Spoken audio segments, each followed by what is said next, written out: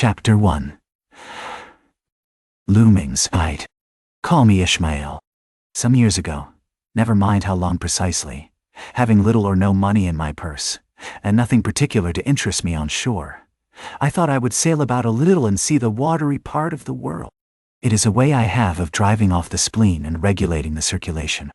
Whenever I find myself growing grim about the mouth, whenever it is a damp, drizzly November in my soul, whenever I find myself involuntarily pausing before coffin warehouses and bringing up the rear of every funeral I meet, and especially whenever my hypos get such an upper hand of me that it requires a strong moral principle to prevent me from deliberately stepping into the street and methodically knocking people's hats off, then I account it high time to get to sea as soon as I can.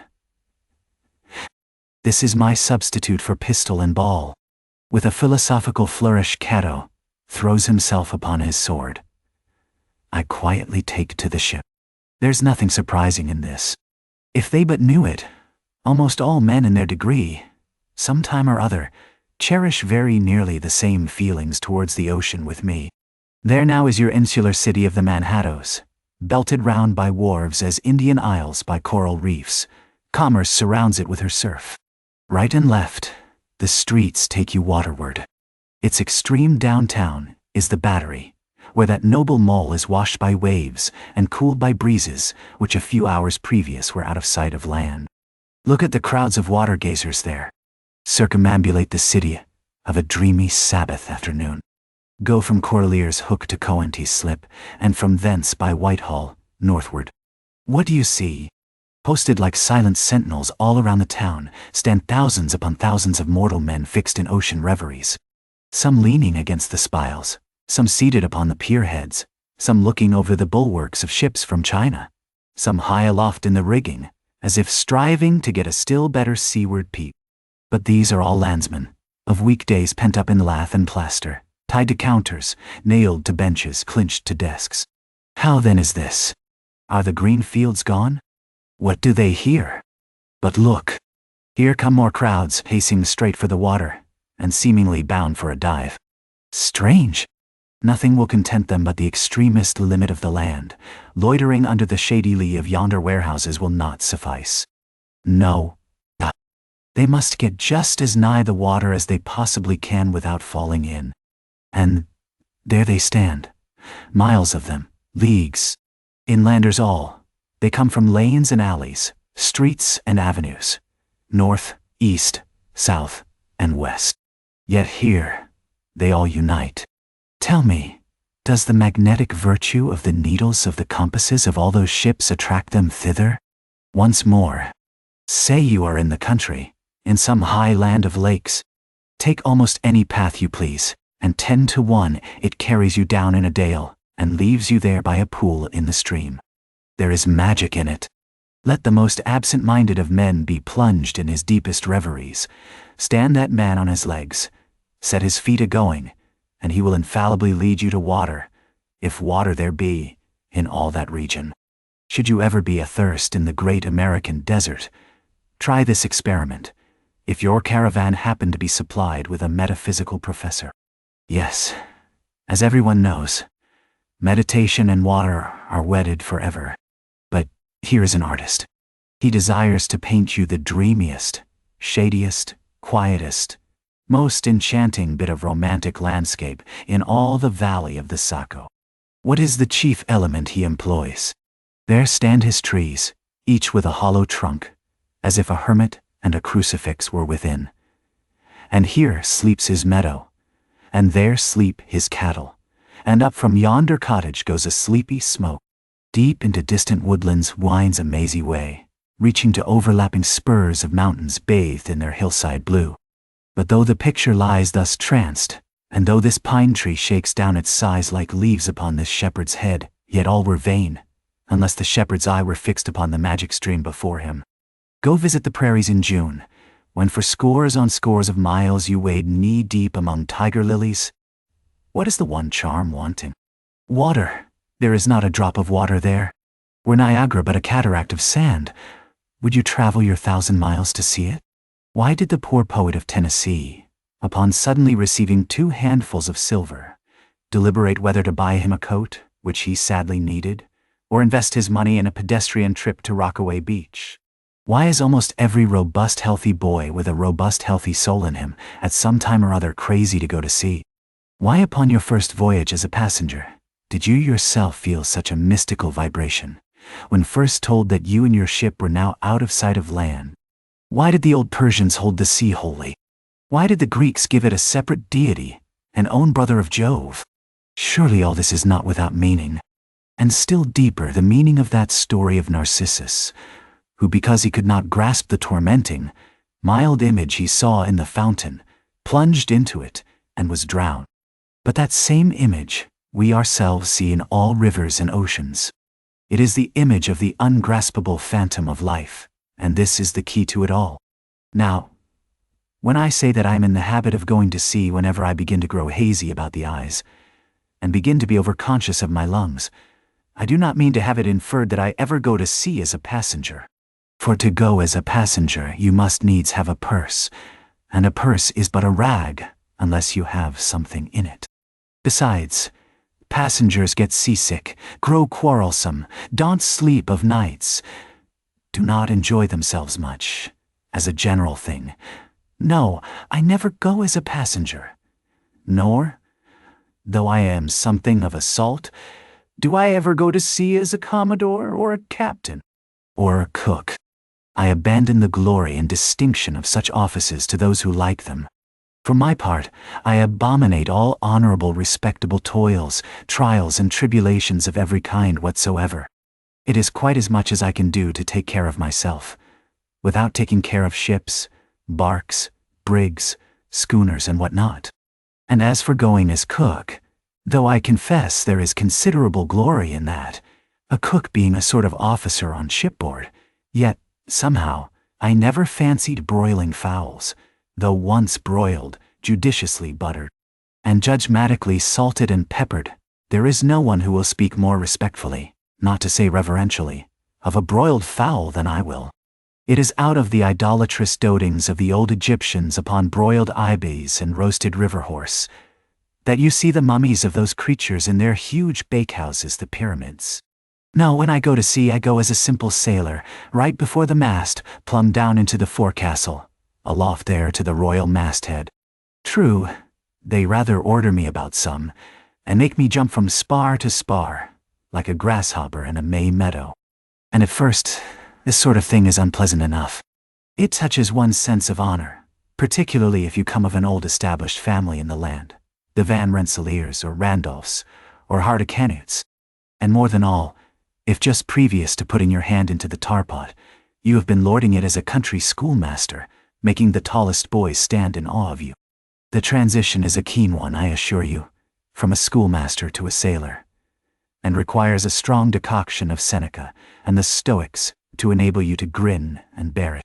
But even this wears off in time. What of it, if some old hunks of a sea captain orders me to get a broom and sweep down the decks? What does that indignity amount to, weighed, I mean, in the scales of the New Testament? Do you think the Archangel Gabriel thinks anything the less of me, because I promptly and respectfully obey that old hunks in that particular instance? Who ain't a slave? Tell me that. Well then, however the old sea captains may order me about, however they may thump and punch me about, I have the satisfaction of knowing that it is all right. That everybody else is one way or other served in much the same way, either in a physical or metaphysical point of view, that is. And so the universal thump is passed round, and all hands should rub each other's shoulder blades and be content. Again, I always go to sea as a sailor, because they make a point of paying me for my trouble, whereas they never pay passengers a single penny that I ever heard of. On the contrary, passengers themselves must pay, and there's all the difference in the world between paying and being paid. The act of paying is perhaps the most uncomfortable infliction that the two orchard thieves entailed upon us. But being paid, what will compare with it? The urbane activity with which a man receives money is really marvelous, considering that we so earnestly believe money to be the root of all earthly ills, and that on no account can a moneyed man enter heaven. Ah, how cheerfully we consign ourselves to perdition. Finally, I always go to sea as a sailor, because of the wholesome exercise and pure air of the forecastle deck.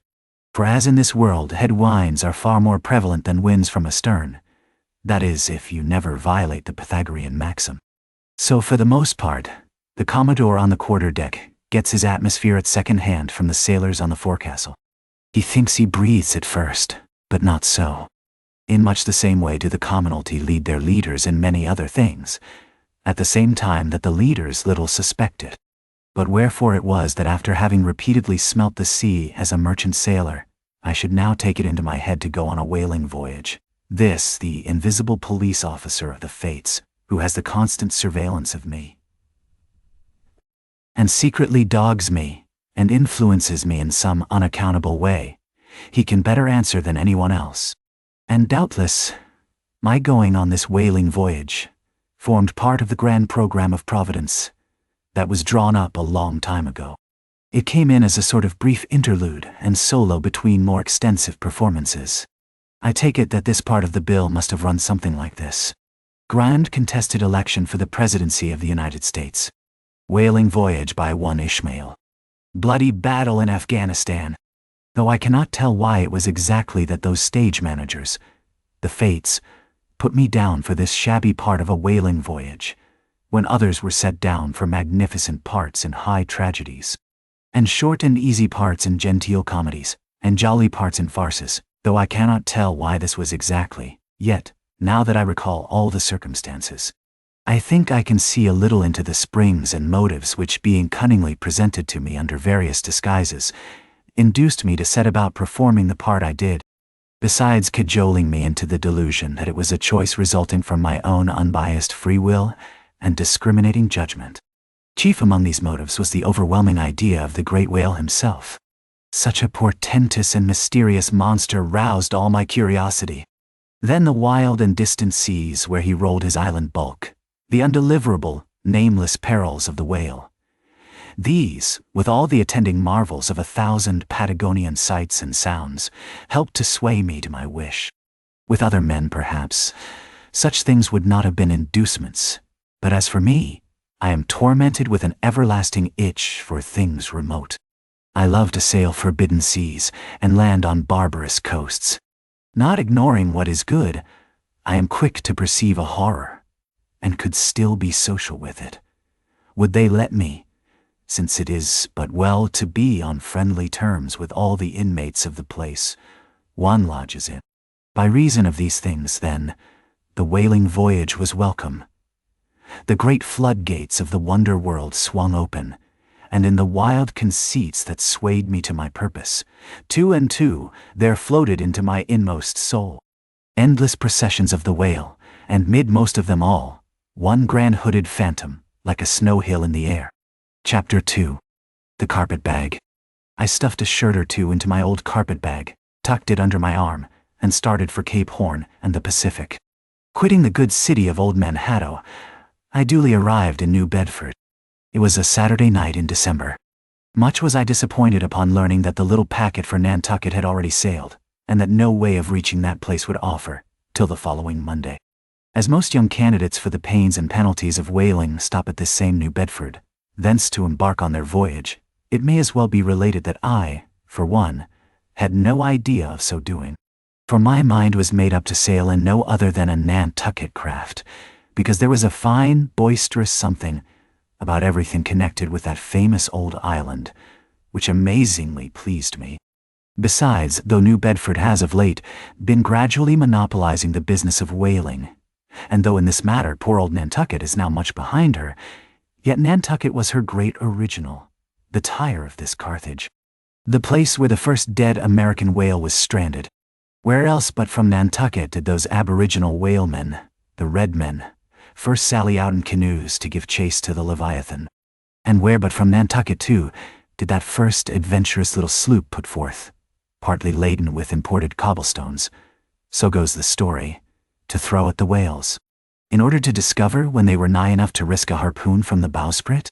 Now, having a night, a day, and still another night following before me in New Bedford, ere I could embark for my destined port, it became a matter of concernment, where I was to eat and sleep meanwhile. It was a very dubious-looking, nay, A very dark and dismal night, bitingly cold and cheerless. I knew no one in the place. With anxious grapnels I had sounded my pocket, and only brought up a few pieces of silver. So, wherever you go, Ishmael, said I to myself, as I stood in the middle of a dreary street shouldering my bag, and comparing the gloom towards the north with the darkness towards the south, wherever in your wisdom you may conclude to lodge for the night, my dear Ishmael, be sure to inquire the price, and don't be too particular.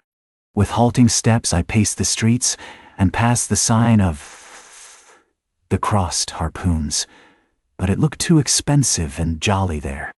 Further on, from the bright red windows of the Sword Fish Inn, there came such fervent rays that it seemed to have melted the packed snow and ice from before the house, for everywhere else the congealed frost lay 10 inches thick in a hard, asphaltic pavement, rather weary for me when I struck my foot against the flinty projections, because from hard, remorseless service the soles of my boots were in a most miserable plight. Too expensive and jolly, again thought I, pausing one moment to watch the broad glare in the street and hear the sounds of the tinkling glasses within. But go on, Ishmael, said I at last. Don't you hear? Get away from before the door. Your patched boots are stopping the way. So on I went. I now by instinct followed the streets that took me waterward, for there doubtless were the cheapest, if not the cheeriest inns. Such dreary streets. Blocks of blackness, not houses, on either hand, and here and there a candle, like a candle moving about in a tomb. At this hour of the night, of the last day of the week, that quarter of the town proved all but deserted. But presently I came to a smoky light proceeding from a low, wide building, the door of which stood invitingly open. It had a careless look, as if it were meant for the uses of the public. So, entering, the first thing I did was to stumble over an ash box in the porch. Ha! Thought I. Ha! As the flying particles almost choked me. Are these ashes from that destroyed city, Gomorrah?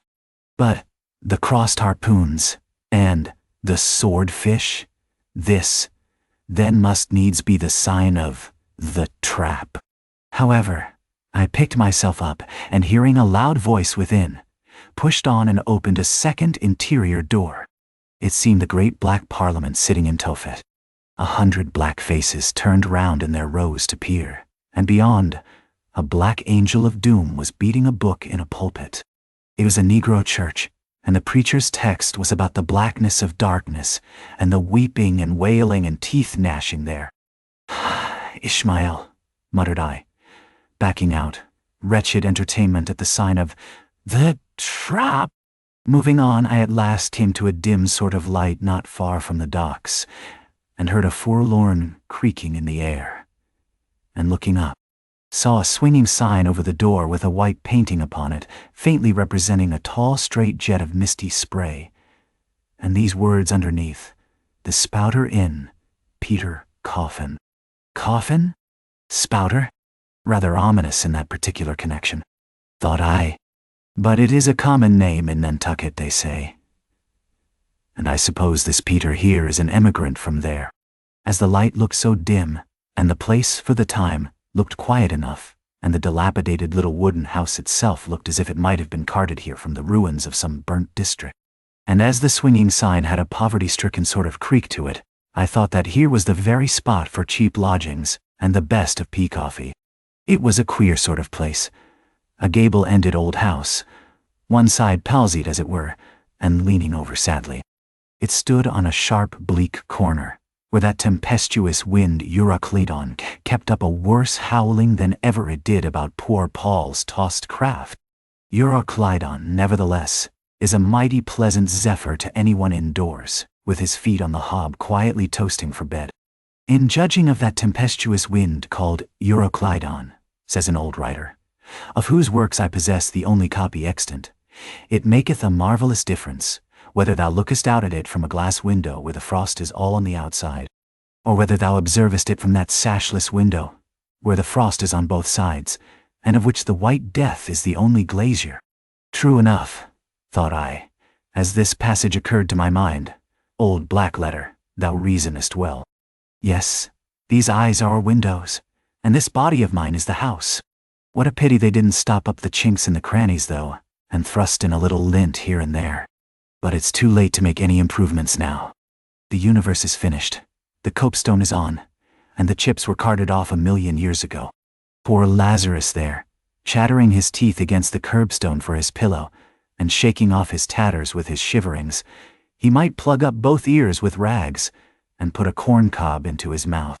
And yet that would not keep out the tempestuous Euroclydon. Euroclydon, says old Dives, in his red silken wrapper. He had a redder one afterwards. Pooh, pooh! What a fine frosty night! How Orion glitters! What northern lights! Let them talk of their oriental summer climes of everlasting conservatories. Give me the privilege of making my own summer with my own coals. But what thinks Lazarus? Can he warm his blue hands by holding them up to the grand northern lights? Would not Lazarus rather be in Sumatra than here? Would he not far rather lay him down lengthwise along the line of the equator? Yea, ye gods! Go down to the fiery pit itself in order to keep out this frost? Now, that Lazarus should lie stranded there on the curbstone before the door of Dives. This is more wonderful than that an iceberg should be moored to one of the Moluccas. Yet Dives himself, he too lives like a czar in an ice palace made of frozen sighs, and being a president of a temperance society, he only drinks the tepid tears of orphans. But no more of this blubbering now. We are going a whaling, and there is plenty of that yet to come. Let us scrape the ice from our frosted feet, and see what sort of a place this spouter may be. Chapter 3. The Spouter Inn. Entering that gable-ended Spouter Inn, you found yourself in a wide, low, straggling entry with old-fashioned wainscots, reminding one of the bulwarks of some condemned old crap. On one side hung a very large oil painting so thoroughly besmoked and every way defaced that in the unequal crosslights by which you viewed it, it was only by diligent study and a series of systematic visits to it, and careful inquiry of the neighbors, that you could any way arrive at an understanding of its purpose. Such unaccountable masses of shades and shadows, that at first you almost thought some ambitious young artist, in the time of the New England hags, had endeavored to delineate chaos bewitched. But by dint of much and earnest contemplation, and oft-repeated ponderings, and especially by throwing open the little window towards the back of the entry, you at last come to the conclusion that such an idea, however wild, might not be altogether unwarranted. But what most puzzled and confounded you was a long, limber, portentous, black mass of something hovering in the center of the picture over 3 blue dim, perpendicular lines floating in a nameless yeast. A boggy, soggy, squitchy picture truly, enough to drive a nervous man distracted. Yet, was there a sort of indefinite, half-attained, unimaginable sublimity about it, that fairly froze you to it, till you involuntarily took an oath with yourself to find out what that marvelous painting meant. Ever and anon a bright, but, alas, deceptive idea would dart you through. It's the Black Sea in a midnight gale. It's the unnatural combat of the 4 primal elements. It's a blasted heath. It's a Hyperborean winter scene. It's the breaking up of the icebound stream of time. But at last, all these fancies yielded to that one portentous something in the picture's midst. That once found out, and all the rest were plain. But stop, does it not bear a faint resemblance to a gigantic fish? Even the great Leviathan himself? In fact, the artist's design seemed this, a final theory of my own, partly based upon the aggregated opinions of many aged persons with whom I conversed upon the subject. The picture represents a Cape Horner in a great hurricane, the half-foundered ship weltering there with its 3 dismantled masts alone visible, and an exasperated whale, purposing to spring clean over the craft, is in the enormous act of impaling himself upon the 3 mastheads. The opposite wall of this entry was hung all over with a heathenish array of monstrous clubs and spears. Some were thickly set with glittering teeth resembling ivory saws, others were tufted with knots of human hair, and one was sickle-shaped, with a vast handle sweeping round like the segment made in the new-mown grass by a long-armed mower. You shuddered as you gazed, and wondered what monstrous cannibal and savage could ever have gone a death harvesting with such a hacking, horrifying implement. Mixed with these were rusty old whaling lances and harpoons all broken and deformed. Some were storied weapons. With this once long lance, now wildly elbowed, 50 years ago did Nathan Swain kill 15 whales between a sunrise and a sunset. And that harpoon, so like a corkscrew now, was flung in Javon seas and run away with by a whale, years afterwards slain off the Cape of Blanco. The original iron entered nigh the tail, and, like a restless needle sojourning in the body of a man, travelled full 40 feet, and at last was found embedded in the hump. Crossing this dusky entry, and on through yon low-arched way, cut through what in old times must have been a great central chimney with fireplaces all round, you enter the public room. A still duskier place is this, with such low, ponderous beams above, and such old wrinkled planks beneath, that you would almost fancy you trod some old craft's cockpits, especially of such a howling night. When this corner-anchored old ark rocked so furiously, on one side stood a long, low, shelf-like table covered with cracked glass cases, filled with dusty rarities gathered from this wide world's remotest nooks. Projecting from the further angle of the room stands a dark-looking den, the bar, a rude attempt at a right whale's head. Be that how it may, there stands the vast arched bone of the whale's jaw, so wide a coach might almost drive beneath it. Within are shabby shelves, ranged round with old decanters, bottles, flasks, and in those jaws of swift destruction, like another cursed Jonah, by which name indeed they called him, bustles a little withered old man, who, for their money, dearly sells the sailors' deliriums and death. Abominable are the tumblers into which he pours his poison, though true cylinders within, the villainous green goggling glasses deceitfully tapered downwards to a cheating bottom. Parallel meridians rudely pecked into the glass surround these footpads goblets. Fill to this mark, and your charge is but a penny. To this, a penny more, and so on to the full glass, the Cape Horn measure which you may gulp down for a shilling. Upon entering the place I found a number of young seamen gathered about a table, examining by a dim light divers specimens of scrimshander. I sought the landlord, and telling him I desired to be accommodated with a room, received for answer that his house was full. Not a bed unoccupied, but avast, he added, tapping his forehead. You hain't no objections to sharing a harpooner's blanket, have ye? I suppose you are going a whalin', so you'd better get used to that sort of thing. I told him that I never liked to sleep two in a bed, that if I should ever do so, it would depend upon who the harpooner might be, and that if he, the landlord, really had no other place for me, and the harpooner was not decidedly objectionable, why rather than wander further about a strange town on so bitter a night, I would put up with the half of any decent man's blanket. I thought so. All right, take a seat. Supper. You want supper? Supper'll be ready directly. I sat down on an old wooden settle, carved all over like a bench on the battery. At one end, a ruminating tar was still further adorning it with his jackknife, stooping over and diligently working away at the space between his legs. He was trying his hand at a ship under full sail, but he didn't make much headway, I thought. At last some 4 or 5 of us were summoned to our meal, in an adjoining room. It was cold as Iceland, no fire at all. The landlord said he couldn't afford it. Nothing but 2 dismal tallow candles, each in a winding sheet. We were fain to button up our monkey jackets, and hold to our lips cups of scalding tea with our half-frozen fingers. But the fare was of the most substantial kind, not only meat and potatoes, but dumplings, good heavens. Dumplings for supper! One young fellow in a green box coat addressed himself to these dumplings in a most direful manner.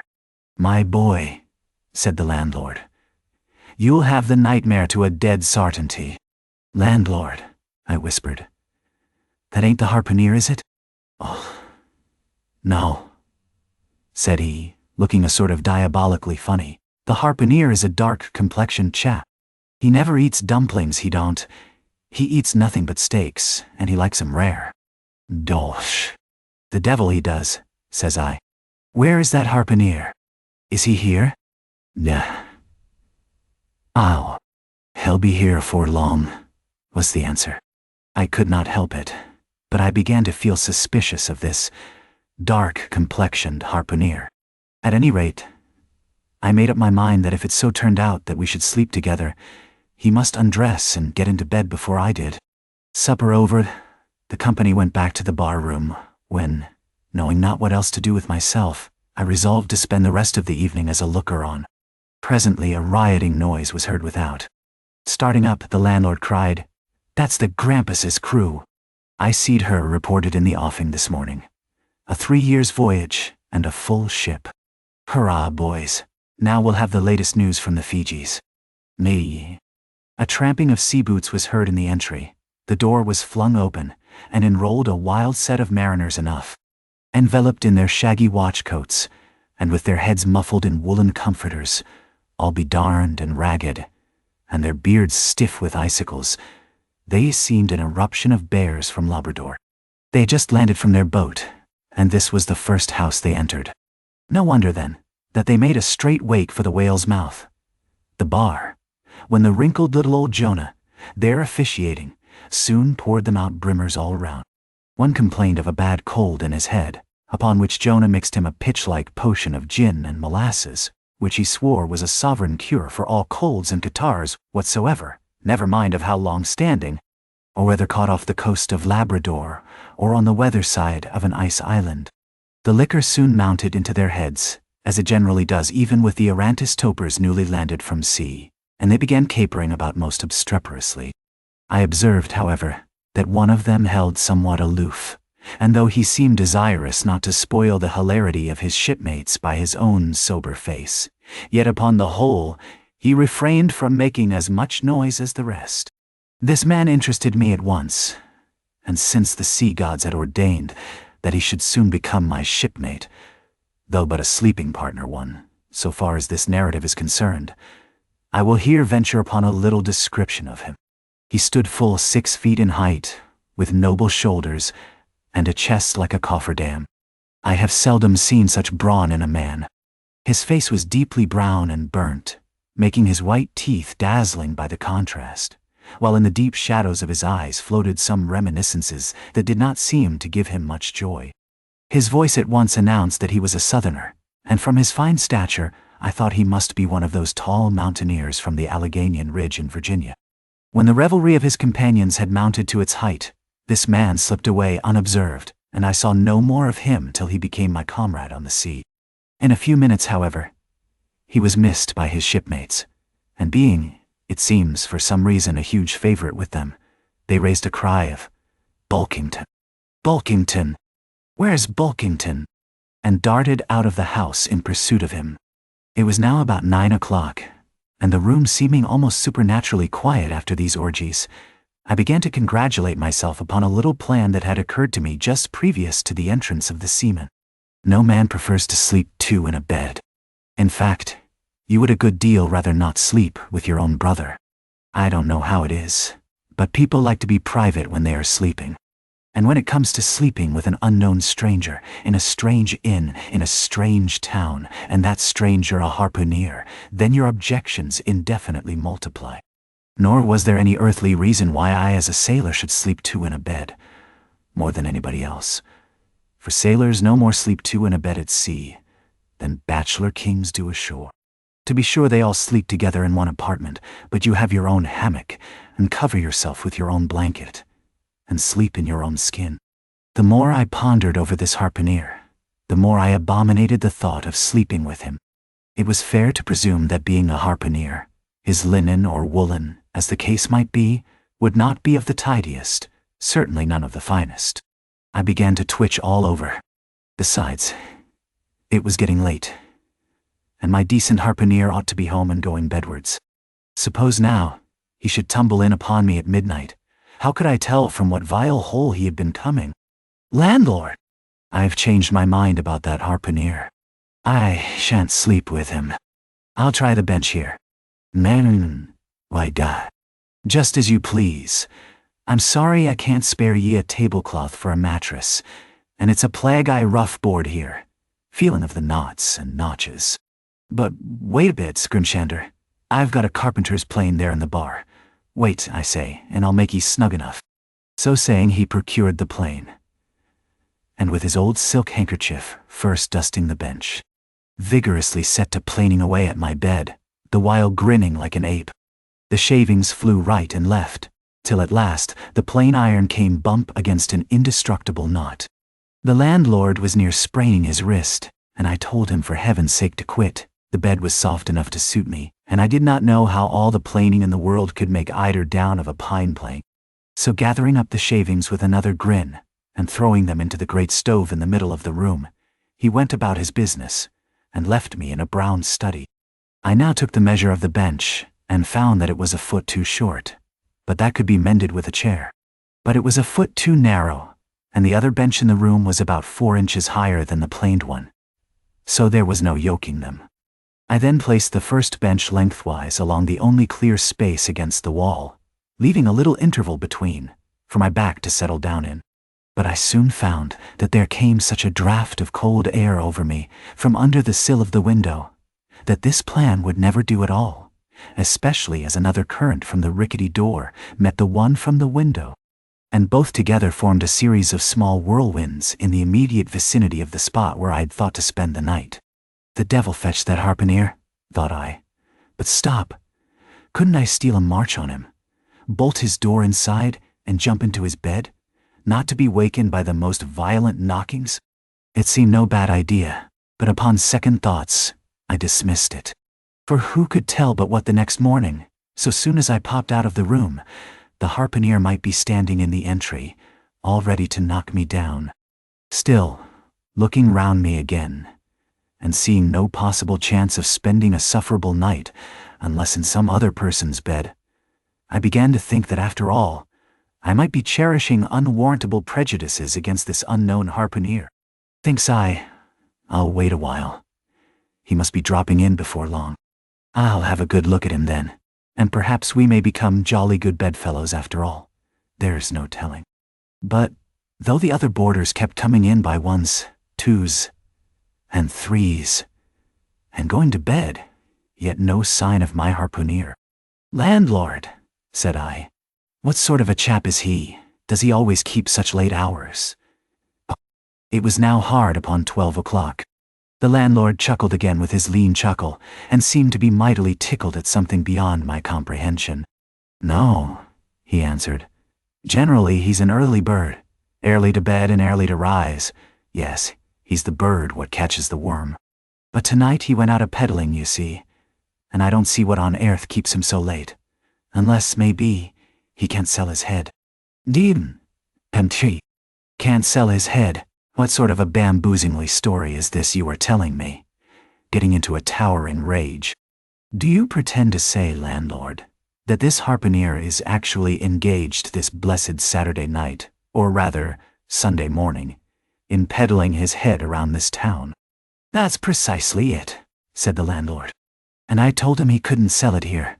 The market's overstocked. With what? Shouted I. With heads, to be sure. Ain't there too many heads in the world? I tell you what it is, landlord, said I quite calmly. You'd better stop spinning that yarn to me. I'm not green. Maybe not, taking out a stick and whittling a toothpick.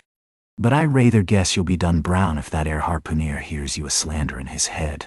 I'll break it for him, said I, now flying into a passion again at this unaccountable farrago of the landlord's.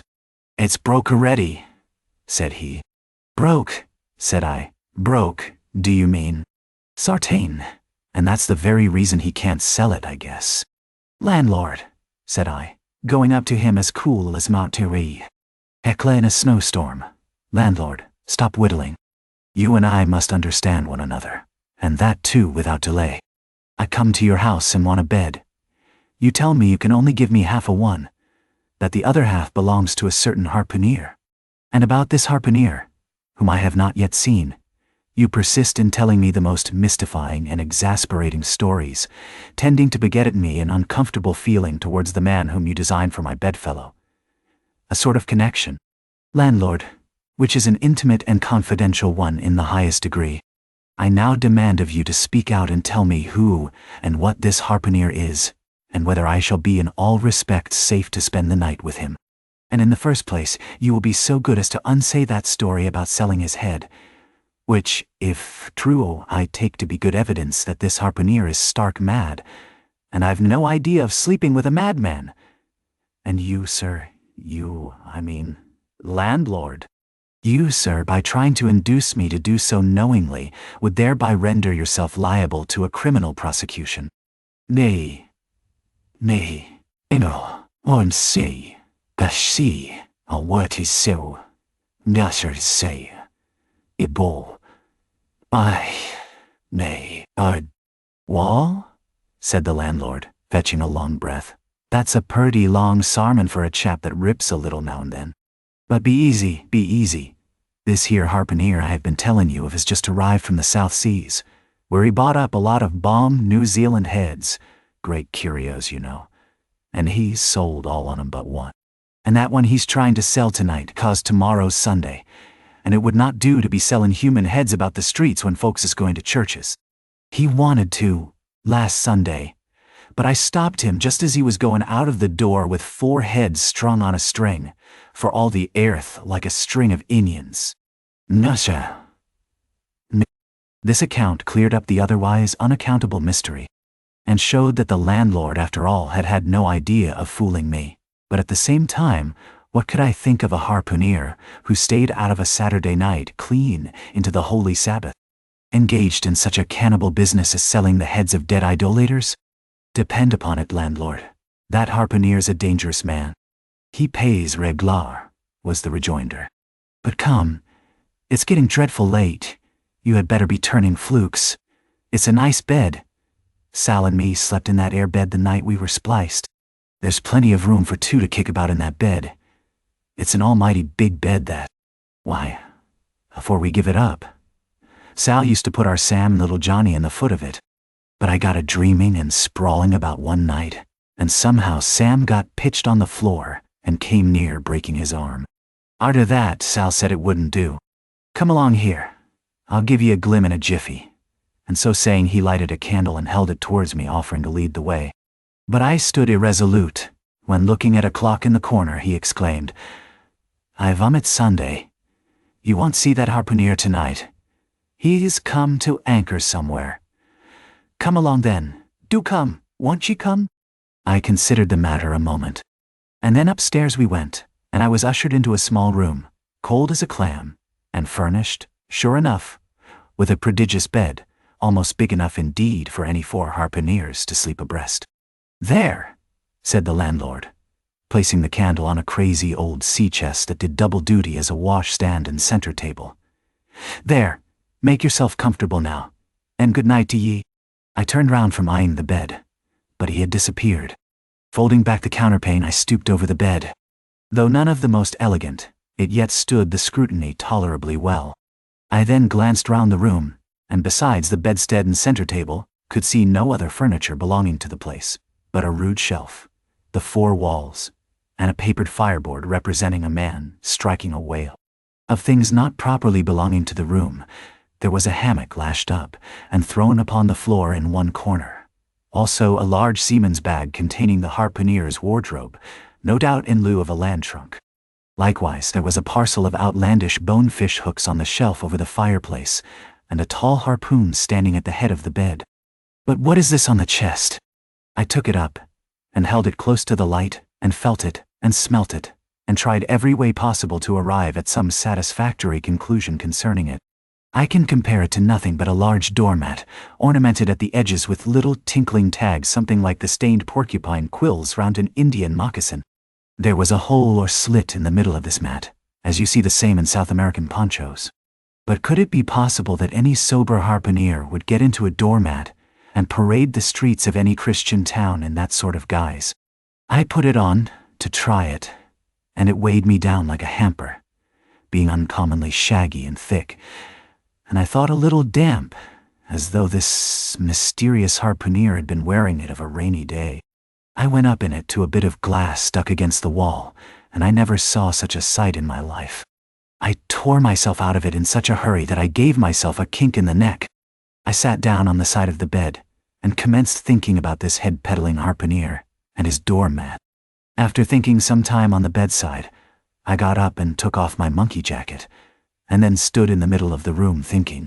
I then took off my coat and thought a little more in my shirt sleeves, but beginning to feel very cold now, half undressed as I was, and remembering what the landlord said about the harpooneers not coming home at all that night, it being so very late, I made no more ado, but jumped out of my pantaloons and boots, and then blowing out the light tumbled into bed and commended myself to the care of heaven. Whether that mattress was stuffed with corn cobs or broken crockery, there is no telling. But I rolled about a good deal and could not sleep for a long time. At last I slid off into a light doze, and had pretty nearly made a good offing towards the land of Nod, when I heard a heavy footfall in the passage, and saw a glimmer of light come into the room from under the door. Lord save me, thinks I, that must be the harpooner, the infernal head peddler. But I lay perfectly still, and resolved not to say a word till spoken to. Holding a light in one hand, and that identical New Zealand head in the other, the stranger entered the room, and without looking towards the bed, placed his candle a good way off from me on the floor in one corner, and then began working away at the knotted cords of the large bag I, before spoke of as being in the room. I was all eagerness to see his face, but he kept it averted for some time while employed in unlacing the bag's mouth. This accomplished, however, he turned round, when, good heavens, what a sight! Such a face! It was of a dark, purplish, yellow color, here and there stuck over with large blackish-looking squares. Yes, it's just as I thought. He's a terrible bedfellow. He's been in a fight, got dreadfully cut, and here he is, just from the surgeon. But at that moment, he chanced to turn his face so towards the light that I plainly saw they could not be sticking plasters at all, those black squares on his cheeks. They were stains of some sort or other. At first I knew not what to make of this, but soon an inkling of the truth occurred to me. I remembered a story of a white man, a whaleman too, who, falling among the cannibals, had been tattooed by them. I concluded that this harpooner, in the course of his distant voyages, must have met with a similar adventure. And what is it, thought I, after all? It's only his outside. A man can be honest in any sort of skin. But then, what to make of his unearthly complexion, that part of it, I mean, lying round about, and completely independent of the squares of tattooing. To be sure, it might be nothing but a good coat of tropical tanning, but I never heard of hot sun's tanning a white man into a purplish yellow one. However, I had never been in the South Seas, and perhaps the sun there produced these extraordinary effects upon the skin. Now, while all these ideas were passing through me like lightning, this harpooner never noticed me at all. But, some difficulty having opened his bag, he commenced fumbling in it, and presently pulled out a sort of tomahawk and a sealskin wallet with the hair on. Placing these on the old chest in the middle of the room, he then took the New Zealand head, a ghastly thing enough, and crammed it down into the bag. He now took off his hat, a new beaver hat, when I came nigh singing out with fresh surprise. There was no hair on his head, none to speak of at least, nothing but a small scalp knot twisted up on his forehead. His bald purplish head now looked for all the world like a mildewed skull. Had not the stranger stood between me and the door, I would have bolted out of it quicker than ever I bolted a dinner. Even as it was, I thought something of slipping out of the window, but it was the second floor back. I am no coward, but what to make of this head-peddling purple rascal altogether past my comprehension. Ignorance is the parent of fear, and being completely nonplussed and confounded about the stranger, I confess I was now as much afraid of him as if it was the devil himself who had thus broken into my room at the dead of night. In fact, I was so afraid of him that I was not game enough just then to address him, and demand a satisfactory answer concerning what seemed inexplicable in him. Meanwhile, he continued the business of undressing, and at last showed his chest and arms.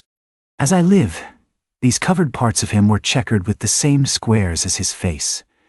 His back, too, was all over the same dark squares. He seemed to have been in a 30 years' war, and just escaped from it with a sticking plaster shirt. Still more, his very legs were marked, as if a parcel of dark green frogs were running up the trunks of young palms. It was now quite plain that he must be some abominable savage or other shipped aboard of a whaleman in the South Seas, and so landed in this Christian country. I quaked to think of it. A peddler of heads, too, perhaps the heads of his own brothers. He might take a fancy to mine. Heavens! Look at that tomahawk! There was no time for shuddering, for now the savage went about something that completely fascinated my attention, and convinced me that he must indeed be a heathen. Going to his heavy grego, or rapal, or dreadnought, which he had previously hung on a chair, he fumbled in the pockets, and produced at length a curious little deformed image with a hunch on its back, and in exactly the color of a 3-days-old Congo baby. Remembering the embalmed head, at first I almost thought that this black mannequin was a real baby preserved in some similar manner. But seeing that it was not at all limber, and that it glistened a good deal like polished ebony, I concluded that it must be nothing but a wooden idol, which indeed it proved to be. For now the savage goes up to the empty fireplace, and removing the papered fireboard, sets up this little hunchbacked image, like a 10-pin, between the andirons. The chimney jambs and all the bricks inside were very sooty, so that I thought this fireplace made a very appropriate little shrine or chapel for his Congo idol. I now screwed my eyes hard towards the half-hidden image, feeling but ill at ease meantime, to see what was next to follow. First he takes about a double handful of shavings out of his grego pocket and places them carefully before the idol. Then laying a bit of ship biscuit on top and applying the flame from the lamp, he kindled the shavings into a sacrificial blaze. Presently, after many hasty snatches into the fire, and still hastier withdrawals of his fingers, whereby he seemed to be scorching them badly, he at last succeeded in drawing out the biscuit. Then blowing off the heat and ashes a little, he made a polite offer of it to the little negro. But the little devil did not seem to fancy such dry sort of fare at all. He never moved his lips. All these strange antics were accompanied by still stranger guttural noises from the devotee, who seemed to be praying in a sing-song, or else singing some pagan psalmody or other, during which his face twitched about in the most unnatural manner. At last, extinguishing the fire, he took the idol up very unceremoniously, and bagged it again in his grego pocket, as carelessly as if he were a sportsman bagging a dead woodcock. All these queer proceedings increased my uncomfortableness, and seeing him now exhibiting strong symptoms of concluding his business operations, and jumping into bed with me, I thought it was high time, now or never, before the light was put out, to break the spell in which I had so long been bound. But the interval I spent in deliberating what to say was a fatal one. Taking up his tomahawk from the table, he examined the head of it for an instant, and then holding it to the light, with his mouth at the handle, he puffed out great clouds of tobacco smoke. The next moment the light was extinguished, and this wild cannibal, tomahawk between his teeth, sprang into bed with me. I sang out. I could not help it now, and giving a sudden grunt of astonishment he began feeling me. Stammering out something, I knew not what, I rolled away from him against the wall, and then conjured him, whoever or whatever he might be, to keep quiet, and let me get up and light the lamp again. But his guttural responses satisfied me at once that he but ill comprehended my meaning. "Who devil you?" he at last said. "You no speaky, damn me, I kill ye." And so saying, the lighted tomahawk began flourishing about me in the dark. "Landlord, for God's sake, Peter Coffin!"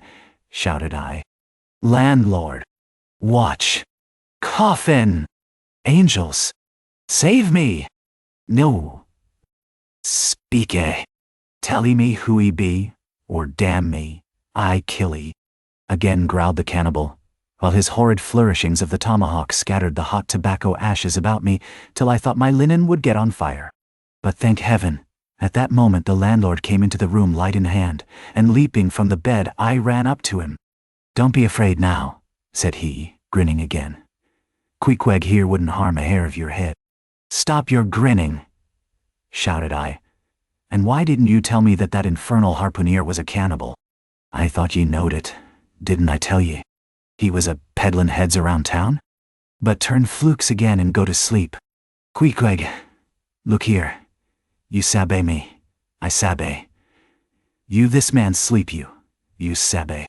I'm Ah see. Me sabe plenty, grunted Queequeg, puffing away at his pipe and sitting up in bed. You getty in, he added, motioning to me with his tomahawk and throwing the clothes to one side. He really did this in not only a civil but a really kind and charitable way. I stood looking at him a moment. For all his tattooings, he was on the whole a clean, comely-looking cannibal. What's all this fuss I've been making about, thought I to myself. The man's a human being just as I am. He has just as much reason to fear me as I have to be afraid of him. Better sleep with a sober cannibal than a drunken Christian. Landlord, said I, tell him to stash his tomahawk there, or pipe, or whatever you call it.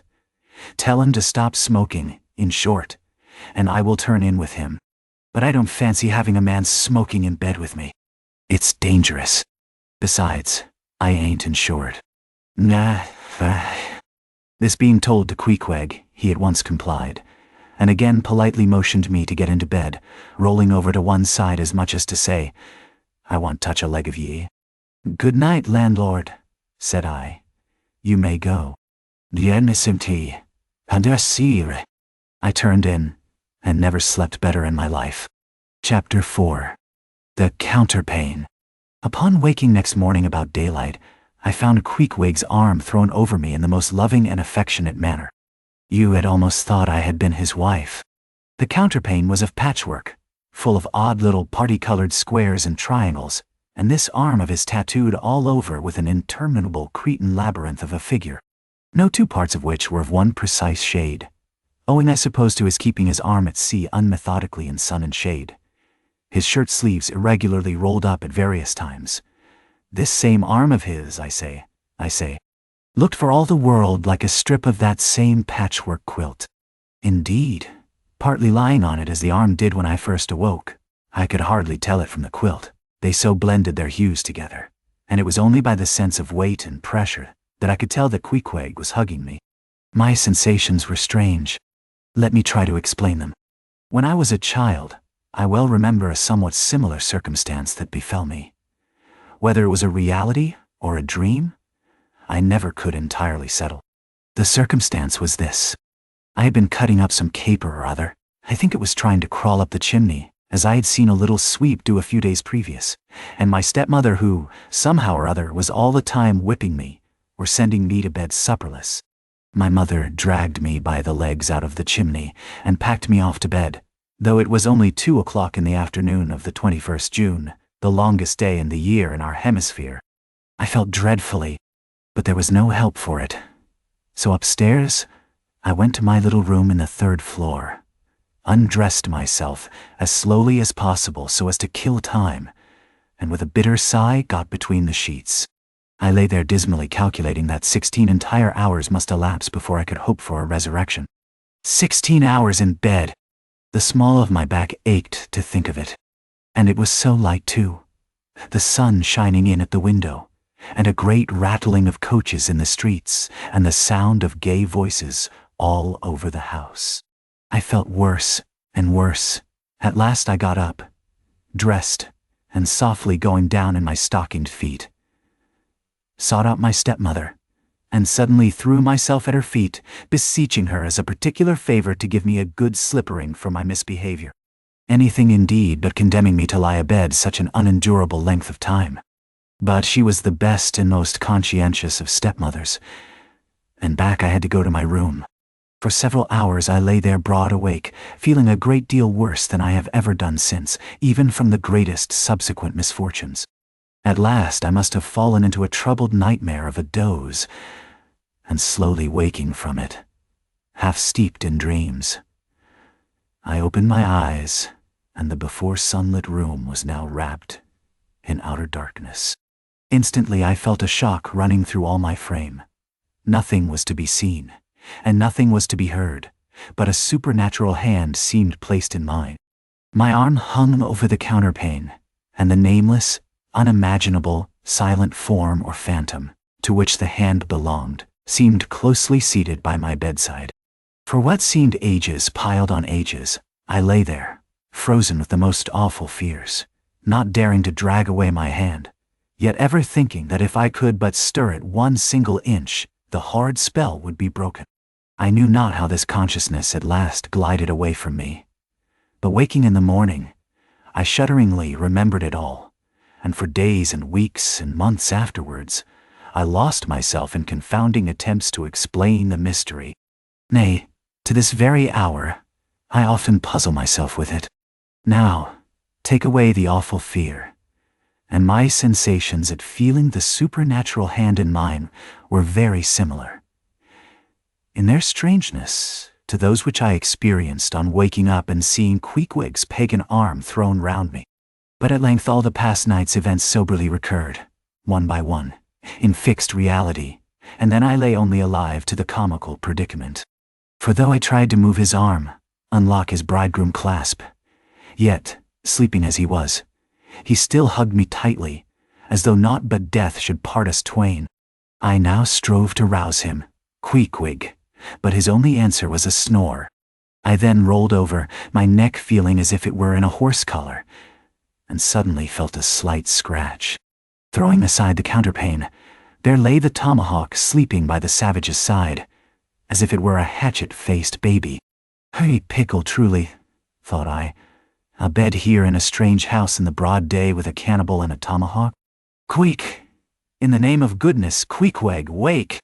At length, by dint of much wriggling and loud and incessant expostulations upon the unbecomingness of his hugging a fellow male in that matrimonial sort of style, I succeeded in extracting a grunt, and presently he drew back his arm, shook himself all over like a Newfoundland dog just from the water, and sat up in bed, stiff as a pikestaff, looking at me, and rubbing his eyes as if he did not altogether remember how I came to be there, though a dim consciousness of knowing something about me seemed slowly dawning over him.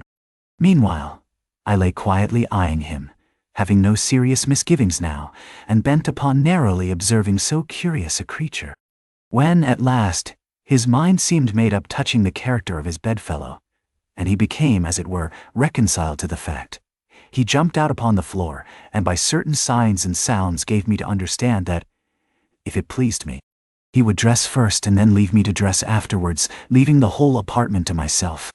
Thinks I, Queequeg, under the circumstances, this is a very civilized overture. But the truth is, these savages have an innate sense of delicacy. Say what you will, it is marvelous how essentially polite they are. I pay this particular compliment to Queequeg, because he treated me with so much civility and consideration, while I was guilty of great rudeness, staring at him from the bed, and watching all his toilet motions. For the time my curiosity getting the better of my breeding. Nevertheless, a man like Queequeg you don't see every day. He and his ways were well worth unusual regarding. He commenced dressing at top by donning his beaver hat, a very tall one by the by, and then, still minus his trousers, he hunted up his boots. What under the heavens he did it for I cannot tell, but his next movement was to crush himself, boots in hand, and hat on, under the bed, when from sundry violent gaspings and strainings, I inferred he was hard at work booting himself. Though by no law of propriety that I ever heard of, is any man required to be private when putting on his boots. But Queequeg, do you see, was a creature in the transition stage, neither caterpillar nor butterfly. He was just enough civilized to show off his outlandishness in the strangest possible manners. His education was not yet completed. He was an undergraduate. If he had not been a small degree civilized, he very probably would not have troubled himself with boots at all. But then, if he had not been still a savage, he never would have dreamt of getting under the bed to put them on.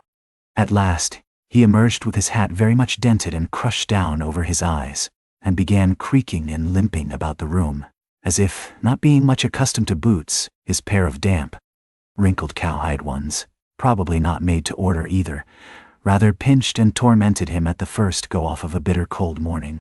Seeing now that there were no curtains to the window, and that the street being very narrow, the house opposite commanded a plain view into the room, and observing more and more the indecorous figure that Queequeg made, staving about with little else but his hat and boots on, I begged him as well as I could to accelerate his toilet somewhat, and particularly to get into his pantaloons as soon as possible. He complied, and then proceeded to wash himself. At that time in the morning any Christian would have washed his face, but Queequeg, to my amazement, contented himself with restricting his ablutions to his chest, arms, and hands. He then donned his waistcoat, and taking up a piece of hard soap on the washstand center table, dipped it into water, and commenced lathering his face. I was watching to see where he kept his razor, when lo and behold, he takes the harpoon from the bed corner, slips out the long wooden stock, unsheathes the head, wets it a little on his boot, and striding up to the bit of mirror against the wall, begins a vigorous scraping, or rather harpooning of his cheeks. Thinks I, Queequeg, this is using Roger's best cutlery with a vengeance. Afterwards I wondered the less at this operation when I came to know of what fine steel the head of a harpoon is made, and how exceedingly sharp the long straight edges are always kept. The rest of his toilet was soon achieved, and he proudly marched out of the room, wrapped up in his great pilot monkey jacket, and sporting his harpoon like a marshal's baton. Chapter 5. Breakfast. I quickly followed suit, and descending into the bar-room accosted the grinning landlord very pleasantly. I cherished no malice towards him, though he had been skylarking with me not a little in the matter of my bedfellow.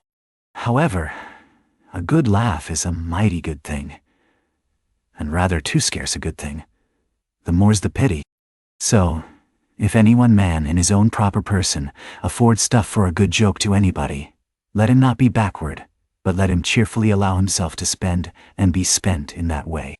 And the man that has anything bountifully laughable about him, be sure there is more in that man than you perhaps think for.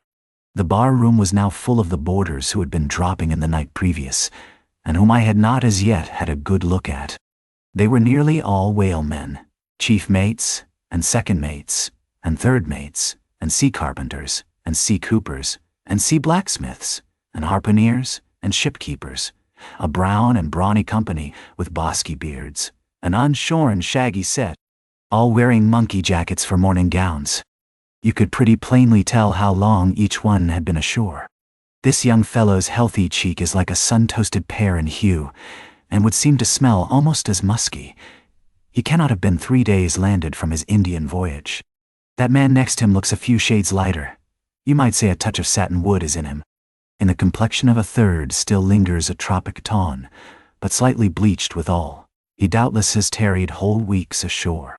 But who could show a cheek like Queequeg, which, barred with various tints, seemed like the Andes' western slope, to show forth in one array, contrasting climates, zone by zone? "Grub, ho!" now cried the landlord, flinging open a door, and in we went to breakfast. They say that men who have seen the world, thereby become quite at ease in manner, quite self-possessed in company. Not always, though. Ledyard, the great New England traveler, and Mungo Park, the Scotch one, of all men, they possess the least assurance in the parlor. But perhaps the mere crossing of Siberia in a sledge drawn by dogs as Ledyard did, or the taking a long solitary walk on an empty stomach in the Negro heart of Africa, which was the sum of poor Mungo's performances. This kind of travel, I say, may not be the very best mode of attaining a high social polish. Still, for the most part, that sort of thing is to be had anywhere. These reflections just here are occasioned by the circumstance that after we were all seated at the table, and I was preparing to hear some good stories about whaling, to my no small surprise, nearly every man maintained a profound silence. And not only that, but they looked embarrassed. Yes, here were a set of sea dogs, many of whom without the slightest bashfulness had boarded great whales on the high seas, entire strangers to them, and dueled them dead without winking. And yet, here they sat at a social breakfast table, all of the same calling, all of kindred taste, looking round as sheepishly at each other as though they had never been out of sight of some sheepfold among the Green Mountains. A curious sight, These bashful bears, these timid warrior whalemen. But as for Queequeg, why, Queequeg sat there among them. At the head of the table too, it so chanced, as cool as an icicle. To be sure, I cannot say much for his breeding. His greatest admirer could not have cordially justified his bringing his harpoon into breakfast with him, and using it there without ceremony, reaching over the table with it, to the imminent jeopardy of many heads, and grappling the beefsteaks towards him. But that was certainly very coolly done by him, and everyone knows that in most people's estimation, to do anything coolly is to do it genteelly. We will not speak of all Queequeg's peculiarities here, how he eschewed coffee and hot rolls, and applied his undivided attention to beefsteaks, done rare. Enough, that when breakfast was over he withdrew like the rest into the public room, lighted his tomahawk pipe, and was sitting there quietly digesting and smoking with his inseparable hat on, when I sallied out for a stroll. Chapter 6. The Street. If I had been astonished at first catching a glimpse of so outlandish an individual as Queequeg circulating among the polite society of a civilized town, that astonishment soon departed upon taking my first daylight stroll through the streets of New Bedford. In thoroughfares nigh the docks, any considerable seaport will frequently offer to view the queerest-looking nondescripts from foreign parts. Even in Broadway and Chestnut Streets, Mediterranean mariners will sometimes jostle the affrighted ladies. Regent Street is not unknown to Lascars and Malays, and at Bombay, in the Apollo Green, live Yankees have often scared the natives. But New Bedford beats all Water Street and Wapping. In these last-mentioned haunts you see only sailors, but in New Bedford, actual cannibals stand chatting at street corners, savages outright, many of whom yet carry on their bones unholy flesh. It makes a stranger stare. But, besides the Fijians, Tongaboers, Aromangoans, Penangians, and Brigians, and besides the wild specimens of the whaling craft which unheeded reel about the streets, you will see other sights still more curious, certainly more comical. There weekly arrive in this town scores of green Vermonters and New Hampshire men, all athirst for gain and glory in the fishery. They are mostly young, of stalwart frames, fellows who have felled forests, and now seek to drop the axe and snatch the whale lands. Many are as green as the green mountains whence they came. In some things you would think them but a few hours old. Look there! That chap strutting round the corner. He wears a beaver hat and swallow-tailed coat, girdled with a sailor belt and sheath knife. Here comes another with a sou'wester and a bombazine cloak. No town-bred dandy will compare with a country-bred one. I mean a downright bumpkin dandy. A fellow that in the dog days will mow his 2 acres in buckskin gloves for fear of tanning his hands. Now when a country dandy like this takes it into his head to make a distinguished reputation, and joins the great whale fishery, you should see the comical things he does upon reaching the seaport. In bespeaking his sea outfit, he orders bell buttons to his waistcoats, straps to his canvas trousers. Ah, poor hayseed! How bitterly will burst those straps in the first howling gale, when thou art driven, straps, buttons, and all, down the throat of the tempest. But think not that this famous town has only harpooneers, cannibals, and bumpkins to show her visitors. Not at all. Still, New Bedford is a queer place. Had it not been for us whalemen, that tract of land would this day perhaps have been in as howling condition as the coast of Labrador. As it is, parts of her back country are enough to frighten one. They look so bony. The town itself is perhaps the dearest place to live in all New England. It is a land of oil, true enough, but not like Canaan, a land also of corn and wine. The streets do not run with milk, nor in the springtime do they pave them with fresh eggs. Yet, in spite of this, nowhere in all America will you find more patrician-like houses, parks and gardens more opulent than in New Bedford. Whence came they? How planted upon this once scraggy scoria of a country. Go and gaze upon the iron emblematical harpoons round yonder lofty mansion, and your question will be answered. Yes, all these brave houses and flowery gardens came from the Atlantic, Pacific, and Indian Oceans. One and all, they were harpooned and dragged up hither from the bottom of the sea. Can Herr Alexander perform a feat like that? In New Bedford, fathers, they say, give whales for dowers to their daughters, and portion off their nieces with a few porpoises apiece. You must go to New Bedford to see a brilliant wedding.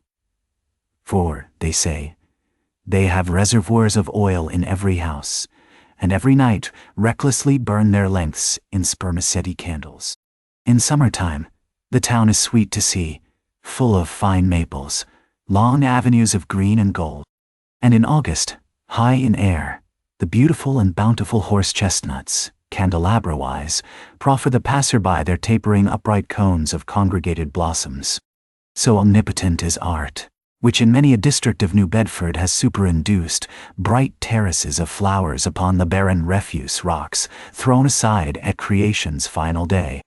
And the women of New Bedford, they bloom like their own red roses. But roses only bloom in summer, whereas the fine carnation of their cheeks is perennial as sunlight in the seventh heavens. Elsewhere match that bloom of theirs, ye cannot save in Salem, where they tell me the young girls breathe such musk, their sailor sweethearts smell them miles offshore, as though they were drawing nigh, the odorous Moluccas instead of the puritanic sands. Chapter 7. The Chapel. In this same New Bedford there stands a whaleman's chapel, and few are the moody fishermen, shortly bound for the Indian Ocean or Pacific, who fail to make a Sunday visit to the spot. I am sure that I did not.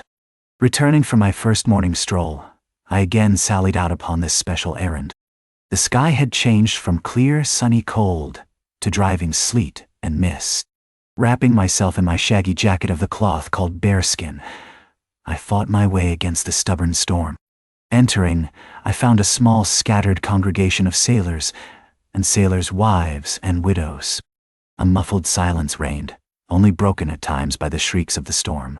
Each silent worshipper seemed purposely sitting apart from the other, as if each silent grief were insular and incommunicable. The chaplain had not yet arrived, and there these silent islands of men and women sat steadfastly eyeing several marble tablets, with black borders, masoned into the wall on either side the pulpit. 3 of them ran something like the following, but I do not pretend to quote. Sacred to the memory of John Talbot, who at the age of 18 was lost overboard, near the Isle of Desolation, off Patagonia, November 1st, 1836. This tablet is erected to his memory by his sister. Sacred to the memory of Robert Long, Willis Ellery, Nathan Coleman, Walter Canny, Seth Macy, and Samuel Gligg, forming one of the boat's crews of the ship Eliza, who were towed out of sight by a whale on the offshore ground in the Pacific. December 31st, 1839. This marble is here placed by their surviving shipmates. Sacred to the memory of the late Captain Ezekiel Hardy, who in the bows of his boat was killed by a sperm whale on the coast of Japan, August 3, 1833. This tablet is erected to his memory by his widow. Shaking off the sleet from my ice-glazed hat and jacket, I seated myself near the door, and turning sideways was surprised to see Queequeg near me. Affected by the solemnity of the scene, there was a wondering gaze of incredulous curiosity in his countenance. This savage was the only person present who seemed to notice my entrance, because he was the only one who could not read, and therefore was not reading those frigid inscriptions on the wall.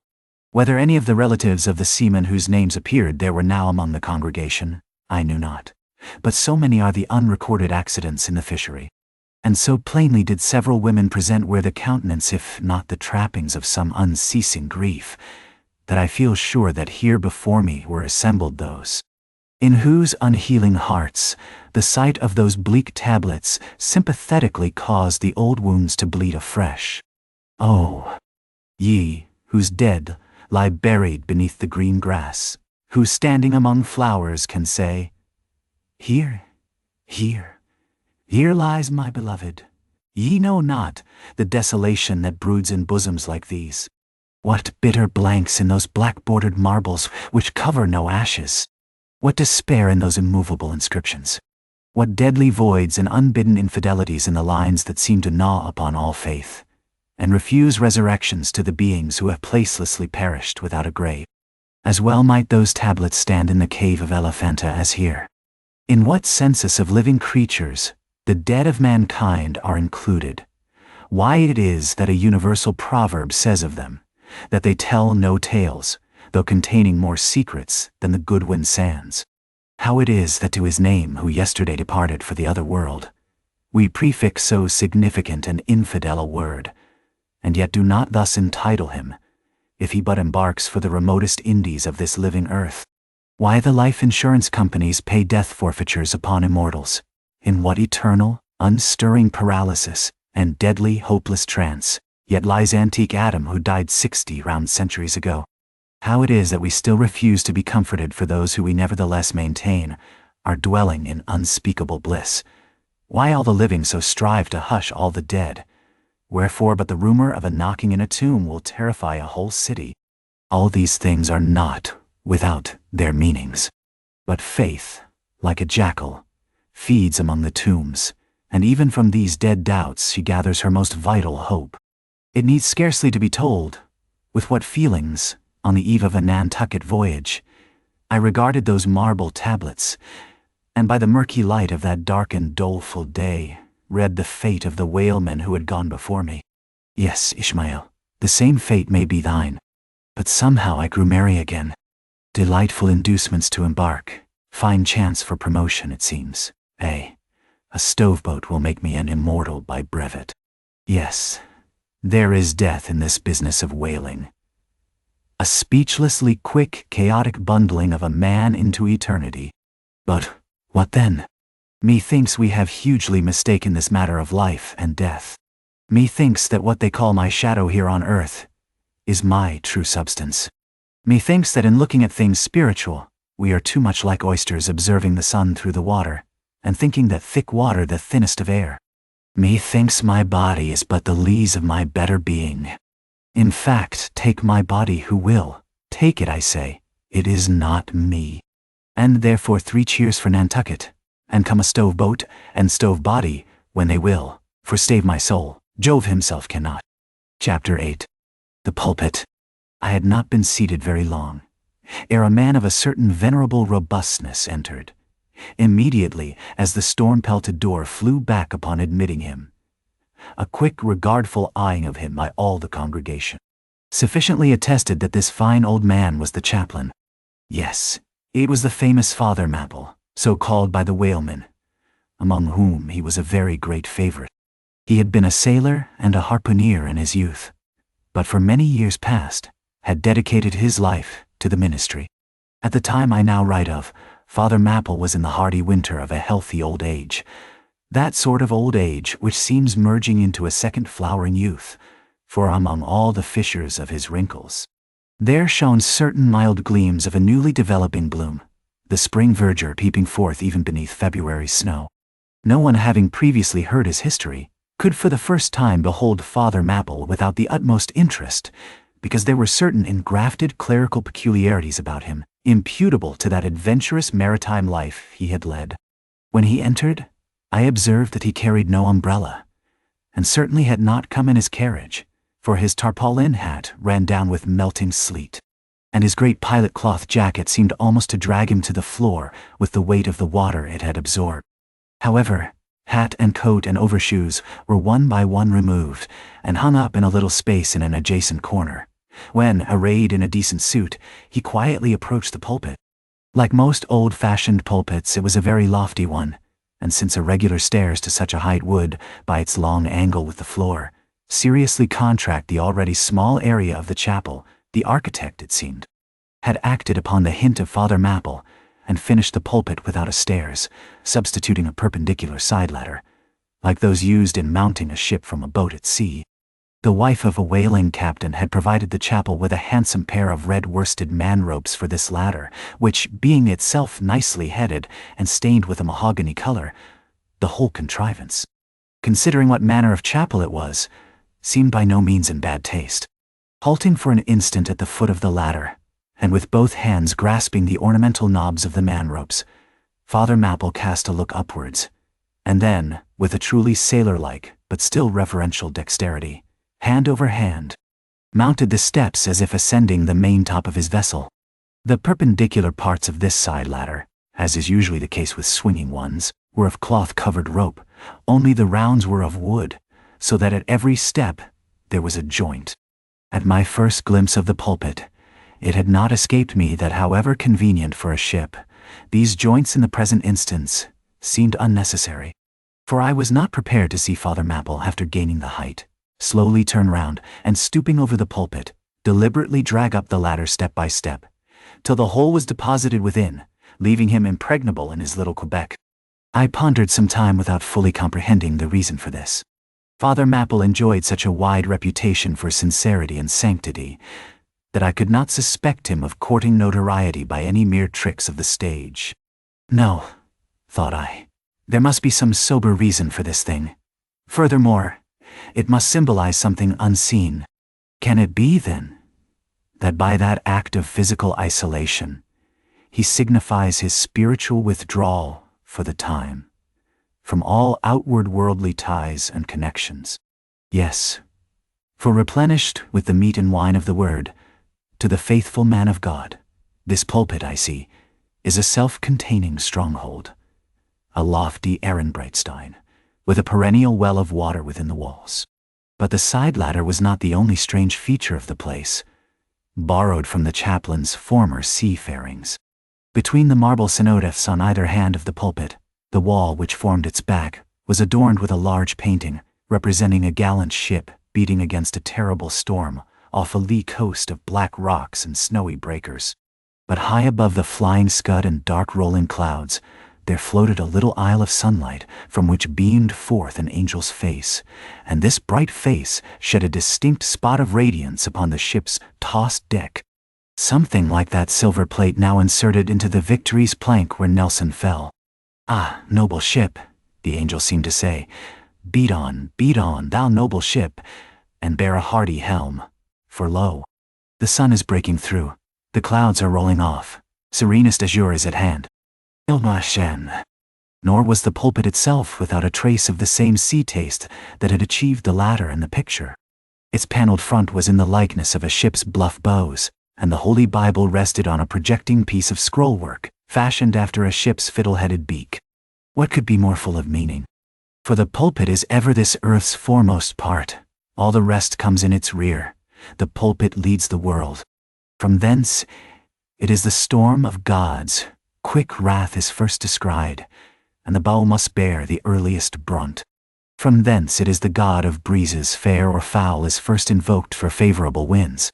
Yes, the world's a ship on its passage out, and not a voyage complete, and the pulpit is its prow. Chapter 9. The Sermon. Father Mapple rose, and in a mild voice of unassuming authority, ordered the scattered people to condense. Starboard gangway there. Side away to larboard. Larboard gangway to starboard. Midships. Midships. Nah.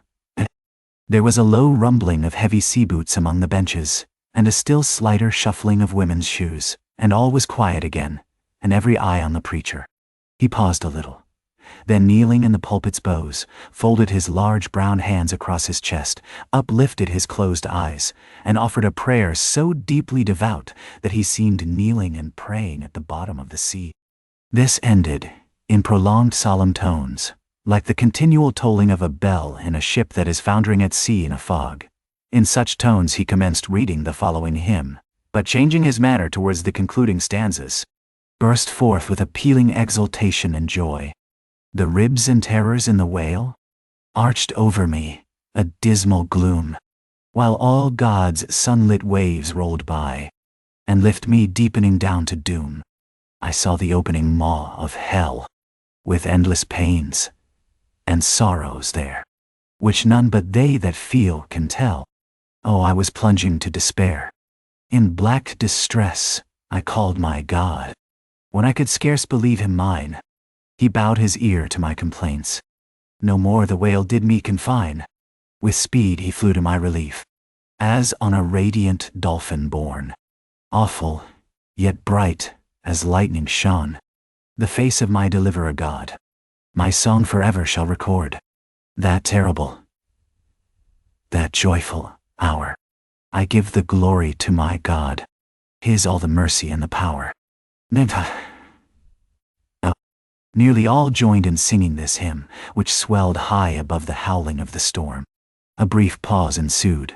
The preacher slowly turned over the leaves of the Bible, and at last, folding his hand down upon the proper page, said, "Beloved shipmates," clinched the last verse of the first chapter of Jonah, and God had prepared a great fish to swallow up Jonah. ELT.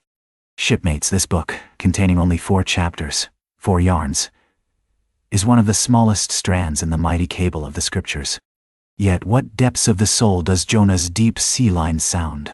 What a pregnant lesson to us is this prophet! What a noble thing is that canticle in the fish's belly! How billow-like and boisterously grand!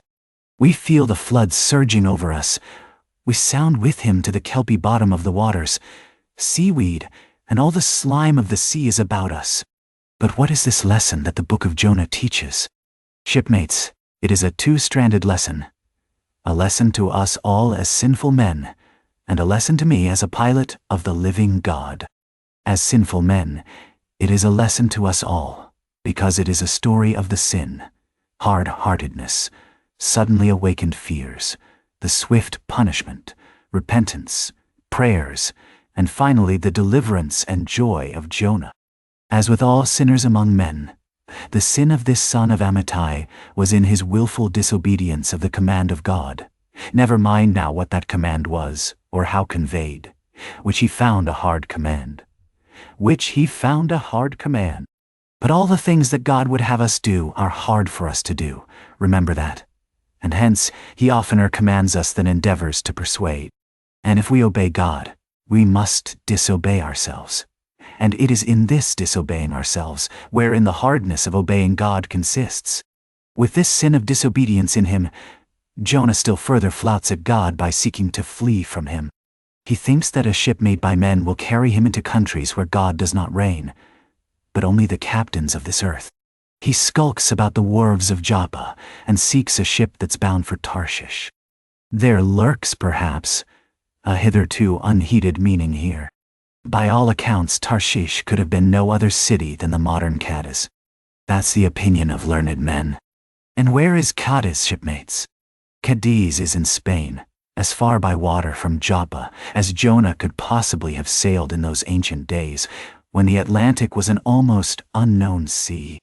Because Joppa, the modern Jaffa, shipmates, is on the most easterly coast of the Mediterranean, the Syrian, and Tarshish or Cadiz more than 2,000 miles to the westward from that, just outside the Straits of Gibraltar.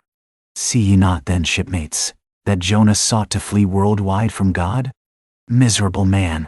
Oh, most contemptible and worthy of all scorn, with slouched hat and guilty eye, skulking from his God, prowling among the shipping like a vile burglar hastening to cross the seas. So disordered, self-condemning is his look, that had there been policemen in those days, Jonah, on the mere suspicion of something wrong, had been arrested ere he touched a deck. How plainly he's a fugitive! No baggage, not a hat box, valise or carpet-bag. No friends accompany him to the wharf with their adieu. At last, after much dodging search, he finds the Tarshish ship receiving the last items of her cargo. And as he steps on board to see its captain in the cabin, all the sailors for the moment desist from hoisting in the goods. To mark the stranger's evil eye, Jonah sees this, but in vain he tries to look all ease and confidence. In vain essays his wretched smile. Strong intuitions of the man assure the mariners he can be no innocent. In their gamesome but still serious way, one whispers to the other, "Jack, he's robbed a widow," or "Joe, do you mark him? He's a bigamist," or "Harry lad, I guess he's the adulterer that broke jail in old Gomorrah," or belike, the adulterer that broke jail in old Gomorrah," or belike, "one of the missing murderers from Sodom." Another runs to read the bill that's stuck against the spile upon the wharf to which the ship is moored, offering 500 gold coins for the apprehension of a parricide, and containing a description of his person. He reads, and looks from Jonah to the bill, while all his sympathetic shipmates now crowd round Jonah, prepared to lay their hands upon him. Frighted Jonah trembles, and summoning all his boldness to his face, only looks so much the more a coward. He will not confess himself suspected, but that itself is strong suspicion. So he makes the best of it. And when the sailors find him not to be the man that is advertised, they let him pass, and he descends into the cabin. "Who's there?" cries the captain at his busy desk, hurriedly making out his papers for the customs. "Who's there?"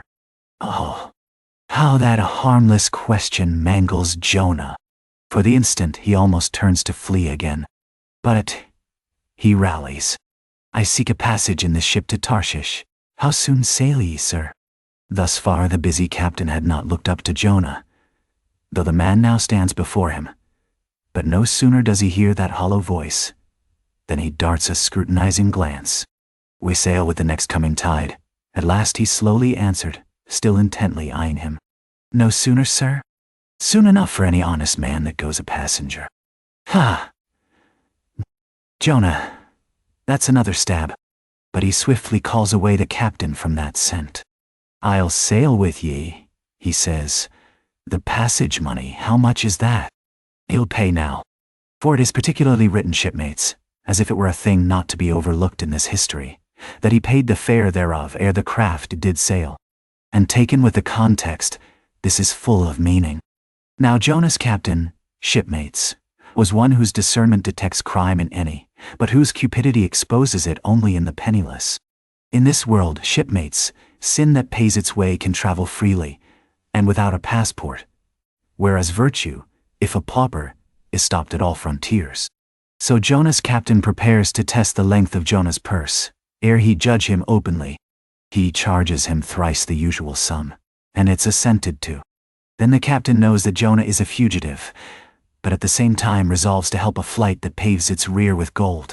Yet when Jonah fairly takes out his purse, prudent suspicions still molest the captain. He rings every coin to find a counterfeit. "Not a forger, anyway," he mutters, and Jonah is put down for his passage. "Point out my stateroom, sir," says Jonah now. "I'm travel-weary. I need sleep." "Thou lookest like it," says the captain. "There's thy room." Jonah enters, and would lock the door, but the lock contains no key. Hearing him foolishly fumbling there, the captain laughs lowly to himself, and mutters something about the doors of convict cells being never allowed to be locked within. All dressed and dusty as he is, Jonah throws himself into his berth, and finds the little stateroom ceiling almost resting on his forehead. The air is close, and Jonah gasps. Then, in that contracted hole, sunk, too, beneath the ship's waterline, Jonah feels the heralding presentiment of that stifling hour, when the whale shall hold him in the smallest of his bowels wards. Screwed at its axis against the side, a swinging lamp slightly oscillates in Jonah's room, and the ship, heeling over towards the wharf with the weight of the last bales received, the lamp, flame, and all, though in slight motion, still maintains a permanent obliquity with reference to the room. Though in truth infallibly straight itself, it but made obvious the false lying levels among which it hung. The lamp alarms and frightens Jonah, as lying in his berth his tormented eyes roll round the place, and this thus far successful fugitive finds no refuge for his restless glance. But that contradiction in the lamp more and more apples him. The floor, the ceiling, and the side are all awry. "Oh, so my conscience hangs in me," he groans, "straight upward so it burns, but the chambers of my soul are all in crookedness. Like one who after a night of drunken revelry hies to his bed, still reeling, but with conscience yet pricking him. As the plungings of the Roman racehorse, but so much the more strike his steel tags into him, as one who in that miserable plight still turns and turns in giddy anguish, praying God for annihilation until the fit be past.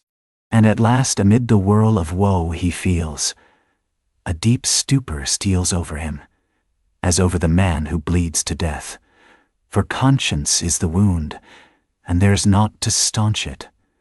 So, after sore wrestlings in his berth, Jonah's prodigy of ponderous misery drags him drowning down to sleep. And now the time of tide has come. The ship casts off her cables, and from the deserted wharf the uncheered ship for Tarshish, all careening, glides to sea. That ship, my friends, was the first of recorded smugglers. The contraband was Jonah. But the sea rebels, He will not bear the wicked burden. A dreadful storm comes on. The ship is like to break. But now when the boatswain calls all hands to lighten her, when boxes, bales, and jars are clattering overboard, when the wind is shrieking, and the men are yelling, and every plank thunders with trampling feet right over Jonah's head. In all this raging tumult, Jonah sleeps his hideous sleep. He sees no black sky and raging sea, feels not the reeling timbers, and little hears he or heeds he the far rush of the mighty whale, which even now with open mouth is cleaving the seas after him. Aye, shipmates, Jonah was gone down into the sides of the ship, a berth in the cabin as I have taken it, and was fast asleep. But the frightened master comes to him, and shrieks in his dead ear, "What meanest thou, O sleeper?" Arise! Startled from his lethargy by that direful cry, Jonah staggers to his feet and, stumbling to the deck, grasps a shroud to look out upon the sea. But at that moment he is sprung upon by a panther billow leaping over the bulwarks. Wave after wave thus leaps into the ship, and finding no speedy vent runs roaring fore and aft, till the mariners come nigh to drowning, while yet afloat. And ever, as the white moon shows her affrighted face from the steep gullies in the blackness overhead, aghast Jonah sees the rearing bowsprit pointing high upward, but soon beat downward again towards the tormented deep. Terrors upon terrors run shouting through his soul. In all his cringing attitudes, the god fugitive is now too plainly known.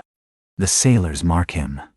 More and more certain grow their suspicions of him, and at last, fully to test the truth, by referring the whole matter to high heaven, they fall to casting lots to see for whose cause this great tempest was upon them. The lot is Jonah's. That discovered, then how furiously they mob him with their questions. What is thine occupation? Whence comest thou? Thy country? What people? But mark now, my shipmates, the behavior of poor Jonah. The eager mariners but ask him who he is, and where from, whereas they not only receive an answer to those questions, but likewise another answer to a question not put by them. But the unsolicited answer is forced from Jonah by the hard hand of God that is upon him. "I am a Hebrew," he cries, and then, "I fear the Lord the God of heaven who hath made the sea and the dry land." Fear him, O Jonah. Aye, well mightest thou fear the Lord God then. Straightway he now goes on to make a full confession, whereupon the mariners became more and more appalled, but still are pitiful. For when Jonah, not yet supplicating God for mercy, since he but too well knew the darkness of his deserts, when wretched Jonah cries out to them to take him and cast him forth into the sea, for he knew that for his sake this great tempest was upon them, they mercifully turn from him and seek by other means to save the ship. But all in vain. The indignant gale howls louder. Then, with one hand raised invokingly to God, with the other, they not unreluctantly lay hold of Jonah. And now behold Jonah taken up as an anchor and dropped into the sea, when instantly an oily calmness floats out from the east, and the sea is still, as Jonah carries down the gale with him, leaving smooth water behind. He goes down in the whirling heart of such a masterless commotion that he scarce heeds the moment when he drops seething into the yawning jaws awaiting him, and the whale shoots to all his ivory teeth, like so many white bolts, upon his prison. Then Jonah prayed unto the Lord out of the fish's belly. But observe his prayer, and learn a weighty lesson. For sinful as he is, Jonah does not weep and wail for direct deliverance. He feels that his dreadful punishment is just. He leaves all his deliverance to God, contenting himself with this, that spite of all his pains and pangs, he will still look towards his holy temple. And here, shipmates, is true and faithful repentance, not clamorous for pardon, but grateful for punishment. And how pleasing to God was this conduct in Jonah is shown in the eventual deliverance of him from the sea and the whale. Shipmates, I do not place Jonah before you to be copied for his sin, but I do place him before you as a model for repentance. Sin not, but if you do, take heed to repent of it like Jonah. Nas. While he was speaking these words, the howling of the shrieking, slanting storm without seemed to add new power to the preacher, who, when describing Jonah's sea storm, seemed tossed by a storm himself. His deep chest heaved, as with a ground swell.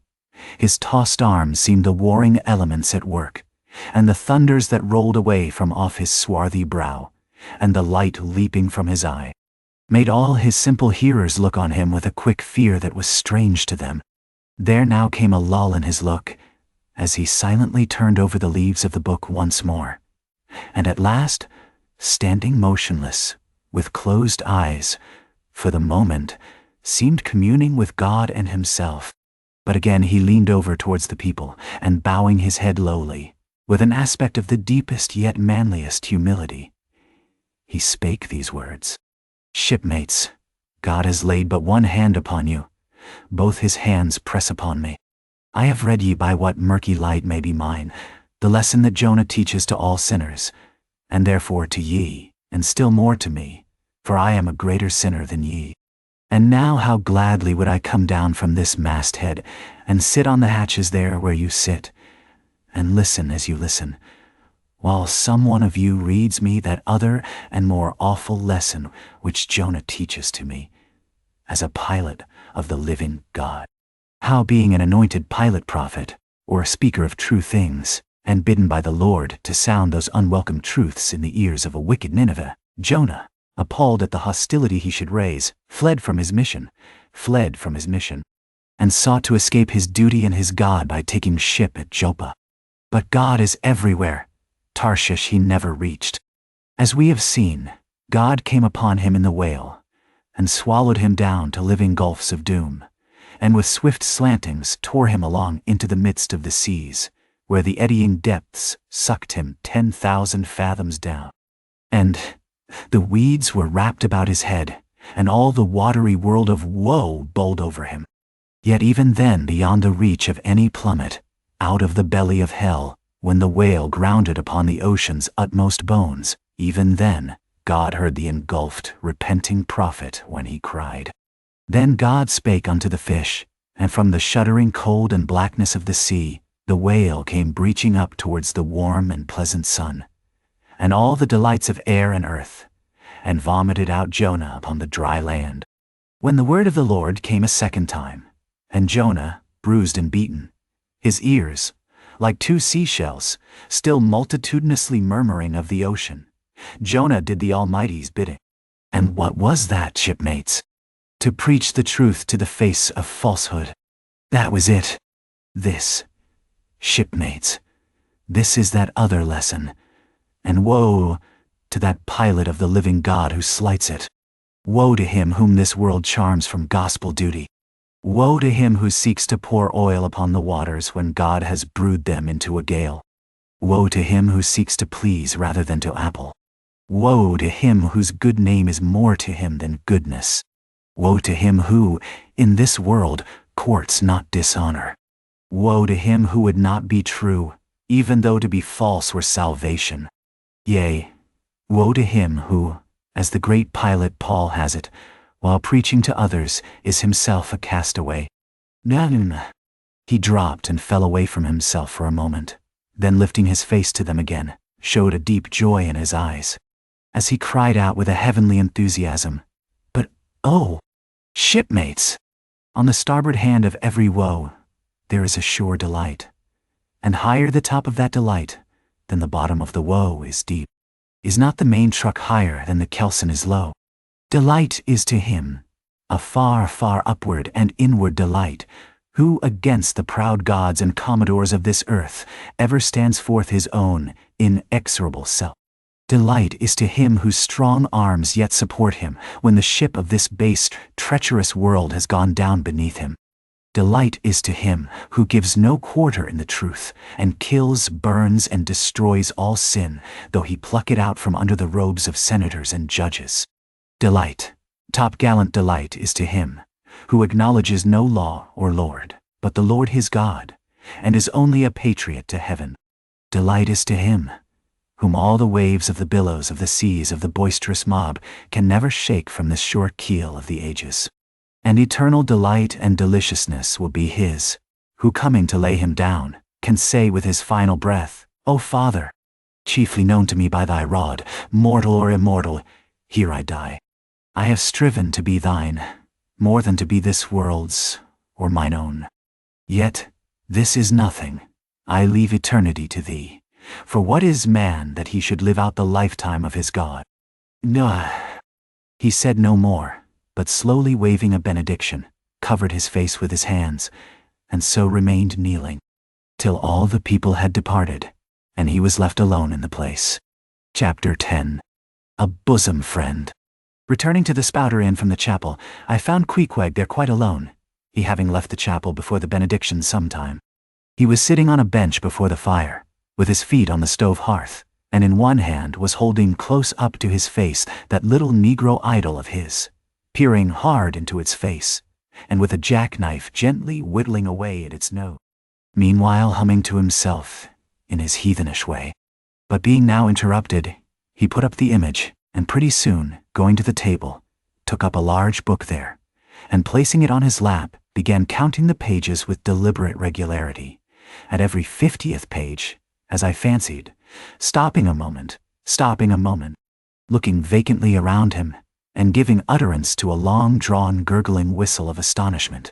He would then begin again at the next 50, seeming to commence at number 1 each time, as though he could not count more than 50, and it was only by such a large number of 50s being found together that his astonishment at the multitude of pages was excited. With much interest I sat watching him, savage though he was, and hideously marred about the face, at least to my taste. His countenance yet had a something in it which was by no means disagreeable. You cannot hide the soul. Through all his unearthly tattooings, I thought I saw the traces of a simple, honest heart, and in his large, deep eyes, fiery black and bold, there seemed tokens of a spirit that would dare 1,000 devils. And besides all this, there was a certain lofty bearing about the pagan, which even his uncouthness could not altogether maim. He looked like a man who had never cringed, and never had had a creditor. Whether it was, too, that his head being shaved, his forehead was drawn out in freer and brighter relief, and looked more expansive than it otherwise would, this I will not venture to decide. But certain it was his head was phrenologically an excellent one. It may seem ridiculous, but it reminded me of General Washington's head, as seen in the popular busts of him. It had the same long, regularly graded retreating slope from above the brows, which were likewise very projecting, like 2 long promontories thickly wooded on top. Queequeg was George Washington cannibalistically developed. Whilst I was thus closely scanning him, half pretending meanwhile to be looking out at the storm from the casement, he never heeded my presence, never troubled himself with so much as a single glance, but appeared wholly occupied with counting the pages of the marvelous book. Considering how sociably we had been sleeping together the night previous, and especially considering the affectionate arm I had found thrown over me upon waking in the morning, I thought this indifference of his very strange. But savages are strange beings. At times you do not know exactly how to take them. At first they are overawing. Their calm self-collectedness of simplicity seems a Socratic wisdom. I had noticed also that Queequeg never consorted at all, or but very little, with the other seamen in the inn. He made no advances whatever, appeared to have no desire to enlarge the circle of his acquaintances. All this struck me as mighty singular, yet, upon second thoughts, there was something almost sublime in it. Here was a man some 20,000 miles from home, by the way of Cape Horn, that is, which was the only way he could get there, thrown among people as strange to him as though he were in the planet Jupiter, and yet he seemed entirely at his ease, preserving the utmost serenity, content with his own companionship, always equal to himself. Surely this was a touch of fine philosophy, though no doubt he had never heard there was such a thing as that. But, perhaps, to be true philosophers, we mortals should not be conscious of so living or so striving. So soon as I hear that such or such a man gives himself out for a philosopher, I conclude that, like the dyspeptic old woman, he must have broken his digester. As I sat there in that now lonely room, the fire burning low, in that mild stage when, after its first intensity has warmed the air, it then only glows to be looked at, the evening shades and phantoms gathering round the casements and peering in upon us silent, solitary twain, the storm booming without in solemn swells. I began to be sensible of strange feelings. I felt a melting in me. No more my splintered heart and maddened hand were turned against the wolfish world. This soothing savage had redeemed it. There he sat, his very indifference speaking in nature in which there lurked no civilized hypocrisies and bland deceits. Wild he was, a very sight of sights to see, yet I began to feel myself mysteriously drawn towards him. And those same things that would have repelled most others, they were the very magnets that thus drew me. I'll try a pagan friend, thought I, since Christian kindness has proved but hollow courtesy. I drew my bench near him, and made some friendly signs and hints, doing my best to talk with him meanwhile. At first he little noticed these advances, but presently, upon my referring to his last night's hospitalities, he made out to ask me whether we were again to be bedfellows. I told him yes, whereat I thought he looked pleased, perhaps a little complimented. We then turned over the book together, and I endeavored to explain to him the purpose of the printing and the meaning of the few pictures that were in it. Thus I soon engaged his interest, and from that we went to jabbering the best we could about the various outer sights to be seen in this famous town. Soon I proposed a social smoke, and, producing his pouch and tomahawk, he quietly offered me a puff. And then we sat, exchanging puffs from that wild pipe of his, and keeping it regularly passing between us. If there yet lurked any ice of indifference towards me in the pagan's breast, this pleasant genial smoke we had soon thawed it out, and left us cronies. He seemed to take to me quite as naturally and unbiddenly as I to him, and when our smoke was over, he pressed his forehead against mine, clasped me round the waist, and said that henceforth we were married, meaning in his country's phrase, that we were bosom friends. He would gladly die for me, if need should be. In a countryman, this sudden flame of friendship would have seemed far too premature, a thing to be much distrusted. But in this simple savage, those old rules would not apply. After supper, and another social chat and smoke, we went to our room together. He made me a present of his embalmed head, took out his enormous tobacco wallet, and groping under the tobacco, drew out some $30 in silver. Then spreading them on the table, and mechanically dividing them into 2 equal portions, pushed one of them towards me, and said it was mine. I was going to remonstrate, but he silenced me by pouring them into my trousers pockets. I let them stay. He then went about his evening prayers, took out his idol, and removed the paper fireboard. By certain signs and symptoms, I thought he seemed anxious for me to join him, but well knowing what was to follow, I deliberated a moment whether, in case he invited me, I would comply or otherwise. I was a good Christian, born and bred in the bosom of the infallible Presbyterian Church. How then could I unite with this wild idolater in worshipping his piece of wood? But what is worship? Thought I. Do you suppose now, Ishmael, that the magnanimous God of heaven and earth, pagans and all included, can possibly be jealous of an insignificant bit of black wood? Impossible. But what is worship? To do the will of God, that is worship. And what is the will of God? To do to my fellow man what I would have my fellow man to do to me. That is the will of God. Now, Queequeg is my fellow man. And what do I wish that this Queequeg would do to me? Why, unite with me in my particular Presbyterian form of worship. Consequently, I must then unite with him in his. Ergo, I must turn idolater. So I kindled the shavings, helped prop up the innocent little idol, offered him burnt biscuit with Queequeg, salamed before him twice or thrice, kissed his nose, and that done, we undressed and went to bed, at peace with our own consciences and all the world. But we did not go to sleep without some little chat. How it is I know not, but there's no place like a bed for confidential disclosures between friends. Man and wife, they say, they're open the very bottom of their souls to each other, and some old couples often lie and chat over old times till nearly morning. Thus, then, in our heart's honeymoon, lay I and Queequeg, a cozy, loving pair. Chapter 11. Nightgown. I. We had lain thus in bed, chatting and napping at short intervals, and Queequeg now and then affectionately throwing his brown tattooed legs over mine, and then drawing them back, so entirely sociable and free and easy were we. When at last, by reason of our confabulations, what little nappishness remained in us altogether departed, and we felt like getting up again, though daybreak was yet some way down the future. Yes, we became very wakeful, so much so that our recumbent position began to grow wearisome, and by little and little we found ourselves sitting up, the clothes well tucked around us, leaning against the headboard with our 4 knees drawn up close together, and our 2 noses bending over them, as if our knee pans were warming pans. We felt very nice and snug, the more so since it was so chilly out of doors, indeed out of bedclothes too, seeing that there was no fire in the room. The more so, I say, because truly to enjoy bodily warmth, some small part of you must be cold, for there is no quality in this world that is not what it is merely by contrast. Nothing exists in itself.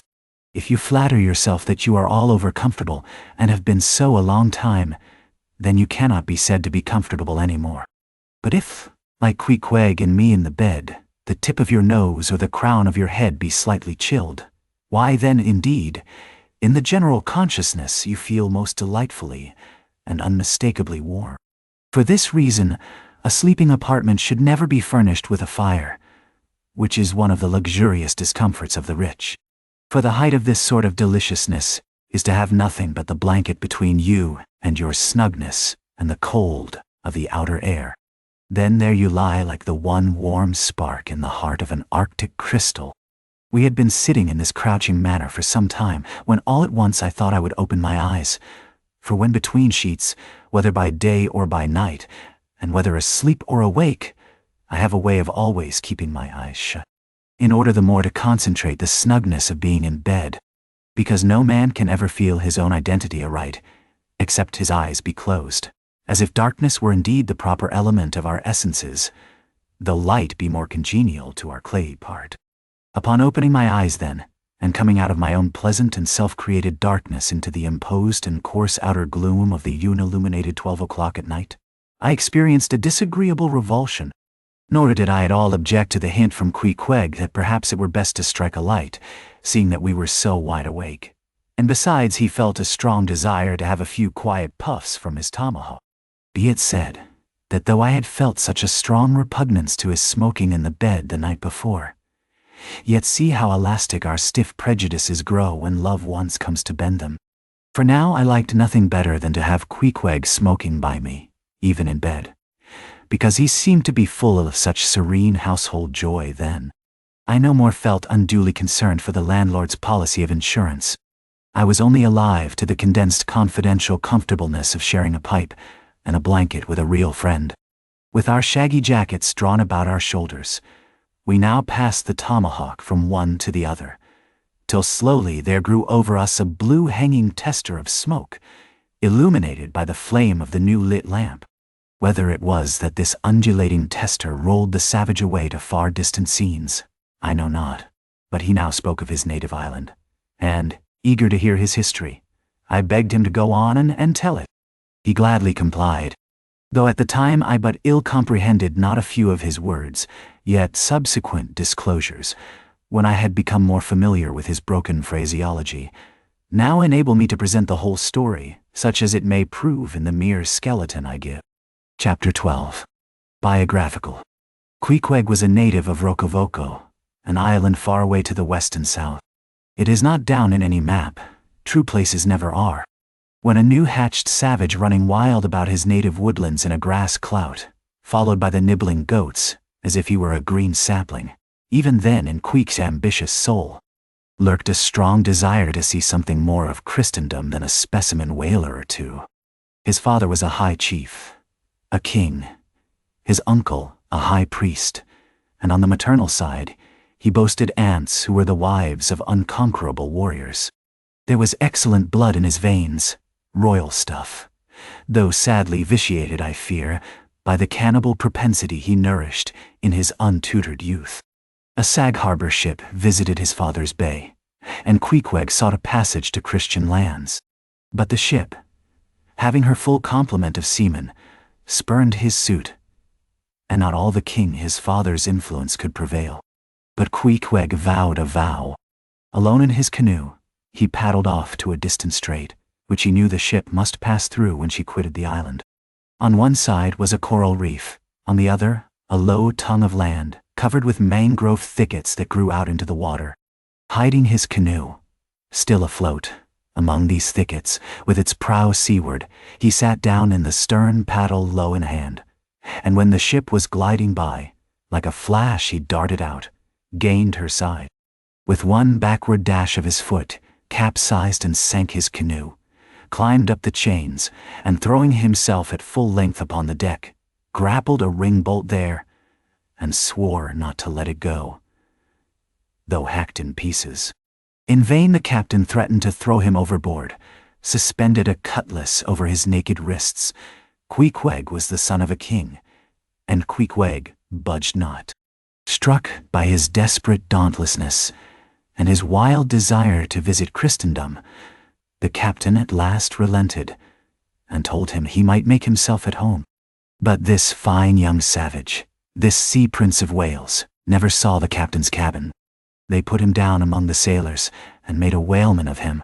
But like Tsar Peter content to toil in the shipyards of foreign cities, Queequeg disdained no seeming ignominy, if thereby he might happily gain the power of enlightening his untutored countrymen. For at bottom, so he told me, he was actuated by a profound desire to learn among the Christians the arts whereby to make his people still happier than they were, and more than that, still better than they were. But alas, the practices of whalemen soon convinced him that even Christians could be both miserable and wicked, infinitely more so than all his father's heathens. Arrived at last in Old Sag Harbor, and seeing what the sailors did there, and then going on to Nantucket and seeing how they spent their wages in that place also, poor Queequeg gave it up for lost.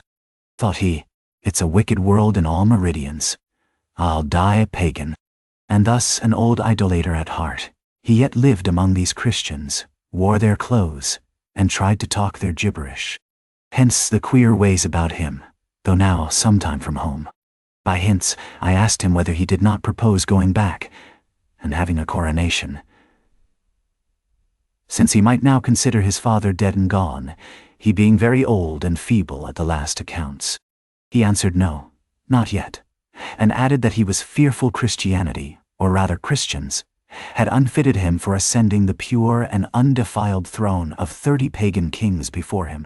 But by and by, he said, he would return, as soon as he felt himself baptized again. For the nonce, however, he proposed to sail about, and sow his wild oats in all 4 oceans. They had made a harpooner of him, and that barbed iron was in lieu of a scepter now. I asked him what might be his immediate purpose, touching his future movements. He answered, to go to sea again, in his old vocation. Upon this I told him that whaling was my own design, and informed him of my intention to sail out of Nantucket as being the most promising port for an adventurous whaleman to embark from. He at once resolved to accompany me to that island, ship aboard the same vessel, get into the same watch, the same boat, the same mess with me, in short to share my every hap, with both my hands in his, boldly dip into the potluck of both worlds. To all this I joyously assented, for besides the affection I now felt for Queequeg, he was an experienced harpooner, and as such could not fail to be of great usefulness to one, who, like me, was wholly ignorant of the mysteries of whaling, though well acquainted with the sea, as known to merchant seamen. His story being ended with his pipe's last dying puff, Queequeg embraced me, pressed his forehead against mine, and blowing out the light we rolled over from each other, this way and that, and very soon were sleeping. Chapter 13. Wheelbarrow. Next morning, Monday, after disposing of the embalmed head to a barber, for a block, I settled my own and comrade's bill, using, however, my comrade's money. The grinning landlord, as well as the boarders, seemed amazingly tickled at the sudden friendship which had sprung up between me and Queequeg, especially as Peter Coffin's cock and bull stories about him had previously so much alarmed me concerning the very person whom I now companied with. We borrowed a wheelbarrow and embarking our things, including my own poor carpet-bag, and Quee's canvas sack and hammock, away we went down to the Moss, The little Nantucket packet schooner moored at the wharf. As we were going along, the people stared, not at Queequeg so much, for they were used to seeing cannibals like him in their streets, but at seeing him and me upon such confidential terms. But we heeded them not, going along wheeling the barrow by turns, and Queequeg now and then stopping to adjust the sheath on his harpoon barbs. I asked him why he carried such a troublesome thing with him ashore, and whether all whaling ships did not find their own harpoons. To this, in substance, he replied, that though what I hinted was true enough, yet he had a particular affection for his own harpoon, because it was of assured stuff, well tried in many a mortal combat, and deeply intimate with the hearts of whales. In short, like many inland reapers and mowers, who go into the farmers' meadows armed with their own scythes, though in no wise obliged to furnish them, even so Queequeg, for his own private reasons, preferred his own harpoon. Shifting the barrow from my hand to his, he told me a funny story about the first wheelbarrow he had ever seen. It was in Sag Harbor. The owners of his ship, it seems, had lent him one, in which to carry his heavy chest to his boarding house. Not to seem ignorant about the thing, though in truth he was entirely so, concerning the precise way in which to manage the barrow, Queequeg puts his chest upon it, lashes it fast, and then shoulders the barrow and marches up the wharf. "Why," said I, "Queequeg, you might have known better than that, one would think. Didn't the people laugh?" "Nay." Upon this, he told me another story. The people of his island of Rokovoko, it seems, at their wedding feasts, express the fragrant water of young coconuts into a large stained calabash like a punch bowl. And this punch bowl always forms the great central ornament on the braided mat where the feast is held. Now a certain grand merchant ship once touched at Rokovoko, and its commander, from all accounts, a very stately punctilious gentleman, at least for a sea captain. This commander was invited to the wedding feast of Queek's sister, a pretty young princess just turned of 10. Well, when all the wedding guests were assembled at the bride's bamboo cottage, this captain marches in, and being assigned the post of honor, placed himself over against the punch bowl, and between the high priest and his majesty the king, Queequeg's father.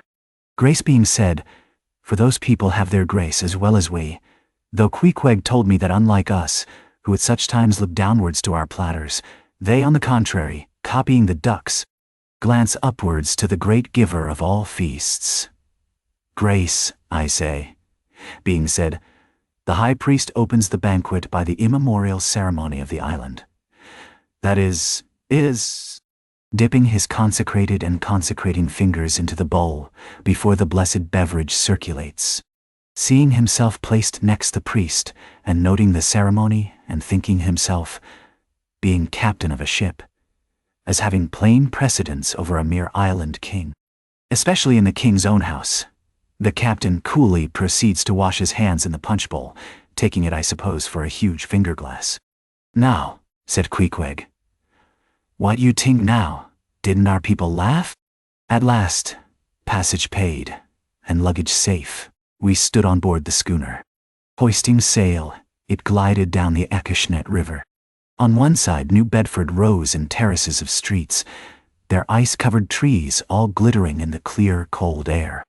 Huge hills and mountains of casks on casks were piled upon her wharves, and side by side the world-wandering whale ships lay silent and safely moored at last, while from others came a sound of carpenters and coopers, with blended noises of fires and forges to melt the pitch, all betokening that new cruises were on the start. That one most perilous and long voyage ended, only begins a second, and a second ended, only begins a third, and so on.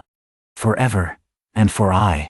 Such is the endlessness, yea, the intolerableness of all earthly effort. Gaining the more open water, the bracing breeze waxed fresh. The little moss tossed the quick foam from her bows, as a young colt his snortings. How I snuffed that Tartar air! How I spurned that turnpike earth! That common highway all over dented with the marks of slavish heels and hoofs, and turned me to admire the magnanimity of the sea which will permit no records. At the same foam fountain, Queequeg seemed to drink and reel with me. His dusky nostrils swelled apart, He showed his filed and pointed teeth. On we flew, and our offing gained. The moss did homage to the blast, ducked and dived her bows as a slave before the Sultan. Sideways leaning, we sideways darted, every rope yarn tingling like a wire. The two tall masts buckling like Indian canes in land tornadoes.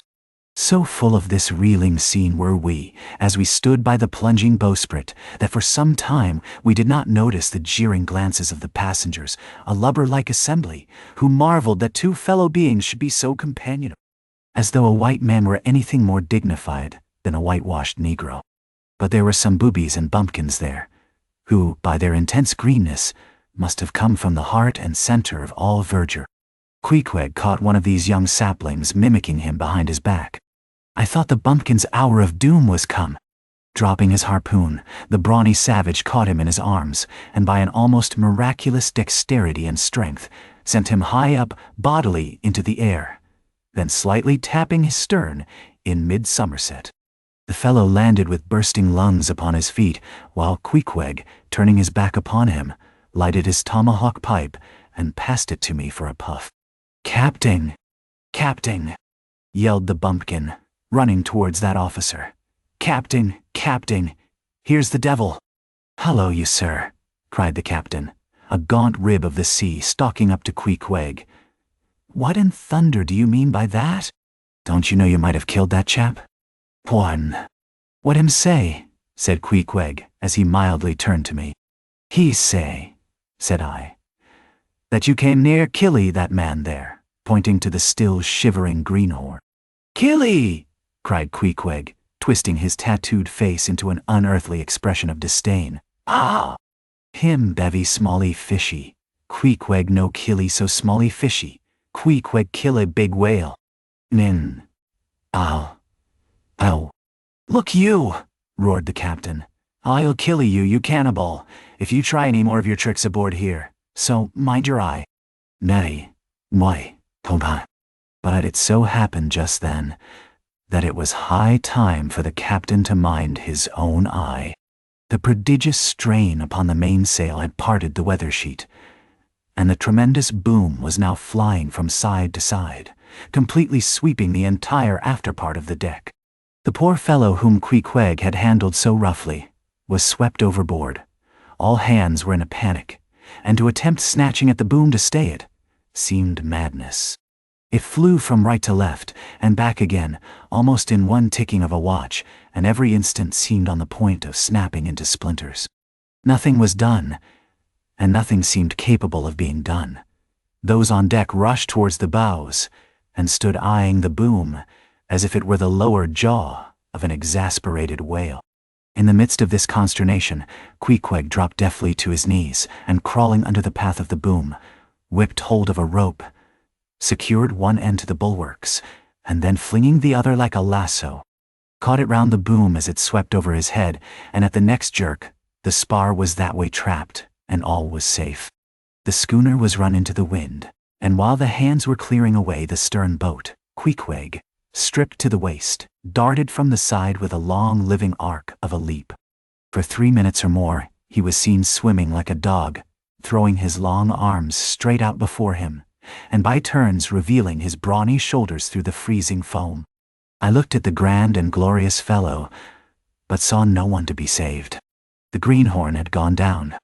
Shooting himself perpendicularly from the water, Queequeg now took an instant's glance around him, and seeming to see just how matters were, dived down and disappeared. A few minutes more, and he rose again, one arm still striking out, and with the other dragging a lifeless form. The boat soon picked them up. The poor bumpkin was restored. All hands voted Queequeg a noble trump. The captain begged his pardon. From that hour I clove to Queequeg like a barnacle, yea, till poor Queequeg took his last long dive. Was there ever such unconsciousness? He did not seem to think that he at all deserved a medal from the humane and magnanimous societies. He only asked for water, fresh water, something to wipe the brine off. That done, he put on dry clothes, lighted his pipe, and leaning against the bulwarks, and mildly eyeing those around him, seemed to be saying to himself, "It's a mutual seemed to be saying to himself, "Joint stock world, in all meridians. We cannibals must help these Christians." Hi. Chapter 14. Nantucket. Nothing more happened on the passage worthy the mentioning. So, after a fine run, we safely arrived in Nantucket. Nantucket. Take out your map and look at it. See what a real corner of the world it occupies, how it stands there, away offshore, more lonely than the Eddystone Lighthouse. Look at it. A mere hillock, an elbow of sand. All beach, without a background. There is more sand there than you would use in 20 years as a substitute for blotting paper. Some gamesome whites will tell you that they have to plant weeds there, they don't grow naturally, that they import Canada thistles, that they have to send beyond seas for a spile to stop a leak in an oil cask. That pieces of wood in Nantucket are carried about like bits of the true cross in Rome, that people there plant toadstools before their houses to get under the shade in summertime, that one blade of grass makes an oasis. 3 blades in a day's walk a prairie, that they wear quicksand shoes, something like Laplander snowshoes, that they are so shut up, belted about, every way enclosed, surrounded, and made an utter island of by the ocean, that to their very chairs and tables small clams will sometimes be found adhering, as to the backs of sea turtles. But these extravaganzas only show that Nantucket is no Illinois.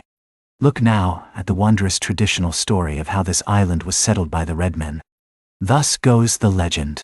In olden times, an eagle swooped down upon the New England coast and carried off an infant Indian in his talons. With loud lament, the parents saw their child borne out of sight over the wide waters. They resolved to follow in the same direction. Setting out in their canoes, after a perilous passage they discovered the island, and there they found an empty ivory casket, the poor little Indian's skeleton. What wonder, then, that these Nantucketers born on a beach should take to the sea for a livelihood. They first caught crabs and quahogs in the sand. Grown bolder, they waded out with nets for mackerel. More experienced, they pushed off in boats and captured cod. And at last, launching a navy of great ships on the sea, explored this watery world, put an incessant belt of circumnavigations round it, peeped in at Bering Straits, and in all seasons and all oceans, declared everlasting war with the mightiest animated mass that has survived the flood, most monstrous and most mountainous, that Himalayan salt sea mastodon, clothed with such portentousness of unconscious power that his very panics are more to be dreaded than his most fearless and malicious assaults. And thus have these naked Nantucketers, these sea hermits, issuing from their anthill in the sea, overrun and conquered the watery world like so many Alexanders, parceling out among them the Atlantic, Pacific, and Indian Oceans, as the 3 pirate powers did Poland. Let America add Mexico to Texas, and pile Cuba upon Canada. Let the English overswarm all India, and hang out their blazing banner from the sun. 2/3 of this terraqueous globe are the Nantucketers. For the sea is his, he owns it, as emperors own empires, other seamen having but a right-of-way through it. Merchant ships are but extension bridges, armed ones but floating forts. Even pirates and privateers, though following the sea as highwaymen the road, they but plunder other ships, other fragments of the land like themselves, without seeking to draw their living from the bottomless deep itself. The Nantucketer, he alone resides and riots on the sea. He alone, in Bible language, goes down to it in ships, to and fro plowing it as his own special plantation. There is his home. There lies his business, which a Noah's flood would not interrupt, though it overwhelmed all the millions in China. He lives on the sea, as prairie cocks in the prairie. He hides among the waves. He climbs them as chamois hunters climb the Alps. For years he knows not the land, so that when he comes to it, at last, it smells like another world, more strangely than the moon would to an earthsman. With a landless gull, that at sunset folds her wings and is rocked to sleep between billows, so at nightfall, the Nantucketer, out of sight of land, furls his sails, and lays him to his rest, while under his very pillow rush herds of walruses and whales. Chapter 15. Chowder, Nile. It was quite late in the evening when the little moss came snugly to anchor, and Queequeg and I went ashore, so we could attend to no business that day, at least none but a supper and a bed. The landlord of the Spouter Inn had recommended us to his cousin Hosea Hussey of the Trypots, whom he asserted to be the proprietor of one of the best-kept hotels in all Nantucket, and moreover he had assured us that Cousin Hosea, as he called him, was famous for his chowders. In short, he plainly hinted that we could not possibly do better than try potluck at the Trypots. But the directions he had given us about keeping a yellow warehouse on our starboard hand till we opened a white church to the larboard, and then keeping that on the larboard hand till we made a corner 3 points to the starboard, and that done, then asked the first man we met where the place was. These crooked directions of his very much puzzled us at first, especially as, at the outset, Queequeg insisted that the yellow warehouse, our first point of departure, must be left on the larboard hand, whereas I had understood Peter Coffin to say it was on the starboard. However, by dint of beating about a little in the dark, and now and then knocking up a peaceable inhabitant to inquire the way, we at last came to something which there was no mistaking.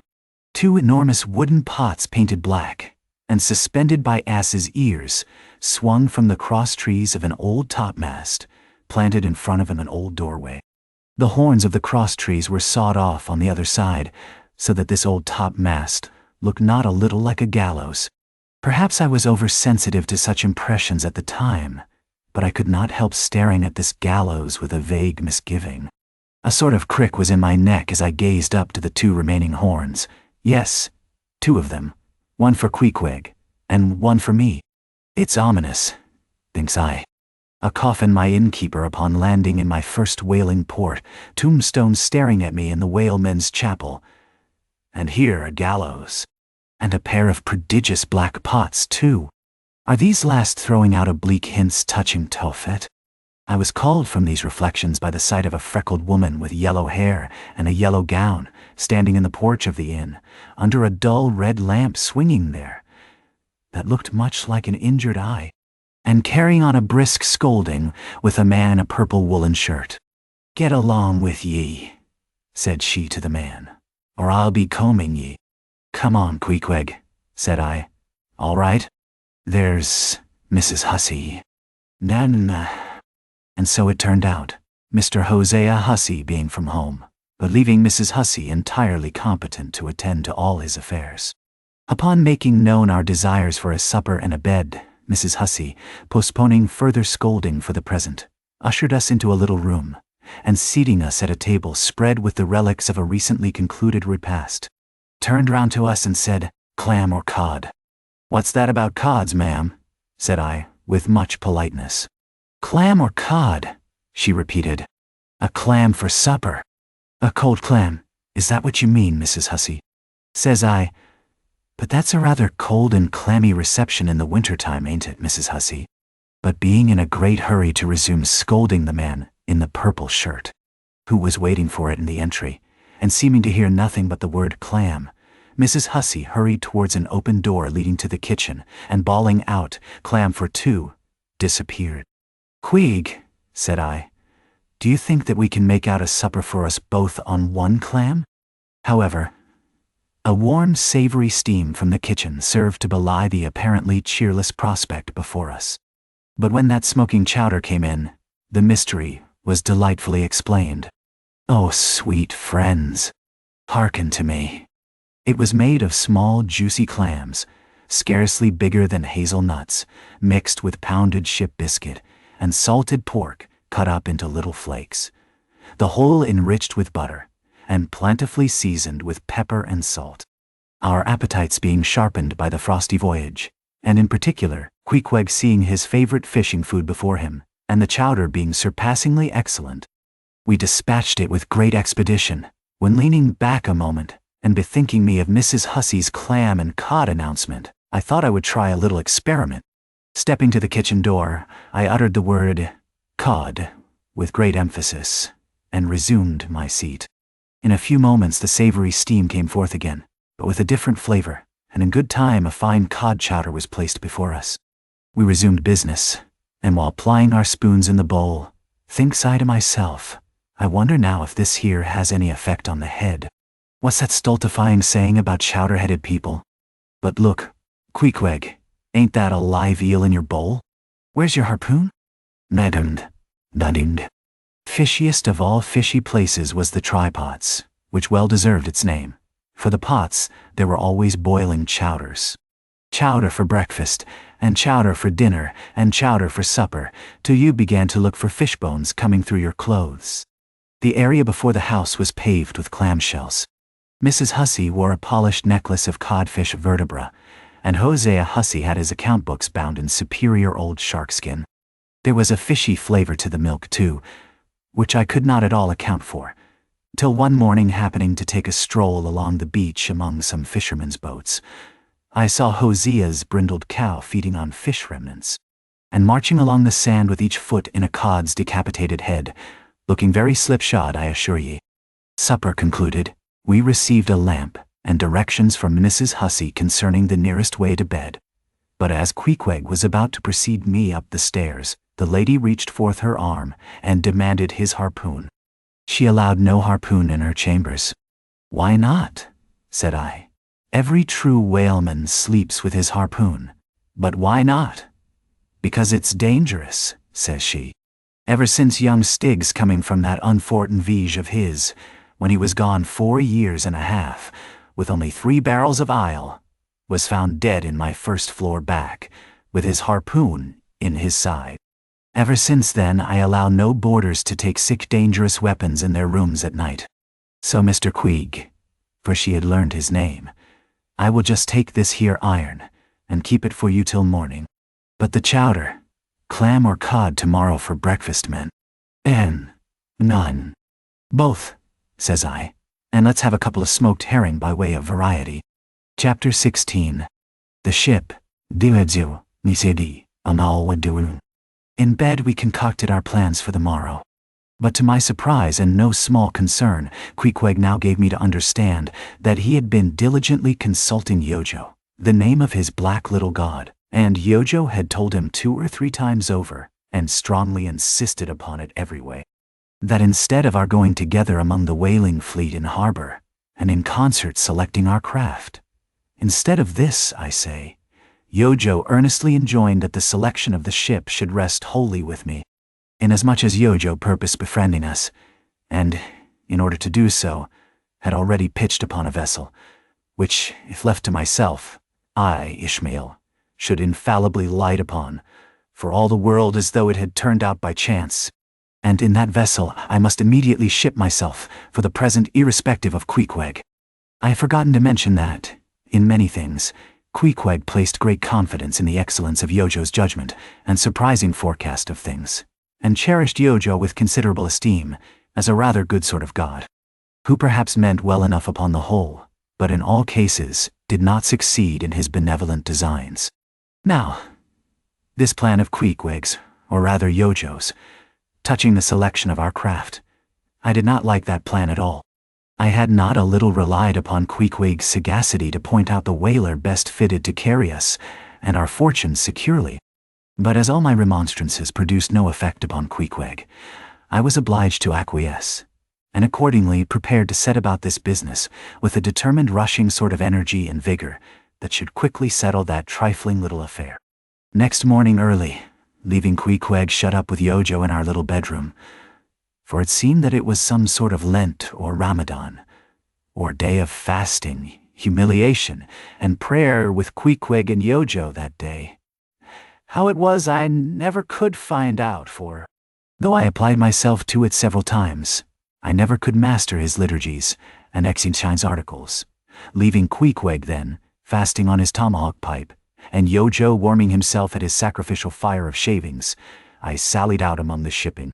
After much prolonged sauntering and many random inquiries, I learnt that there were 3 ships up for 3 years' voyages, the Devil Dam, the Tit-Bit, and the Pequod. Devil Dam, I do not know the origin of. Tit-Bit is obvious. Pequod, you will no doubt remember, was the name of a celebrated tribe of Massachusetts Indians, now extinct as the ancient Medes. I peered and pried about the Devil Dam, from her, hopped over to the Tit-Bit, and finally, going on board the Pequod, looked around her for a moment, and then decided that this was the very ship for us. You may have seen many a quaint craft in your day, for aught I know. Square-toed luggers, mountainous Japanese junks, butterbox galliots, and what not. But take my word for it, you never saw such a rare old craft as this same rare old Pequod. She was a ship of the old school, rather small, if anything, with an old-fashioned claw-footed look about her. Long seasoned and weather-stained in the typhoons and calms of all four oceans, her old hull's complexion was darkened like a French grenadier's, who has alike fought in Egypt and Siberia. Her venerable bows looked bearded. Her masts, cut somewhere on the coast of Japan, where her original ones were lost overboard in a gale. Her masts stood stiffly up like the spines of the three old kings of Cologne. Her ancient decks were worn and wrinkled, like the pilgrim-worshipped flagstone in Canterbury Cathedral where Becket bled. But to all these, her old antiquities, were added new and marvelous features pertaining to the wild business that for more than half a century she had followed. Old Captain Peleg, many years her chief mate, before he commanded another vessel of his own, and now a retired seaman, and one of the principal owners of the Pequod, this old Peleg, during the term of his chief mateship, had built upon her original grotesqueness and inlaid it all over, with a quaintness both of material and device, unmatched by anything except it be Thorkill Hake's carved buckler or bedstead. She was apparelled like any barbaric Ethiopian emperor, his neck heavy with pendants of polished ivory. She was a thing of trophies, a cannibal of a craft, tricking herself forth in the chased bones of her enemies.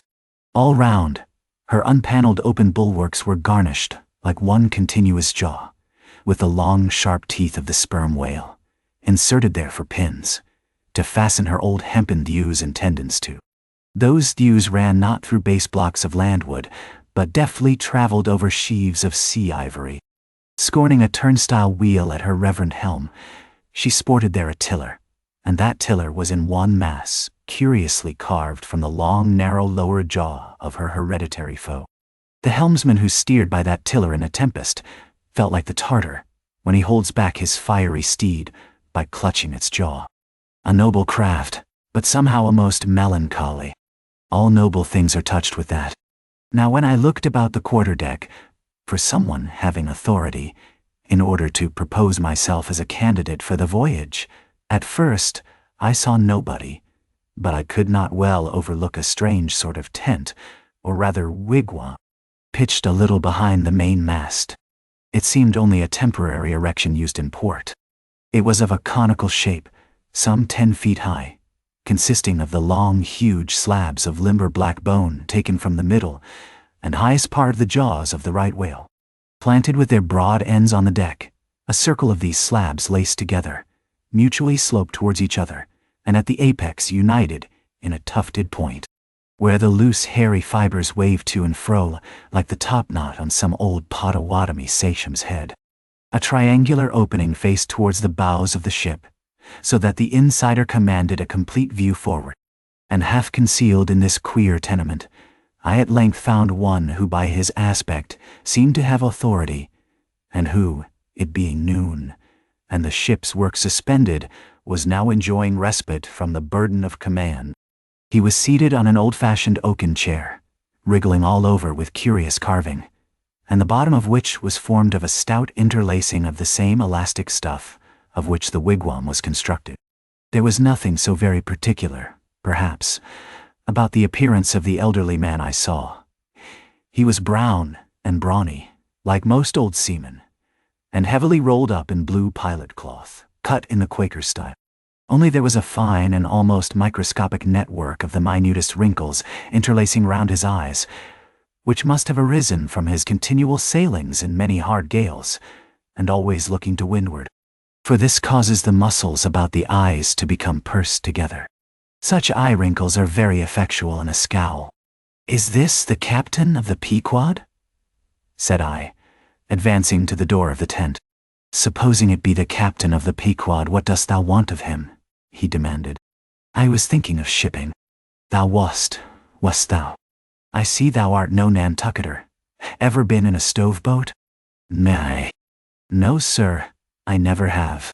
"Dost know nothing at all about whaling, I dare say, eh?" "Nothing, sir, but I have no doubt I shall soon learn." I have been several voyages in the merchant service, and I think that, oh, merchant service be damned.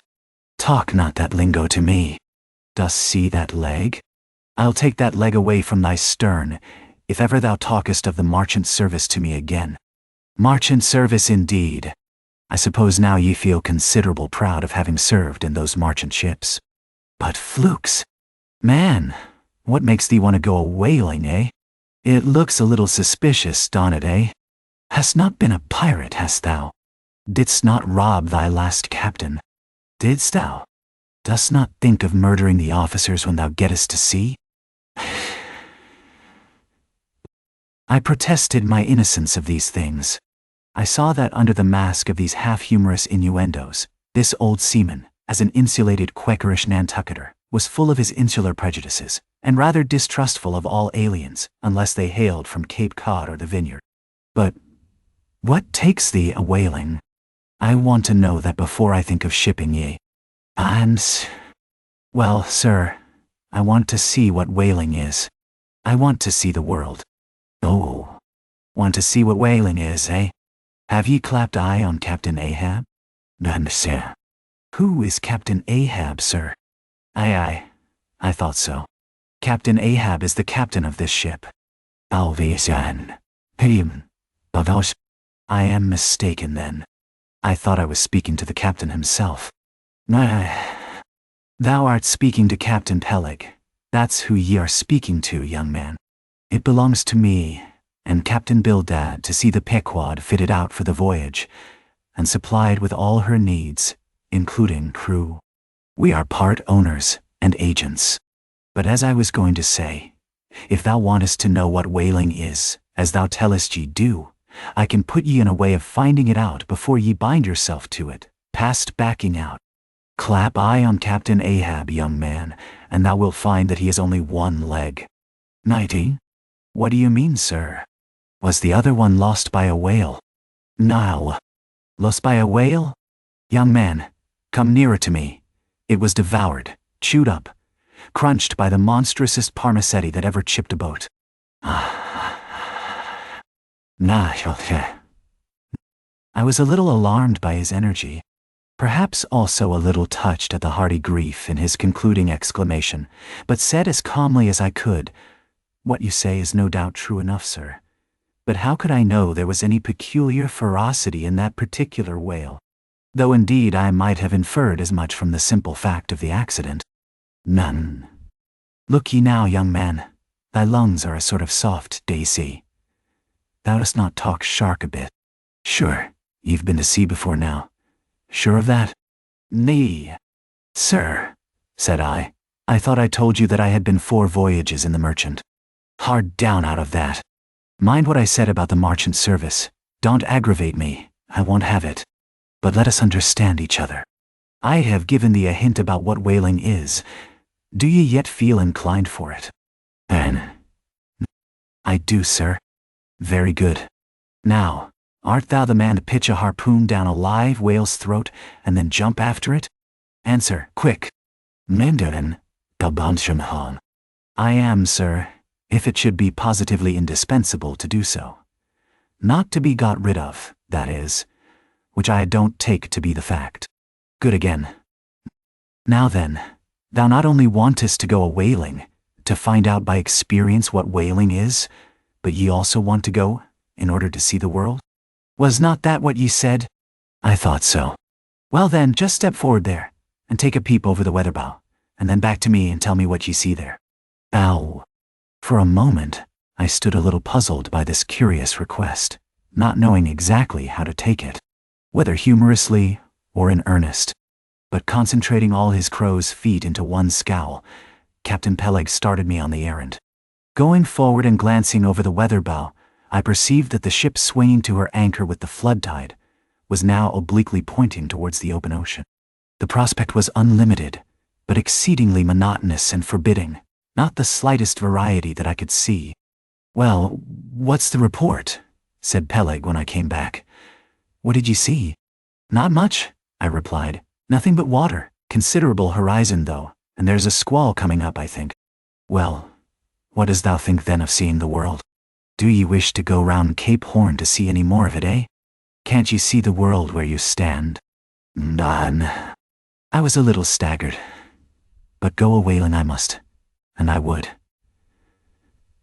And the Pequod was as good a ship as any, I thought the best, and all this I now repeated to Peleg. Seeing me so determined, he expressed his willingness to ship me. And thou mayest as well sign the papers right off, he added. Come along with ye.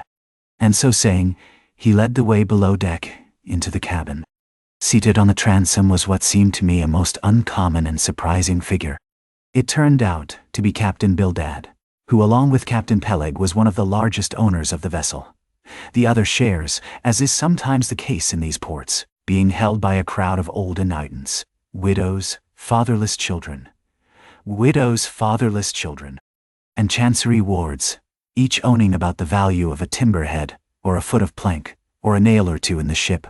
People in Nantucket invest their money in whaling vessels, the same way that you do yours in approved state stocks bringing in good interest.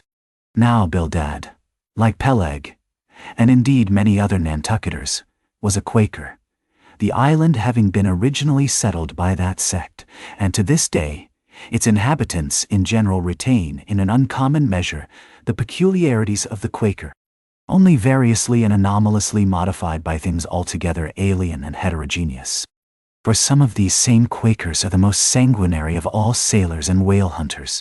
They are fighting Quakers, they are Quakers with a vengeance, so that there are instances among them of men, who, named with scripture names, a singularly common fashion on the island, and in childhood naturally imbibing the stately dramatic thee and thou of the Quaker idiom, still, from the audacious, daring, and boundless adventure of their subsequent lives, strangely blend with these unoutgrown peculiarities, 1,000 bold dashes of character, not unworthy a Scandinavian sea king, or a poetical pagan Roman. And when these things unite in a man of greatly superior natural force, with a globular brain and a ponderous heart, who has also by the stillness and seclusion of many long night watches in the remotest waters, and beneath constellations never seen here at the north, been led to think untraditionally and independently, receiving all nature's sweet or savage impressions fresh from her own virgin voluntary and confiding breast, and thereby chiefly, but with some help from accidental advantages, to learn a bold and nervous lofty language, that man makes one in a whole nation's census, a mighty pageant creature, formed for noble tragedies. Nor will it at all detract from him, dramatically regarded, if either by birth or other circumstances, he have what seems a half-willful overruling morbidness at the bottom of his nature. For all men tragically great are made so through a certain morbidness. Be sure of this, O young ambition. All mortal greatness is but disease. But, as yet we have not to do with such an one, but with quite another. And still a man, who, if indeed peculiar, it only results again from another phase of the Quaker, modified by individual circumstances. Like Captain Peleg, Captain Bildad was a well-to-do, retired whaleman. But unlike Captain Peleg, who cared not a rush for what are called serious things, and indeed deemed those self-same serious things the veriest of all trifles, Captain Bildad had not only been originally educated according to the strictest sect of Nantucket Quakerism, but all his subsequent ocean life, and the sight of many unclad, lovely island creatures round the Horn, all that had not moved this native-born Quaker one single jot, had not so much as altered one angle of his vest.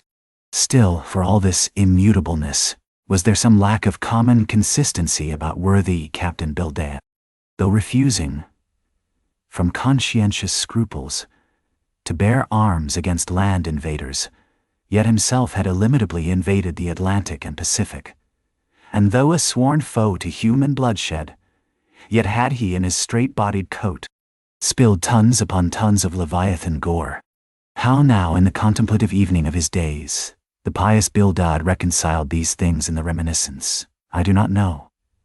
But it did not seem to concern him much, and very probably he had long since come to the sage and sensible conclusion that a man's religion is one thing, and this practical world quite another.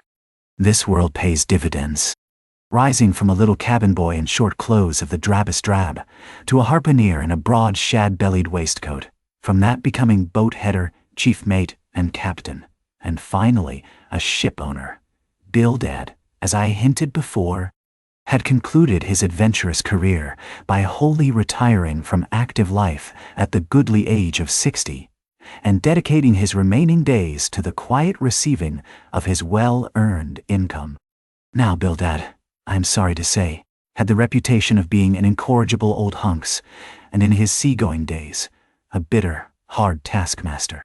They told me in Nantucket, though it certainly seems a curious story, that when he sailed the old Cattegut whaleman, his crew, upon arriving home, were mostly all carried ashore to the hospital, sore exhausted and worn out. For a pious man, especially for a Quaker, he was certainly rather hard-hearted, to say the least. He never used to swear, though, at his men, they said. But somehow he got an inordinate quantity of cruel, unmitigated hard work out of them. When Bildad was a chief mate, to have his drab-colored eye intently looking at you made you feel completely nervous, till you could clutch something, a hammer or a marling spike, and go to work like mad, at something or other, never mind what. Indolence and idleness perished before him. His own person was the exact embodiment of his utilitarian character. On his long gaunt body he carried no spare flesh, no superfluous beard, his chin having a soft economical nap to it, like the worn nap of his broad-brimmed hat. Such, then, was the person that I saw seated on the transom when I followed Captain Peleg down into the cabin. The space between the decks was small, and there, bolt upright, sat old Bildad, who always sat so, and never leaned, and this to save his coattails. His broad brim was placed beside him, his legs were stiffly crossed, his drab vesture was buttoned up to his chin, and spectacles on nose, he seemed absorbed in reading from a ponderous volume. "Bildad," cried Captain Peleg, "at it again, Bildad, eh? Ye have been studying those scriptures now, for the last 30 years, to my certain knowledge. How far ye got, Bildad?" Then, as if long habituated to such profane talk from his old shipmate, Bildad, without noticing his present irreverence, quietly looked up, and seeing me, glanced again inquiringly towards Peleg. "He says he's our man, Bildad," said Peleg. "He wants to ship." "Dost thee?" said Bildad in a hollow tone, and turning round to me. "I dost," said I unconsciously. He was so intense a Quaker. "What do ye think of him, Bildad?" said Peleg. "He'll do," said Bildad, eyeing me, and then went on spelling away at his book in a mumbling tone quite audible. I thought him the queerest old Quaker I ever saw, especially as Peleg, his friend and old shipmate, seemed such a blusterer. But I said nothing, only looking round me sharply. Peleg now threw open a chest, and drawing forth the ship's articles, placed pen and ink before him, and seated himself at a little table. I began to think it was high time to settle with myself at what terms I would be willing to engage for the voyage. I was already aware that in the whaling business they paid no wages, but all hands, including the captain, received certain shares of the profits called lays, and that these lays were proportioned to the degree of importance pertaining to the respective duties of the ship's company. I was also aware that being a green hand at whaling, my own lay would not be very large, but considering that I was used to the sea, could steer a ship, splice a rope, and all that, I made no doubt that from all I had heard I should be offered at least the 275th lay, that is, the 275th part of the clear net proceeds of the voyage, whatever that might eventually amount to. And though the 275th lay was what they call a rather long lay, yet it was better than nothing, and if we had a lucky voyage, might pretty nearly pay for the clothing I would wear out on it, not to speak of my 3 years' beef and board, for which I would not have to pay 1 stiver. It might be thought that this was a poor way to accumulate a princely fortune, and so it was, a very poor way indeed. But I am one of those that never take on about princely fortunes, and am quite content if the world is ready to board and lodge me, while I am putting up at this grim sign of the thundercloud. Upon the whole, I thought that the 275th lay would be about the fair thing, but would not have been surprised had I been offered the 200th, considering I was of a broad-shouldered make. But one thing, nevertheless, that made me a little distrustful about receiving a generous share of the profits was this. Ashore, I had heard something of both Captain Peleg and his unaccountable old crony Bildad, how that they being the principal proprietors of the Pequod, therefore the other and more inconsiderable and scattered owners, left nearly the whole management of the ship's affairs to these two. And I did not know but what the stingy old Bildad might have a mighty deal to say about shipping hands, especially as I now found him on board the Pequod, quite at home there in the cabin, and reading his Bible as if at his own fireside. Now, while Peleg was vainly trying to mend a pen with his jackknife, old Bildad, to my no small surprise, considering that he was such an interested party in these proceedings, Bildad never heeded us, but went on mumbling to himself out of his book, "Lay not up for yourselves treasures upon earth, where moth—" "Well, Captain Bildad," interrupted Peleg, "what do you say? What lay shall we give this young man?" "Thou knowest best," was the sepulchral reply. "The 777th wouldn't be too much, would it? Where moth and rust do corrupt, but lay?" Lay indeed, thought I. And such a lay. The 777th. Well, old Bildad, you were determined that I, for one, shall not lay up many lays here below, where moth and rust do corrupt. It was an exceedingly long lay, that indeed, and though from the magnitude of the figure it might at first deceive a landsman, yet the slightest consideration will show that though 777 is a pretty large number, yet, when you come to make a tenth of it, you will then see, I say, that the 777th part of a farthing is a good deal less than 777 gold doubloons. And so I thought at the time. "Why, blast your eyes, Bildad," cried Peleg. "Thou dost not want to swindle this young man. He must have more than that." "Nine. 777th, again said Bildad, without lifting his eyes, and then went on mumbling, "For where your treasure is, there will your heart be also." "Oh no. Hybe. I am going to put him down for the 300th, said Peleg. "Do ye hear that, Bildad? The 300th lay, I say." "Nice." Bildad laid down his book, and turning solemnly towards him said, "Captain Peleg, thou hast a generous heart, but thou must consider the duty thou owest to the other owners of this ship, widows and orphans, many of them, and that if we too abundantly reward the labors of this young man, we may be taking the bread from those widows and those orphans." The 777th lay, Captain Peleg. "Ah, sir. Thou Bildad," roared Peleg, starting up and clattering about the cabin.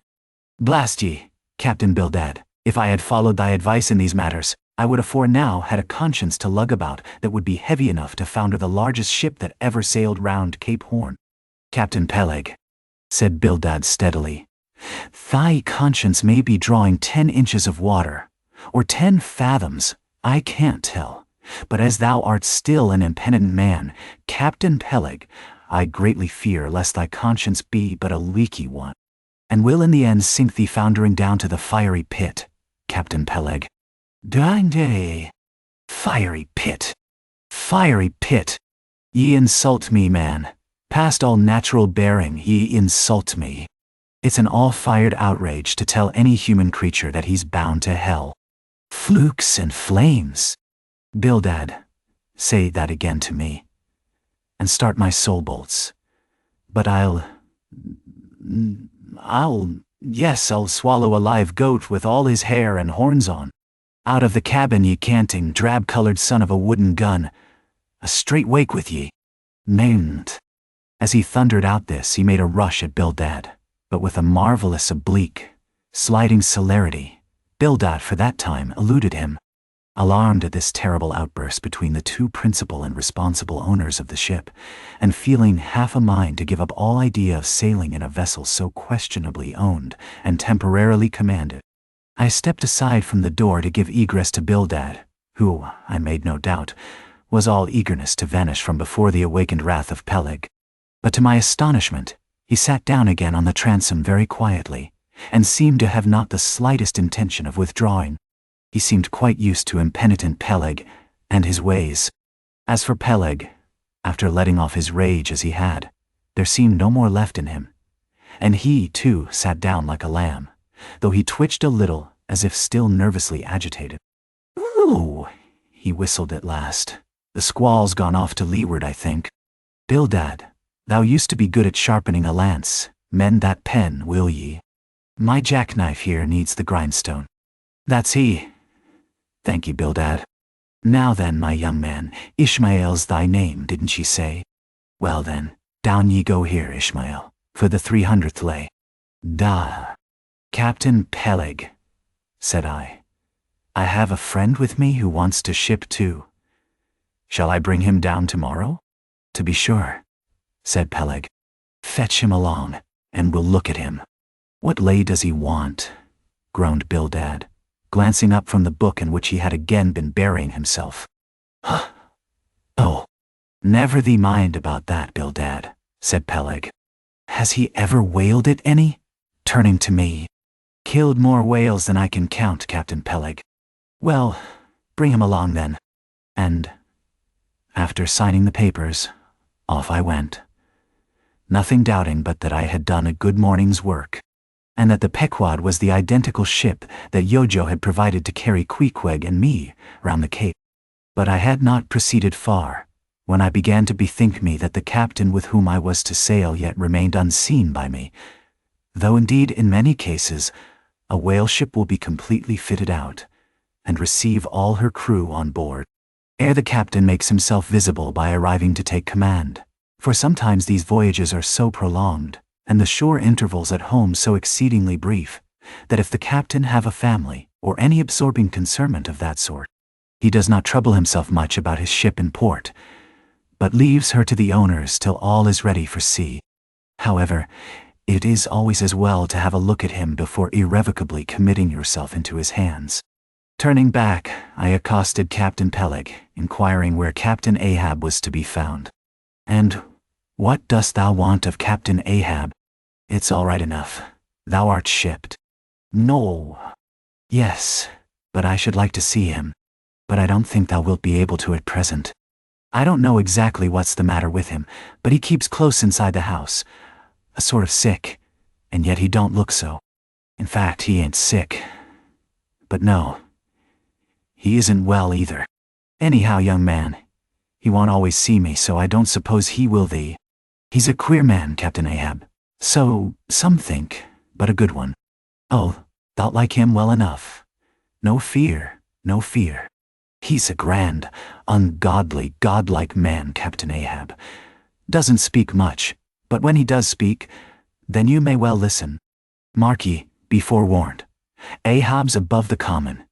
Ahab's been in colleges, as well as among the cannibals, been used to deeper wonders than the waves, fixed his fiery lance in mightier, stranger foes than whales. His lance? Aye, the keenest and the surest that out of all our isle. Oh, he ain't Captain Bildad, no, and he ain't Captain Peleg, he's Ahab, boy.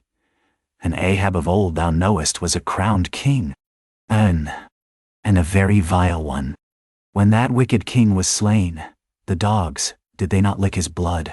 Ah, come hither to me, hither, hither, said Peleg, with a significance in his eye that almost startled me. Look ye, lad, never say that on board the Pequod. Never say it anywhere. Captain Ahab did not name himself. 'Twas a foolish, ignorant whim of his crazy, widowed mother, who died when he was only a 12-month old. And yet the old squaw Tashtego at Gayhead said that the name would somehow prove prophetic. And, perhaps, other fools like her may tell thee the same. I wish to warn thee. It's a lie. I know Captain Ahab well. I've sailed with him as mate years ago. I know what he is, a good man. Not a pious good man like Bildad, but a swearing good man. Something like me, only there's a good deal more of him. Only there's a good deal more of him. Aye, I know that he was never very jolly. And I know that on the passage home, he was a little out of his mind for a spell. But it was the sharp-shooting pains in his bleeding stump that brought that about, as anyone might see. I know, too, that ever since he lost his leg last voyage by that accursed whale, He's been a kind of moody, desperate moody, and savage sometimes, but that will all pass off. And once for all, let me tell thee and assure thee, young man, it's better to sail with a moody good captain than a laughing bad one. So goodbye to thee, and wrong not Captain Ahab, because he happens to have a wicked name. Besides, my boy, he has a wife, not 3 voyages wedded, a sweet, resigned girl. Think of that. By that sweet girl that old man has a child. Hold ye then, there can be any utter hopeless harm in Ahab? No, no, my lad, stricken, blasted if he be, Ahab has his humanities. As I walked away, I was full of thoughtfulness. What had been incidentally revealed to me of Captain Ahab filled me with a certain wild vagueness of painfulness concerning him, and somehow at the time I felt a sympathy and a sorrow for him, but for I don't know what, unless it was the cruel loss of his leg. And yet I also felt a strange awe of him, but that sort of awe, which I cannot at all describe, was not exactly awe. I do not know what it was, but I felt it, and it did not disincline me towards him, though I felt impatience at what seemed like mystery in him, so imperfectly as he was known to me then. However, my thoughts were at length carried in other directions, so that for the present dark Ahab slipped my mind. Chapter 17. The Ramadan. Siwal. Tumd. As Queequeg's Ramadan, or fasting and humiliation, was to continue all day, I did not choose to disturb him till towards nightfall, for I cherish the greatest respect towards everybody's religious obligations, never mind how comical, and could not find it in my heart to undervalue even a congregation of ants worshipping a toadstool, or those other creatures in certain parts of our earth, who with a degree of footmanism quite unprecedented in other planets, bowed down before the torso of a deceased landed proprietor, merely on account of the inordinate possessions yet owned and rented in his name. I say, we good Presbyterian Christians should be charitable in these things, and not fancy ourselves so vastly superior to other mortals, pagans, and what not, because of their half-crazy conceits on these subjects. There was Queequeg now, certainly entertaining the most absurd notions about Yojo and his Ramadan. But what of that? Queequeg thought he knew what he was about, I suppose. He seemed to be content, and there let him rest. All our arguing with him would not avail. Let him be, I say, and heaven have mercy on us all, Presbyterians and pagans alike, for we are all somehow dreadfully cracked about the head, and sadly need mending. Towards evening, when I felt assured that all his performances and rituals must be over, I went up to his room and knocked at the door, but no answer. I tried to open it, but it was fastened inside. "Queg," said I softly through the keyhole, all silent. "I say, Queequeg, why don't you speak?" "It's Ishmael." But all remained still as before. I began to grow alarmed. I had allowed him such abundant time. I thought he might have had an apoplectic fit.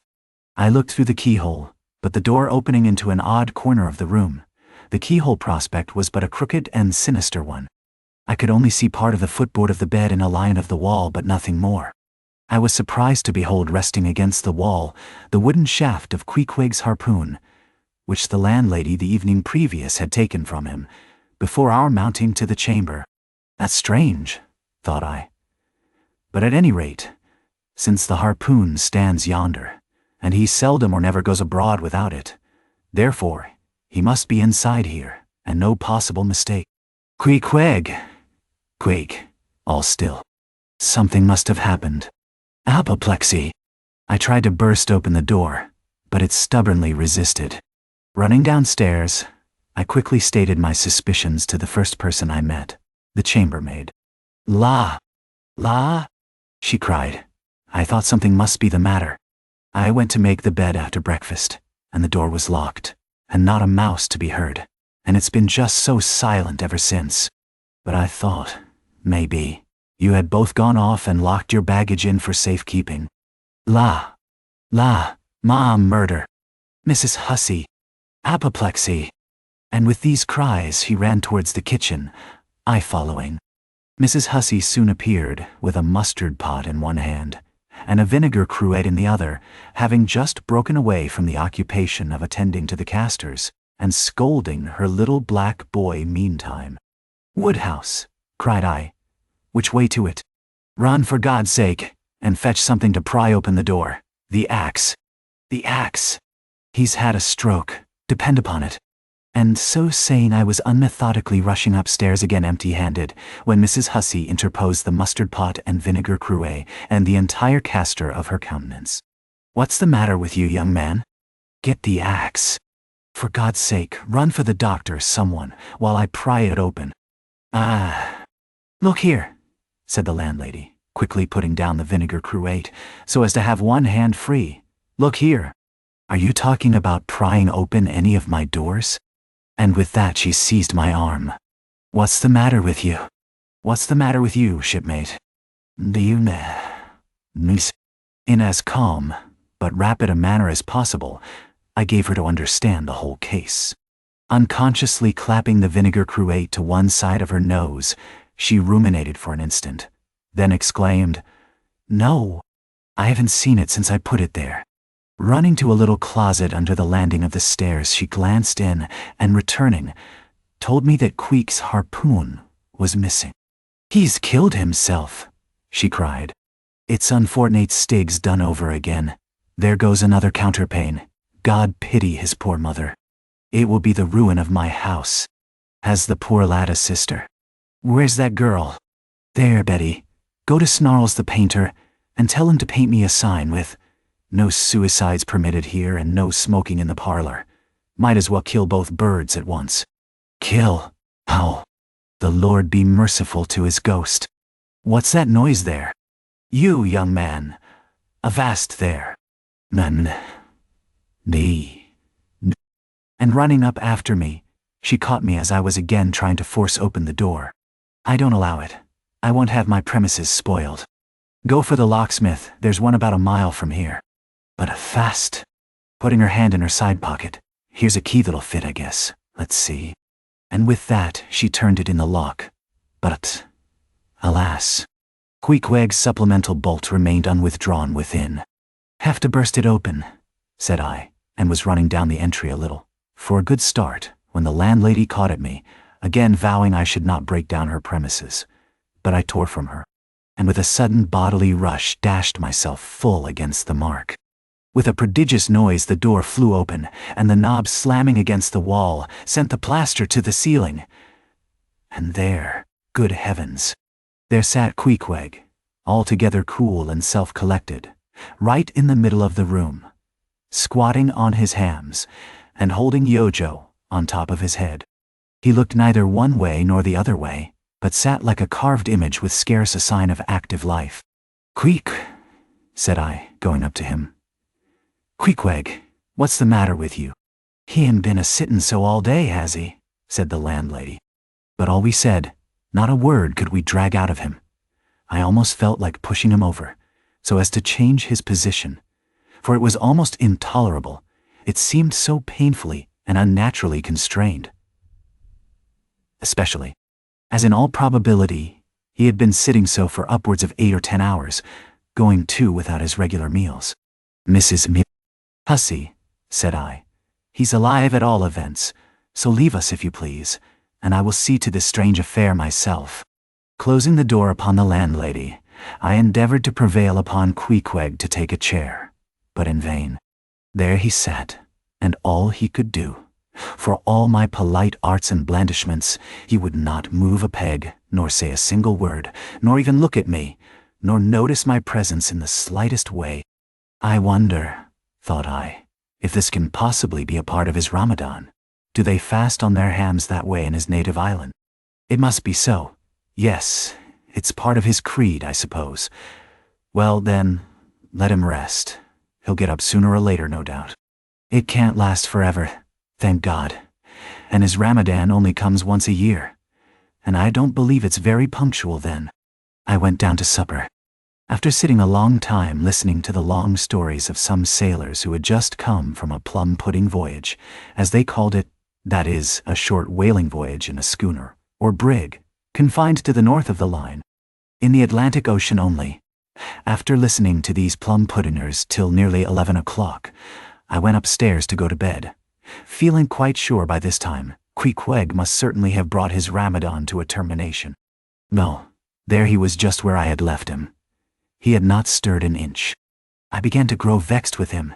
It seemed so downright senseless and insane to be sitting there all day and half the night on his hams in a cold room, holding a piece of wood on his head. For heaven's sake, Queequeg, get up and shake yourself. Get up and have some supper. You'll starve. You'll kill yourself, Queequeg. But not a word did he reply.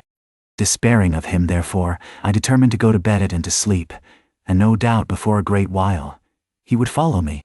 But previous to turning in, I took my heavy bearskin jacket and threw it over him, as it promised to be a very cold night, and he had nothing but his ordinary round jacket on. For some time, do all I would, I could not get into the faintest doze.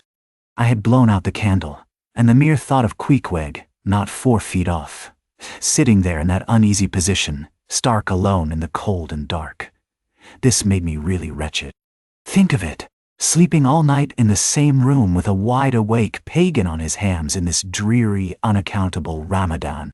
But somehow I dropped off at last, and knew nothing more till break of day, when, looking over the bedside, there squatted Queequeg, as if he had been screwed down to the floor.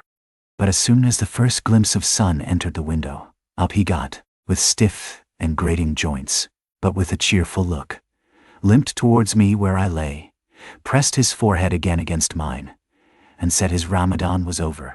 Now, as I before hinted, I have no objection to any person's religion, be it what it may, so long as that person does not kill or insult any other person, because that other person don't believe it also. But when a man's religion becomes really frantic, when it is a positive torment to him, and, in fine, makes this earth of ours an uncomfortable inn to lodge in, then I think it high time to take that individual aside and argue the point with him. And just so I now did with Queequeg. "Queequeg," said I, "get into bed now and lie and listen to me." I then went on, beginning with the rise and progress of the primitive religions and coming down to the various religions of the present time, during which time I labored to show Queequeg that all these Lents, Ramadans, and prolonged ham-squattings in cold, cheerless rooms were stark nonsense, bad for the health, useless for the soul, opposed, in short, to the obvious laws of hygiene and common sense. I told him, too, that he being in other things such an extremely sensible and sagacious savage, it pained me, very badly pained me, to see him now so deplorably foolish about this ridiculous Ramadan of his. Besides, argued I, fasting makes the body cave in, hence the spirit caves in, and all thoughts born of a fast must necessarily be half-starved. This is the reason why most dyspeptic religionists cherish such melancholy notions about their hereafters. In one word, Queequeg, said I, rather digressively, hell is an idea first born on an undigested apple dumpling, and since then perpetuated through the hereditary dyspepsias nurtured by Ramadans. I then asked Queequeg whether he himself was ever troubled with dyspepsia, expressing the idea very plainly, so that he could take it in. He said no, only upon one memorable occasion. It was after a great feast given by his father the king, on the gaining of a great battle, wherein 50 of the enemy had been killed by about 2 o'clock in the afternoon, and all cooked and eaten that very evening. No more, Queequeg, said I, shuddering. That will do, for I knew the inferences without his further hinting them. I had seen a sailor who had visited that very island, and he told me that it was the custom, when a great battle had been gained there, to barbecue all the slain in the yard or garden of the victor, and then, one by one, they were placed in great wooden trenchers, and garnished round like a palau, with breadfruit and coconuts, and with some parsley in their mouths, were sent round with the victor's compliments to all his friends, just as though these presents were so many Christmas turkeys. After all, I do not think that my remarks about religion made much impression upon Queequeg, because, in the first place, he somehow seemed dull of hearing on that important subject, unless considered from his own point of view, and, in the second place, he did not more than 1/3 understand me, couch my ideas simply as I would, and finally he no doubt thought he knew a good deal more about the true religion than I did. He looked at me with a sort of condescending concern and compassion, as though he thought it a great pity that such a sensible young man should be so hopelessly lost to evangelical pagan piety. At last we rose and dressed, and Queequeg, taking a prodigiously hearty breakfast of chowders of all sorts, so that the landlady should not make much profit by reason of his Ramadan, we sallied out to board the Pequod, sauntering along, and picking our teeth with halibut bones. Chapter 18. His mark. Dight. As we were walking down the end of the wharf towards the ship, Queequeg carrying his harpoon, Captain Peleg in his gruff voice loudly hailed us from his wigwam, saying he had not suspected my friend was a cannibal, and furthermore announcing that he let no cannibals on board that craft, unless they previously produced their papers. "What do you mean by that, Captain Peleg?" said I, now jumping on the bulwarks and leaving my comrade standing on the wharf. "I mean," he replied, "he must show his papers." "Yes," said Captain Bildad in his hollow voice, sticking his head from behind Peleg's out of the wigwam. "He must show that he's converted. Son of darkness," he added, turning to Queequeg, "art thou at present in communion with any Christian church?" "Why," said I, "he's a member of the First Congregational Church." "Here be it," said. "That many tattooed savages sailing in Nantucket ships at last come to be converted into the churches." "First Congregational Church," cried Bildad. "What?" "That worships in Deacon Deuteronomy Coleman's meeting house." And so saying, taking out his spectacles, he rubbed them with his great yellow bandana handkerchief, and putting them on very carefully, came out of the wigwam, and leaning stiffly over the bulwarks, took a good long look at Queequeg. "How long hath he been a member?" he then said, turning to me.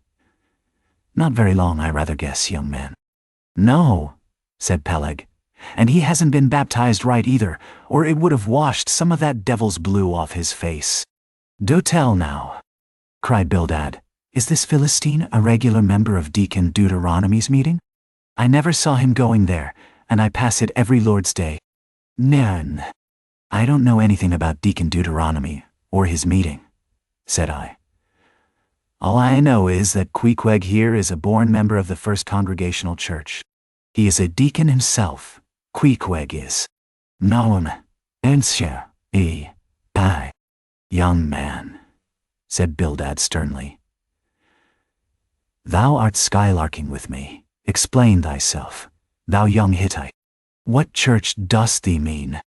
Answer me." "Nenden hadin say." Finding myself thus hard pushed, I replied, "I mean, sir, the same ancient Catholic church to which you and I, and Captain Peleg there, and Queequeg here, and all of us, and every mother's son and soul of us belong. The great and everlasting first congregation of this whole worshipping world. We all belong to that, only some of us cherish some queer crotchets no ways touching the grand belief, in that we all join hands.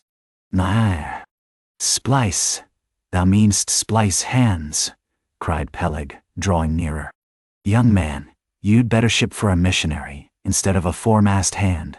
I never heard a better sermon. Deacon Deuteronomy, why Father Mapple himself couldn't beat it, and he's reckoned something. Come aboard, come aboard. Never mind about the papers. I say, tell Quahog there. What's that you call him? Tell Quahog to step along. By the great anchor, what a harpoon he's got there. Looks like good stuff that, and he handles it about right. I say, Quahog, or whatever your name is, did you ever stand in the head of a whale boat? Did you ever strike a fish?" "Ah." Without saying a word, Queequeg, in his wild sort of way, jumped upon the bulwarks, from thence into the bows of one of the whale boats hanging to the side, and then bracing his left knee, and poising his harpoon, cried out in some such way as this: "Cap'n, you see him small drop tar on water dare? You see him? Well, s'pose him one whale eye well den." And taking sharp aim at it, he darted the iron right over old Bildad's broad brim, clean across the ship's decks, and struck the glistening tar spot out of sight. "No," said Queequeg, quietly hauling in the line. "Spussy whaley I. Why dad whale dead?" "Quick, Bildad," said Peleg, his partner, who, aghast at the close vicinity of the flying harpoon, had retreated towards the cabin gangway. "Quick, I say, you Bildad, and get the ship's papers. We must have Hedgehog there, I mean Quahog, in one of our boats. Look ye, Quahog, we'll give ye the 90th lay, and that's more than ever was given a harpooner yet out of Nantucket. And another one." So down we went into the cabin, and to my great joy Queequeg was soon enrolled among the same ship's company to which I myself belonged. When all preliminaries were over and Peleg had got everything ready for signing, he turned to me and said, "I guess Quahog there don't know how to write, does he?" "I say, Quahog, blast ye! Dost thou sign thy name or make thy mark?" "I see." But at this question, Queequeg, who had twice or thrice before taken part in similar ceremonies, looked no ways abashed, but taking the offered pen, copied upon the paper, in the proper place, an exact counterpart of a queer round figure which was tattooed upon his arm, so that through Captain Peleg's obstinate mistake touching his appellative, it stood something like this: Quahog, his X mark dot. Meanwhile, Captain Bildad sat earnestly and steadfastly eyeing Queequeg, and at last rising solemnly and fumbling in the huge pockets of his broad-skirted drab coat, took out a bundle of tracts and selecting one entitled "The Latter Day Coming," or "No Time to Lose," placed it in Queequeg's hands, and then grasping them, and the book with both his, looked earnestly into his eyes, and said, "Son of darkness, I must do my duty by thee. I am part owner of this ship, and feel concerned for the souls of all its crew. If thou still clingest to thy pagan ways, which I sadly fear, I beseech thee, remain not, for I, a Belial bondsman. Spurn the idol bell and the hideous dragon, turn from the wrath to come, mind thine eye, I say. Oh, goodness gracious, steer clear of the fiery pit." Something of the salt sea yet lingered in old Bildad's language, heterogeneously mixed with scriptural and domestic phrases. Avast there, Bildad, avast now spoiling our harpooner," cried Peleg. "Pious harpooneers never make good voyagers. It takes the shark out of 'em. No harpooner is worth a straw who ain't pretty sharkish. There was young Nat Swain, once the bravest boat-header out of all Nantucket in the Vineyard. He joined the meeting and never came to good. He got so frightened about his plague-eye soul that he shrinked and sheered away from whales, for fear of afterclaps, in case he got stove and went to Davy Jones." Peleg, said Bildad, lifting his eyes and hands. "Thou thyself, as I myself, hast seen many a perilous time. Thou knowest, Peleg, what it is to have the fear of death. How, then, canst thou prate in this ungodly guise? Thou beliest thine own heart, Peleg. Tell me, when this same Pequod here had her 3 masts overboard in that typhoon on Japan, that same voyage when thou went mate with Captain Ahab, didst thou not think of death and the judgment then?" "Nish! Hear him now," cried Peleg, marching across the cabin and thrusting his hands far down into his pockets. "Hear him, all of ye. Think of that. When every moment we thought the ship would sink. Death and the judgment then? What? With all 3 masts making such an everlasting thundering against the side, and every sea breaking over us, fore and aft. Think of death and the judgment then? No time to think about death then. Life was what Captain Ahab and I was thinking of, and how to save all hands, how to rig jury masts, how to get into the nearest port. That was what I was thinking of." Miss. Bildad said no more, but buttoning up his coat, stalked on deck, where we followed him. There he stood, very quietly overlooking some sailmakers who were mending a topsail in the waist. Now and then he stooped to pick up a patch, or save an end of tarred twine, which otherwise might have been wasted. Chapter 19. The Prophet. Shipmates, have ye shipped in that ship? Queequeg and I had just left the Pequod, and were sauntering away from the water, for the moment each occupied with his own thoughts, when the above words were put to us by a stranger who, pausing before us, leveled his massive forefinger at the vessel in question. He was but shabbily apparelled in faded jacket and patched trousers, a rag of a black handkerchief investing his neck. A confluent smallpox had in all directions flowed over his face, and left it like the complicated ribbed bed of a torrent, when the rushing waters have been dried up. Have ye shipped in her? He repeated. You mean the ship Pequod, I suppose, said I, trying to gain a little more time for an uninterrupted look at him. The Pequod. That ship there, he said, drawing back his whole arm, and then rapidly shoving it straight out from him, with the fixed bayonet of his pointed finger darted full at the object. Yes, said I. We have just signed the articles. Anything down there about your souls? About what? Oh, perhaps you haven't got any, he said quickly. No matter though. I know many chaps that haven't got any. Good luck to 'em. And they are all the better off for it. A soul's a sort of fifth wheel to a wagon. Chilling. What are you jabbering about, shipmate? Said I. He's got enough, though, to make up for all deficiencies of that sort in other chaps, abruptly said the stranger, placing a nervous emphasis upon the word he. Queek, said I. Let's go. This fellow has broken loose from somewhere. He's talking about something and somebody we don't know. Stop, cried the stranger. Yeah, I said true. You haven't seen Old Thunder yet, have you? Who's Old Thunder? Said I, again riveted with the insane earnestness of his manner. Captain Ahab. What? The captain of our ship, the Pequod. Nani? Kedi Galsal, Queequeg. Among some of us old sailor chaps he goes by that name. Ye haven't seen him yet, have ye? No, I'm sure. Ish. No, we haven't.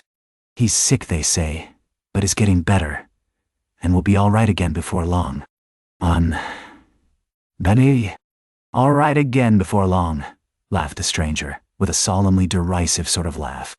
Look ye, when Captain Ahab is all right, then this left arm of mine will be all right. Not before. What do you know about him? What did they tell you about him? Say that. What? They didn't tell much of anything about him. Only I've heard that he's a good whale hunter and a good captain to his crew. That's true. Yes, both true enough. But you must jump when he gives an order. Step and growl. Growl and go. That's the word with Captain Ahab. But nothing about that thing that happened to him off Cape Horn, long ago, when he lay like dead for 3 days and nights. Nothing about that deadly scrimmage with the Spaniard afore the altar in Santa? Heard nothing about that, eh? Nothing about the silver calabash he spat into? And nothing about his losing his leg last voyage, according to the prophecy. Didn't ye hear a word about them matters and something more, eh? No, I don't think ye did. How could ye? Who knows it? Not all Nantucket, I guess. But howsever mayhap, ye've heard tell about the leg, and how he lost it. Aye, ye have heard of that, I dare say. Oh yes, that everyone knows a'most. I mean, they know he's only one leg, and that a Parmacetti took the other off. Minsh. The one. D'ye see? My friend, said I. What all this gibberish of yours is about, I don't know, and I don't much care, for it seems to me that you must be a little damaged in the head. But if you are speaking of Captain Ahab, of that ship there, the Pequod, then let me tell you, that I know all about the loss of his leg. Meh. All about it, eh? Sure you do? All? Pretty sure. With finger pointed, and eye leveled at the Pequod.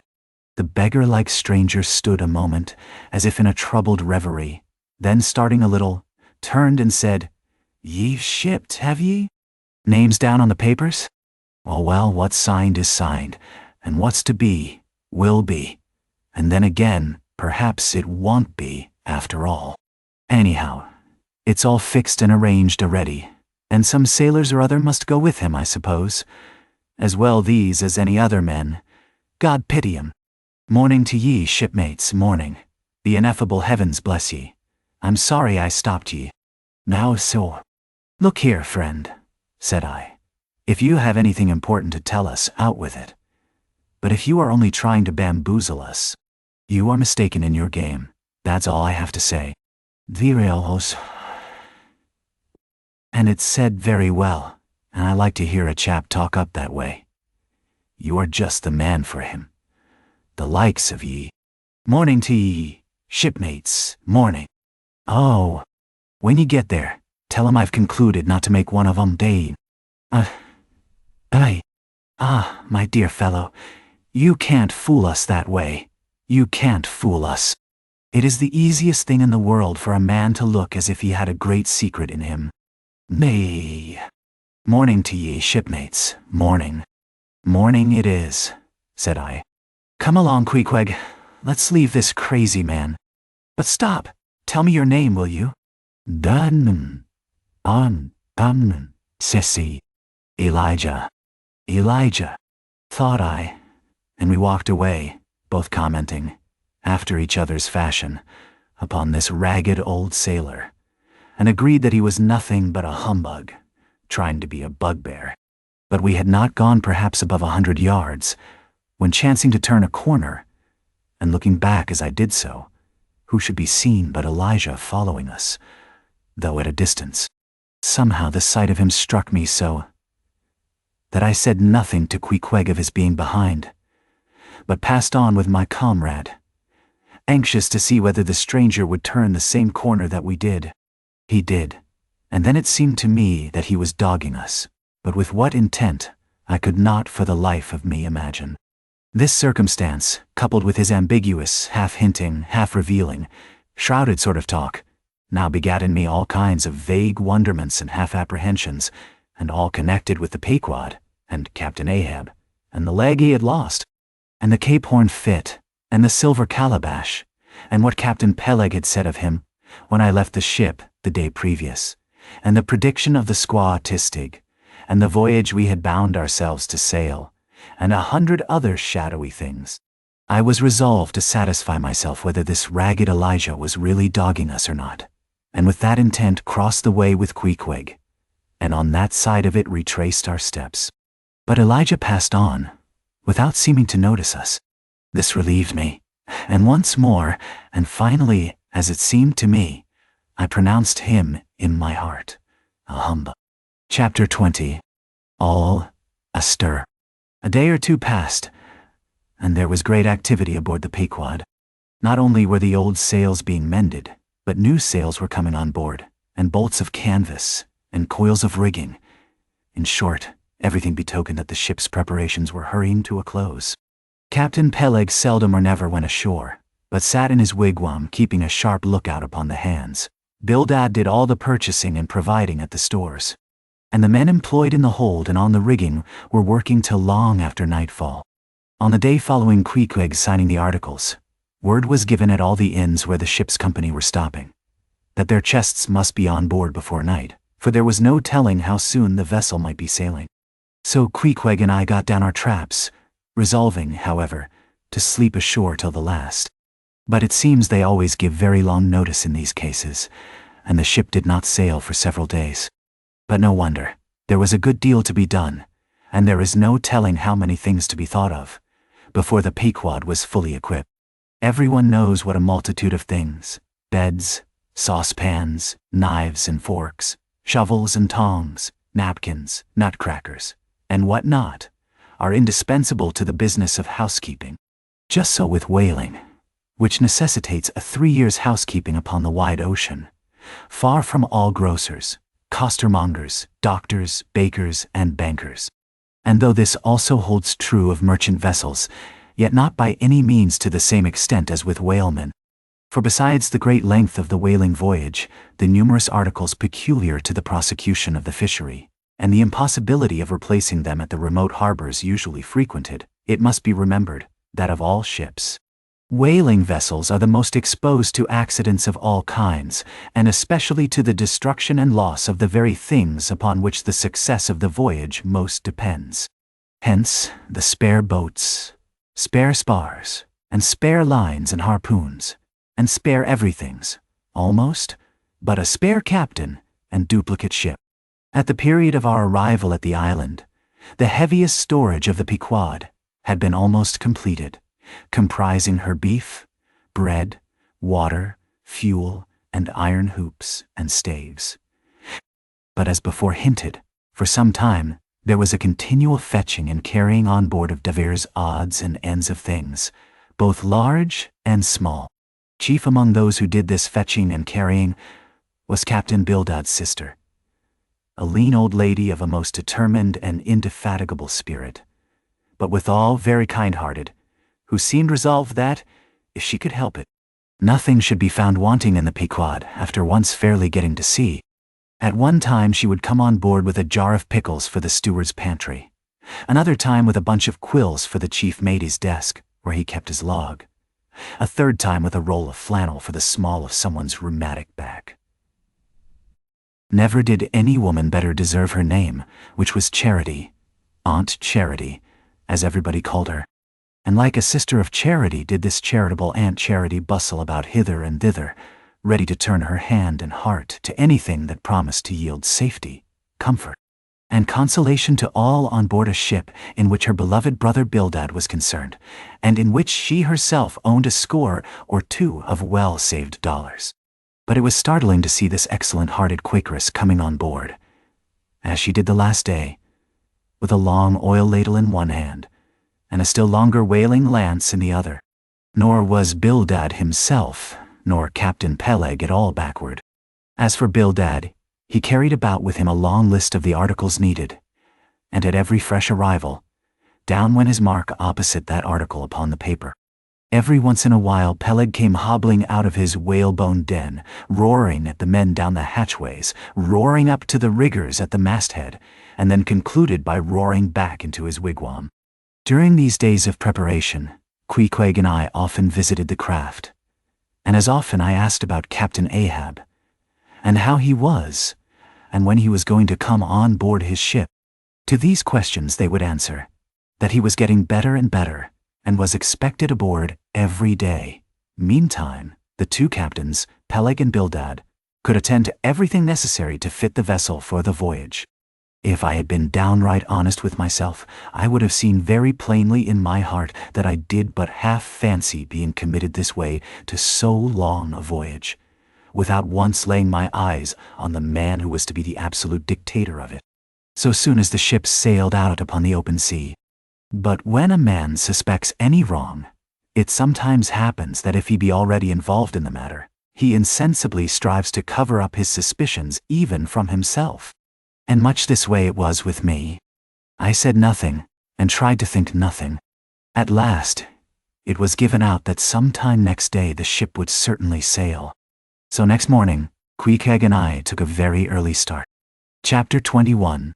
Going aboard. It was nearly 6 o'clock, but only gray imperfect misty dawn, when we drew nigh the wharf. "There are some sailors running ahead there, if I see right," said I to Queequeg. "It can't be shadows. She's off by sunrise, I guess. Come on." "Avast!" cried a voice, whose owner at the same time coming close behind us, laid a hand upon both our shoulders, and then insinuating himself between us, stood stooping forward a little, in the uncertain twilight, strangely peering from Queek to me. It was Elijah. "Going aboard?" "Hands off, will you?" said I. "Looky here," said Queequeg, shaking himself. "Go away." "Ain't going aboard, then?" "Yes, we are," said I. "But what business is that of yours? Do you know, Mr. Elijah, that I consider you a little impertinent?" Duh. No, I wasn't aware of that," said Elijah, slowly and wonderingly looking from me to Queequeg, with the most unaccountable glances. "Elijah," said I, "you will oblige my friend and me by withdrawing. We are going to the Indian and Pacific Oceans, and would prefer not to be detained." "No? Yai be? Coming back afore breakfast? No so, Abertossum. He's cracked, Queequeg, said I. Come on. Hello, cried stationary Elijah, hailing us when we had removed a few paces. Never mind him, said I. Queequeg, come on. But he stole up to us again, and suddenly clapping his hand on my shoulder said, Did ye see anything looking like men going towards that ship a while ago? Struck by this plain matter-of-fact question, I answered saying, Yes, I thought I did see 4 or 5 men, but it was too dim to be sure. Very dim, said Elijah. Morning to ye. Once more we quitted him, but once more he came softly after us, and touching my shoulder again said, See if you can find him now, will ye? Find who? Morning to ye. Morning to ye, he rejoined, again moving off. Oh! I was going to warn ye against, but never mind. It's all one. All in the family, too. Sharp frost this morning, ain't it? Goodbye to ye. Shan't see ye again very soon, I guess, unless it's before the grand jury. And with these cracked words he finally departed, leaving me, for the moment, in no small wonderment at his frantic impudence. At last, stepping on board the Pequod, we found everything in profound quiet, not a soul moving. The cabin entrance was locked within, the hatches were all on, and lumbered with coils of rigging. Going forward to the forecastle, we found the slide of the scuttle open. Seeing a light, we went down, and found only an old rigger there, wrapped in a tattered pea-jacket. He was thrown at whole length upon 2 chests, his face downwards and enclosed in his folded arms. The profoundest slumber slept upon him. Those sailors we saw, Queequeg, where can they have gone to? Said I, looking dubiously at the sleeper. But it seemed that, when on the wharf, Queequeg had not at all noticed what I now alluded to. Hence I would have thought myself to have been optically deceived in that matter, were it not for Elijah's otherwise inexplicable question. But I beat the thing down, and again marking the sleeper, jocularly hinted to Queequeg that perhaps we had best sit up with the body, telling him to establish himself accordingly. He put his hand upon the sleeper's rear, as though feeling if it was soft enough, and then, without more ado, sat quietly down there. Gracious! Queequeg, don't sit there, said I. Oh, Perry dud seat, said Queequeg. My country way, won't hurt him face. Face, said I. Call that his face? Very benevolent countenance then, but how hard he breathes. He's heaving himself. Get off, Queequeg, you are heavy. It's grinding the face of the poor. Get off, Queequeg. Look, he'll twitch you off soon. I wonder he don't wake. Monin. Queequeg removed himself to just beyond the head of the sleeper, and lighted his tomahawk pipe. I sat at the feet. We kept the pipe passing over the sleeper, from one to the other. Meanwhile, upon questioning him in his broken fashion, Queequeg gave me to understand that, in his land, owing to the absence of settees and sofas of all sorts, the king, chiefs, and great people generally were in the custom of fattening some of the lower orders for ottomans, and to furnish a house comfortably in that respect, you had only to buy up 8 or 10 lazy fellows, and lay them round in the piers and alcoves. Besides, it was very convenient on an excursion, much better than those garden chairs which are convertible into walking sticks. Upon occasion, a chief calling his attendant, and desiring him to make a settee of himself under a spreading tree, perhaps in some damp marshy place. While narrating these things, every time Queequeg received the tomahawk from me, he flourished the hatchet side of it over the sleeper's head. What's that for, Queequeg? Parry easy, killy. Oh, parry easy. Anithi. He was going on with some wild reminiscences about his tomahawk pipe, which it seemed had in its 2 uses both brained his foes and soothed his soul, when we were directly attracted to the sleeping rigger. The strong vapor now completely filling the contracted hole, it began to tell upon him. He breathed with a sort of muffledness, then seemed troubled in the nose, then revolved over once or twice, then sat up and rubbed his eyes. Hullo, he breathed at last. Who be ye smokers? Shipped men, answered I. When does she sail? Aye, ye are going in her, be ye? She sails today. The captain came aboard last night. What captain? Ahab? Who but him indeed? I was going to ask him some further questions concerning Ahab, when we heard a noise on deck. Hello, Starbuck's astir, said the rigger. He's a lively chief mate, that good man, and a pious. But all alive now, I must turn to. And so saying he went on deck, and we followed. It was now clear sunrise. Soon the crew came on board in 2s and 3s. The riggers bestirred themselves. The mates were actively engaged, and several of the shore people were busy in bringing various last things on board. Meanwhile, Captain Ahab remained invisibly enshrined within his cabin. Chapter 22. Merry Christmas. At length towards noon, upon the final dismissal of the ship's riggers, and after the Pequod had been hauled out from the wharf, and after the ever-thoughtful Charity had come off in a whaleboat, with her last gift, a nightcap for Stubb, the second mate, her brother-in-law, and a spare Bible for the steward. After all this, the two captains, Peleg and Bildad, issued from the cabin, and turning to the chief mate, Peleg said, "Now, Mr. Starbuck, are you sure everything is right? Captain Ahab is all ready. Just spoke to him. Nothing more to be got from shore, eh? Well, call all hands then. Muster 'em aft here. Blast 'em. Nasser Yadan say, Padal, Thonwell, and Etorul. Come. No need of profane words, however great the hurry, Peleg, said Bildad. But away with thee, friend Starbuck, and do our bidding. How now? Here, upon the very point of starting for the voyage, Captain Peleg and Captain Bildad were going it with a high hand on the quarterdeck, just as if they were to be joint commanders at sea, as well as to all appearances in port. And as for Captain Ahab, no sign of him was yet to be seen. Only, they said he was in the cabin. But then the idea was that his presence was by no means necessary in getting the ship under way and steering her well out to sea. Indeed, as that was not at all his proper business, but the pilot's, and as he was not yet completely recovered. So they said, therefore, Captain Ahab stayed below. And all this seemed natural enough, especially as in the merchant service many captains never show themselves on deck for a considerable time after heaving up the anchor, but remain over the cabin table, having a farewell merrymaking with their shore friends before they quit the ship for good with the pilot. But there was not much chance to think over the matter, for Captain Peleg was now all alive. He seemed to do most of the talking and commanding, and not Bildad. Aft here, ye sons of bachelors, he cried, as the sailors lingered at the mainmast. Mr. Pell.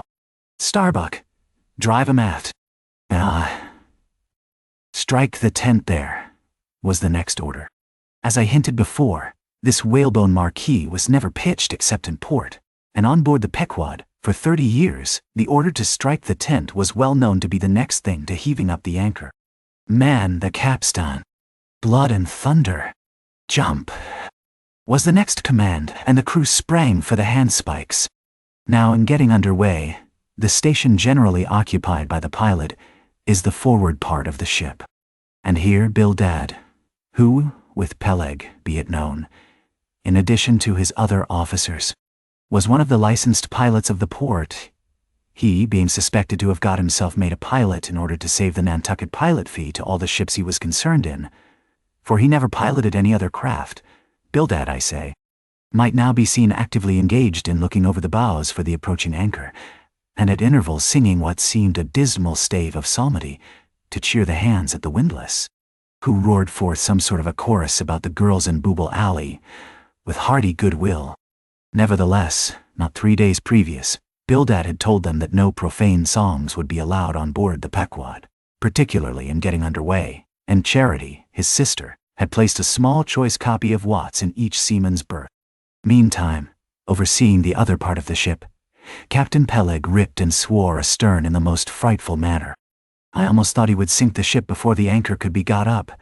Involuntarily I paused on my handspike and told Queequeg to do the same, thinking of the perils we both ran in starting on the voyage with such a devil for a pilot. I was comforting myself, however, with the thought that in pious Bildad might be found some salvation, spite of his 777th lay, when I felt a sudden sharp poke in my rear, and turning round, was horrified at the apparition of Captain Peleg in the act of withdrawing his leg from my immediate vicinity. That was my first kick. "Is that the way they heave in the marchant service?" he roared. "Spring, thou sheep-headed, spring and break thy backbone! Why don't ye spring, I say? All of ye, spring! Quahog! Spring, thou chap with the red whiskers! Spring there, Scotchcap! Spring, thou green pants! Spring, I say, all of ye, and spring your eyes out!" And so saying, he moved along the windlass, here and there using his leg very freely, while imperturbable Bildad kept leading off with his psalmody. Thinks I, Captain Peleg must have been drinking something today. At last the anchor was up, the sails were set, and off we glided. It was a short, cold Christmas, and as the short northern day merged into night, we found ourselves almost broad upon the wintry ocean, whose freezing spray cased us in ice, as in polished armor.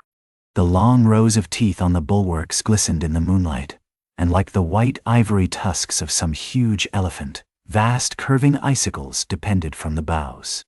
Lank Bildad, as pilot, headed the first watch, and ever and anon, as the old craft deep dived into the green seas, and sent the shivering frost all over her, and the winds howled, and the cordage rang, his steady notes were heard. Near sea, sweet fields beyond the swelling flood, stand dressed in living green. So to the Jews old Canaan stood, while Jordan rolled between. Austin. Never did those sweet words sound more sweetly to me than then. They were full of hope and fruition. Spite of this frigid winter night in the boisterous Atlantic, spite of my wet feet and wetter jacket, there was yet, it then seemed to me, many a pleasant haven in store, and meads and glades so eternally vernal, that the grass shot up by the spring, untrodden, unwilted, remains at midsummer. At last we gained such an offing that the two pilots were needed no longer. The stout sailboat that had accompanied us began ranging alongside. It was curious, and not unpleasing, how Peleg and Bildad were affected at this juncture, especially Captain Bildad. For loath to depart, yet very loath to leave, for good, a ship bound on so long and perilous a voyage, beyond both stormy capes, a ship in which some thousands of his hard-earned dollars were invested, a ship in which an old shipmate sailed as captain, a man almost as old as he, once more starting to encounter all the terrors of the pitiless jaw, loath to say goodbye to a thing so every way brimful of every interest to him. Poor old Bildad lingered long, paced the deck with anxious strides, ran down into the cabin to speak another farewell word there, again came on deck, and looked to windward, looked towards the wide and endless waters, only bounded by the far-off unseen eastern continents, looked towards the land, looked aloft, looked right and left, looked everywhere and nowhere, and at last, mechanically coiling a rope upon its pin, convulsively grasped stout Peleg by the hand, and holding up a lantern for a moment stood gazing heroically in his face, as much as to say, "Nevertheless, friend Peleg, I can stand it. Yes, I can." As for Peleg himself, he took it more like a philosopher, but for all his philosophy, there was a tear twinkling in his eye when the lantern came too near, and he too did not a little run from cabin to deck, now a word below, and now a word with Starbuck, the chief mate. But at last he turned to his comrade, with a final sort of look about him. "Captain Bildad, come, old shipmate, we must go. Back the mainyard there. Boat ahoy. Stand by to come close alongside now. Careful, careful. Come, Bildad, boy. Say your last. Luck to ye, Starbuck. Luck to ye, Mr. Stubb. Luck to ye, Mr. Flask. Goodbye and good luck to ye all. And this day 3 years I'll have a hot supper smoking for ye in old Nantucket. Hurrah, and away.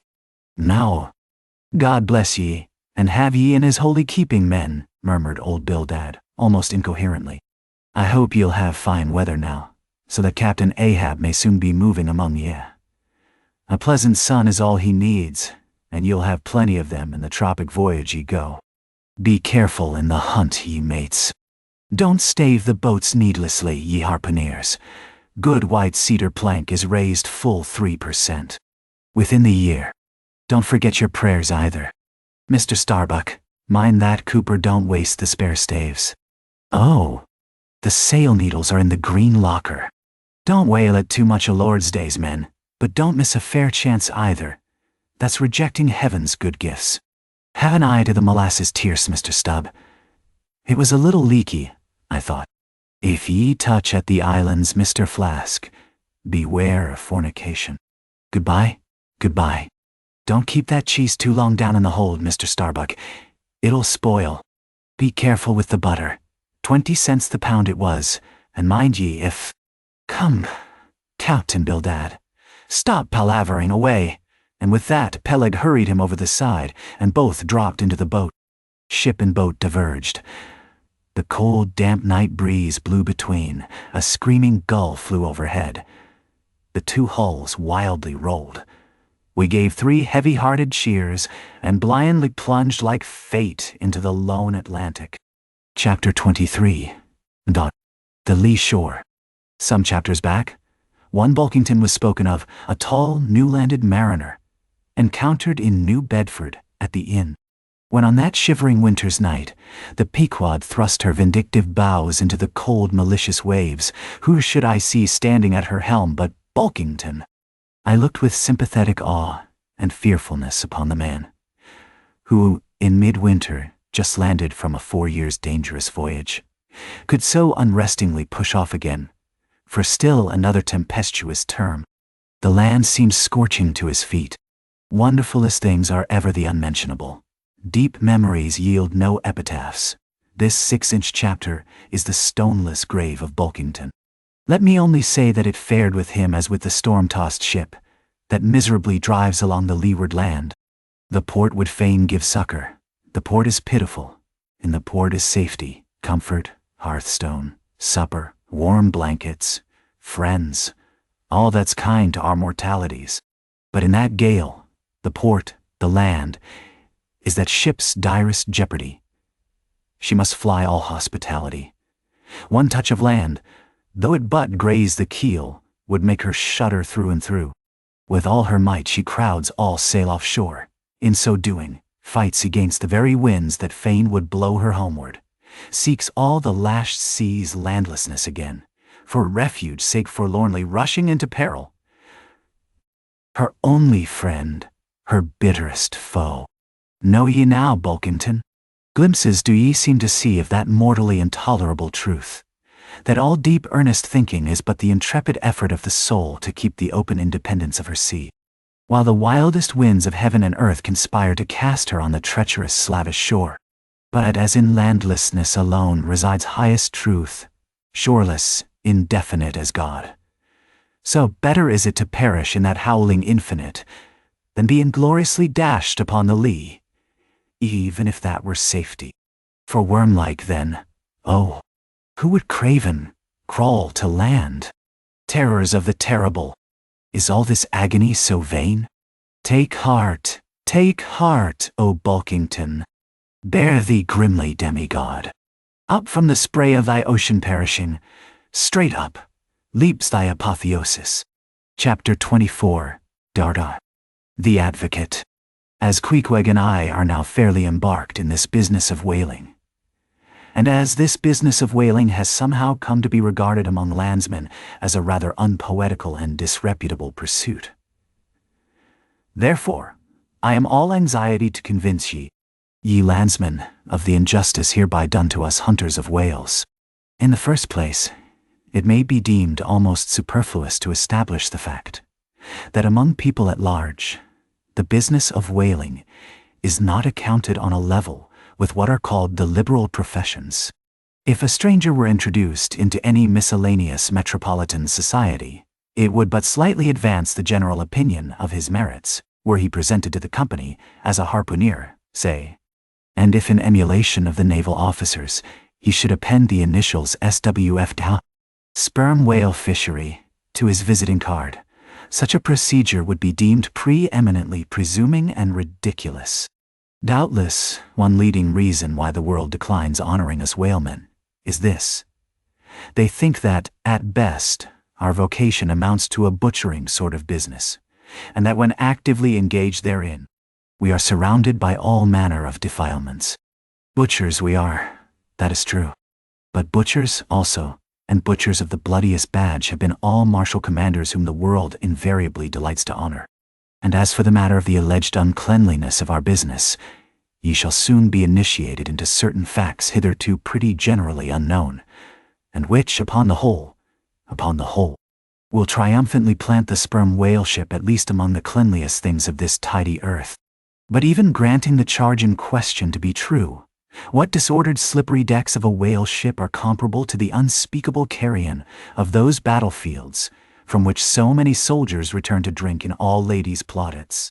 And if the idea of peril so much enhances the popular conceit of the soldier's profession, let me assure ye that many a veteran who has freely marched up to a battery would quickly recoil at the apparition of the sperm whale's vast tail, fanning into eddies the air over his head.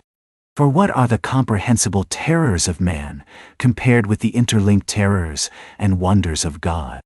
But, though the world scouts at us whale hunters, yet does it unwittingly pay us the profoundest homage, yea, an all-abounding adoration. For almost all the tapers, lamps, and candles that burn round the globe burn, as before so many shrines, to our glory. But look at this matter in other lights. Weigh it in all sorts of scales. See what we whalemen are, and have been. Why did the Dutch in De Witt's time have admirals of their whaling fleets? Why did Louis XVI of France, at his own personal expense, fit out whaling ships from Dunkirk and politely invite to that town some score or two of families from our own island of Nantucket? Why did Britain between the years 1750 and 1788 pay to her whalemen in bounties upwards of £1,000,000 sterling? And lastly, how comes it that we whalemen of America now outnumber all the rest of the banded whalemen in the world, sail a navy of upwards of 700 vessels, manned by 18,000 men, yearly consuming $4 million, the ship's worth, at the time of sailing, $20 million, and every year importing into our harbors a well-reaped harvest of $7 million? How comes all this, if there be not something puissant in whaling? But this is not the half. Look again.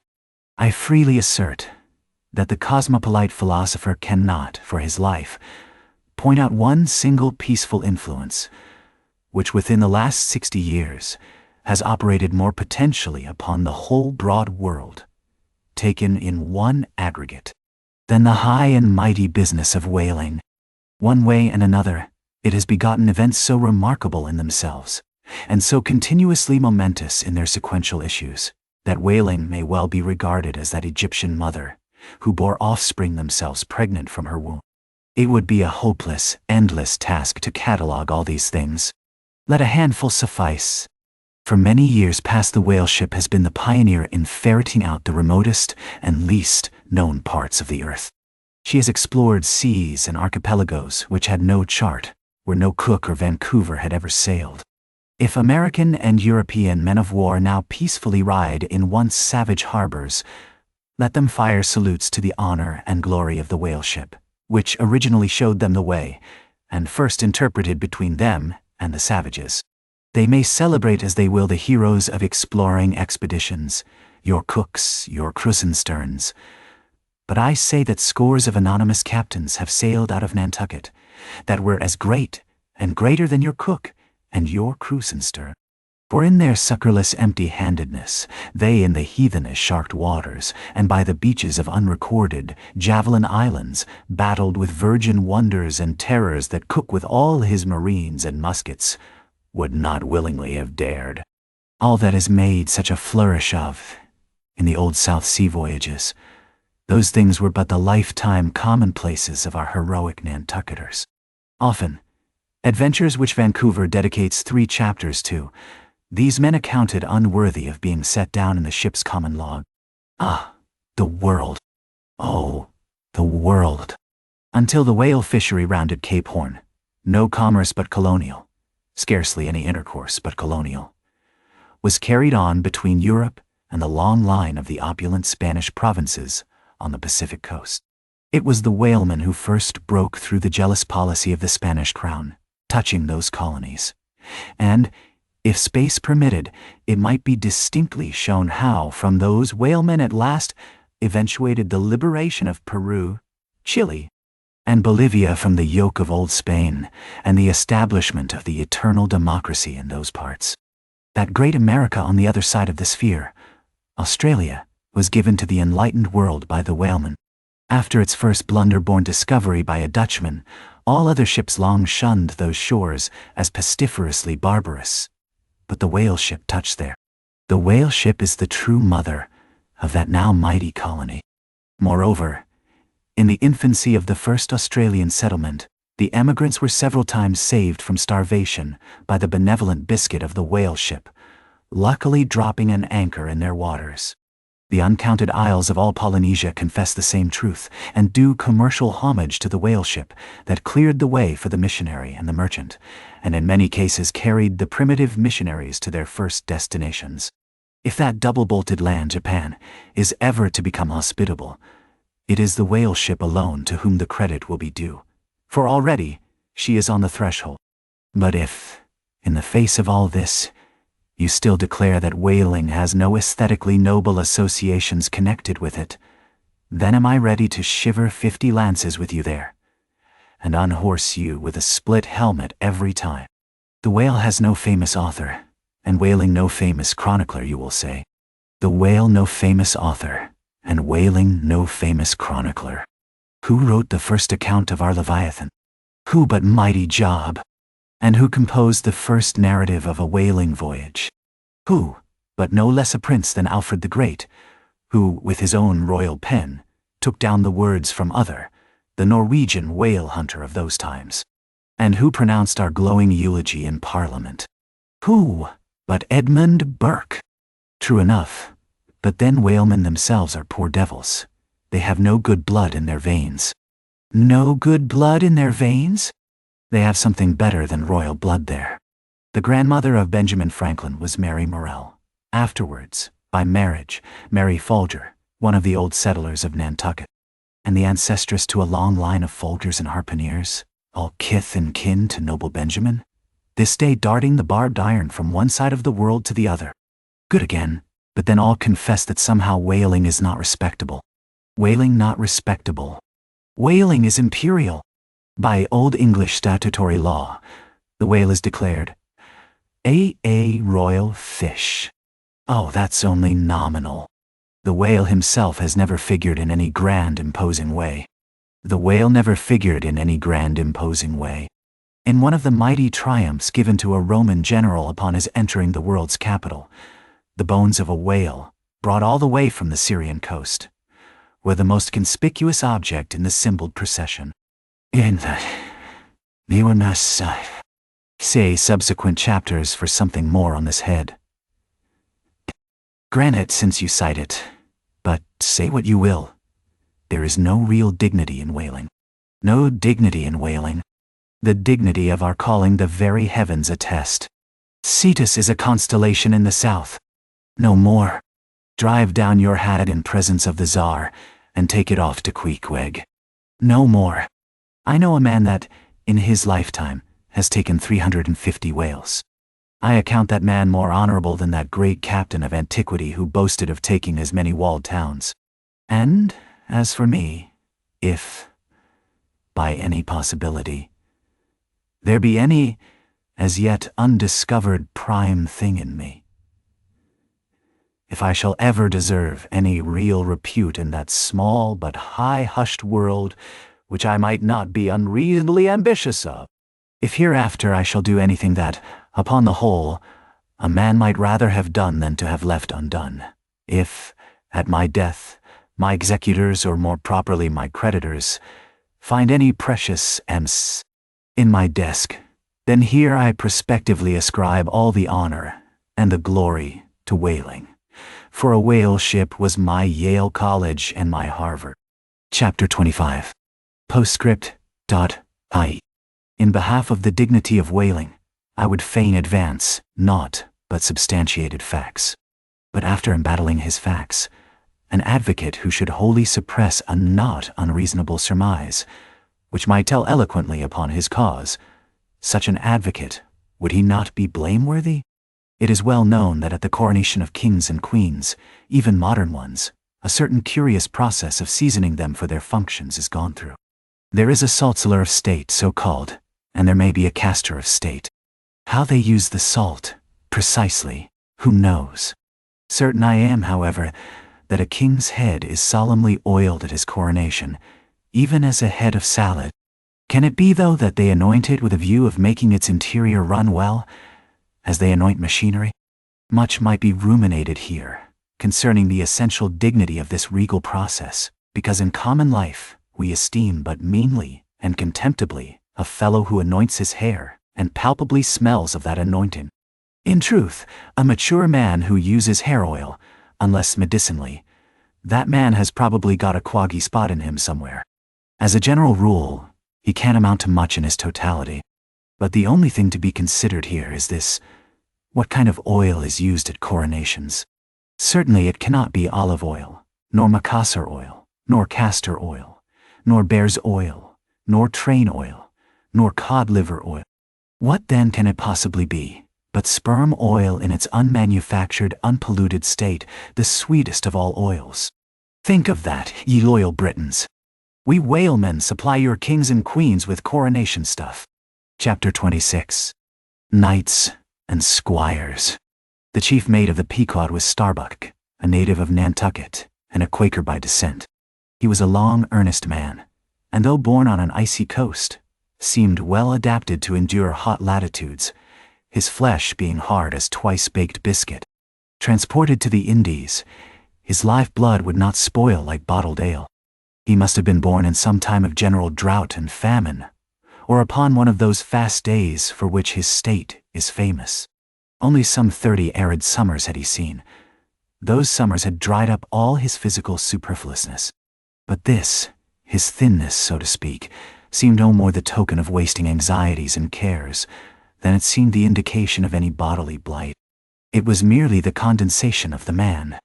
He was by no means ill-looking, quite the contrary. His pure tight skin was an excellent fit, and closely wrapped up in it, and embalmed with inner health and strength, like a revivified Egyptian. This Starbuck seemed prepared to endure for long ages to come, and to endure always, as now.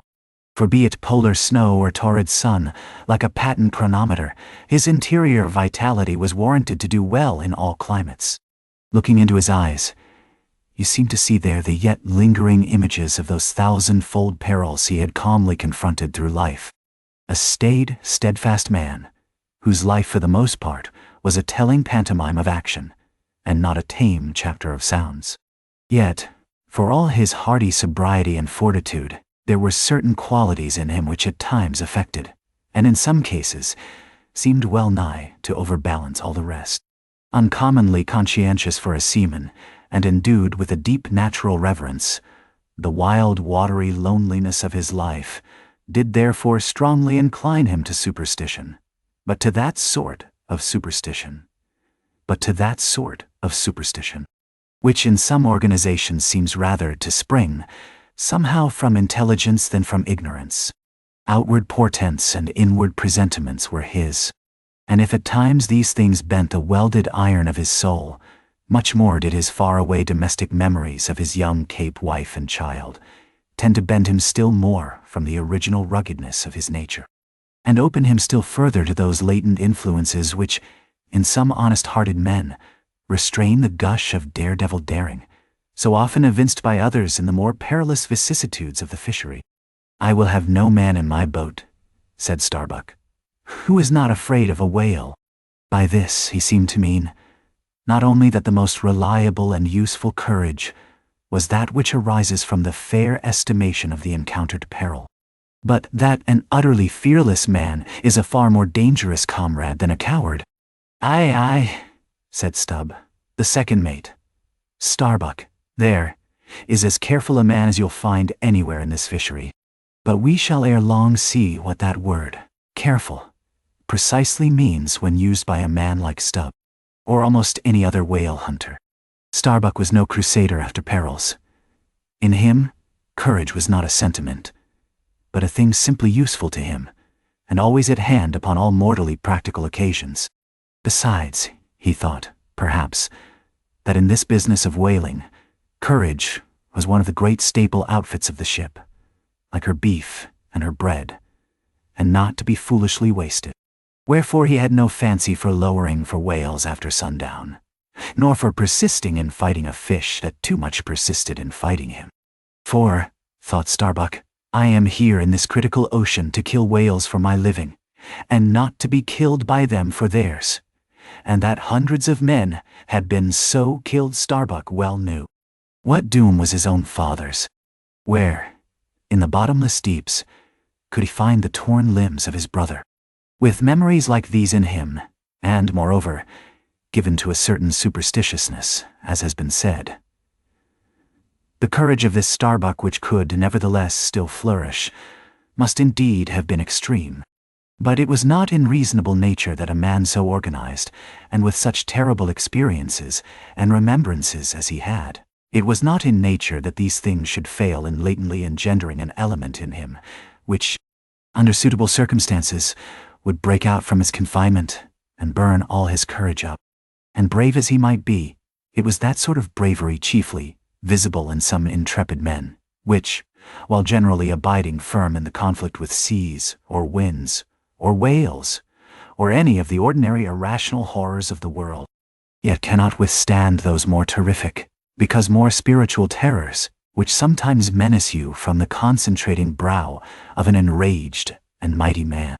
But were the coming narrative to reveal in any instance the complete abasement of poor Starbuck's fortitude, scarce might I have the heart to write it, for it is a thing most sorrowful, nay shocking, to expose the fall of valor in the soul. Men may seem detestable as joint stock companies and nations, knaves, fools, and murderers there may be. Men may have mean and meager faces, but man, in the ideal, is so noble and so sparkling, such a grand and glowing creature, that over any ignominious blemish in him all his fellows should run to throw their costliest robes. That immaculate manliness we feel within ourselves, so far within us, that it remains intact, though all the outer character seem gone, bleeds with keenest anguish at the undraped spectacle of a valor-ruined man. Nor can piety itself, at such a shameful sight, completely stifle her upbraidings against the permitting stars. But this august dignity I treat of is not the dignity of kings in robes, but that abounding dignity which has no robed investiture.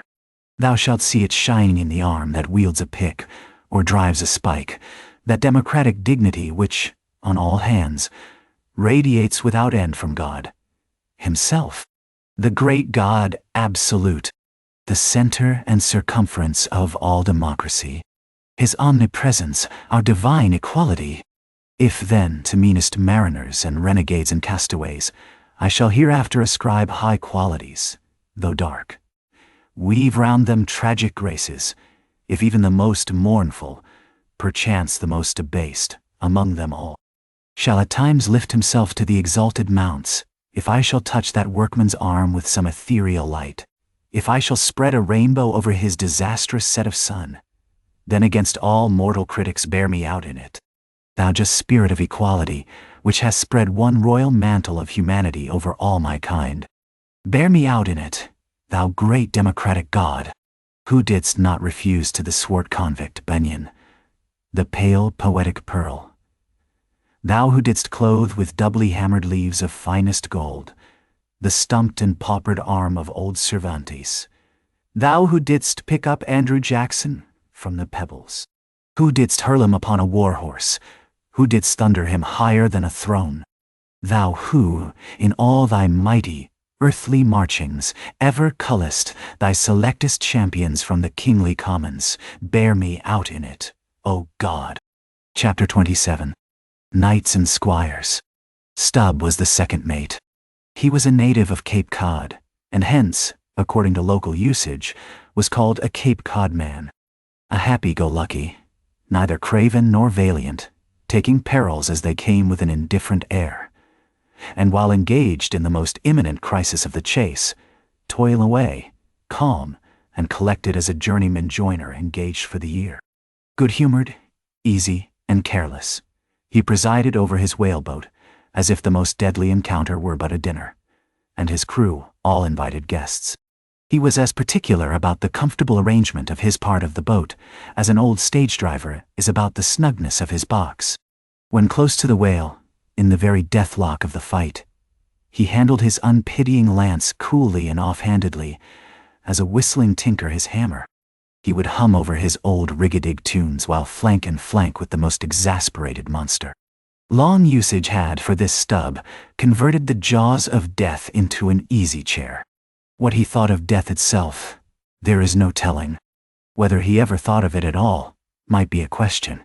But if he ever did chance to cast his mind that way after a comfortable dinner, no doubt, like a good sailor, he took it to be a sort of call of the watch to tumble aloft and bestir themselves there, about something which he would find out when he obeyed the order, and not sooner. What, perhaps, with other things, made Stubb such an easy-going, unfearing man, so cheerily trudging off with the burden of life in a world full of grave peddlers, all bowed to the ground with their packs? What helped to bring about that almost impious good humor of his? That thing must have been his pipe. For, like his nose, his short, black little pipe was one of the regular features of his face. You would almost as soon have expected him to turn out of his bunk without his nose as without his pipe. He kept a whole row of pipes there ready loaded, stuck in a rack, within easy reach of his hand, and whenever he turned in, he smoked them all out in succession, lighting one from the other to the end of the chapter, then loading them again to be in readiness anew. For, when Stubb dressed, instead of first putting his legs into his trousers, he put his pipe into his mouth. I say this continual smoking must have been one cause, at least, of his peculiar disposition. For everyone knows that this earthly air, whether ashore or afloat, is terribly infected with the nameless miseries of the numberless mortals who have died exhaling it. And as in time of the cholera, some people go about with a camphorated handkerchief to their mouths. So, likewise, against all mortal tribulations, Stubb's tobacco smoke might have operated as a sort of disinfecting agent. The third mate was Flask, a native of Tisbury, in Martha's Vineyard. A short, stout, ruddy young fellow, very pugnacious concerning whales, who somehow seemed to think that the great leviathans had personally and hereditarily affronted him, and therefore it was a sort of point of honor with him to destroy them whenever encountered. So utterly lost was he to all sense of reverence for the many marvels of their majestic bulk and mystic ways, and so dead to anything like an apprehension of any possible danger from encountering them, that in his poor opinion, the wondrous whale was but a species of magnified mouse, or at least water rat, requiring only a little circumvention and some small application of time and trouble in order to kill and boil. This ignorant, unconscious fearlessness of his made him a little waggish in the matter of whales. He followed these fish for the fun of it, and a 3 years' voyage round Cape Horn was only a jolly joke that lasted that length of time. As a carpenter's nails are divided into wrought nails and cut nails, so mankind may be similarly divided. Little Flask was one of the wrought ones, made to clinch tight and last long. They called him King Post on board of the Pequod, because in form he could be well likened to the short, square timber known by that name in Arctic whalers, and which by the means of many radiating side timbers inserted into it, serves to brace the ship against the icy concussions of those battering seas. Now these three mates, Starbuck, Stubb, and Flask, were momentous men. They it was who by universal prescription commanded 3 of the Pequod's boats as headsmen, in that grand order of battle in which Captain Ahab would probably marshal his forces to descend on the whales. These 3 headsmen were as captains of companies, or, being armed with their long, keen whaling spears, they were as a picked trio of lancers, even as the harpooners were flingers of javelins. And since in this famous fishery each mate or headsman, like a Gothic knight of old, is always accompanied by his boat steerer or harpooner, who in certain conjunctures provides him with a fresh lance when the former one has been badly twisted or elbowed in the assault. And moreover, as there generally subsists between the two a close intimacy and friendliness, it is therefore but meet that in this place we set down who the Pequod's harpooners were, and to what headsman each of them belonged. First of all was Queequeg, whom Starbuck, the chief mate, had selected for his squire. But Queequeg is already known. Next was Tashtego, an unmixed Indian from Gay Head, the most westerly promontory of Martha's Vineyard, where there still exists the last remnant of a village of red men, which has long supplied the neighboring island of Nantucket with many of her most daring harpooners. In the fishery, they usually go by the generic name of Gay Headers. Tashtego's long, lean, sable hair, his high cheekbones, and black rounding eyes, for an Indian, oriental in their largeness, but Antarctic in their glittering expression. All this sufficiently proclaimed him an inheritor of the unvitiated blood of those proud warrior hunters, who, in quest of the great New England moose, had scoured the aboriginal forests of the Maine. But no longer snuffing in the trail of the wild beasts of the woodland, Tashtego now hunted in the wake of the great whales of the sea, the unerring harpoon of the sun fitly replacing the infallible arrow of the sires.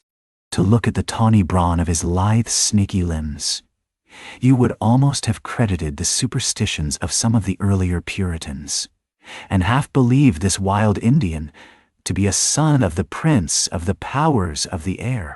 Tashtego was Stubb the second Mate's squire. Third among the harpooners was Dagoo, a gigantic, coal-black Negro savage, with a lion-like tread, and a hossaurus to behold. Suspended from his ears were two golden hoops, so large that the sailors called them ringbolts, and would talk of securing the topsail halyards to them. In his youth Dagoo had voluntarily shipped on board of a whaler, lying in a lonely bay on his native coast, and never having been anywhere in the world but in Africa, Nantucket, and the pagan harbors most frequented by whalemen, and having now led for many years the bold life of the fishery, in the ships of owners uncommonly heedful of what manner of men they shipped, Dagoo retained all his barbaric virtues, and erect as a giraffe, moved about the decks in all the pomp of 6'5" in his socks. There was a corporeal humility in looking up at him, and a white man standing before him seemed a white flag, come to beg truce of a fortress. Curious to tell, this imperial Negro, Ahasuerus Dagoo, was the squire of little Flask, who looked like a chessman beside him. As for the residue of the Pequod's company, be it said that at the present day not 1 in 2 of the many thousand men before the mast employed in the American whale fishery are Americans born, though pretty nearly all the officers are. Herein, it is the same with the American whale fishery, as with the American Army and military and merchant navies, and the engineering forces employed in the construction of the American canals and railroads. The same, I say, because in all these cases, the native American liberally provides the brains, the rest of the world as generously supplying the muscles. No small number of these whaling seamen belong to the Azores, where the outward-bound Nantucket whalers frequently touch to augment their crews from the hardy peasants of those rocky shores. In like manner, the Greenland whalers sailing out of Hull or London put in at the Shetland Islands to receive the full complement of their crew. Upon the passage homewards they drop them there again. How it is, there is no telling, but islanders seem to make the best whalemen. They were nearly all islanders in the Pequod, isolados too, I call such, not acknowledging the common continent of men, but each isolado living on a separate continent of his own. Yet now federated along one keel, what a set these isolados were! An Anacharsis Cloots deputation from all the isles of the sea, and all the ends of the earth, accompanying old Ahab in the Pequod to lay the world's grievances before that bar from which not very many of them ever come back. Black little Pip, he never did. Oh no! He went before. Poor Alabama boy! On the grim Pequod's forecastle, ye shall ere long see him, beating his tambourine, prelusive of the eternal time, when sent for to the great quarter-deck on high, he was bid strike in with angels, and beat his tambourine in glory. Called a coward here, Hailed a hero there. Chapter 28. Ahab. For several days after leaving Nantucket, nothing above hatches was seen of Captain Ahab. The mates regularly relieved each other at the watches, and for aught that could be seen to the contrary, they seemed to be the only commanders of the ship, only they sometimes issued from the cabin with orders so sudden and peremptory that after all, it was plain they but commanded vicariously. Yes, their supreme lord and dictator was there, though hitherto unseen by any eyes, not permitted to penetrate into the now sacred retreat of the cabin. Every time I ascended to the deck from my watches below, I instantly gazed aft to mark if any strange face were visible. For my first vague disquietude touching the unknown captain, now in the seclusion of the sea, became almost a perturbation. This was strangely heightened at times by the ragged Elijah's diabolical incoherences uninvitedly recurring to me, with a subtle energy I could not have before conceived of. But poorly could I withstand them, much as in other moods, I was almost ready to smile at the solemn whimsicalities of that outlandish prophet of the wharves.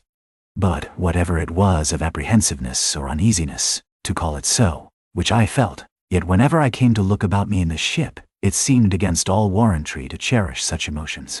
For though the harpooners, with the great body of the crew, were a far more barbaric, heathenish, and motley set than any of the tame merchant ship companies which my previous experiences had made me acquainted with, still I ascribed this, and rightly ascribed it, to the fierce uniqueness of the very nature of that wild Scandinavian vocation in which I had so abandonedly embarked. But it was especially the aspect of the three chief officers of the ship, the mates, which was most forcibly calculated to allay these colorless misgivings and induce confidence and cheerfulness in every presentment of the voyage.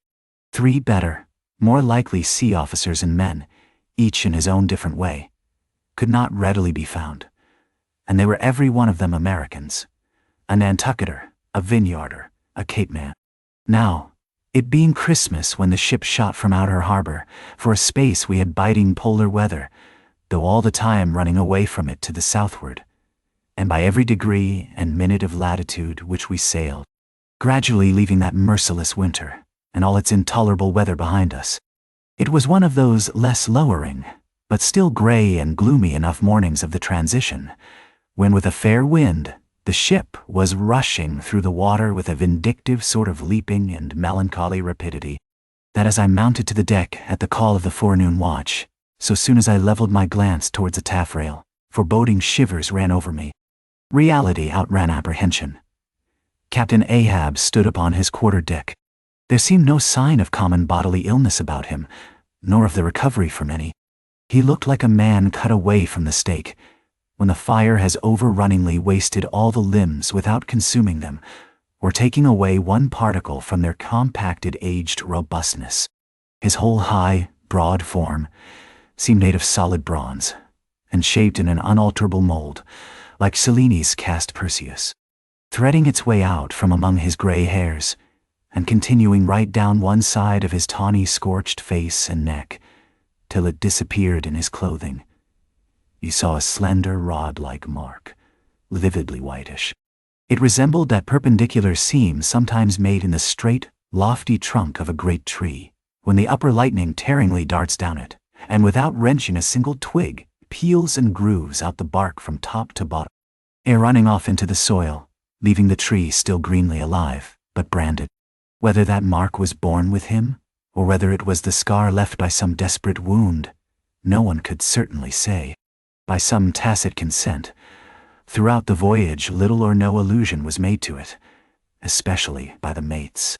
But once Tashtego Sr., an old gay-head Indian among the crew, superstitiously asserted that not till he was full 40 years old did Ahab become that way branded, and then it came upon him, not in the fury of any mortal fray, but in an elemental strife at sea.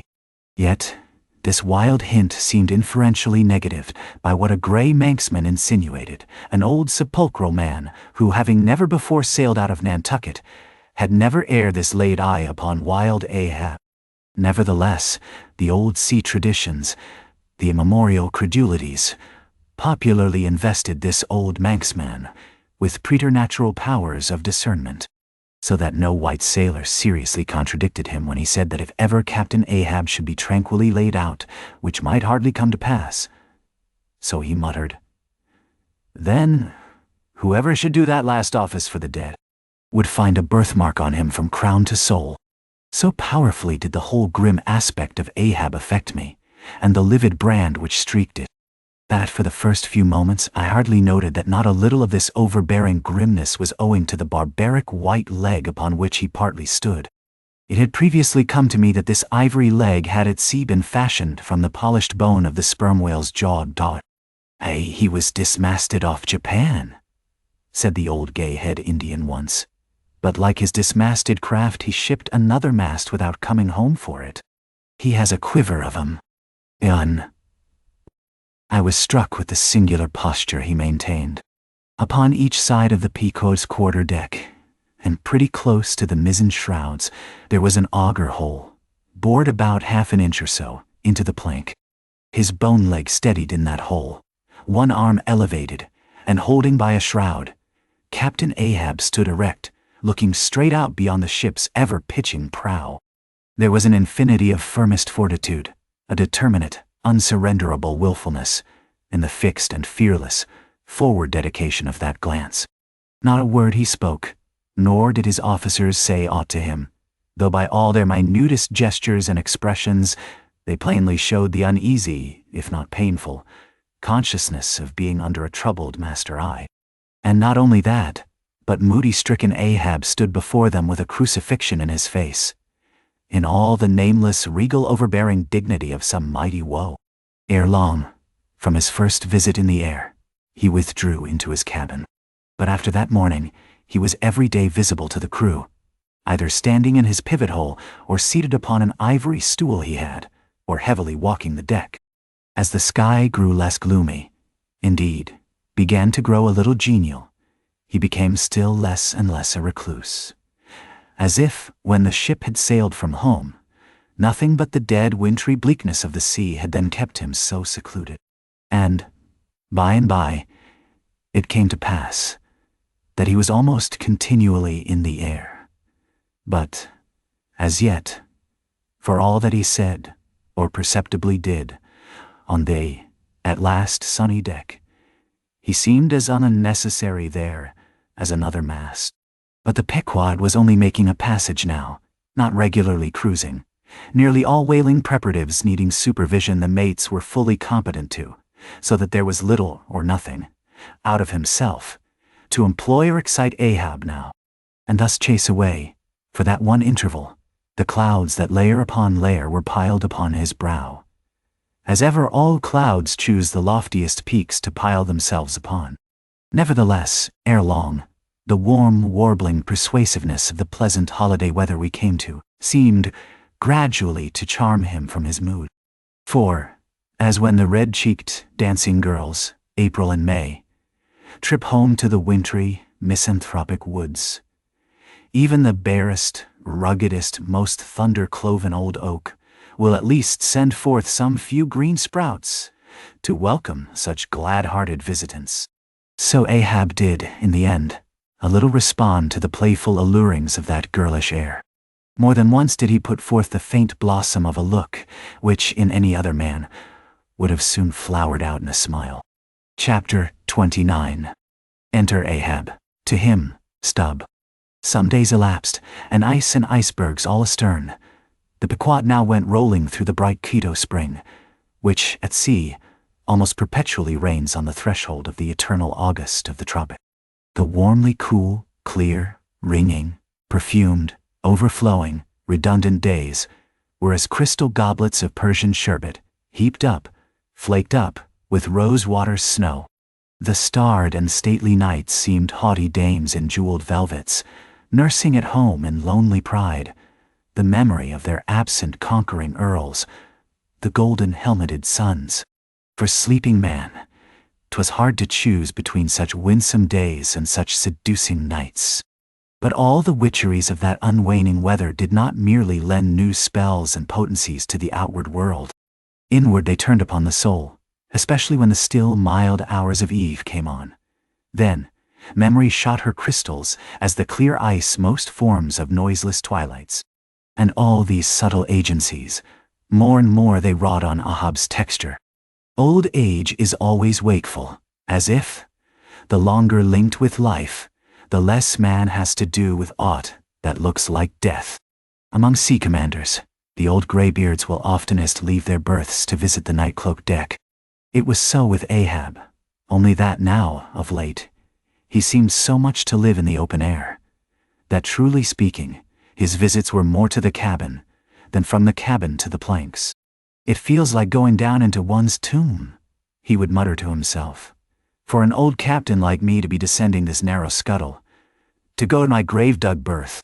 So, almost every 24 hours, when the watches of the night were set, and the band on deck sentineled the slumbers of the band below, and when, if a rope was to be hauled upon the forecastle, the sailors flung it not rudely down, as by day, but with some cautiousness dropped it to its place for fear of disturbing their slumbering shipmates.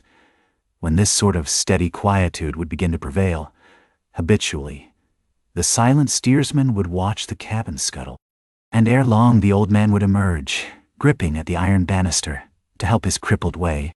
Some considering touch of humanity was in him, for at times like these, he usually abstained from patrolling the quarterdeck, because to his wearied mates, seeking repose within 6 inches of his ivory heel, such would have been the reverberating crack and din of that bony step, that their dreams would have been on the crunching teeth of sharks.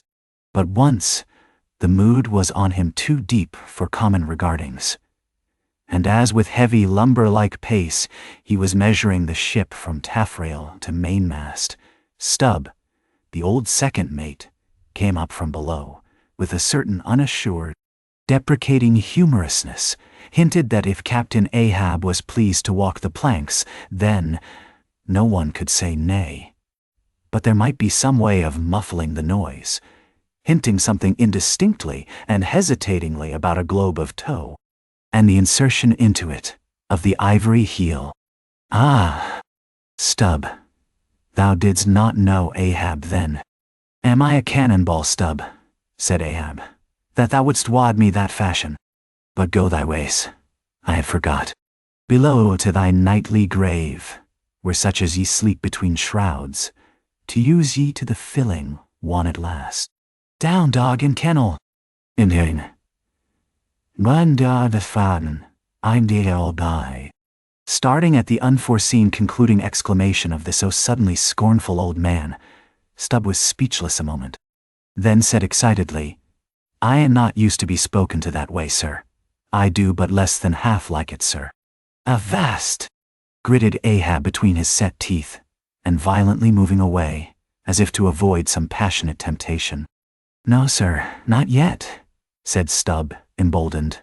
"I will not tamely be called a dog, sir. Then be called 10 times a donkey, and a mule, and an ass, and begone, or I'll clear the world of thee."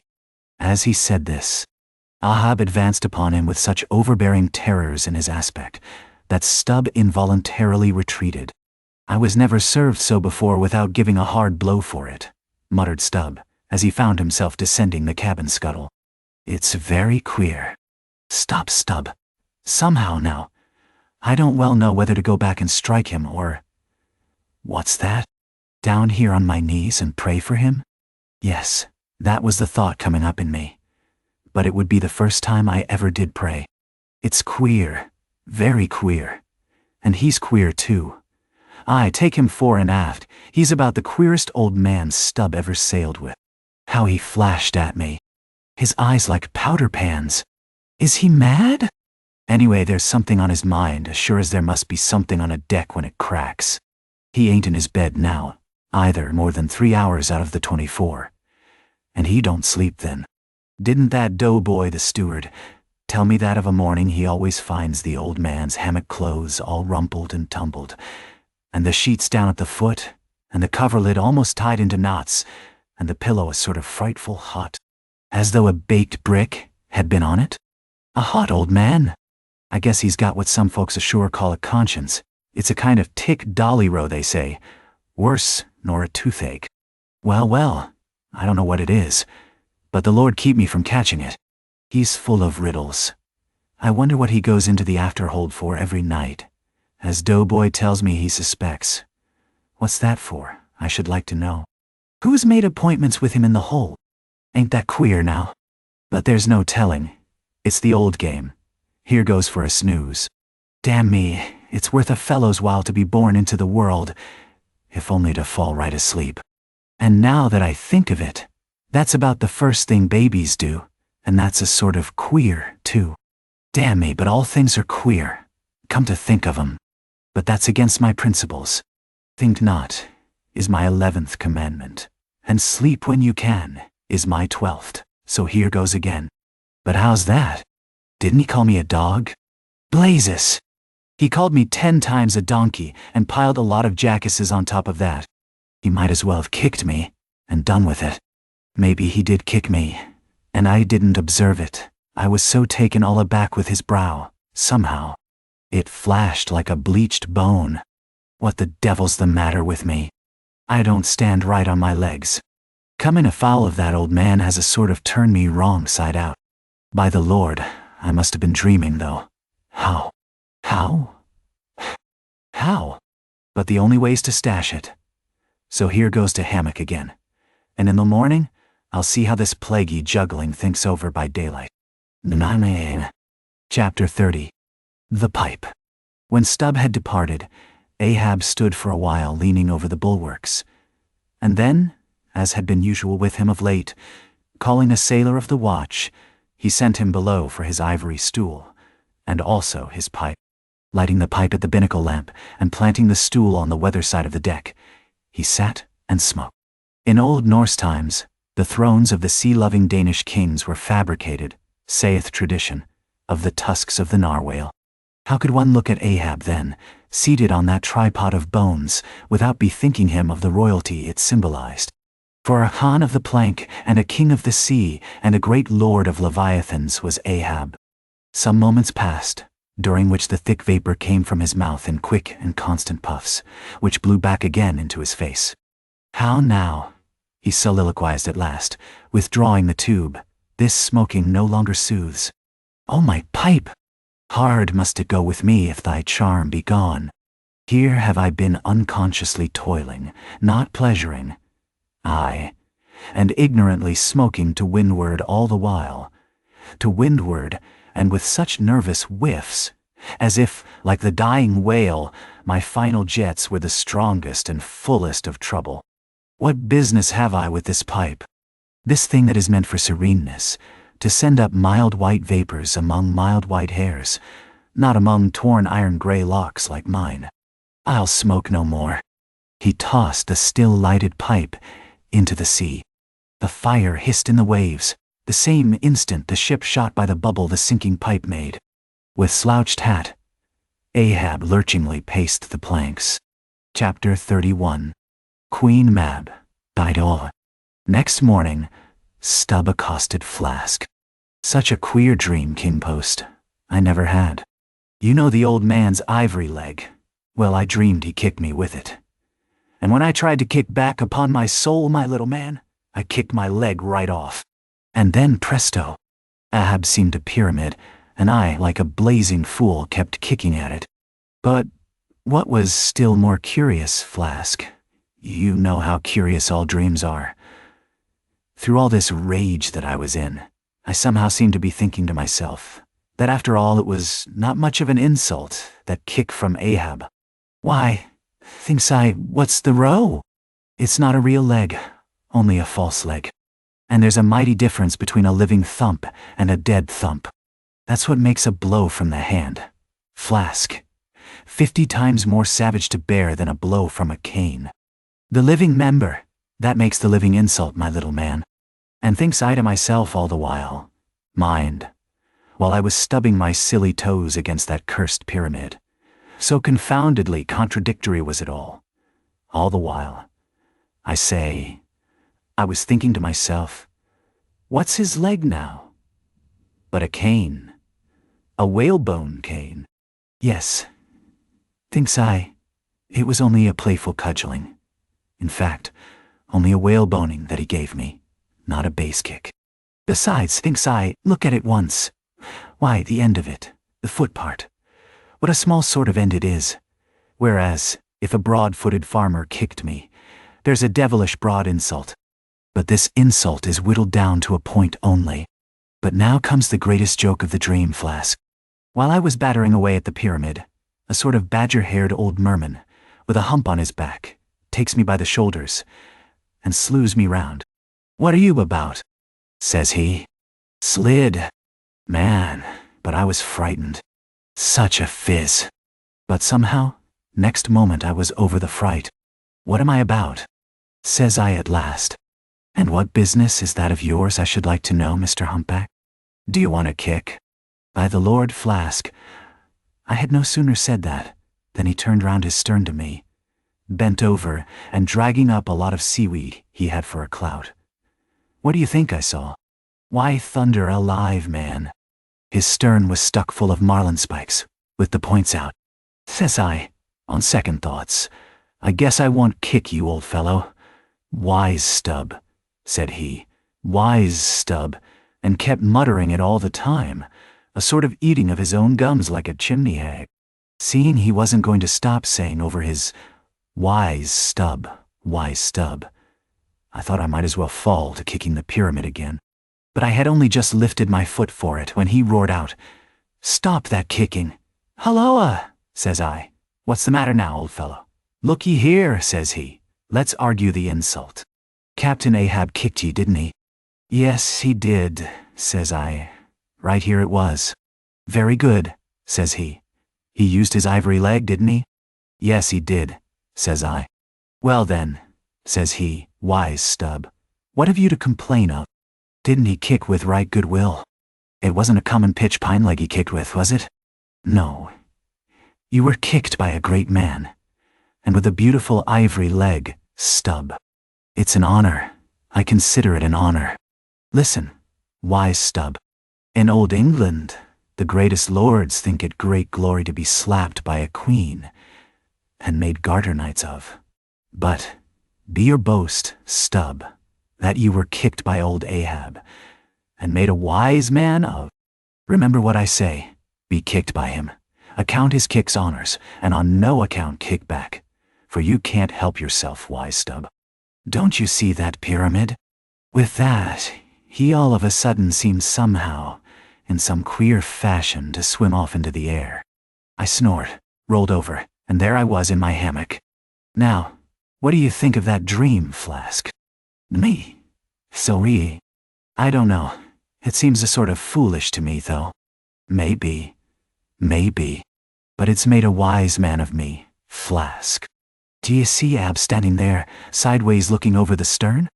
Well, the best thing you can do, Flask, is to let the old man alone. Never speak to him, whatever he says. Halloa! What's that he shouts? Hark! Nay, Masthead there. Look sharp, all of ye. There are whales hereabouts. If ye see a white one, split your lungs for him. What do you think of that now, Flask? Ain't there a small drop of something queer about that, eh? A white whale. Did ye mark that, man? Look ye, there is something special in the wind. Stand by for it, Flask. Ahab has that's bloody on his mind. But Mum, he comes this way. Why? Chapter 32. Cetology. Already we are boldly launched upon the deep, but soon we shall be lost in its unshored, harborless immensities. Ere that come to pass, ere the Pequod's weedy hull rolls side by side with the barnacled hulls of the Leviathan, at the outset, it is but well to attend to a matter almost indispensable to a thorough appreciative understanding of the more special Leviathanic revelations and allusions of all sorts which are to follow. It is some systematized exhibition of the whale in his broad genera that I would now fain put before you. Yet is it no easy task. The classification of the constituents of a chaos, nothing less is here essayed. Listen to what the best and latest authorities have laid down. No branch of zoology is so much involved as that which is entitled cetology, says Captain Scoresby, A.D. 1820. It is not my intention, were it in my power, to enter into the inquiry as to the true method of dividing the cetacea into groups and families.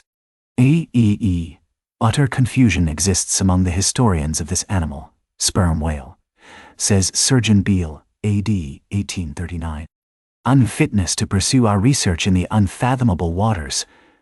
Impenetrable veil covering our knowledge of the cetacea. Fields strewn with thorns. All these incomplete indications, but serve to torture us naturalists. Thus speak of the whale, the great Cuvier, and John Hunter, and Lesson, those lights of zoology and anatomy. Nevertheless, though of real knowledge there be little, yet of books there are plenty.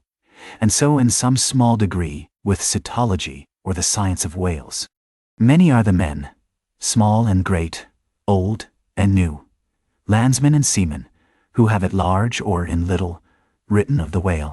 Run over a few, the authors of the Bible, Aristotle, Pliny, Aldrovandi, Sir Thomas Browne, Gay Lewis, Rondeletius, Willoughby, Green, Artedi, Sibbald, Brisson, Martin, Latsepade, Bonneterre, Fismarest, Baron Cuvier, Frederick Cuvier, John Hunter, Owen, Scoresby, Beale, Bennett, J. Ross Brown, the author of Miriam Coffin, Olmsted, and the Reverend Shep. T. Cheever. But to what ultimate generalizing purpose all these have written, the above-cited extracts will show. Of the names in this list of whale authors, only those following Owen ever saw living whales, and but one of them was a real professional harpooner and whaleman. I mean Captain Scoresby. On the separate subject of the Greenland or right whale, he is the best existing authority. But Scoresby knew nothing, and says nothing of the great sperm whale, compared with which the Greenland whale is almost unworthy mentioning. And here be it said, that the Greenland whale is an usurper upon the throne of the seas. He is not even by any means the largest of the whales. Yet, owing to the long priority of his claims, and the profound ignorance which, till some 70 years back, invested the then fabulous or utterly unknown sperm whale, and which ignorance to this present day still reigns in all but some few scientific retreats and whale ports, this usurpation has been every way complete. Reference to nearly all the Leviathanic allusions in the great poets of past days will satisfy you that the Greenland whale, without one rival, was to them the monarch of the seas. But the time has at last come for a new proclamation. This is Charing Cross. Hear ye. Good people all, the Greenland whale is deposed, the great sperm whale now reigneth. There are only 2 books in being which at all pretend to put the living sperm whale before you, and at the same time, in the remotest degree succeed in the attempt. Those books are Beale's and Bennett's, both in their time surgeons to English South Sea whale ships, and both exact and reliable men. The original matter touching the sperm whale to be found in their volumes is necessarily small. But so far as it goes, it is of excellent quality, though mostly confined to scientific description. As yet, however, the sperm whale, scientific or poetic, lives not complete in any literature. Far above all other hunted whales, his is an unwritten life. Now, the various species of whales need some sort of popular comprehensive classification, if only an easy outline one for the present, hereafter to be filled in all its departments by subsequent laborers. As no better man advances to take this matter in hand, I hereupon offer my own poor endeavors. I promise nothing complete, because any human thing supposed to be complete must for that very reason infallibly be faulty. I shall not pretend to a minute anatomical description of the various species, or, in this place at least, to much of any description. My object here is simply to project the draft of a systematization of cetology. I am the architect, not the builder. But it is a ponderous task. No ordinary letter sorter in the post office is equal to it. To grope down into the bottom of the sea after them, to have one's hands among the unspeakable foundations, ribs, and very pelvis of the world. This is a fearful thing. What am I that I should essay to hook the nose of this Leviathan? The awful tauntings in Job might well appall me. Will he, the Leviathan, make a covenant with thee? Behold, the hope of him is vain. But I have swam through libraries and sailed through oceans. I have had to do with whales with these visible hands. I am in earnest, and I will try. There are some preliminaries to settle. First, the uncertain, unsettled condition of this science of cetology is in the very vestibule attested by the fact that in some quarters it still remains a moot point whether a whale be a fish. In his System of Nature, A.D. 1776, Linnaeus declares, "I hereby separate the whales from the fish." But of my own knowledge, I know that down to the year 1850, sharks and shad, alewives and herring, against Linnaeus's express edict, were still found dividing the possession of the same seas with the Leviathan. The grounds upon which Linnaeus would fain have banished the whales from the waters, he states as follows: "On account of their warm, bilocular heart, their lungs, their movable eyelids, their hollow ears, penem intrantem feminam mammis lactantum, and finally, ex leg naturae jur meritoc." I submitted all this to my friends, Simeon Macy and Charlie Coffin, of Nantucket, both messmates of mine in a certain voyage, and they united in the opinion that the reasons set forth were altogether insufficient. Charlie profanely hinted they were humbug. Be it known that, waiving all argument, I take the good old-fashioned ground that the whale is a fish, and call upon Holy Jonah to back me. This fundamental thing settled, the next point is, in what internal respect does the whale differ from other fish? Above, Linnaeus has given you those items, but in brief, they are these: lungs and warm blood, whereas all other fish are lungless and cold-blooded. Next, how shall we define the whale by his obvious externals, so as conspicuously to label him for all time to come? To be short, then, a whale is a spouting fish with a horizontal tail. There you have him. However contracted, that definition is the result of expanded meditation. A walrus spouts much like a whale, but the walrus is not a fish, because he is amphibious.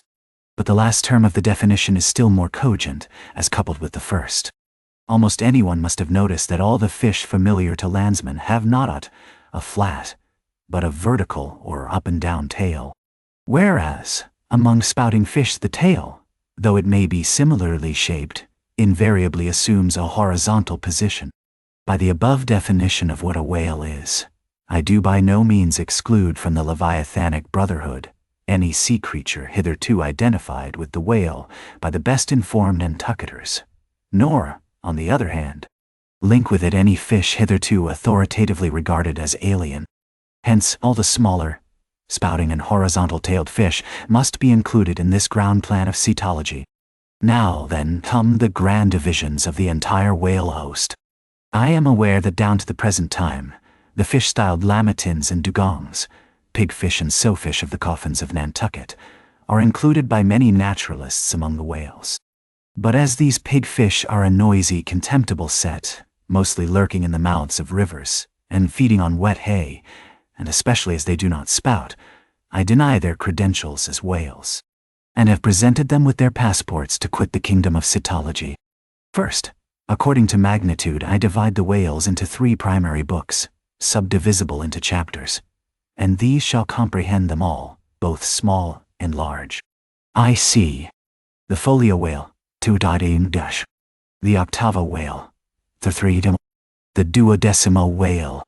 As the type of the folio, I present the sperm whale, of the octavo, the grampus, of the duodecimo, the porpoise. Folios. Among these I here include the following chapters. I. The sperm whale, 2.0. The right whale, the 3a. The finback whale, IV. The humpbacked whale, V. The razorback whale, Vitwo. The sulphur bottom whale. Book I. Folio. Chapter 1. Sperm whale. This whale, among the English of old vaguely known as the trumpa whale, and the physeter whale, and the anvil-headed whale, is the present cachalot of the French, and the potsvik of the Germans, and the macrocephalus of the long words. He is without doubt the largest inhabitant of the globe, the most formidable of all whales to encounter, the most majestic in aspect, and lastly, by far the most valuable in commerce, he being the only creature from which that valuable substance, spermaceti, is obtained. All his peculiarities will, in many other places, be enlarged upon. It is chiefly with his name that I now have to do. Philologically considered, it is absurd. Some centuries ago, when the sperm whale was almost wholly unknown in his own proper individuality, and when his oil was only accidentally obtained from the stranded fish, in those days spermaceti, it would seem, was popularly supposed to be derived from a creature identical with the one then known in England as the Greenland or right whale. It was the idea also that this same spermaceti was that quickening humor of the Greenland whale which the first syllable of the word literally expresses. In those times also, spermaceti was exceedingly scarce, not being used for light, but only as an ointment and medicament. It was only to be had from the druggists as you nowadays buy an ounce of rhubarb. When, as I opine, in the course of time, the true nature of spermaceti became known, its original name was still retained by the dealers, no doubt to enhance its value by a notion so strangely significant of its scarcity. And so the appellation must at last have come to be bestowed upon the whale from which this spermaceti was really derived. Book 1. Folio. Chapter 2-1. Right whale. In one respect this is the most venerable of the leviathans, being the one first regularly hunted by man. It yields the article commonly known as whalebone or baleen, and the oil specially known as whale oil, an inferior article in commerce. Among the fishermen he is indiscriminately designated by all the following titles: the whale, the Greenland whale, the black whale, the great whale, the dright whale. There is a deal of obscurity concerning the identity of the species thus multitudinously baptized. What then is the whale, which I include in the second species of my folios? It is the great mysticetus of the English naturalists, the Greenland whale of the English whalemen, the baleine ordinaire of the French whalemen, the Groenland's wallfish of the Swedes. It is the whale which for more than 2 centuries past has been hunted by the Dutch and English in the Arctic seas. It is the whale which the American fishermen have long pursued in the Indian Ocean, on the Brazil banks, on the West Coast, and various other parts of the world, designated by them right whale cruising grounds. Some pretend to see a difference between the Greenland whale of the English and the right whale of the Americans. But they precisely agree in all their grand features, nor has there yet been presented a single determinate fact upon which to ground a radical distinction. It is by endless subdivisions based upon the most inconclusive differences that some departments of natural history become so repellingly intricate. The right whale will be elsewhere treated of at some length, with reference to elucidating the sperm whale. Book 1. Folio. Chapter 3. Finback. Day. Under this head I reckon a monster which, by the various names of finback, tallspout, and longjohn, has been seen almost in every sea, and is commonly the whale whose distant jet is so often descried by passengers crossing the Atlantic in the New York packet tracks. In the length he attains, and in his baleen, the finback resembles the right whale, but is of a less portly girth, and a lighter color, approaching to olive. His great lips present a cable-like aspect, formed by the intertwisting, slanting folds of large wrinkles. His grand distinguishing feature, the fin, from which he derives his name, is often a conspicuous object. This fin is some 3 or 4 feet long, growing vertically from the hinder part of the back, of an angular shape, and with a very sharp pointed end. Even if not the slightest other part of the creature be visible, this isolated fin will at times be seen plainly projecting from the surface. When the sea is moderately calm, and slightly marked with spherical ripples, and this gnomon-like fin stands up and casts shadows upon the wrinkled surface, it may well be supposed that the watery circle surrounding it somewhat resembles a dial, with its style and wavy hour lines graved on it. On that Ahab's dial the shadow often goes back. The finback is not gregarious. He seems a whale-hater, as some men are man-haters, very shy, always going solitary, unexpectedly rising to the surface in the remotest and most sullen waters, his straight and single lofty jet rising like a tall misanthropic spear upon a barren plain. Gifted with such wondrous power and velocity in swimming as to defy all present pursuit from man, this Leviathan seems the banished and unconquerable Cain of his race, bearing for his mark that style upon his back. From having the baleen in his mouth, the finback is sometimes included with the right whale, among a theoretic species denominated whalebone whales, that is, whales with baleen. Of these so-called whalebone whales, there would seem to be several varieties, most of which, however, are little known. Broad-nosed whales and beaked whales, pike-headed whales, bunched whales, under-jawed whales and rostrated whales are the fishermen's names for a few sorts. In connection with this appellative of whalebone whales, it is of great importance to mention that however such a nomenclature may be convenient in facilitating allusions to some kind of whales, yet it is in vain to attempt a clear classification of the Leviathan, founded upon either his baleen or hump, or fin, or teeth. Notwithstanding that those marked parts or features very obviously seem better adapted to afford the basis for a regular system of cetology than any other detached bodily distinctions, which the whale, in his kinds, presents. How then? The baleen, hump, back fin and teeth. These are things whose peculiarities are indiscriminately dispersed among all sorts of whales, without any regard to what may be the nature of their structure in other and more essential particulars. Thus, the sperm whale and the humpbacked whale each has a hump, but there the similitude ceases. Then this same humpbacked whale and the Greenland whale, each of these has baleen, but there again the similitude ceases. And it is just the same with the other parts above mentioned. In various sorts of whales, they form such irregular combinations, or in the case of any one of them detached, such an irregular isolation, as utterly to defy all general methodization formed upon such a basis. On this rock every one of the whale naturalists has split, but it may possibly be conceived that, in the internal parts of the whale, in his anatomy, there, at least, we shall be able to hit the right classification. Nay, what thing, for example, is there in the Greenland whale's anatomy more striking than his baleen? Yet we have seen that by his baleen it is impossible correctly to classify the Greenland whale. And if you descend into the bowels of the various leviathans, why there you will not find distinctions of 50th part as available to the systematizer as those external ones already enumerated. What then remains?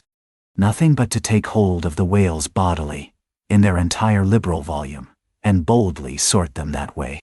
And this is the bibliographical system here adopted, and it is the only one that can possibly succeed, for it alone is practicable.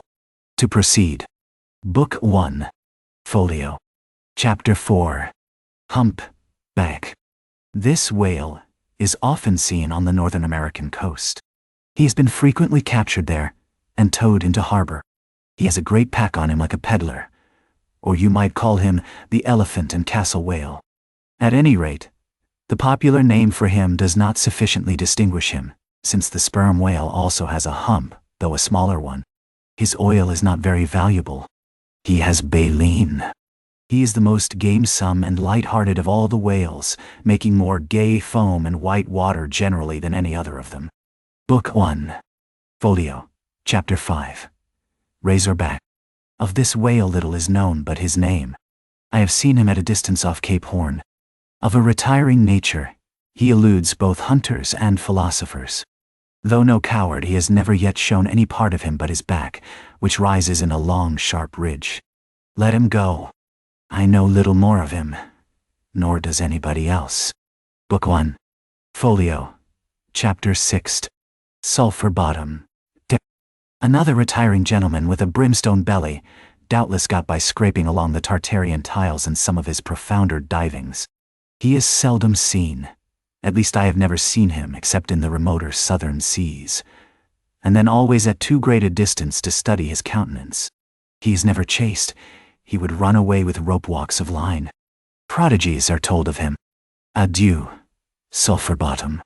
I can say nothing more that is true of ye, nor can the oldest Nantucketer. Thus ends Book I, folio. And now begins Book II, octavo, dut, octavos. These embrace the whales of middling magnitude, among which present may be numbered I, the grampus, tautaria, the black fish, 3, the narwhale, I4, the thrasher, V, the killer. Why this book of whales is not denominated the quarto is very plain. Because while the whales of this order, though smaller than those of the former order, nevertheless retain a proportionate likeness to them in figure, yet the bookbinder's quarto volume in its dimensioned form does not preserve the shape of the folio volume, but the octavo volume does. Book II, octavo, Chapter 1, Grampus. Though this fish, whose loud sonorous breathing, or rather blowing, has furnished a proverb to landsmen, is so well known a denizen of the deep, yet is he not popularly classed among whales. But possessing all the grand distinctive features of the Leviathan, most naturalists have recognized him for one. He is of moderate octavo size, varying from 15 to 25 feet in length, and of corresponding dimensions round the waist. He swims in herds. He is never regularly hunted, though his oil is considerable in quantity, and pretty good for light. By some fishermen, his approach is regarded as premonitory of the advance of the great sperm whale. Book II, octavo, Chapter 2. Blackfish. I give the popular fishermen's names for all these fish, for generally they are the best. Where any name happens to be vague or inexpressive, I shall say so, and suggest another. I do so now, touching the blackfish, so called, because blackness is the rule among almost all whales. So, call him the hyena whale if you please. His voracity is well known, and from the circumstance that the inner angles of his lips are curved upwards, he carries an everlasting Mephistophelian grin on his face. This whale averages some 16 or 18 feet in length. He is found in almost all latitudes. He has a peculiar way of showing his dorsal hooked fin in swimming, which looks something like a Roman nose. When not more profitably employed, the sperm whale hunters sometimes capture the hyena whale to keep up the supply of cheap oil for domestic employment, as some frugal housekeepers, in the absence of company, and quite alone by themselves, burn unsavory tallow instead of odorous wax. Though their blubber is very thin, some of these whales will yield you upwards of 30 gallons of oil. Book II, octavo, Chapter 3, Narwhala, that is, nostril whale. Another instance of a curiously named whale, so named I suppose from his peculiar horn being originally mistaken for a peaked nose. The creature is some 16 feet in length, while its horn averages 5 feet, though some exceed 10 and even attain to 15 feet. Strictly speaking, this horn is but a lengthened tusk, growing out from the jaw in a line a little depressed from the horizontal. But it is only found on the sinister side, which has an ill effect, giving its owner something analogous to the aspect of a clumsy left-handed man. What precise purpose this ivory horn or lance answers, it would be hard to say. It does not seem to be used like the blade of the swordfish and billfish, though some sailors tell me that the narwhal employs it for a rake in turning over the bottom of the sea for food. Charlie Coffin said it was used for an ice piercer, for the narwhal, rising to the surface of the polar sea and finding it sheeted with ice, thrusts his horn up and so breaks through. But you cannot prove either of these surmises to be correct. My own opinion is that however this one-sided horn may really be used by the narwhal, however that may be, it would certainly be very convenient to him for a folder in reading pamphlets. The narwhal I have heard called the tusked whale, the horned whale, and the unicorn whale. He is certainly a curious example of the unicornism to be found in almost every kingdom of animated nature. From certain cloistered old authors, I have gathered that this same sea unicorn's horn was in ancient days regarded as the great antidote against poison, and as such, preparations of it brought immense prices. It was also distilled to a volatile salts for fainting ladies, the same way that the horns of the male deer are manufactured into hartshorn. Originally, it was in itself accounted an object of great curiosity. Black letter tells me that Sir Martin Frobisher on his return from that voyage, when Queen Bess did gallantly wave her jewelled hand to him from a window of Greenwich Palace as his bold ship sailed down the Thames. When Sir Martin returned from that voyage, saith Black letter, on bended knees he presented to her Highness a prodigious long horn of the narwhale, which for a long period after hung in the castle at Windsor. An Irish author avers that the Earl of Leicester, on bended knees, did likewise present to her Highness another horn, pertaining to a land beast of the unicorn nature. The narwhale has a very picturesque, leopard-like look, being of a milk-white ground color, dotted with round and oblong spots of black. His oil is very superior, clear, and fine, but there is little of it, and he is seldom hunted. He is mostly found in the circumpolar seas. Book 2, Tata. Octavo. Chapter 4. Killer. Of this whale little is precisely known to the Nantucketer, and nothing at all to the professed naturalist. From what I have seen of him at a distance, I should say that he was about the bigness of a grampus. He is very savage, a sort of figi fish. He sometimes takes the great folio whales by the lip and hangs there like a leech, till the mighty brute is worried to death. The killer is never hunted. I never heard what sort of oil he has. Exception might be taken to the name bestowed upon this whale, on the ground of its indistinctness. For we are all killers, on land and on sea, Bonapartes and sharks included. Book 2, Tatkamsand. Octavo, Chapter 5. Thrasher. This gentleman is famous for his tail, which he uses for a ferule in thrashing his foes.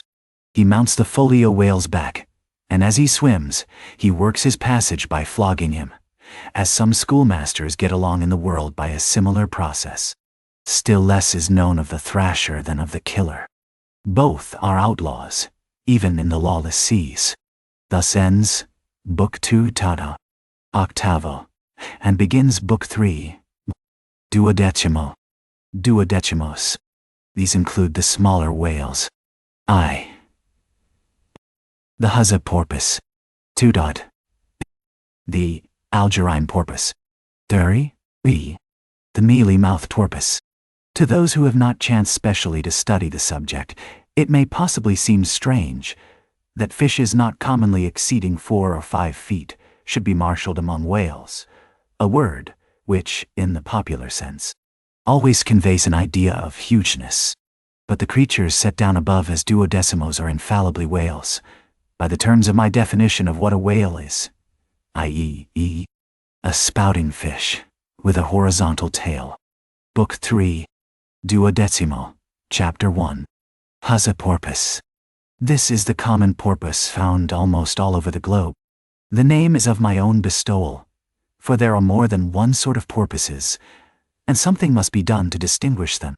I call him thus, because he always swims in hilarious shoals, which upon the broad sea keep tossing themselves to heaven like caps in a 4th of July crowd. Their appearance is generally hailed with delight by the mariner. Full of fine spirits, they invariably come from the breezy billows to windward. They are the lads that always live before the wind. They are counted a lucky omen. If you yourself can withstand 3 cheers at beholding these vivacious fish, then heaven help ye, the spirit of godly gamesomeness is not in ye.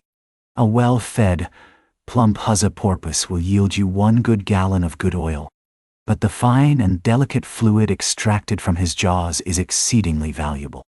It is in request among jewelers and watchmakers. Sailors put it on their awns. Porpoise meat is good eating, you know. It may never have occurred to you that a porpoise spouts. Indeed, his spout is so small that it is not very readily discernible. But the next time you have a chance, watch him, and you will then see the great sperm whale himself in miniature. Book 3. Duodecimo. Chapter 2. Algerine porpoise. A pirate. Very savage. He is only found, I think, in the Pacific. He is somewhat larger than the Huzza porpoise, but much of the same general make. Provoke him, and he will buckle to a shark. I have lowered for him many times, but never yet saw him captured. Book 3. Duodecimo. Chapter 3. Mealy-mouthed porpoise. The largest kind of porpoise, and only found in the Pacific, so far as it is known. The only English name, by which he has hitherto been designated, is that of the Fisher's right whale porpoise, from the circumstance that he is chiefly found in the vicinity of that folio. In shape he differs in some degree from the Huzza porpoise, being of a less rotund and jolly girth. Indeed, he is of quite a neat and gentlemanlike figure. He has no fins on his back. Most other porpoises have. He has a lovely tail, and sentimental Indian eyes of a hazel hue. But his mealy mouth spoils all. Though his entire back down to his side fins is of a deep sable, yet a boundary line, distinct as the mark in a ship's hull, called the bright waist, that line streaks him from stem to stern, with two separate colors, black above and white below. The white comprises part of his head, and the whole of his mouth, which makes him look as if he had just escaped from a felonious visit to a meal bag. A most mean and mealy aspect. His oil is much like that of the common porpoise. Beyond the duodecimo, this system does not proceed, inasmuch as the porpoise is the smallest of the whales. Above, you have all the leviathans of note. But there are a rabble of uncertain, fugitive, half-fabulous whales, which, as an American whaleman, I know by reputation, but not personally. I shall enumerate them by their forecastle appellations, for possibly such a list may be valuable to future investigators, who may complete what I have here but begun. If any of the following whales shall hereafter be caught and marked, then he can readily be incorporated into this system, according to his folio, octavo, or duodecimo magnitude: the bottlenose whale, the junk whale, the pudding-headed whale, the Cape whale, the leading whale, the cannon whale, the scrag whale, the coppered whale, the elephant whale, the iceberg whale, the quag whale, the blue whale, etc. From Icelandic, Dutch, and Old English authorities, there might be quoted other lists of uncertain whales, blessed with all manner of uncouth names. But I omit them as altogether obsolete, and can hardly help suspecting them for mere sounds, full of leviathanism, but signifying nothing. Finally, it was stated at the outset that this system would not be here, and at once perfected. You cannot but plainly see that I have kept my word. But I now leave my satological system standing thus unfinished, even as the great cathedral of Cologne was left, with the crane still standing upon the top of the uncompleted tower. For small erections may be finished by their first architects. Grand ones, true ones, ever leave the copestone to posterity. God keep me from ever completing anything. This whole book is but a draught, nay, but the draught of a draught. Oh, time, strength, cash, and patience. Chapter 33. The Specksnyder. Concerning the officers of the whalecraft, this seems as good a place as any to set down a little domestic peculiarity on shipboard, arising from the existence of the harpooner class of officers, a class unknown, of course, in any other marine than the whale fleet. The large importance attached to the harpooner's vocation is evinced by the fact that originally in the old Dutch fishery, 2 centuries and more ago, the command of a whale ship was not wholly lodged in the person now called the captain, but was divided between him and an officer called the Specksnyder. Literally, this word means fat cutter. Usage, however, in time made it equivalent to chief harpooner. In those days, the captain's authority was restricted to the navigation and general management of the vessel, while over the whale hunting department and all its concerns, the Specksnyder or chief harpooner reigned supreme. In the British Greenland fishery, under the corrupted title of Specksioneer, this old Dutch official is still retained, but his former dignity is sadly abridged. At present he ranks simply as senior harpooner, and as such is but one of the captain's more inferior subalterns. Nevertheless, as upon the good conduct of the harpooneers, the success of a whaling voyage largely depends, and since in the American fishery, he is not only an important officer in the boat, but under certain circumstances, night watches on a whaling ground, the command of the ship's deck is also his. Therefore, the grand political maxim of the sea demands that he should nominally live apart from the men before the mast, and be in some way distinguished as their professional superior, though always by them familiarly regarded as their social equal. Now, the grand distinction drawn between officer and man at sea is this: the first lives aft, the last forward. Hence, in whale ships and merchantmen alike, the mates have their quarters with the captain. And so, too, in most of the American whalers the harpooners are lodged in the after part of the ship. That is to say, they take their meals in the captain's cabin, and sleep in a place indirectly communicating with it.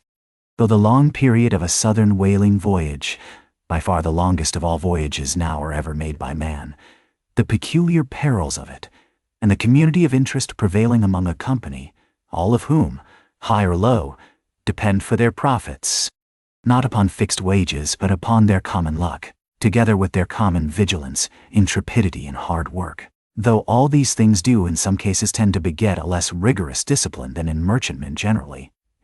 Yet, never mind how much like an old Mesopotamian family these whalemen may, in some primitive instances, live together. For all that, the punctilious externals, at least, of the quarter-deck are seldom materially relaxed, and in no instance done away.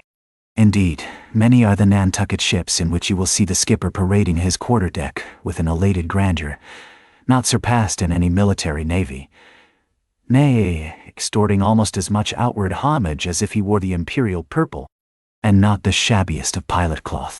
And though of all men the moody captain of the Pequod was the least given to that sort of shallowest assumption, and though the only homage he ever exacted was implicit, instantaneous obedience, though he required no man to remove the shoes from his feet ere stepping upon the quarter-deck, and though there were times when, owing to peculiar circumstances connected with events hereafter to be detailed, he addressed them in unusual terms, whether of condescension or in terrorem, or otherwise, yet even Captain Ahab was by no means unobservant of the paramount forms and usages of the sea. Nor perhaps will it fail to be eventually perceived that behind those forms and usages, as it were, he sometimes masked himself, incidentally making use of them for other and more private ends than they were legitimately intended to subserve. That certain sultanism of his brain, which had otherwise in a good degree remained unmanifested, through those forms that same sultanism became incarnate in an irresistible dictatorship. For be a man's intellectual superiority what it will, it can never assume the practical, available supremacy over other men, without the aid of some sort of external arts and entrenchments, always in themselves more or less paltry and base. This it is that forever keeps God's true princes of the empire from the world's hustings, and leaves the highest honors that this air can give to those men who become famous more through their infinite inferiority to the choice hidden handful of the divine inert, than through their undoubted superiority over the dead level of the mass. Such large virtue lurks in these small things when extreme political superstitions invest them, that in some royal instances even to idiot imbecility they have imparted potency. But when, as in the case of Nicholas the Tsar, the ringed crown of geographical empire encircles an imperial brain, then the plebeian herds crouch abased before the tremendous centralization. Nor will the tragic dramatist who would depict mortal indomitableness in its fullest sweep and direct swing ever forget a hint, incidentally so important in his art as the one now alluded to. But Ahab, my captain, still moves before me in all his Nantucket grimness and shagginess, and in this episode touching emperors and kings, I must not conceal that I have only to do with a poor old whale hunter like him, and therefore all outward majestical trappings and housings are denied me. Oh, Ahab, what shall be grand in thee?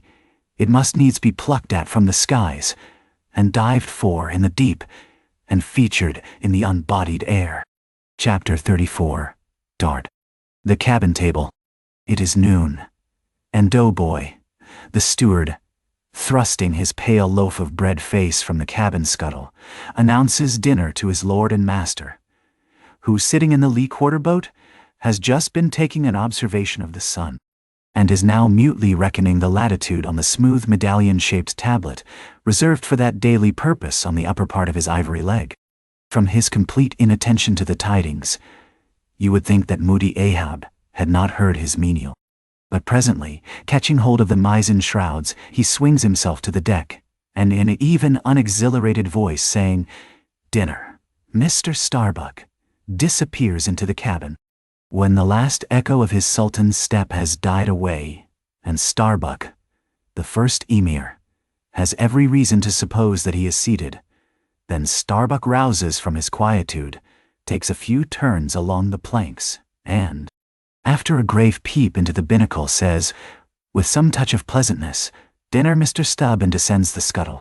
The second emir lounges about the rigging a while, and then slightly shaking the main brace to see whether it will be all right with that important rope, he likewise takes up the old burden, and with a rapid "Dinner, Mr. Flask," follows after his predecessors. But the third emir, now seeing himself all alone on the quarter-deck, seems to feel relieved from some curious restraint, for, tipping all sorts of knowing winks in all sorts of directions, and kicking off his shoes, he strikes into a sharp but noiseless squall of a hornpipe right over the Grand Turk's head, and then, by a dexterous sleight, pitching his cap up into the mizzen-top for a shelf, he goes down rollicking so far at least as he remains visible from the deck, reversing all other processions by bringing up the rear with music. But ere stepping into the cabin doorway below, he pauses, ships a new face altogether, and then, independent, hilarious little Flask enters King Ahab's presence in the character of Abjectus, or the slave. It is not the least among the strange things bred by the intense artificialness of sea usages, that while in the open air of the deck, some officers will, upon provocation, bear themselves boldly and defyingly enough towards their commander. Yet, 10 to 1, let those very officers the next moment go down to their customary dinner in that same commander's cabin, and straightway their inoffensive, not to say deprecatory and humble air towards him, as he sits at the head of the table. This is marvelous, sometimes most comical. Wherefore this difference? A problem? Perhaps not. To have been Belshazzar, king of Babylon, and to have been Belshazzar, not haughtily but courteously, therein certainly must have been some touch of mundane grandeur. But he who in the rightly regal and intelligent spirit presides over his own private dinner table of invited guests, that man's unchallenged power and dominion of individual influence for the time, that man's royalty of state transcends Belshazzar's, for Belshazzar was not the greatest. Who has but once dined his friends, has tasted what it is to be Caesar. It is a witchery of social czarship, which there is no withstanding. Now, if to this consideration you superadd the official supremacy of a shipmaster, then, by inference, you will derive the cause of that peculiarity of sea life just mentioned. Over his ivory-inlaid table, Ahab presided like a mute, maned sea lion on the white coral beach, surrounded by his warlike but still deferential cubs. In his own proper turn, each officer waited to be served. They were as little children before Ahab, and yet, in Ahab, there seemed not to lurk the smallest social arrogance. With one mind, their intent eyes all fastened upon the old man's knife, as he carved the chief dish before him. I do not suppose that for the world they would have profaned that moment with the slightest observation, even upon so neutral a topic as the weather. No. And when reaching out his knife and fork, between which the slice of beef was locked, Ahab thereby motioned Starbuck's plate towards him, the mate received his meat as though receiving alms, and cut it tenderly, and a little started if, perchance, the knife grazed against the plate, and chewed it noiselessly, and swallowed it, not without circumspection, for, like the coronation banquet at Frankfurt, where the German emperor profoundly dines with the 7 imperial electors, so these cabin meals were somehow solemn meals, eaten in awful silence. And yet at table, old Ahab forbade not conversation. Only he himself was dumb. What a relief it was to choking Stubb, when a rat made a sudden racket in the hold below. And poor little Flask, he was the youngest son, and little boy of this weary family party. His were the shin bones of the sailing beef. His would have been the drumsticks. For Flask to have presumed to help himself, this must have seemed to him tantamount to larceny in the first degree. Had he helped himself at that table, doubtless, nevermore would he have been able to hold his head up in this honest world. Nevertheless, strange to say, Ahab never forbade him. And had Flask helped himself, the chances were Ahab had never so much as noticed it. Least of all, did Flask presume to help himself to butter. Whether he thought the owners of the ship denied it to him, on account of its clotting his clear, sunny complexion, or whether he deemed that, on so long a voyage in such marketless waters, butter was at a premium, and therefore was not for him, and therefore was not for him. A subaltern, however it was, Flask, alas, was a butterless man. Another thing. Flask was the last person down at the dinner, and Flask is the first man up. Consider! For hereby Flask's dinner was badly jammed in point of time. Starbuck and Stubb both had the start of him, and yet they also have the privilege of lounging in the rear. If Stubb even, who is but a peg higher than Flask, happens to have but a small appetite, and soon shows symptoms of concluding his repast, then Flask must bestir himself. He will not get more than 3 mouthfuls that day, for it is against holy usage for Stubb to precede Flask to the deck. Therefore it was that Flask once admitted in private that ever since he had arisen to the dignity of an officer, from that moment he had never known what it was to be otherwise than hungry, more or less. For what he ate did not so much relieve his hunger as keep it immortal in him. Peace and satisfaction, thought Flask, have forever departed from my stomach. I am an officer, but how I wish I could fish a bit of old-fashioned beef in the forecastle, as I used to when I was before the mast. There's the fruits of promotion now. There's the vanity of glory. There's the insanity of life. Besides, if it were so that any mere sailor of the Pequod had a grudge against Flask in Flask's official capacity, all that sailor had to do, in order to obtain ample vengeance, was to go aft at dinner time, and get a peep at Flask through the cabin skylight, sitting silly and dumbfoundered before awful Ahab. Now Ahab and his 3 mates formed what may be called the first table in the Pequod's cabin.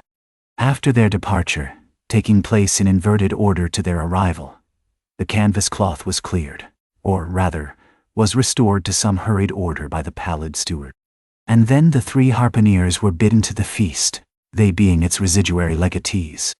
They made a sort of temporary servants' hall of the high and mighty cabin. In strange contrast to the hardly tolerable constraint and nameless invisible domineerings of the captain's table, was the entire carefree license and ease, the almost frantic democracy of those inferior fellows the harpooneers. While their masters, the mates, seemed afraid of the sound of the hinges of their own jaws, the harpooneers chewed their food with such a relish that there was a report to it. They dined like lords. They filled their bellies like Indian ships all day loading with spices. Such portentous appetites had Queequeg and Tashtego, that to fill out the vacancies made by the previous repast, often the pale doughboy was fain to bring on a great baron of salt junk, seemingly quarried out of the solid ox. And if he were not lively about it, if he did not go with a nimble hop, skip, and jump, then Tashtego had an ungentlemanly way of accelerating him by darting a fork at his back, harpoon-wise. And once Dagoo, seized with a sudden humor, assisted Doughboy's memory by snatching him up bodily, and thrusting his head into a great empty wooden trencher, while Tashtego, knife in hand, began laying out the circle preliminary to scalping him. He was naturally a very nervous, shuddering sort of little fellow, this bread-faced steward, the progeny of a bankrupt baker and a hospital nurse. And what with this standing spectacle of the black terrific Ahab, and the periodical tumultuous visitations of these 3 savages, Doughboy's whole life was one continual lip quiver. Commonly, after seeing the harpooneers furnished with all things they demanded, he would escape from their clutches into his little pantry adjoining, and fearfully peep out at them through the blinds of its door, till all was over. It was a sight to see Queequeg seated over against Tashtego, opposing his filed teeth to the Indians. Crosswise to them, Dagoo seated on the floor, for a bench would have brought his hearse-plumed head to the low carlines. At every motion of his colossal limbs, making the low cabin framework to shake, as when an African elephant goes passenger in a ship. But for all this, the great Negro was wonderfully abstemious, not to say dainty. It seemed hardly possible that by such comparatively small mouthfuls he could keep up the vitality diffused through so broad, baronial, and superb a person. But doubtless, this noble savage fed strong and drank deep of the abounding element of air, and through his dilated nostrils snuffed in the sublime life of the worlds. Not by beef or by bread are giants made or nourished, but Queequeg, he had a mortal, barbaric smack of the lip in eating, an ugly sound enough, so much so that the trembling doughboy almost looked to see whether any marks of teeth lurked in his own lean arms. And when he would hear Tashtego singing out for him to produce himself that his bones might be picked, the simple-witted steward all but shattered the crockery hanging round him in the pantry by his sudden fits of the palsy. Nor did the whetstone which the harpooners carried in their pockets for their lances and other weapons, and with which whetstones at dinner they would ostentatiously sharpen their knives. That grating sound did not at all tend to tranquilize poor doughboy.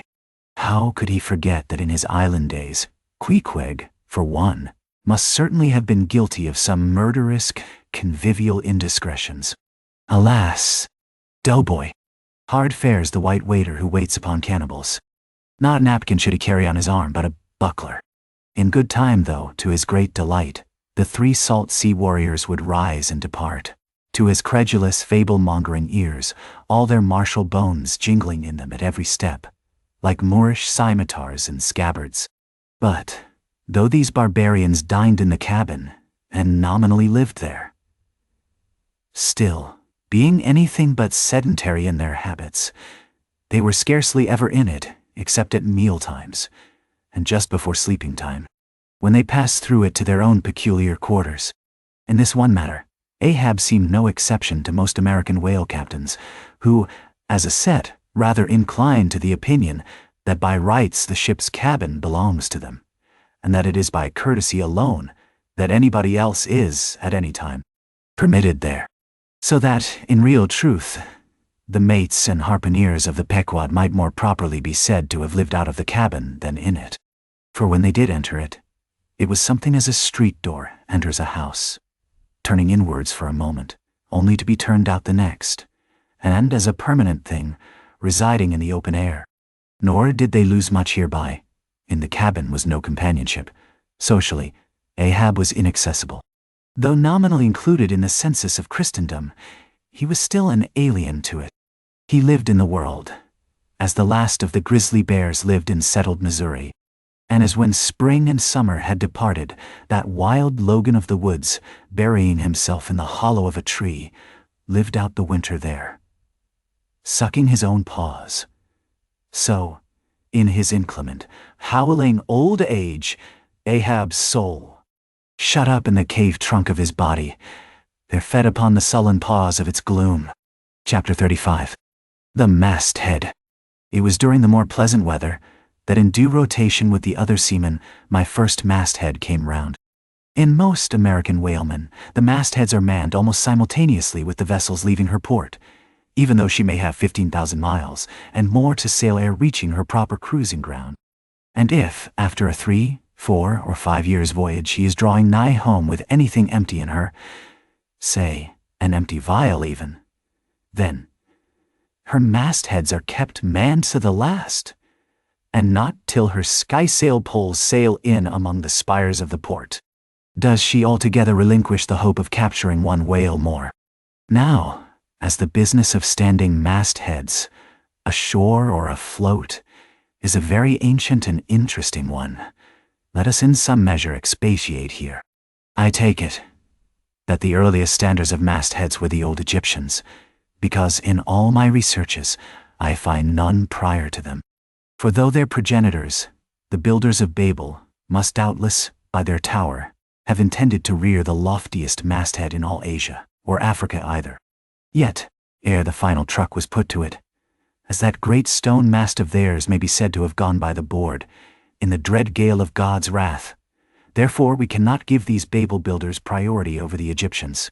And that the Egyptians were a nation of masthead standers is an assertion based upon the general belief among archaeologists that the first pyramids were founded for astronomical purposes, a theory singularly supported by the peculiar stair-like formation of all four sides of those edifices, whereby, with prodigious long upliftings of their legs, those old astronomers were wont to mount to the apex and sing out for new stars, even as the lookouts of a modern ship sing out for a sail, or a whale just bearing in sight. In St. Stylites, the famous Christian hermit of old times, who built him a lofty stone pillar in the desert, and spent the whole latter portion of his life on its summit, hoisting his food from the ground with a tackle. In him we have a remarkable instance of a dauntless stander of mastheads, who was not to be driven from his place by fogs or frosts, rain, hail, or sleet, but valiantly facing everything out to the last, literally died at his post. Of modern standers of mastheads we have but a lifeless set, mere stone, iron, and bronze men, who, though well capable of facing out a stiff gale, are still entirely incompetent to the business of singing out upon discovering any strange sight. There is Napoleon, who, upon the top of the column of Vendôme, stands with arms folded, some 150 feet in the air, careless, now, who rules the decks below, whether Louis Philippe, Louis Blanc, or Louis the Devil. Great Washington, too, stands high aloft on his towering main mast in Baltimore, and like one of Hercules' pillars, his column marks that point of human grandeur beyond which few mortals will go.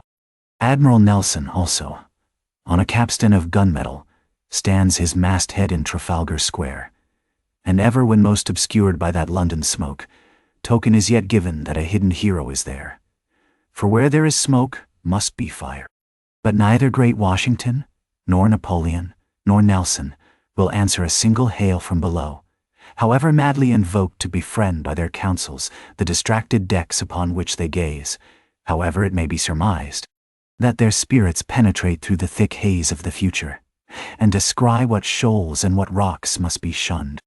It may seem unwarrantable to couple in any respect the masthead standers of the land with those of the sea, but that in truth it is not so, is plainly evinced by an item for which Obed Macy, the sole historian of Nantucket, stands accountable. The worthy Ob tells us that in the early times of the whale fishery, ere ships were regularly launched in pursuit of the game, the people of that island erected lofty spars along the sea-coast, to which the lookouts ascended by means of nailed cleats, something as fowls go upstairs in a henhouse. A few years ago this same plan was adopted by the bay whalemen of New Zealand, who, upon descrying the game, gave notice to the ready-manned boats nigh the beach. But this custom has now become obsolete. Turn we then to the one proper masthead, that of a whale ship at sea. The 3 mastheads are kept manned from sunrise to sunset, the seamen taking their regular turns as at the helm, and relieving each other every 2 hours. In the serene weather of the tropics it is exceedingly pleasant the masthead, nay, to a dreamy meditative man it is delightful. There you stand, 100 feet above the silent decks, striding along the deep, as if the masts were gigantic stilts, while beneath you and between your legs, as it were, swim the hugest monsters of the sea, even as ships once sailed between the boots of the famous Colossus at Old Rhodes. There you stand, lost in the infinite series of the sea, with nothing ruffled but the waves. The trans-ship indolently rolls, the drowsy trade winds blow. Everything resolves you into languor. For the most part, in this tropic whaling life, a sublime uneventfulness invests you. You hear no news, read no gazettes. Extras with startling accounts of commonplaces never delude you into unnecessary excitements.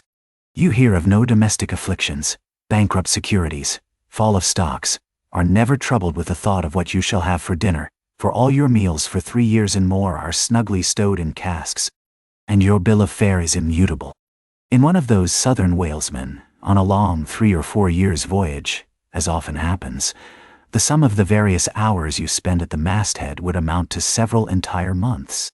And it is much to be deplored that the place to which you devote so considerable a portion of the whole term of your natural life should be so sadly destitute of anything approaching to a cozy inhabitiveness, or adapted to breed a comfortable localness of feeling, such as pertains to a bed, a hammock, a hearse, a sentry box, a pulpit, a coach, or any other of those small and snug contrivances in which men temporarily isolate themselves. Your most usual point of perch is the head of the T-gallant mast, where you stand upon two thin parallel sticks, almost peculiar to whalemen, called the T-gallant crosstrees. Here, tossed about by the sea, the beginner feels about as cozy as he would standing on a bull's horns. To be sure, in cold weather you may carry your house aloft with you, in the shape of a watchcoat, but properly speaking the thickest watchcoat is no more of a house than the unclad body, for as the soul is glued inside it of its fleshy tabernacle, and cannot freely move about in it, nor even move out of it, without running great risk of perishing, like an ignorant pilgrim crossing the snowy Alps in winter, so a watchcoat is not so much of a house as it is a mere envelope, or additional skin encasing you. You cannot put a shelf or chest of drawers in your body, and no more can you make a convenient closet of your watchcoat. Concerning all this, it is much to be deplored that the mastheads of a southern whale ship are unprovided with those enviable little tents or pulpits, called crow's nests, in which the lookouts of a Greenland whaler are protected from the inclement weather of the frozen seas. In the fireside narrative of Captain Sleet, entitled A Voyage Among the Icebergs, in Quest of the Greenland Whale, and incidentally for the rediscovery of the lost Icelandic colonies of Old Greenland, in this admirable volume, all standers of mastheads are furnished with a charmingly circumstantial account of the then recently invented crow's nest of the glacier, which was the name of Captain Sleet's good craft. He called it the Sleet's crow's nest, in honor of himself, he being the original inventor and patentee, and free from all ridiculous false delicacy, and holding that if we call our own children after our own names, we fathers being the original inventors and patentees, so likewise should we denominate after ourselves any other apparatus we may beget. In shape, the Sleet's crow's nest is something like a large tierce or pipe. It is open above, however, where it is furnished with a movable side screen to keep to windward of your head in a hard gale. Being fixed on the summit of the mast, you ascend into it through a little trap hatch in the bottom. On the after side, or side next the stern of the ship, is a comfortable seat, with a locker underneath for umbrellas, comforters, and coats. In front is a leather rack, in which to keep your speaking trumpet, pipe, telescope, and other nautical conveniences. When Captain Sleet in person stood his masthead in this crow's nest of his, he tells us that he always had a rifle with him, also fixed in the rack, together with a powder flask and shot, for the purpose of popping off the stray narwhales, or vagrant sea unicorns infesting those waters, for you cannot successfully shoot at them from the deck owing to the resistance of the water, but to shoot down upon them is a very different thing. Now, it was plainly a labor of love for Captain Sleet to describe, as he does, all the little detailed conveniences of his crow's nest. But though he so enlarges upon many of these, and though he treats us to a very scientific account of his experiments in this crow's nest, with a small compass he kept there for the purpose of counteracting the errors resulting from what is called the local attraction of all binnacle magnets, an error ascribable to the horizontal vicinity of the iron in the ship's planks, and in the Glacier's case perhaps, to there having been so many broken-down blacksmiths among her crew. I say that though the captain is very discreet and scientific here, yet for all his learned binnacle deviations, azimuth compass observations, and approximate errors, he knows very well, Captain Sleet, that he was not so much immersed in those profound magnetic meditations as to fail being attracted occasionally towards that well-replenished little case bottle, so nicely tucked in on one side of his crow's nest, within easy reach of his hand. Though, upon the whole, I greatly admire and even love the brave, the honest, and learned captain, yet I take it very ill of him that he should so utterly ignore that case bottle, seeing what a faithful friend and comforter it must have been, while with mittened fingers and hooded head, he was studying the mathematics aloft there in that bird's nest within 3 or 4 perches of the pole. But if we southern whale fishers are not so snugly housed aloft as Captain Sleet and his Greenland men were, yet that disadvantage is greatly counterbalanced by the widely contrasting serenity of those seductive seas in which we south fishers mostly float.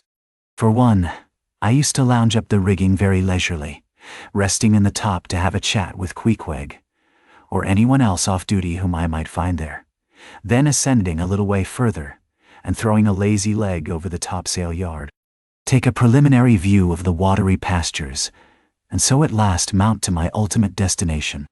Let me make a clean breast of it here, and frankly admit that I kept but sorry guard.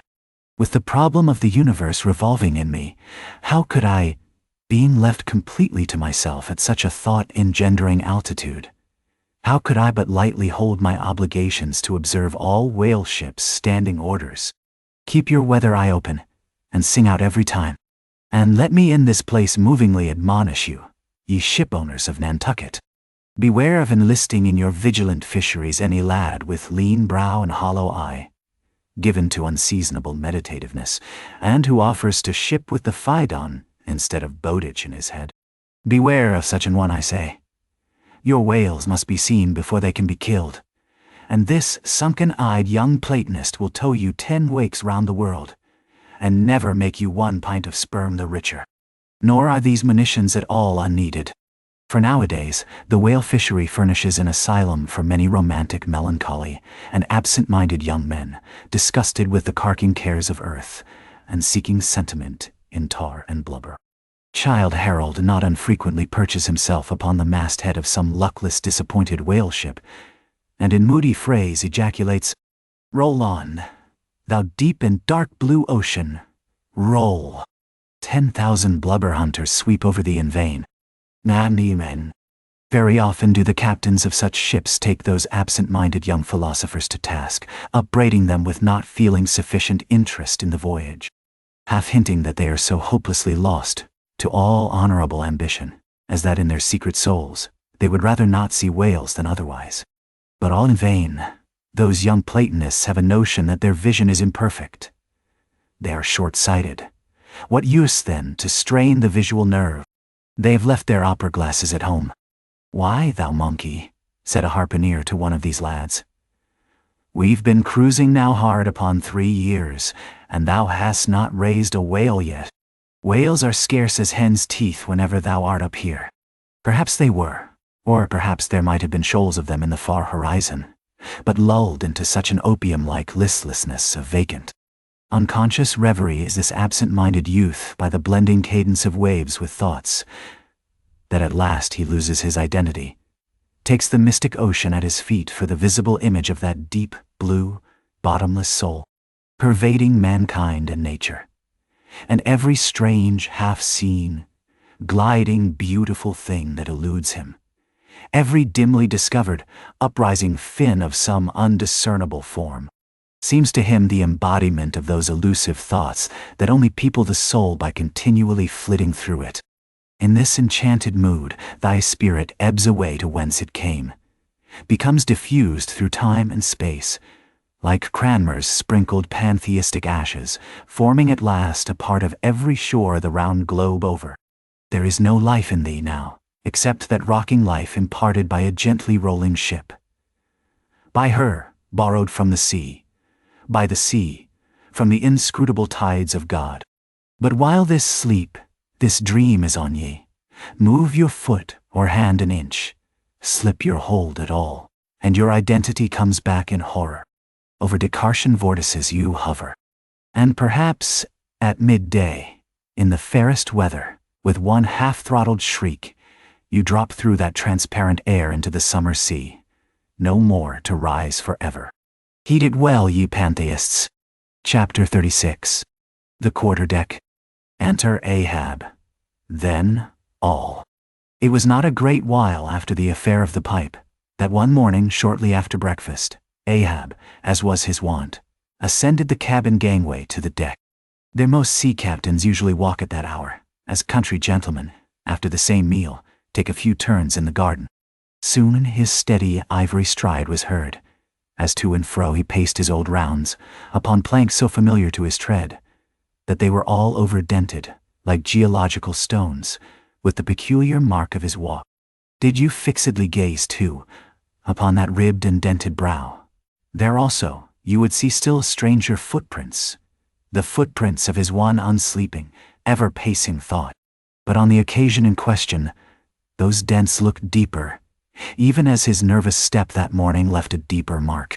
And so full of his thought was Ahab, that at every uniform turn that he made, now at the mainmast and now at the binnacle, you could almost see that thought turn in him as he turned, and pace in him as he paced, so completely possessing him as he paced, so completely possessing him, indeed, that it all but seemed the inward mold of every outer movement.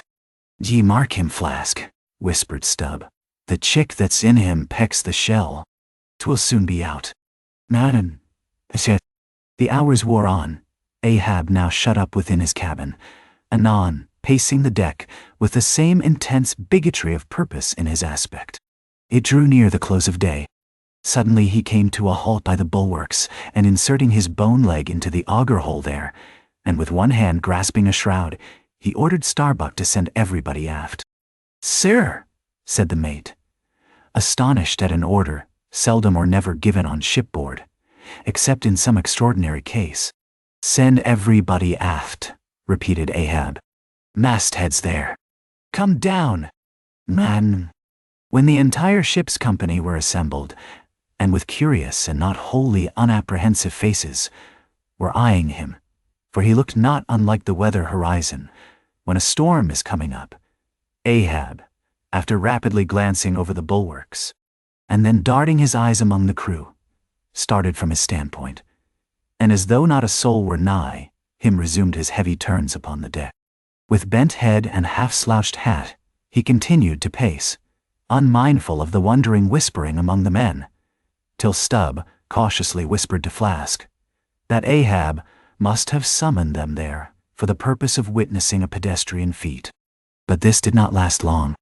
Vehemently pausing, he cried, "What do ye do when ye see a whale, men?" "Sing out for him," was the impulsive rejoinder from a score of clubbed voices. "Good," cried Ahab, with a wild approval in his tones, observing the hearty animation into which his unexpected question had so magnetically thrown them. "And what do ye next, men?" "Lower away, and after him." "And what tune is it ye pull to, men? A dead whale or a stove-boat?" More and more strangely and fiercely glad and approving grew the countenance of the old man at every shout, while the mariners began to gaze curiously at each other, as if marveling how it was that they themselves became so excited at such seemingly purposeless questions.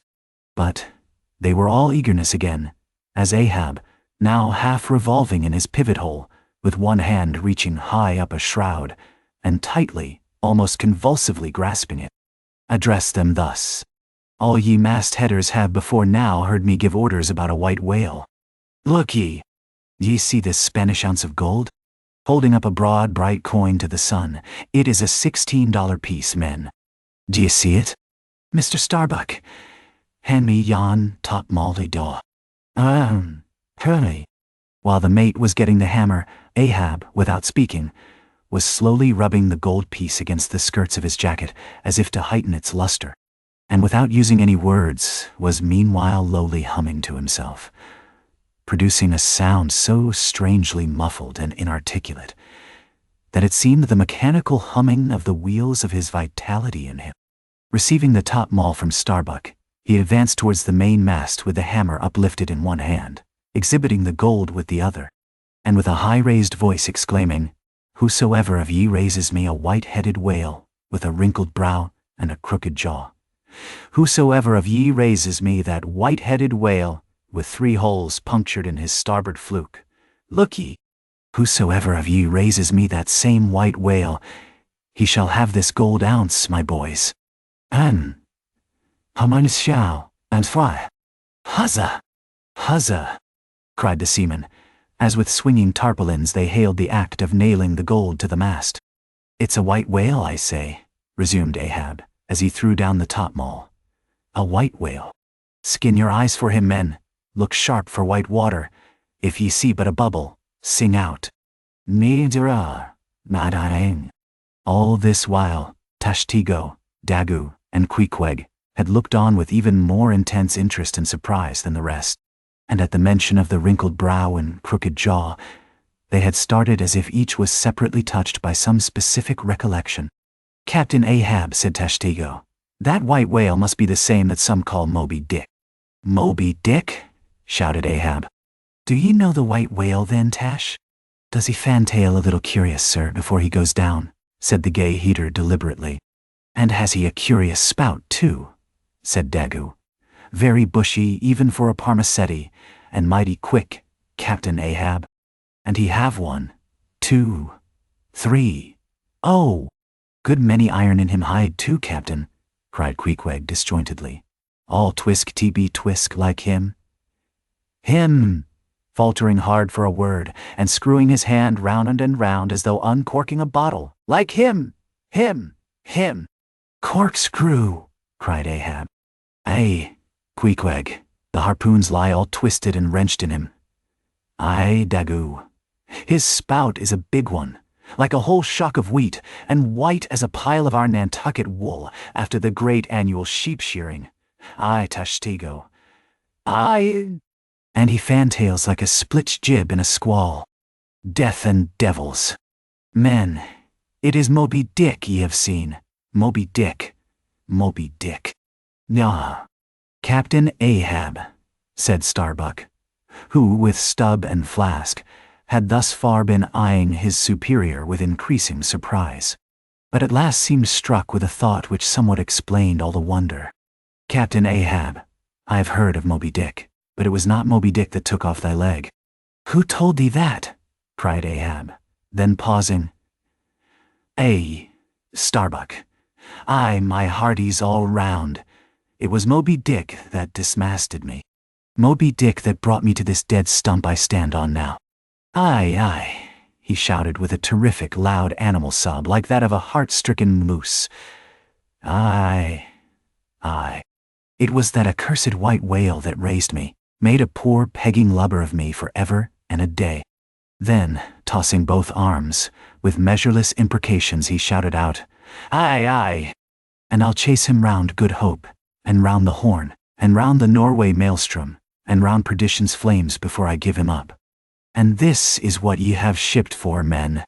To chase that white whale on both sides of land, and over all sides of earth, till he spouts black blood and rolls fin out. What say ye, men? Will ye splice hands on it now? I think ye do look brave. Beyond one sure." "Aye, aye," shouted the harpooneers and seamen, running closer to the excited old man. "A sharp eye for the white whale. A sharp lance for Moby Dick. God bless ye." He seemed to half sob and half shout. "God bless ye, men. Steward, go draw the great measure of grog. But what's this long face about, Mr. Starbuck? Wilt thou not chase the white whale? Art not game for Moby Dick?" "Nah. I am game for his crooked jaw, and for the jaws of death too, Captain Ahab, if it fairly comes in the way of the business we follow. But I came here to hunt whales, not my commander's vengeance. How many barrels will thy vengeance yield thee even if thou gettest it, Captain Ahab? It will not fetch thee much in our Nantucket market." "Nen, niatsmshwe, meshin, mesedisradal, gay, gay. Nantucket market. Hoot, hoot." "But come closer, Starbuck. Thou requirest a little lower layer. If money's to be the measurer, man, and the accountants have computed their great counting house the globe, by girdling it with guineas, 1 to every 3 parts of an inch, then, let me tell thee, that my vengeance will fetch a great premium here. Ah, he smites his chest," whispered Stubb. "What's that for?" "Methinks it rings most vast, but hollow." "Nine shode. Vengeance on a dumb brute," cried Starbuck, "that simply smote thee from blindest instinct. Madness. To be enraged with a dumb thing, Captain Ahab, seems blasphemous. Hark ye yet again, the little lower layer. All visible objects, man, are but as pasteboard masks. But in each event, in the living act, the undoubted deed, there, some unknown but still reasoning thing puts forth the moldings of its features from behind the unreasoning mask. If man will strike through the mask, how can the prisoner reach outside except by thrusting through the wall? To me, the white whale is that wall, shoved near to me. Sometimes I think there's naught beyond. But 'tis enough. He tasks me, he heaps me. I see in him outrageous strength, with an inscrutable malice sinewing it. That inscrutable thing is chiefly what I hate, and be the white whale agent or be the white whale principal, I will wreak that hate upon him. Talk not to me of blasphemy, man. I'd strike the sun if it insulted me. For could the sun do that, then could I do the other. Since there is ever a sort of fair play herein, jealousy presiding over all creations. But not my master, man, is even that fair play. Who's over me? Truth hath no confines. Take off thine eye. More intolerable than fiends' glarings is a doltish stare. So, thou reddenest and palest. My heat has melted thee to anger glow. But look ye, Starbuck, what is said in heat, that thing unsays itself. There are men from whom warm words are small indignity.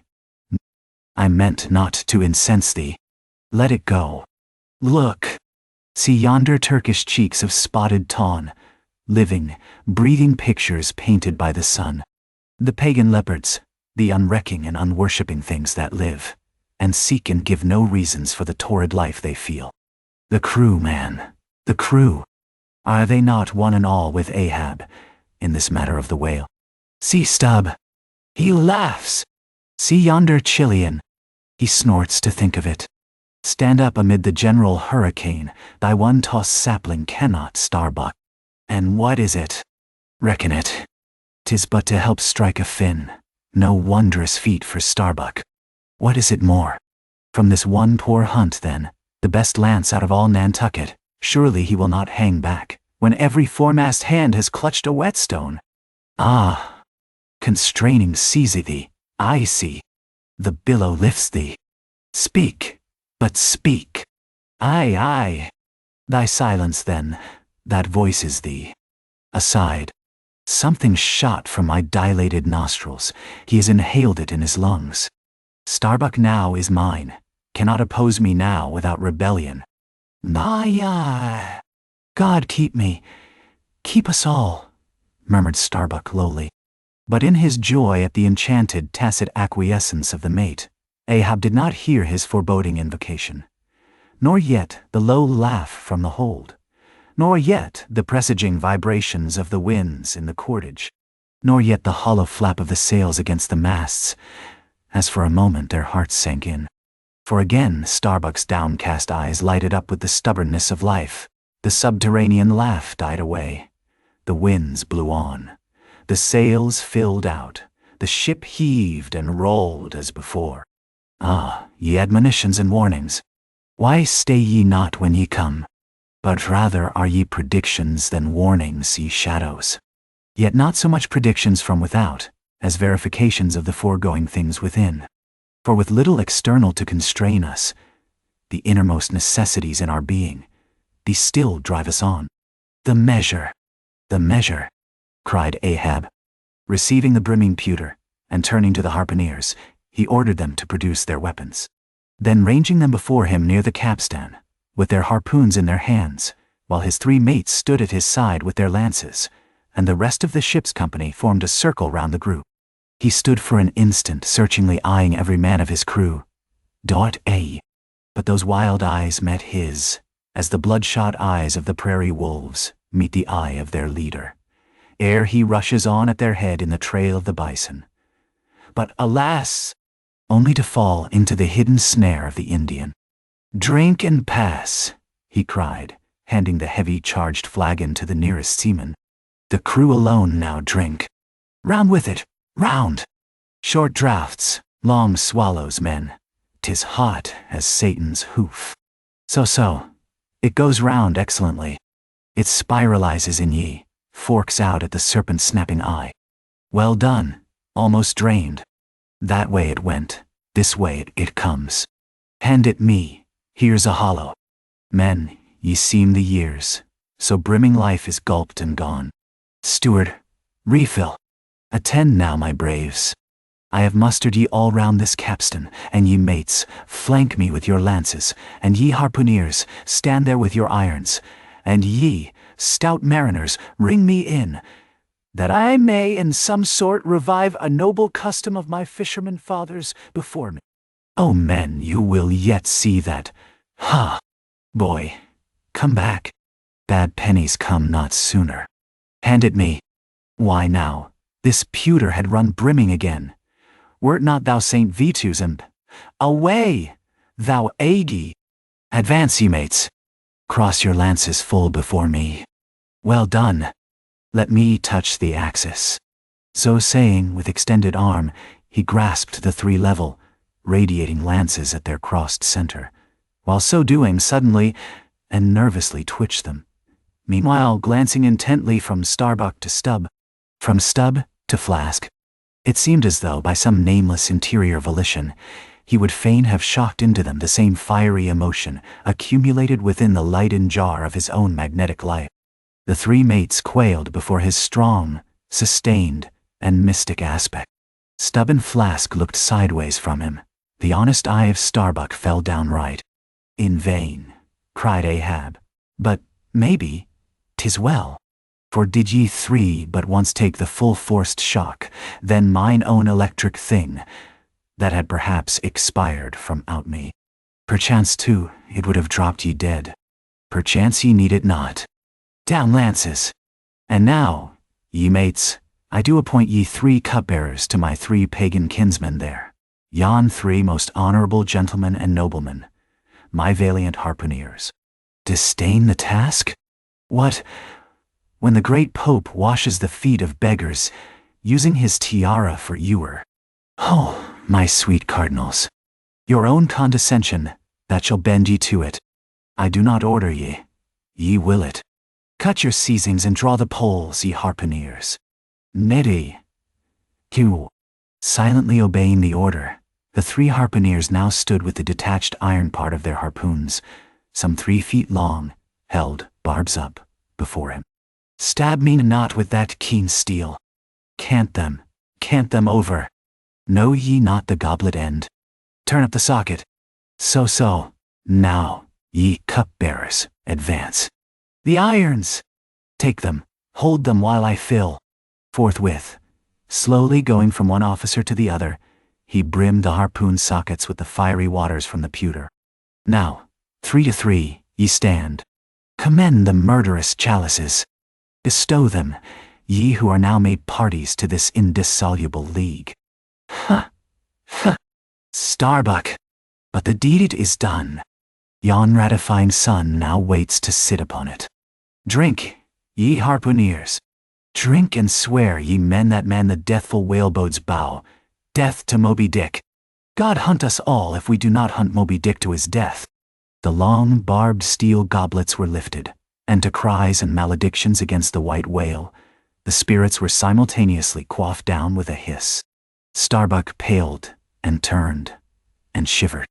Once more, and finally, the replenished pewter went the rounds among the frantic crew, when, waving his free hand to them, they all dispersed, and Ahab retired within his cabin. Chapter 37. Sunset.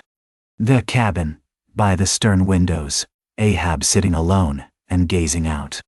I leave a white and turbid wake, pale waters, paler cheeks, where I sail. The envious billows sidelong swell to well my track. Let them. But first, I pass. Yonder, by ever-brimming goblet's rim, the warm waves blush like wine. The gold brow plumbs the blue. The diver sun, slow dived from noon, goes down. My soul mounts up. She wearies with her endless hill. Is, then, the crown too heavy that I wear? This iron crown of Lombardy. Yet is it bright with many a gem. I the wearer, see not its far flashings, but darkly feel that I wear that dazzlingly confounds. 'Tis iron, that I know, not gold. 'Tis split, too, that I feel. The jagged edge galls me so, my brain seems to beat against the solid metal. Aye, steel skull mine, the sort that needs no helmet in the most brain-battering fight. Dry heat upon my brow? Oh, time was, when as the sunrise nobly spurred me, so the sunset soothed. No more. This lovely light, it lights not me. All loveliness is anguish to me, since I can never enjoy. Gifted with the high perception, I lack the low enjoying power, damned most subtly and most malignantly, damned in the midst of paradise. Good night. Good night. Waving his hand, he moves from the window. 'Twas not so hard a task. I thought to find one stubborn at the least, but my one-cogged circle fits into all their various wheels, and they revolve. Or if you will, like so many ant-hills of powder, they all stand before me, and I their match. Oh, hard! That to fire others, the match itself must needs be wasting. What I've dared, I've willed, and what I've willed, I'll do. They think me mad, Starbuck does, but I'm demoniac. I am madness maddened. That wild madness that's only calm to comprehend itself. The prophecy was that I should be dismembered, and I lost this leg. I now prophesy that I will dismember my dismemberer. Now then, be the prophet and the fulfiller one. That's more than ye great gods ever were. I laugh and hoot at ye cricket players, ye pugilists, ye deaf Burks and blinded Bendigos. I will not say as schoolboys do to bullies, take someone of your own size, don't pommel me. No, ye've knocked me down, and I am up again, but ye have run and hidden. Come forth from behind your cotton bags. I have no long gun to reach ye. Come, Ahab's compliments to ye. Come and see if ye can swerve me. Swerve me? Ye cannot swerve me, else ye swerve yourselves. Man has ye there. Swerve me. The path to my fixed purpose is laid with iron rails, whereon my soul is grooved to run. Over unsounded gorges, through the rifled hearts of mountains, under torrents' beds, unerringly, I rush. Naught's an obstacle, naught's an angle to the iron way. Chapter 38. Dusk.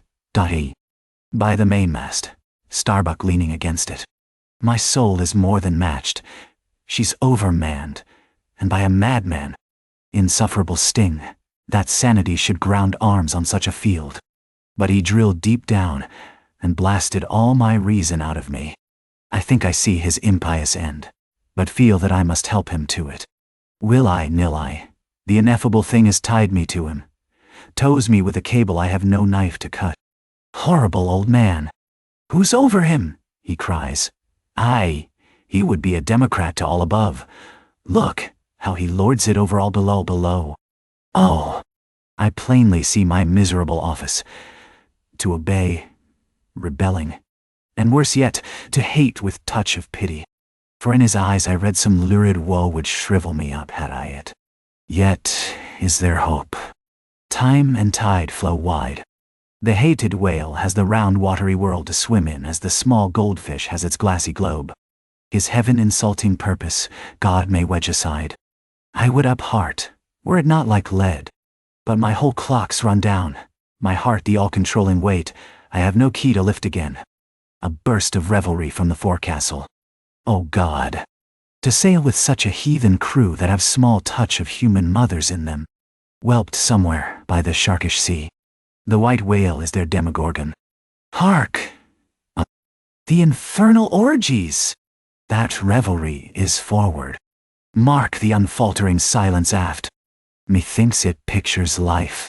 Foremost through the sparkling sea shoots on the gay, embattled, bantering bow, but only to drag dark Ahab after it, where he broods within his sternward cabin, builded over the dead water of the wake, and further on, hunted by its wolfish gurglings. The long howl thrills me through. Peace, ye revelers, and set the watch. O life! 'Tis in an hour like this, with soul beat down and held to knowledge, as wild untutored things are forced to feed, O life! 'Tis now that I do feel the latent horror in thee. But 'tis not me. That horror's out of me. And with the soft feeling of the human in me, yet will I try to fight ye grim, phantom futures. Stand by me, hold me, bind me, O ye blessed influences. Chapter 39. First Night Watch. 4. Top. ... Stubb solus and mending a brace. Ha! Ha! Ha! Ha! Hem! Clear my throat. I've been thinking over it ever since. And that ha has the final consequence. Why so? Because a laugh's the wisest, easiest answer to all that's queer, and come what will, one comfort's always left. That unfailing comfort is, it's all predestinated. I heard not all his talk with Starbuck, but to my poor eye Starbuck then looked something as I the other evening felt. Be sure the old mogul has fixed him too. I twigged it, knew it. Had the gift, might readily have prophesied it, for when I clapped my eye upon his skull, I saw it. Well, Stubb, wise Stubb, that's my title. Well, Stubb, what of it, Stubb? Here's a carcass. I know not all that may be coming, but be it what it will, I'll go to it laughing. Such a waggish leering as lurks in all your horribles. I feel funny. Fa, la. Lira, skira. What's my juicy little pair at home doing now? Crying its eyes out? Giving a party to the last arrived harpooners, I dare say, gay as a frigate's pennant, and so am I. Fa, la. Lira, skira. Oh. We'll drink tonight with hearts as light. To love. As gay and fleeting. As bubbles that swim on the beaker's brim, and break on the lips while meeting. A brave stave that, who calls? Mr. Starbuck? Aye, sir. Aside. He's my superior. He has his too, if I'm not mistaken. Aye, sir, just through with this job. Coming. Chapter 40. Midnight, forecastle. Harpooners and sailors. Foresail rises and discovers the watch standing, lounging, leaning, and lying in various attitudes, all singing in chorus. Farewell and adieu to you, Spanish ladies. Farewell and adieu to you, ladies of Spain. Our captains commanded. Ah, first Nantucket sailor. Oh, boys, don't be sentimental. It's bad for the digestion. Take a tonic. Follow me. Sings, and all follow. Our captain stood upon the deck, a spyglass in his hand, a viewing of those gallant whales, that blew at every strand. Oh, your tubs in your boats, my boys, and by your braces stand, and we'll have one of those fine whales. Hand, boys, overhand. So, be cheery, my lads. May your hearts never fail, while the bold harpooner is striking the whale. Métis' voice from the quarterdeck. 8 bells there. Forward. Second Nantucket sailor. Avast the chorus. 8 bells there. D'ye hear, bellboy? Strike the bell 8, thou pip. Thou blackling. And let me call the watch. I've the sort of mouth for that. The hogshead mouth. So. Thrusts his head down the scuttle. Starbo LEEN, SAHOY. 8 bells there below. Tumble up. Dutch sailor, dot. Grand snoozing tonight, matey. Fat night for that. I mark this in our old mogul's wine. It's quite as deadening to some as filliping to others. We sing, they sleep, bay lie down there, like ground to your butts. At 'em again. There, take this copper pump, and hail 'em through it. Tell 'em to avast dreaming of their lasses. Tell 'em it's the resurrection, they must kiss their last, and come to judgment. That's the way, that's it. Thy throat ain't spoiled with eating Amsterdam butter. French sailor. Hist, boys. Let's have a jig or two before we ride to anchor in Blanket Bay. What say ye? There comes the other watch. Stand by all legs. Pip. Little Pip. Hurrah with your tambourine. Pip a day. Sulky and sleepy. Don't know where it is. French sailor. Beat thy belly then, and wag thy ears. Jig it, men, I say. Mary's the word. Hurrah! Damn me, won't you dance? Form now, Indian file and gallop into the double shuffle. Throw yourselves. Legs. Legs! Iceland sailor. I don't like your floor, matey. It's too springy to my taste. I'm used to ice floors. I'm sorry to throw cold water on the subject, but excuse me. Maltese sailor. Me too. Where's your girls? Who but a fool would take his left hand by his right, and say to himself, how die ye do? Partners! I must have partners. Sicilian sailor. Aye, girls in a green. Then I'll hop with ye. Yea, turn grasshopper. Long Island sailor. Well, well, ye sulkies, there's plenty more of us. Hoe corn, when you may, say I. All eggs go to harvest soon. Ah. Here comes the music. Now for it. Azore sailor. Ascending and pitching the tambourine up the scuttle. Here you are, Pip, and there's the windlass bits. Up you mount. Now, boys. The half of them dance to the tambourine. Some go below. Some sleep or lie among the coils of rigging. Oaths aplenty. Yeti, nadesao. Azore, sailor. Dancing. Go it, Pip. Bang it, bellboy. Rig it, dig it, stig it, quig it, bellboy. Make fireflies, break the jinglers. Pip, dight. Jinglers, you say? There goes another, dropped off. I pound it so.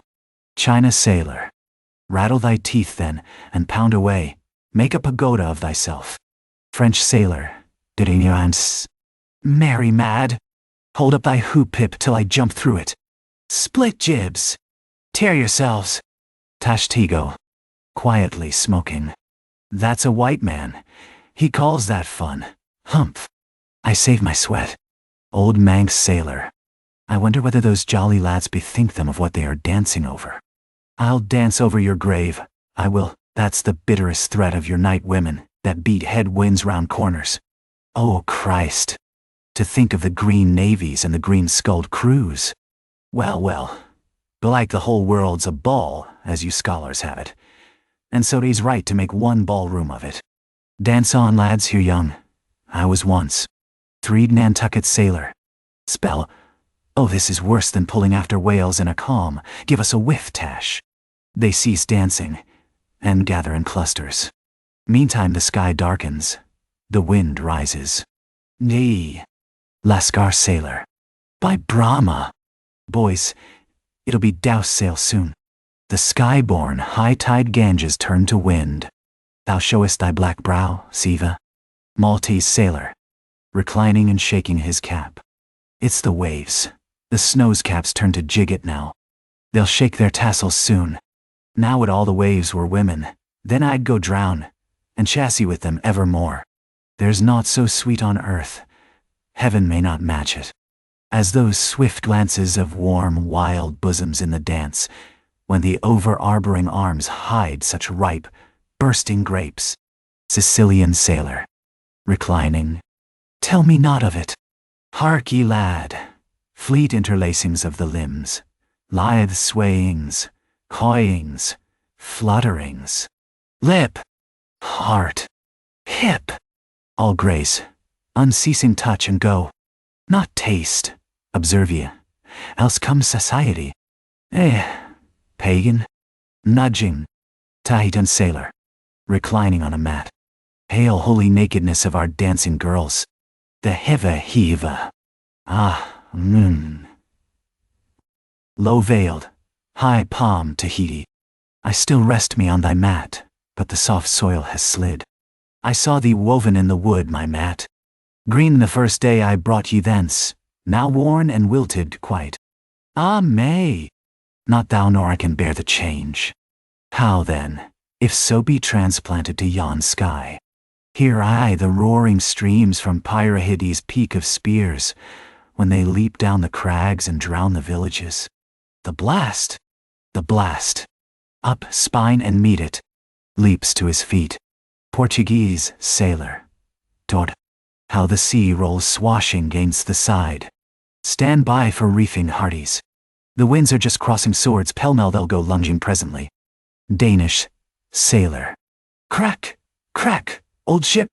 So long as thou crackest, thou holdest. Well done. The mate there holds you to it stiffly. He's no more afraid than the Isle fort at Kattegat, put there to fight the Baltic with storm-lashed guns, on which the sea salt cakes. Fourth Nantucket sailor. He has his orders, mind ye that. I heard old Ahab tell him he must always kill a squall, something as they burst a waterspout with a pistol. Fire your ship right into it. English sailor. Ta. Blood. But that old man's a grand old cove. We are the lads to hunt him up his whale. Oh. Aye. Aye. Old Manx sailor. How the three pines shake. Pines are the hardest sort of tree to live when shifted to any other soil, and here there's none but the crew's cursed clay. Steady, helmsman. Steady. This is the sort of weather when brave hearts snap ashore, and keeled hulls split at sea. Our captain has his birthmark. Look yonder, boys. There's another in the sky. Lurid like, ye see, all else pitch black. Dagoo. What of that? Who's afraid of black's afraid of me? I'm quarried out of it. Spanish sailor. Aside. He wants to bully. Ah. The old grudge makes me touchy. Advancing. Aye, harpooner. Thy race is the undeniable dark side of mankind. Devilish dark at that. No offense. Dagoo. Grimly. None. St. Jago's sailor. That Spaniard's mad or drunk. But that can't be, or else in his one case our old mogul's firewaters are somewhat long in working. Fifth Nantucket sailor. What's that I saw? Lightning. Yes. Spanish sailor. No, Dagoo showing his teeth. Dagoo. Springing. Swallow thine, mannequin. White skin, white liver. Spanish sailor. Knife thee heartily. Big frame, small spirit. All. A row. A row. A row. Tashtego, with a whiff. A row alow, and a row aloft, gods and men, both brawlers. Humph. Belfast sailor. A row. Ara a row. The Virgin be blessed. A row. Plunge in with ye. English sailor. Fair play. Snatch the Spaniard's knife. A ring. A ring. Old Manx sailor. Ready formed. There. The ringed horizon. In that ring, Cain struck Abel. Sweet work, right work. No? Why then, God, madst thou the ring? Métis voice from the quarterdeck. Hands by the halyards. In topgallant sails. Stand by to reef topsails. All. The squall. The squall. Jump, my jollies. They scatter. Pip, shrinking under the windlass. Jollies? Lord help such jollies. Crish, crash. There goes the jibstay. Blang wang. God. Duck lower. Pip, here comes the royal yard. It's worse than being in the world woods, the last day of the year. Who'd go climbing after chestnuts now? But there they go, all cursing, and here I don't. Fine prospects to 'em. They're on the road to heaven. Hold on hard. Jiminy, what a squall. But those chaps there are worse yet. They are your white squalls, they. White squalls? White whale, sure. Sure. Here have I heard all their chat just now. And the white whale, sure. Sure. But spoken of once. And only this evening. It makes me jingle all over like my tambourine. That anaconda of an old man swore 'em in to hunt him. Oh, thou big white god aloft there somewhere in yon darkness, have mercy on this small black boy down here. Preserve him from all men that have no bowels to feel fear. Chapter 41. Moby Dick. I, Ishmael, was one of that crew. My shouts had gone up with the rest. My oath had been welded with theirs, and stronger I shouted, and more did I hammer and clinch my oath because of the dread in my soul. A wild, mystical, sympathetical feeling was in me. Ahab's quenchless feud seemed mine. With greedy ears I learned the history of that murderous monster against whom I and all the others had taken our oaths of violence and revenge. For some time past, though at intervals only, the unaccompanied, secluded white whale had haunted those uncivilized seas, mostly frequented by the sperm whale fishermen. But not all of them knew of his existence. Only a few of them, comparatively, had knowingly seen him, while the number who as yet had actually and knowingly given battle to him was small indeed. For, owing to the large number of whale cruisers, the disorderly way they were sprinkled over the entire watery circumference, many of them adventurously pushing their quest along solitary latitudes, so as seldom or never for a whole 12-month or more on a stretch to encounter a single news-telling sail of any sort. The inordinate length of each separate voyage, the irregularity of the times of sailing from home, all these, with other circumstances, direct and indirect, long obstructed the spread through the whole worldwide whaling fleet of the special individualizing tidings concerning Moby Dick. It was hardly to be doubted that several vessels reported to have encountered, at such or such a time, or on such or such a meridian, a sperm whale of uncommon magnitude and malignity, which whale, after doing great mischief to his assailants, had completely escaped them. To some minds it was not an unfair presumption, I say, that the whale in question must have been no other than Moby Dick. Yet as of late, the sperm whale fishery had been marked by various and not unfrequent instances of great ferocity, cunning, and malice in the monster attacked. Therefore it was that those who by accident ignorantly gave battle to Moby Dick, such hunters perhaps for the most part, were content to ascribe the peculiar terror he bred, more, as it were, to the perils of the sperm whale fishery at large than to the individual cause. In that way, mostly, the disastrous encounter between Ahab and the whale had hitherto been popularly regarded. And as for those who, previously hearing of the white whale, by chance caught sight of him, in the beginning of the thing they had every one of them, almost, as boldly and fearlessly lowered for him as for any other whale of that species. But at length, such calamities did ensue in these assaults, not restricted to sprained wrists and ankles, broken limbs, or devouring amputations, but fatal to the last degree of fatality. Those repeated disastrous repulses, all accumulating and piling their terrors upon Moby Dick. Those things had gone far to shake the fortitude of many brave hunters, to whom the story of the white whale had eventually come. Nor did wild rumors of all sorts fail to exaggerate, and still the more horrify the true histories of these deadly encounters. For not only do fabulous rumors naturally grow out of the very body of all surprising terrible events, as the smitten tree gives birth to its fungi, but, in maritime life, far more than in that of terra firma, wild rumors abound, wherever there is any adequate reality for them to cling to. And as the sea surpasses the land in this matter, so the whale fishery surpasses every other sort of maritime life, in the wonderfulness and fearfulness of the rumors which sometimes circulate there. For not only are whalemen as a body unexempt from that ignorance and superstitiousness hereditary to all sailors, but of all sailors, they are by all odds the most directly brought into contact with whatever is appallingly astonishing in the sea. Face to face they not only eye its greatest marvels, but hand to jaw give battle to them. Alone in such remotest waters, that though you sailed 1,000 miles and passed 1,000 shores, you would not come to any chiseled hearthstone, or aught hospitable beneath that part of the sun. In such latitudes and longitudes, pursuing to such a calling as he does, the whaleman is wrapped by influences all tending to make his fancy pregnant with many a mighty birth.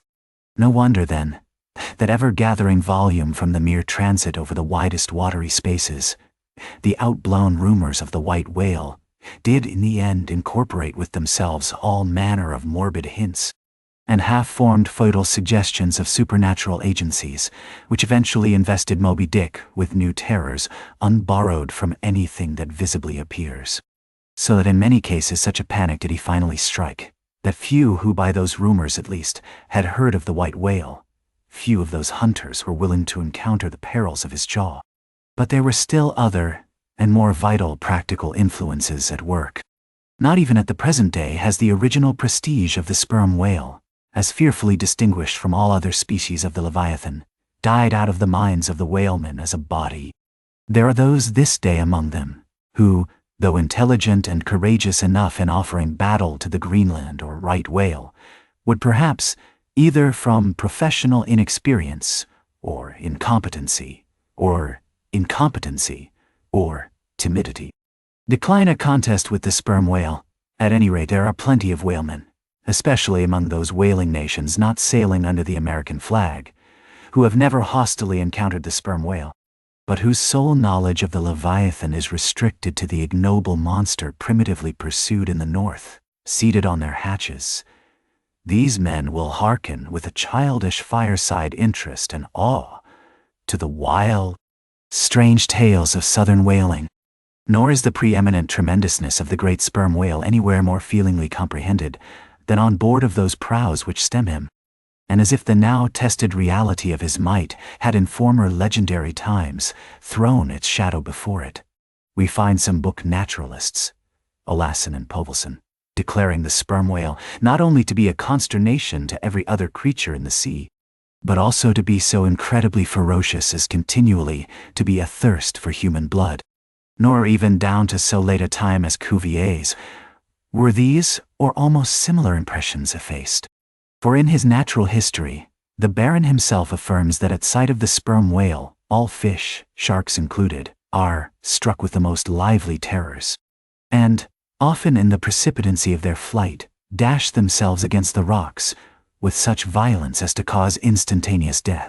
And however the general experiences in the fishery may amend such reports as these, yet in their full terribleness, even to the bloodthirsty item of Povelson, the superstitious belief in them is, in some vicissitudes of their vocation, revived in the minds of the hunters, so that overawed by the rumors and portents concerning him, not a few of the fishermen recalled, in reference to Moby Dick, the earlier days of the sperm whale fishery, when it was oftentimes hard to induce long-practiced right whalemen to embark in the perils of this new and daring warfare, such men protesting that, although other leviathans might be hopefully pursued, yet to chase and point lance at such an apparition as the sperm whale was not for mortal man.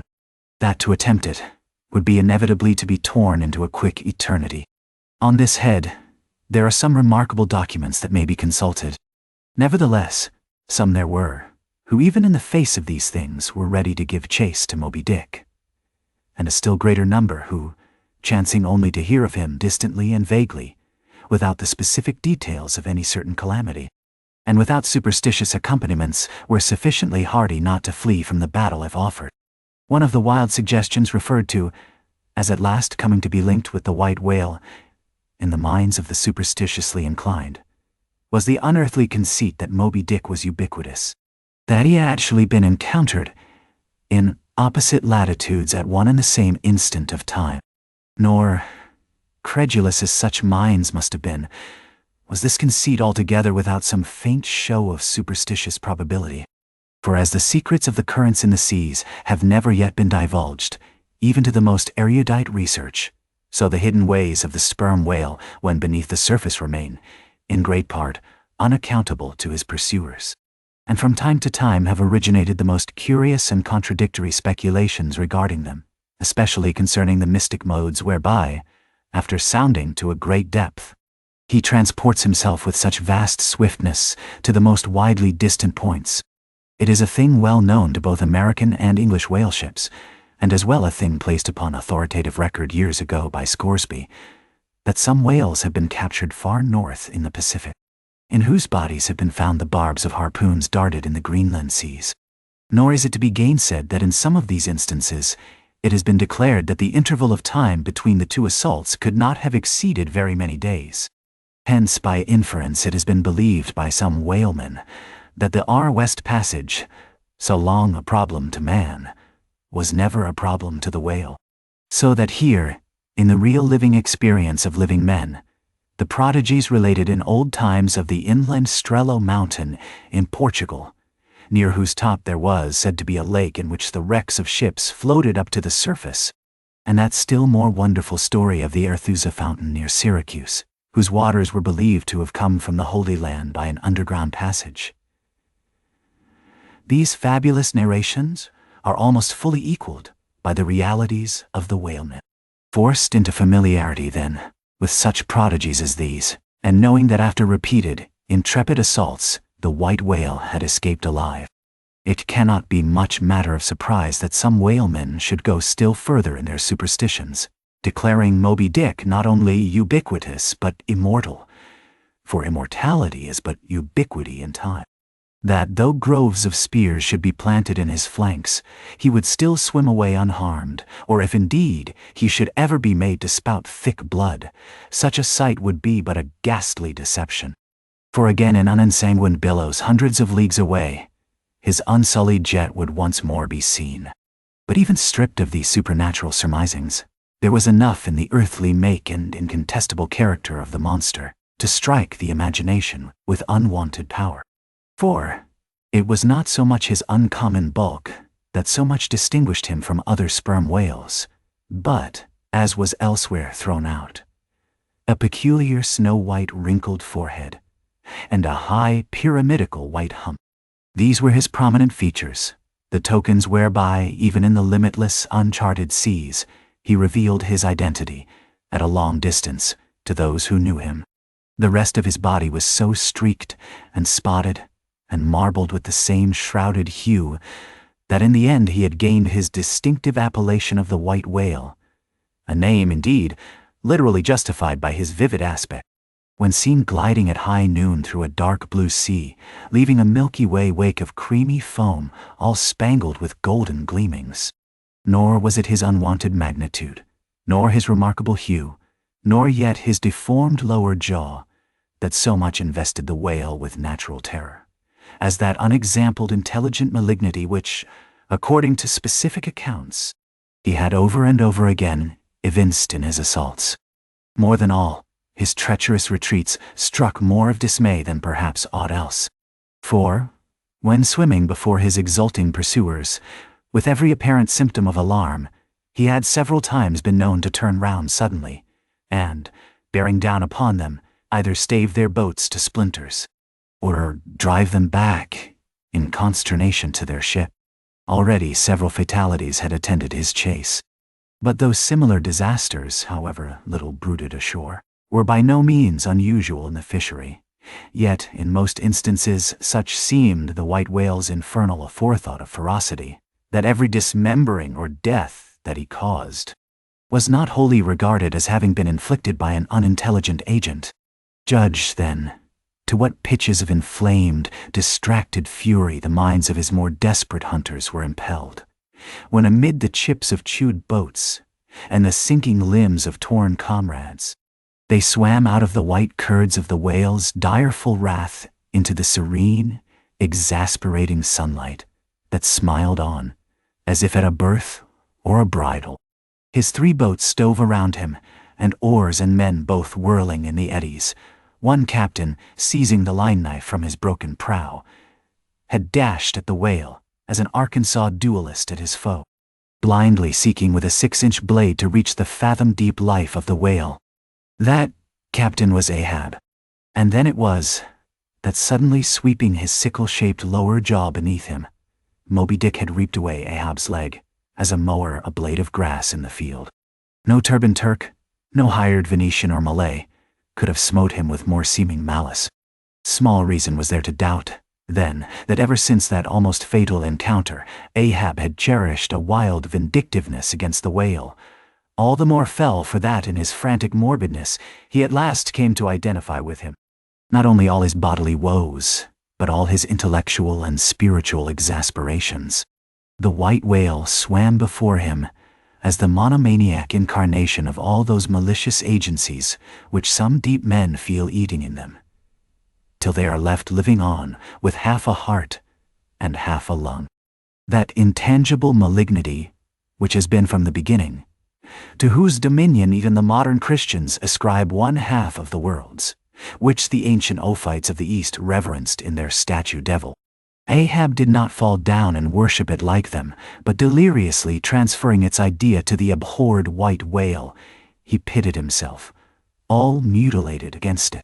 All that most maddens and torments, all that stirs up the lees of things, all truth with malice in it, all that cracks the sinews and cakes the brain, all the subtle demonisms of life and thought, all evil to crazy Ahab, were visibly personified, and made practically assailable in Moby Dick. He piled upon the whale's white hump the sum of all the general rage and hate felt by his whole race from Adam down, and then, as if his chest had been a mortar, he burst his hot heart's shell upon it. It is not probable that this monomania in him took its instant rise at the precise time of his bodily dismemberment. Then, in darting at the monster, knife in hand, he had but given loose to a sudden, passionate, corporal animosity. And when he received the stroke that tore him, he probably but felt the agonizing bodily laceration, but nothing more. Yet, when by this collision forced to turn towards home, and for long months of days and weeks, Ahab in anguish lay stretched together in one hammock, rounding in midwinter that dreary, howling Patagonian cape, then it was that his torn body and gashed soul bled into one another, and so interfusing made him mad. That it was only then, on the homeward voyage, after the encounter, that the final monomania seized him, seems all but certain from the fact that, at intervals during the passage, he was a raving lunatic, and, though unlimed of a leg, yet such vital strength yet lurked in his Egyptian chest, and was moreover intensified by his delirium, that his mates were forced to lace him fast, even there, as he sailed, raving in his hammock. In a straitjacket, he swung to the mad rockings of the gales. And, when running into more sufferable latitudes, the ship, with mild stunsails spread, floated across the tranquil tropics, and, to all appearances, the old man's delirium seemed left behind him with the Cape Horn swells, and he came forth from his dark den into the blessed light and air, even then, when he bore that firm, collected front, however pale, and issued his calm orders once again. And his mates thanked God the direful madness was now gone.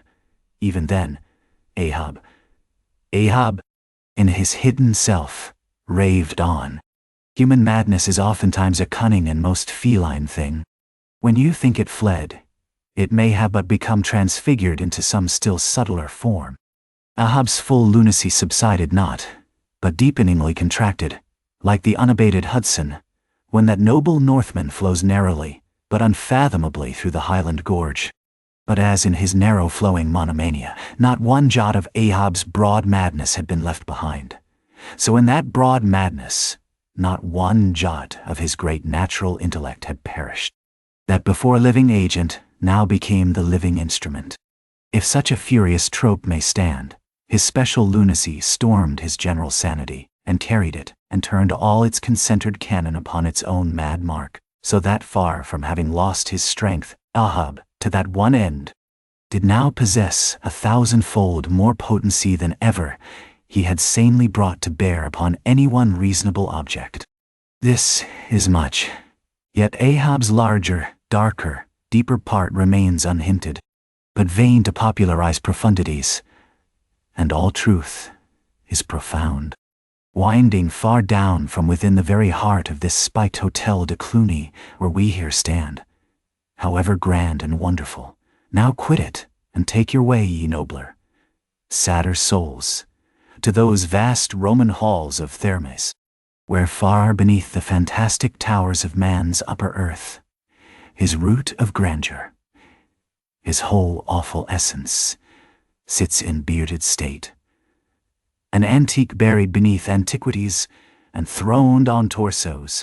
So with a broken throne, the great gods mock that captive king. So like a caryatid, he patient sits, upholding on his frozen brow the piled entablatures of ages. Wind ye down there, ye prouder, sadder souls. Question that proud, sad king. A family likeness. Aye, he did beget ye, ye young exiled royalties. and from your grim sire only will the old state secret come. Now, in his heart, Ahab had some glimpse of this, namely, all my means are sane, my motive and my object mad, yet without power to kill, or change, or shun the fact. He likewise knew that to mankind he did long dissemble, in some sort did still. But that thing of his dissembling was only subject to his perceptibility, not to his will determinate. Nevertheless, so well did he succeed in that dissembling, that when with ivory leg he stepped ashore at last, no Nantucketer thought him otherwise than but naturally grieved. And that to the quick, with the terrible casualty which had overtaken him. The report of his undeniable delirium at sea was likewise popularly ascribed to a kindred cause. And so too, all the added moodiness which always afterwards, to the very day of sailing in the Pequod on the present voyage, sat brooding on his brow.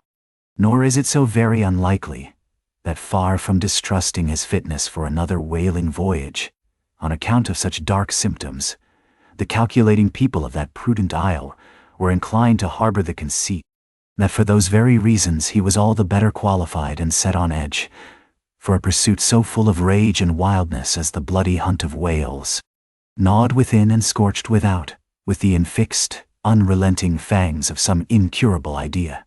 Such an one, could he be found, would seem the very man to dart his iron and lift his lance against the most appalling of all brutes. Or, if for any reason thought to be corporally incapacitated for that, yet such an one would seem superlatively competent to cheer and howl on his underlings to the attack.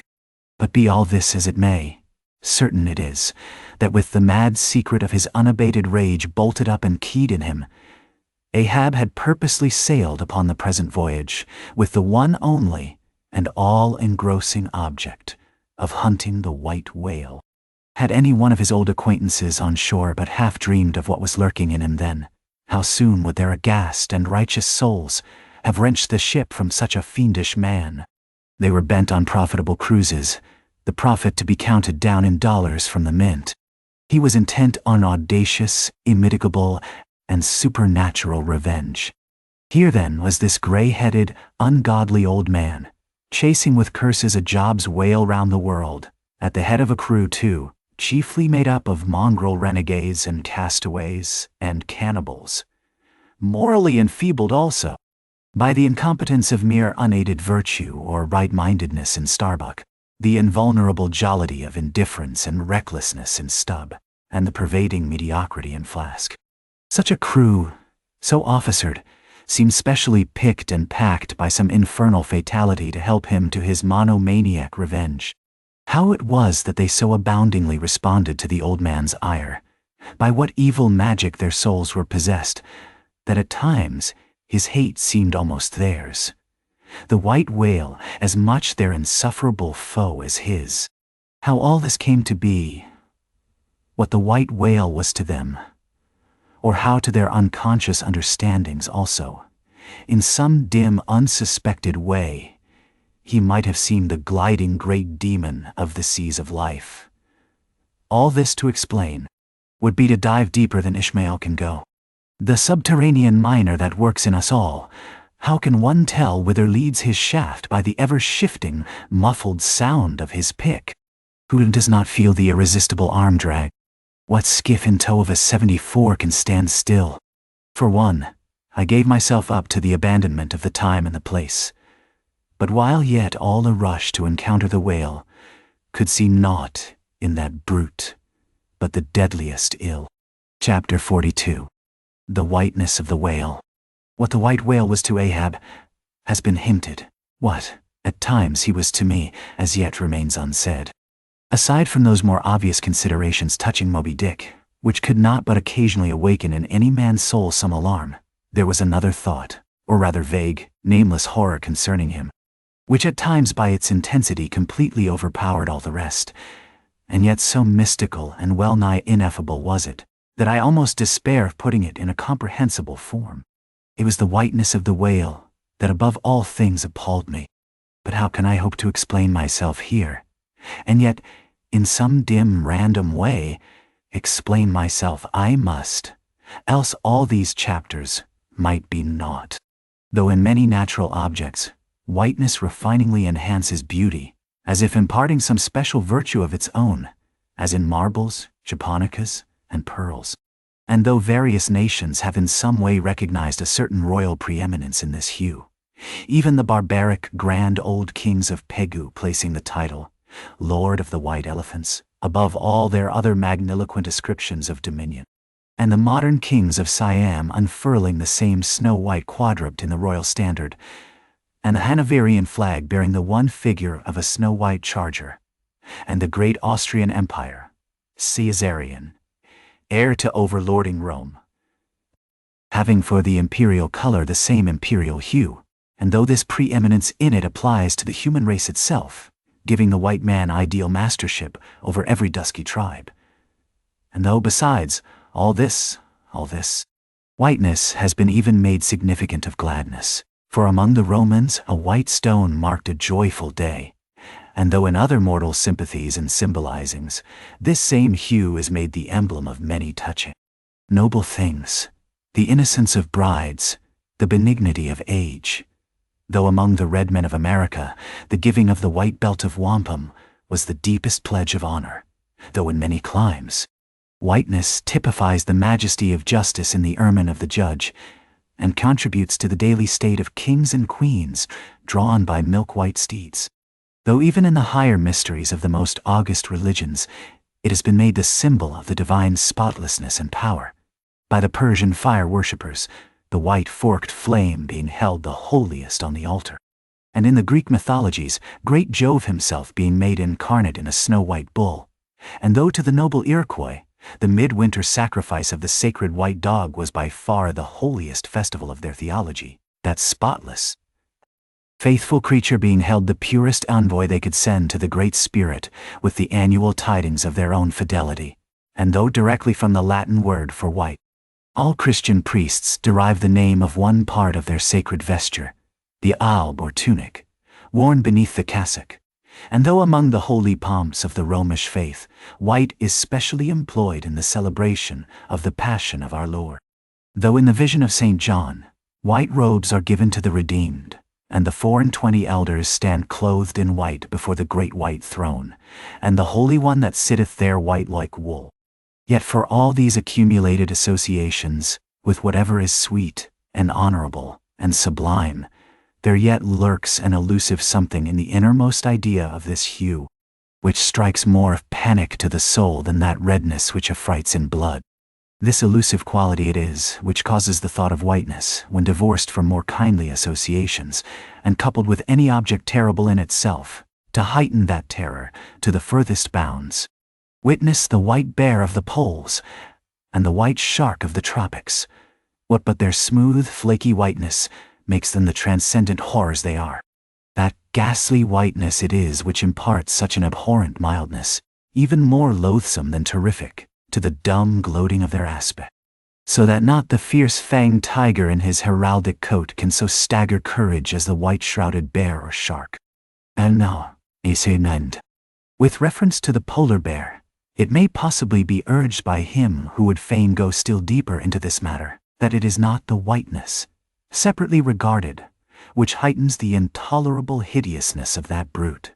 For analyzed, that heightened hideousness, it might be said, only rises from the circumstance that the irresponsible ferociousness of the creature stands invested in the fleece of celestial innocence and love.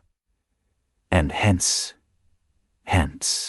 by bringing together two such opposite emotions in our minds, the polar bear frightens us with so unnatural a contrast. But even assuming all this to be true, yet, were it not for the whiteness, you would not have that intensified terror. As for the white shark, the white gliding ghostliness of repose in that creature, when beheld in his ordinary moods, strangely tallies with the same quality in the polar quadruped. This peculiarity is most vividly hit by the French in the name they bestow upon that fish.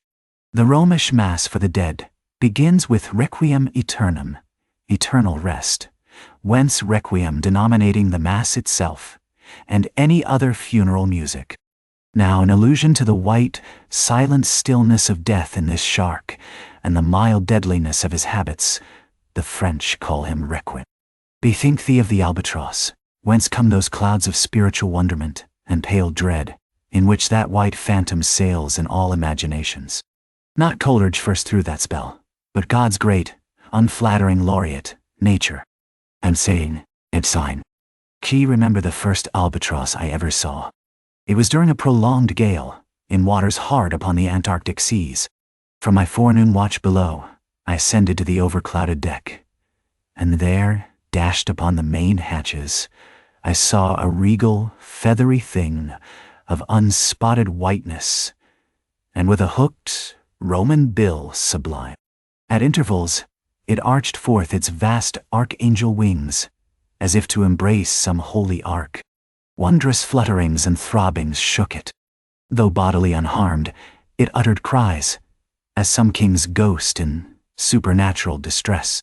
Through its inexpressible, strange eyes, methought I peeped to secrets which took hold of God. As Abraham before the angels, I bowed myself. The white thing was so white, its wings so wide, and in those forever exiled waters, I had lost the miserable warping memories of traditions and of towns. Long I gazed at that prodigy of plumage. I cannot tell, can only hint, the things that darted through me then. But at last, I awoke, and turning, asked a sailor what bird was this. A goney, he replied. Goney! Never had heard that name before. Is it conceivable that this glorious thing is utterly unknown to men ashore? Never! But some time after, I learned that goney was some seaman's name for albatross, so that by no possibility could Coleridge's wild rhyme have had aught to do with those mystical impressions which were mine, when I saw that bird upon our deck. For neither had I then read the rhyme, nor knew the bird to be an albatross. Yet, in saying this, I do but indirectly burnish a little brighter the noble merit of the poem and the poet. I assert then, that in the wondrous bodily whiteness of the bird chiefly lurks the secret of the spell. A truth the more evinced in this, that by a solecism of terms, there are birds called grey albatrosses, and these I have frequently seen, but never with such emotions as when I beheld the Antarctic fowl. But how had the mystic thing been caught? Whisper it not, and I will tell. With a treacherous hook and line, as the fowl floated on the sea. At last the captain made a postman of it, tying a lettered, leathern tally round its neck, with the ship's time and place, and then letting it escape. But I doubt not, that leathern tally, meant for man, was taken off in heaven, when the white fowl flew to join the wing-folding, the invoking and adoring cherubim. Most famous in our Western annals and Indian traditions is that of the white steed of the prairies, a magnificent milk-white charger, large-eyed, small-headed, bluff-chested, and with the dignity of 1,000 monarchs in his lofty, over-scorning carriage. He was the elected Xerxes of vast herds of wild horses, whose pastures in those days were only fenced by the Rocky Mountains and the Alleghanies. At their flaming head he westward trooped it like that chosen star which every evening leads on the hosts of light. The flashing cascade of his mane, the curving comet of his tail, invested him with housings more resplendent than gold and silver beaters could have furnished him.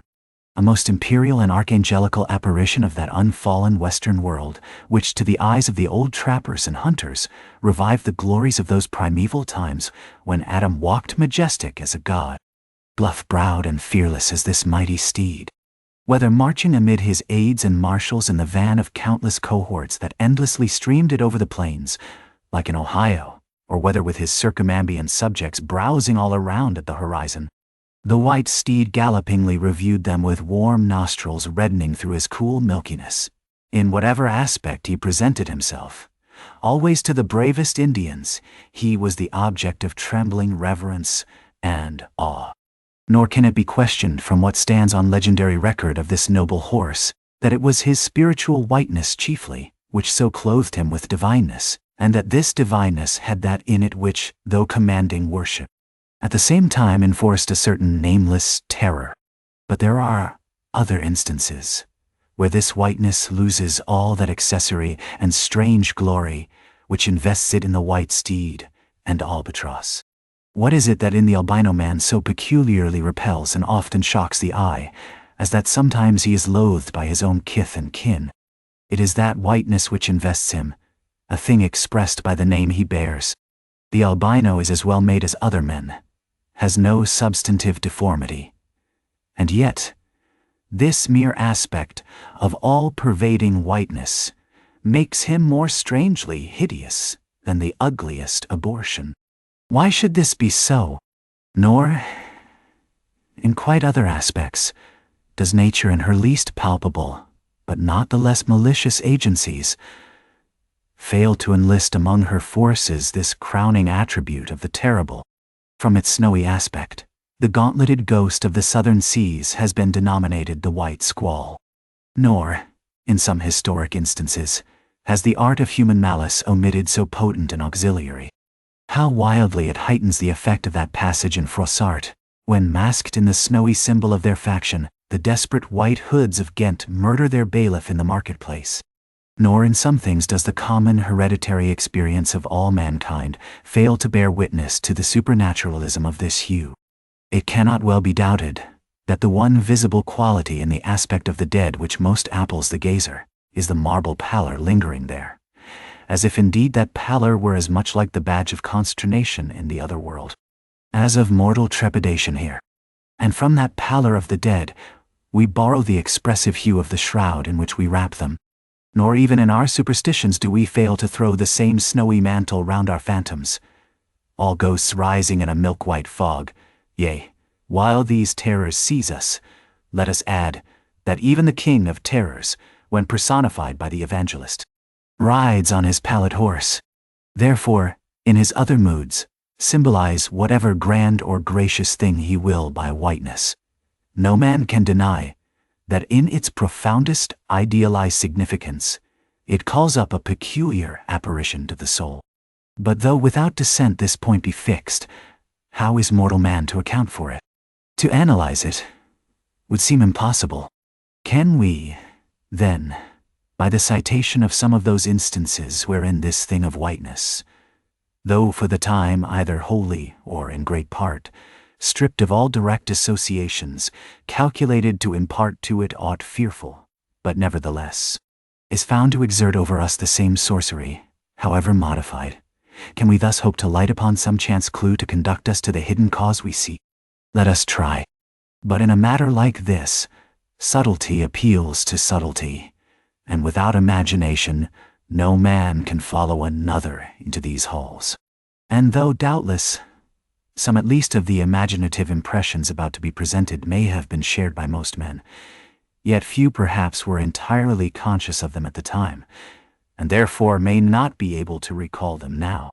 Why, to the man of untutored ideality, who happens to be but loosely acquainted with the peculiar character of the day, does the bare mention of Whitsuntide Marshal, in the fancy such long, dreary, speechless processions of slow-pacing pilgrims, downcast and hooded with new-fallen snow? Or to the unread, unsophisticated Protestant of the Middle American states, why does the passing mention of a white friar, or a white nun, evoke such an eyeless statue in the soul? Or what is there apart from the traditions of dungeoned warriors and kings, which will not wholly account for it, that makes the White Tower of London tell so much more strongly on the imagination of an untraveled American than those other storied structures, its neighbors, the Byward Tower, or even the Bloody, and those sublimer towers, the White Mountains of New Hampshire, whence, in peculiar moods, comes that gigantic ghostliness over the soul at the bare mention of that name, while the thought of Virginia's Blue Ridge is full of a soft, dewy, distant dreaminess? Or why, irrespective of all latitudes and longitudes, does the name of the White Sea exert such a spectralness over the fancy, while that of the Yellow Sea lulls us with mortal thoughts of long lacquered mild afternoons on the waves, followed by the gaudiest and yet sleepiest of sunsets? Or, to choose a wholly unsubstantial instance, purely addressed to the fancy, why, in reading the old fairy tales of Central Europe, does the tall, pale man of the Hartz forests whose changeless pallor unrustlingly glides through the green of the groves. Why is this phantom more terrible than all the whooping imps of the Blocksberg? Nor is it altogether the remembrance of her cathedral toppling earthquakes, nor the stampedos of her frantic seas, nor the tearlessness of arid skies that never rain, nor the sight of her wide field of leaning spires, wrenched copestones, and crosses all a-droop like canted yards of anchored fleets, and her suburban avenues of house walls lying over upon each other as a tossed pack of cards. It is not these things alone which make tearless Lima the strangest, saddest city thou canst see. For Lima has taken the white veil, and there is a higher horror in this whiteness of her woe. Old as Pizarro, this whiteness keeps her ruins forever new, admits not the cheerful greenness of complete decay, spreads over her broken ramparts the rigid pallor of an apoplexy that fixes its own distortions. I know that, to the common apprehension, this phenomenon of whiteness is not confessed to be the prime agent in exaggerating the terror of objects otherwise terrible, nor to the unimaginative mind is there aught of terror in those appearances whose awfulness to another mind almost solely consists in this one phenomenon, especially when exhibited under any form at all approaching to muteness or universality. What I mean by these two statements may perhaps be respectively elucidated by the following examples. First, the mariner, when drawing nigh the coasts of foreign lands, if by night he hear the roar of breakers, starts to vigilance, and feels just enough of trepidation to sharpen all his faculties, but under precisely similar circumstances, let him be called from his hammock to view his ship sailing through a midnight sea of milky whiteness, as if from encircling headlands shoals of combed white bears were swimming round him. Then he feels a silent, superstitious dread. The shrouded phantom of the whitened waters is horrible to him as a real ghost. In vain the lead assures him he is still off soundings. Heart and helm they both go down. He never rests till blue water is under him again. Yet, where is the mariner who will tell thee, sir? It was not so much the fear of striking hidden rocks as the fear of that hideous whiteness that so stirred me. Second, to the native Indian of Peru, the continual sight of the snow-howed-ahead Andes conveys naught of dread, except, perhaps, in the mere fancying of the eternal frosted desolateness reigning at such vast altitudes, and the natural conceit of what a fearfulness it would be to lose oneself in such inhuman solitudes. Much the same is it with the backwoodsman of the West, who with comparative indifference views an unbounded prairie sheeted with driven snow, no shadow of tree or twig to break the fixed trance of whiteness. Not so the sailor, beholding the scenery of the Antarctic seas, where at times, by some infernal trick of legerdemain and the powers of frost and air, he, shivering and half shipwrecked, instead of rainbows speaking hope and solace to his misery, views what seems a boundless churchyard grinning upon him with its lean ice monuments and splintered crosses. But thou sayest, methinks that white lead chapter about whiteness is but a white flag hung out from a craven soul. Thou surrenderest to a hypo, Ishmael. Tell me, why this strong young colt, foaled in some peaceful valley of Vermont, far removed from all beasts of prey, why is it that upon the sunniest day, if you but shake a fresh buffalo robe behind him so that he cannot even see it, but only smells its wild animal muskiness, why will he start, snort, and with bursting eyes paw the ground in frenzies of affright? There is no remembrance in him of any gorings of wild creatures in his green northern home, so that the strange muskiness he smells cannot recall to him anything associated with the experience of former perils. For what knows he? This New England colt of the black bisons of distant Oregon? No, but here thou beholdest, even in a dumb brute, the instinct of the knowledge of the demonism in the world. Though thousands of miles from Oregon, still when he smells that savage musk, the rending, goring bison herds are as present as to the deserted wild foal of the prairies, which this instant they may be trampling into dust. Thus then, the muffled rollings of a milky sea, the bleak rustlings of the festooned frosts of mountains, the desolate shiftings of the windrowed snows of prairies, all these, to Ishmael, are as the shaking of that buffalo robe to the frightened colt. Though neither knows where lie the nameless things of which the mystic sign gives forth such hints, yet with me, as with the colt, somewhere those things must exist. Though in many of its aspects, this visible world seems formed in love, the invisible spheres were formed in fright. But not yet have we solved the incantation of this whiteness, and learned why it appeals with such power to the soul, and more strange and far more portentous.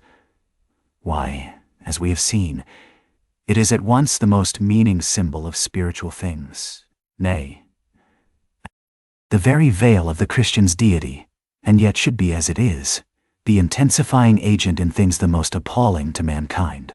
Is it that by its indefiniteness, it shadows forth the heartless voids and immensities of the universe, and thus stabs us from behind with the thought of annihilation when beholding the white depths of the Milky Way? Or is it that as in essence whiteness is not so much a color as the visible absence of color, and at the same time the concrete of all colors? Is it for these reasons that there is such a dumb blankness, full of meaning, in a wide landscape of snows, a colorless, all color of atheism, from which we shrink? And when we consider that other theory of the natural philosophers, that all other earthly hues, every stately or lovely emblazoning, the sweet tinges of sunset skies and woods, yea, and the gilded velvets of butterflies, and the butterfly cheeks of young girls, all these are but subtile deceits, not actually inherent in substances, but only laid on from without, so that all deified nature absolutely paints like the harlot, whose allurements cover nothing but the charnel house within. And when we proceed further, and consider that the mystical cosmetic which produces every one of her hues, the great principle of light, forever remains white or colorless in itself, and if operating without medium upon matter, would touch all objects, even tulips and roses, with its own blank tinge. Pondering all this, the palsied universe lies before us a leper, and like willful travelers in Lapland, who refuse to wear colored and coloring glasses upon their eyes, so the wretched infidel gazes himself blind at the monumental white shroud that wraps all the prospect around him. And of all these things the albino whale was the symbol. Wonder ye then at the fiery hunt. Chapter 43. Hark! Hist! Did you hear that noise, Kabako? Nia, 90, da, itcho, or. It was the middle watch, a fair moonlight.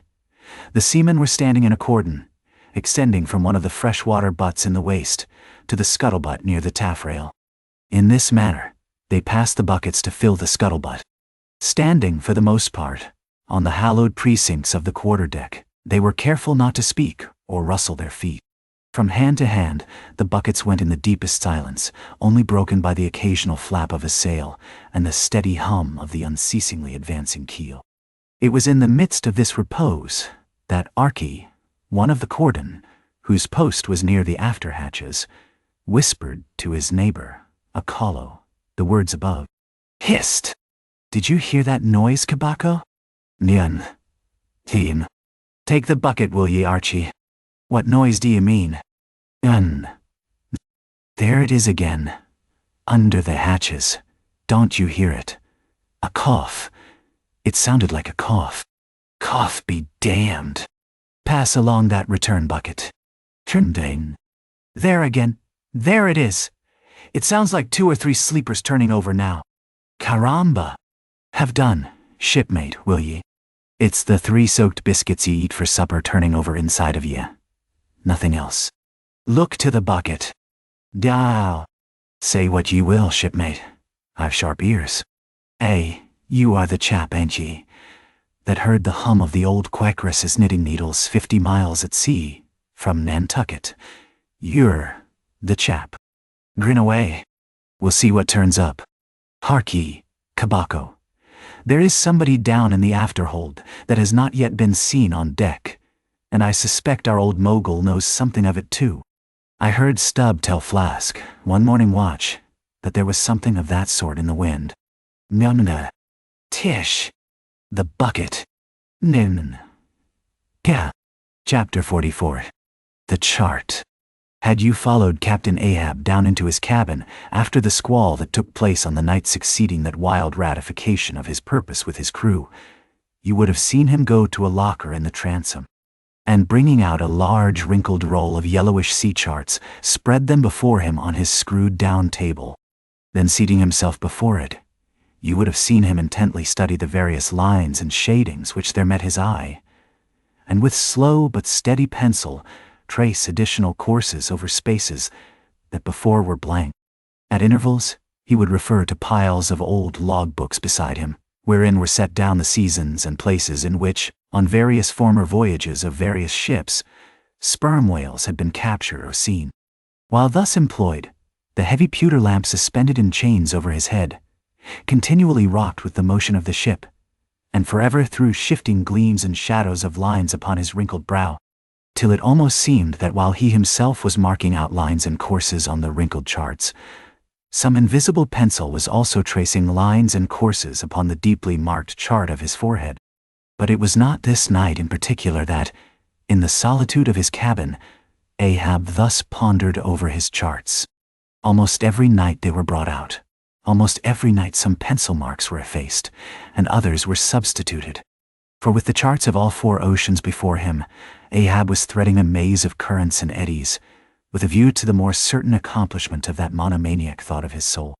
Now, to anyone not fully acquainted with the ways of the Leviathans, it might seem an absurdly hopeless task thus to seek out one solitary creature in the unhooped oceans of this planet. But not so did it seem to Ahab, who knew the sets of all tides and currents, and thereby calculating the driftings of the sperm whale's food, and also calling to mind the regular, ascertained seasons for hunting him in particular latitudes, could arrive at reasonable surmises, almost approaching to certainties, concerning the timeliest day to be upon this or that ground in search of his prey. So assured, indeed, is the fact concerning the periodicalness of the sperm whales resorting to given waters, that many hunters believe that, could he be closely observed and studied throughout the world, were the logs for one voyage of the entire whale fleet carefully collated, then the migrations of the sperm whale would be found to correspond in invariability to those of the herring shoals or the flights of swallows. On this hint, attempts have been made to construct elaborate migratory charts of the sperm whale. Ince the above was written, the statement is happily borne out by an official circular, issued by Lieutenant Maury, of the National Observatory, Washington, April 16, 1851. By that circular, it appears that precisely such a chart is in the course of completion, and portions of it are presented in the circular.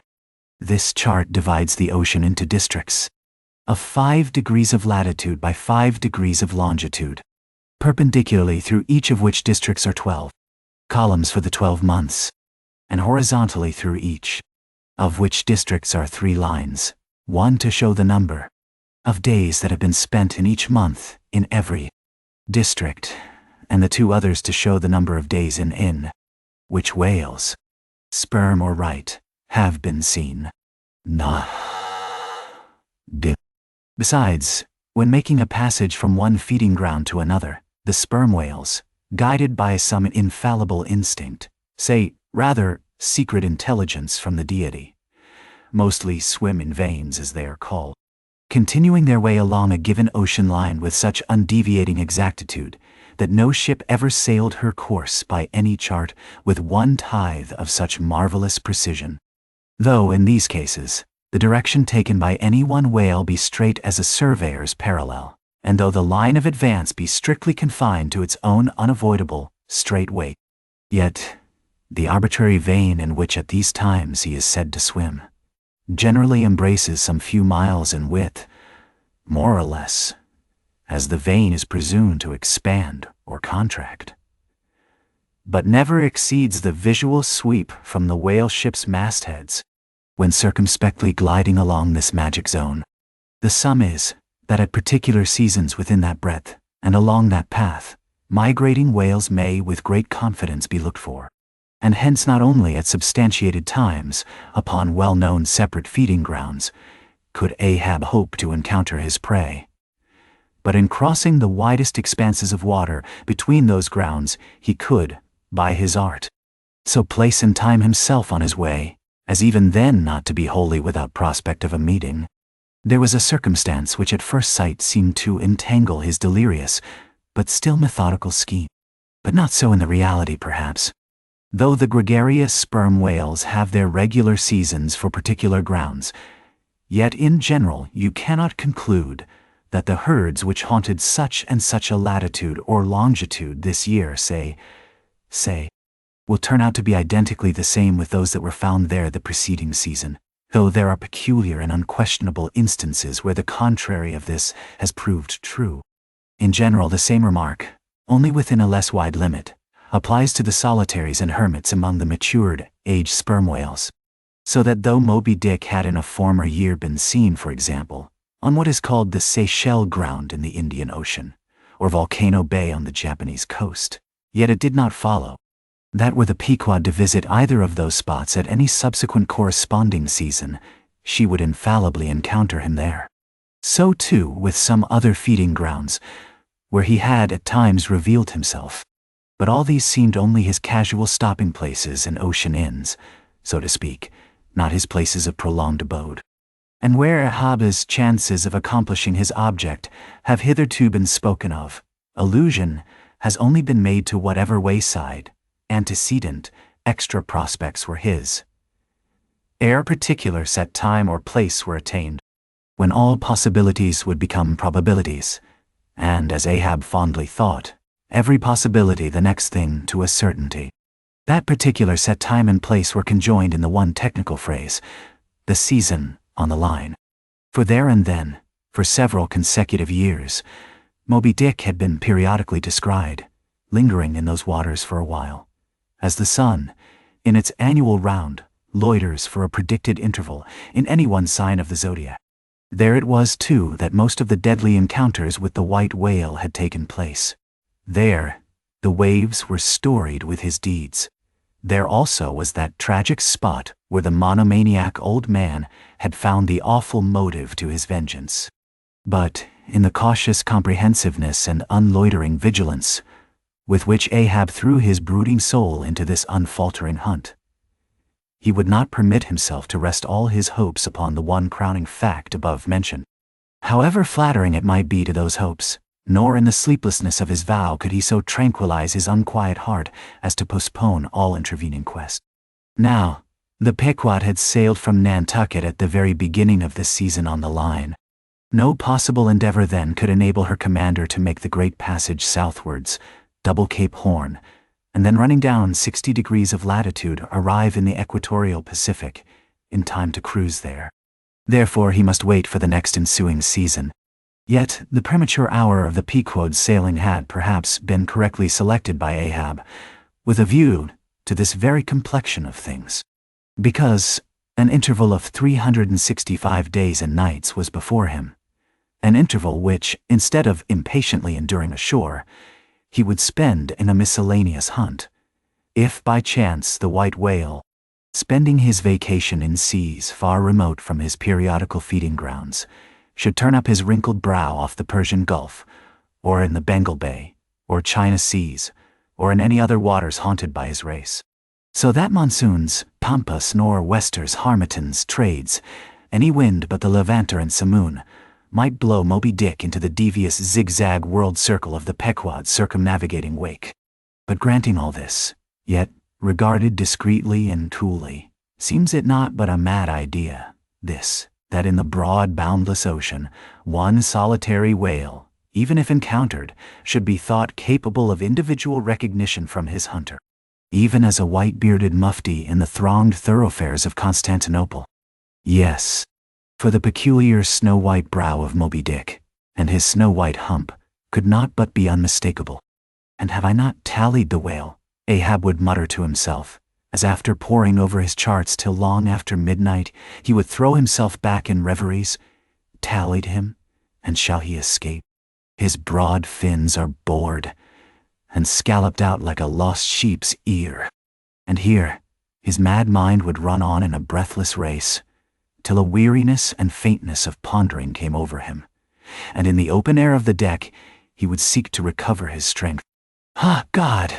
What trances of torments does that man endure who is consumed with one unachieved revengeful desire? He sleeps with clenched hands, and wakes with his own bloody nails in his palms. Often, when forced from his hammock by exhausting and intolerably vivid dreams of the night, which, resuming his own intense thoughts through the day, carried them on amid a clashing of frenzies, and whirled them round and round and round in his blazing brain, till the very throbbing of his life-spot became insufferable anguish. And when, as was sometimes the case, these spiritual throes in him heaved his being up from its base, and a chasm seemed opening in him, from which forked flames and lightnings shot up, and accursed fiends beckoned him to leap down among them. When this hell in himself yawned beneath him, a wild cry would be heard through the ship, and with glaring eyes, Ahab would burst from his stateroom, as though escaping from a bed that was on fire. Yet these, perhaps, instead of being the unsuppressible symptoms of some latent weakness, or fright at his own resolve, were but the plainest tokens of its intensity. For at such times crazy Ahab, the scheming, unappeasedly steadfast hunter of the white whale, this Ahab that had gone to his hammock, was not the agent that so caused him to burst from it in horror again. The latter was the eternal living principle or soul in him, and in sleep, being for the time dissociated from the characterizing mind, which at other times employed it for its outer vehicle or agent. It spontaneously sought escape from the scorching contiguity of the frantic thing, of which for the time it was no longer an integral. But as the mind does not exist unless leagued with the soul, therefore it must have been that, in Ahab's case, yielding up all his thoughts and fancies to his one supreme purpose. That purpose, by its own sheer inveteracy of will, forced itself against gods and devils into a kind of self-assumed independent being of its own. Nay, could grimly live and burn, while the common vitality to which it was conjoined fled horror-stricken from the unbidden and unfathered birth. Therefore, the tormented spirit that glared out of bodily eyes, when what seemed Ahab rushed from his room, was for the time but a vacated thing, a formless somnambulistic being, a ray of living light, to be sure, but without an object to color, and therefore a blankness in itself. God help thee, old man, thy thoughts have created a creature in thee, and he whose intense thinking thus makes him a Prometheus. A vulture feeds upon that heart forever, that vulture the very creature he creates. Chapter 45. The Affidavit. So far as what there may be of a narrative in this book, and indeed as indirectly touching one or two very interesting and curious particulars in the habits of sperm whales, the foregoing chapter, in its earlier part, is as important a one as will be found in this volume, but the leading matter of it requires to be still further and more familiarly enlarged upon, in order to be adequately understood, and moreover, to take away any incredulity which a profound ignorance of the entire subject may induce in some minds, as to the natural verity of the main points of this affair.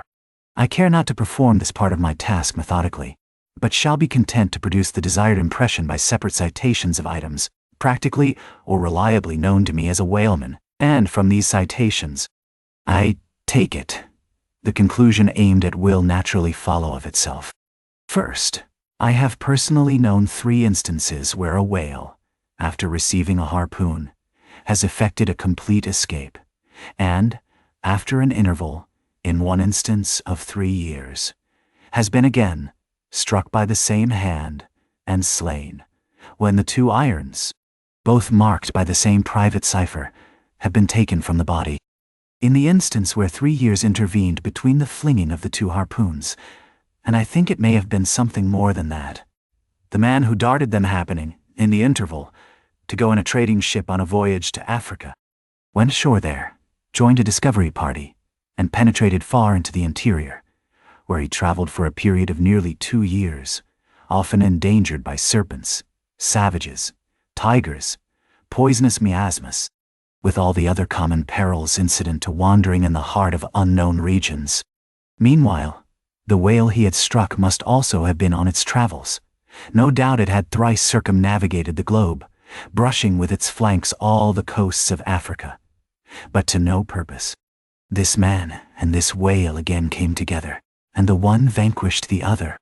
I say I myself have known 3 instances similar to this. That is, in 2 of them, I saw the whales struck, and upon the second attack saw the 2 irons with the respective marks cut in them, afterwards taken from the dead fish. In the 3-year instance, it so fell out that I was in the boat both times, first and last, and the last time distinctly recognized a peculiar sort of huge mole under the whale's eye, which I had observed there 3 years previous. I say 3 years, but I am pretty sure it was more than that. Here are 3 instances, then, which I personally know the truth of. But I have heard of many other instances from persons whose veracity in the matter there is no good ground to impeach. Secondly, it is well known in the sperm whale fishery, however ignorant the world ashore may be of it, that there have been several memorable historical instances where a particular whale in the ocean has been at distant times and places popularly cognizable. Why such a whale became thus marked was not altogether and originally owing to his bodily peculiarities as distinguished from other whales, for however peculiar in that respect any chance whale may be, they soon put an end to his peculiarities by killing him and boiling him down into a peculiarly valuable oil. No, the reason was this: that from the fatal experiences of the fishery, there hung a terrible prestige of perilousness about such a whale as there did about Rinaldo Rinaldini, insomuch that most fishermen were content to recognize him by merely touching their tarpaulins when he would be discovered lounging by them on the sea, without seeking to cultivate a more intimate acquaintance.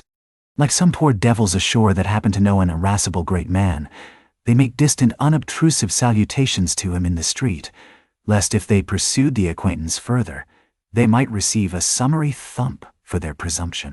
But not only did each of these famous whales enjoy great individual celebrity, nay, you may call it an ocean-wide renown. Not only was he famous in life and now is immortal in forecastle stories after death, but he was admitted into all the rights.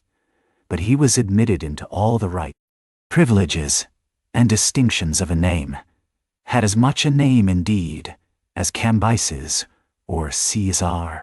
Was it not so, O Tim or Tom? Thou famed Leviathan, scarred like an iceberg, who so long didst lurk in the oriental straits of that name, whose spout was oft seen from the palmy beach of Ombay. Was it not so, O New Zealand Jack? Thou terror of all cruisers that cross their wakes in the vicinity of the Tattoo Land. Was it not so, O Morquan, King of Japan, whose lofty jet they say at times assumed the semblance of a snow-white cross against the sky? Was it not so, O Don Miguel, thou Chilean whale, marked like an old tortoise with mystic hieroglyphics upon the back? In plain prose, here are 4 whales as well known to the students of cetacean history as Marius or Scylla to the classic scholar. But this is not all. New Zealand Tom and Don Miguel, after at various times creating great havoc among the boats of different vessels, were finally gone in quest of, systematically hunted out, chased and killed by valiant whaling captains, who heaved up their anchors with that express object as much in view, as in setting out through the Narragansett woods, Captain Butler of old had it in his mind to capture that notorious, murderous savage Anawan, the headmost warrior of the Indian king, Philip. I do not know where I can find a better place than just here, to make mention of 1 or 2 other things, which to me seem important, as in printed form establishing in all respects the reasonableness of the whole story of the white whale, more especially the catastrophe. For this is one of those disheartening instances where truth requires full as much bolstering as error. So ignorant are most landsmen of some of the plainest and most palpable wonders of the world, that, without some hints touching the plain facts, historical and otherwise, of the fishery, they might scout at Moby Dick as a monstrous fable, or still worse and more detestable, a hideous and intolerable allegory. First, though most men have some vague flitting ideas of the general perils of the grand fishery, yet they have nothing like a fixed, vivid conception of those perils and the frequency with which they recur. One reason perhaps is that not 1 in 50 of the actual disasters and deaths by casualties in the fishery ever finds a public record at home, however transient and immediately forgotten that record. Do you suppose that that poor fellow there, who this moment perhaps caught by the whale line off the coast of New Guinea, is being carried down to the bottom of the sea by the sounding Leviathan? Do you suppose that that poor fellow's name will appear in the newspaper obituary you will read tomorrow at your breakfast? No, because the mails are very irregular between here and New Guinea. In fact, did you ever hear what might be called regular news direct or indirect from New Guinea? Yet I tell you that upon one particular voyage which I made to the Pacific, among many others we spoke 30 different ships, every one of which had had a death by a whale, some of them more than one, and 3 that had each lost a boat's crew. For God's sake, be economical with your lamps and candles. Not a gallon you burn, but at least 1 drop of man's blood was spilled for it. Secondly, people ashore have indeed some indefinite idea that a whale is an enormous creature of enormous power. But I have ever found that when narrating to them some specific example of this twofold enormousness, they have significantly complimented me upon my facetiousness, when, I declare upon my soul, I had no more idea of being facetious than Moses, when he wrote the history of the plagues of Egypt. But fortunately, the special point I here seek can be established upon testimony entirely independent of my own. That point is this: the sperm whale is in some cases sufficiently powerful, knowing, and judiciously malicious, as with direct aforethought to stave in, utterly destroy, and sink a large ship, and what is more, the sperm whale has done it. First, in the year 1820, the ship Essex, Captain Pollard of Nantucket, was cruising in the Pacific Ocean. One day she saw spouts, lowered her boats, and gave chase to a shoal of sperm whales. Ere long, several of the whales were wounded, when, suddenly, a very large whale escaping from the boats issued from the shoal and bore directly down upon the ship. Dashing his forehead against her hull, he so stove her in that in less than 10 minutes she settled down and fell over. Not a surviving plank of her has been seen since. After the severest exposure, part of the crew reached the land in their boats. Being returned home at last, Captain Pollard once more sailed for the Pacific in command of another ship, but the gods shipwrecked him again upon unknown rocks and breakers. For the second time his ship was utterly lost, and forthwith forswearing the sea, he has never tempted it since. At this day Captain Pollard is a resident of Nantucket. I have seen Owen Chase, who was chief mate of the Essex at the time of the tragedy. I have read his plain and faithful narrative. I have conversed with his son, and all this within a few miles of the scene of the catastrophe. D. Following are extracts from Chase's narrative. Every fact seemed to warrant me in concluding that it was anything but chance which directed his operations. He made 2 several attacks upon the ship, at a short interval between them, both of which, according to their direction, were calculated to do us the most injury, by being made ahead, and thereby combining the speed of the 2 objects for the shock, to effect which the exact maneuvers which he made were necessary. His aspect was most horrible, and such as indicated resentment and fury. He came directly from the shoal which we had just before entered, and in which we had struck 3 of his companions, as if fired with revenge for their sufferings. Again, at all events, the whole circumstances taken together, all happening before my own eyes, and producing, at the time, impressions in my mind of decided, calculating mischief on the part of the whale, many of which impressions I cannot now recall, induce me to be satisfied that I am correct in my opinion. Thus, here are his reflections some time after quitting the ship, during a black night in an open boat, when almost despairing of reaching any hospitable shore. The dark ocean and swelling waters were nothing. The fears of being swallowed up by some dreadful tempest or dashed upon hidden rocks, with all the other ordinary subjects of fearful contemplation, seemed scarcely entitled to a moment's thought. The dismal-looking wreck and the horrid aspect and revenge of the whale wholly engrossed my reflections until day again made its appearance. In another place, p. 45. he speaks of the mysterious and mortal attack of the animal. Secondly, the ship Union, also of Nantucket, was in the year 1807 totally lost off the Azores by a similar onset. But the authentic particulars of this catastrophe I have never chanced to encounter, though from the whale hunters I have now and then heard casual allusions to it. Thirdly, some 18 or 20 years ago, Commodore J., then commanding an American sloop of war of the first class, happened to be dining with a party of whaling captains on board a Nantucket ship in the harbor of Oahu, Sandwich Islands. Conversation turning upon whales, the Commodore was pleased to be skeptical touching the amazing strength ascribed to them by the professional gentlemen present. He peremptorily denied, for example, that any whale could so smite his stout sloop of war as to cause her to leak so much as a thimbleful. Very good, but there is more coming. Some weeks after, the Commodore set sail in this impregnable craft for Valparaiso. But he was stopped on the way by a portly sperm whale that begged a few moments' confidential business with him. That business consisted in fetching the Commodore's craft such a thwack that with all his pumps going, he made straight for the nearest port to heave down and repair. I am not superstitious, but I consider the Commodore's interview with that whale as providential. Was not Saul of Tarsus converted from unbelief by a similar fright? I tell you, the sperm whale will stand no nonsense.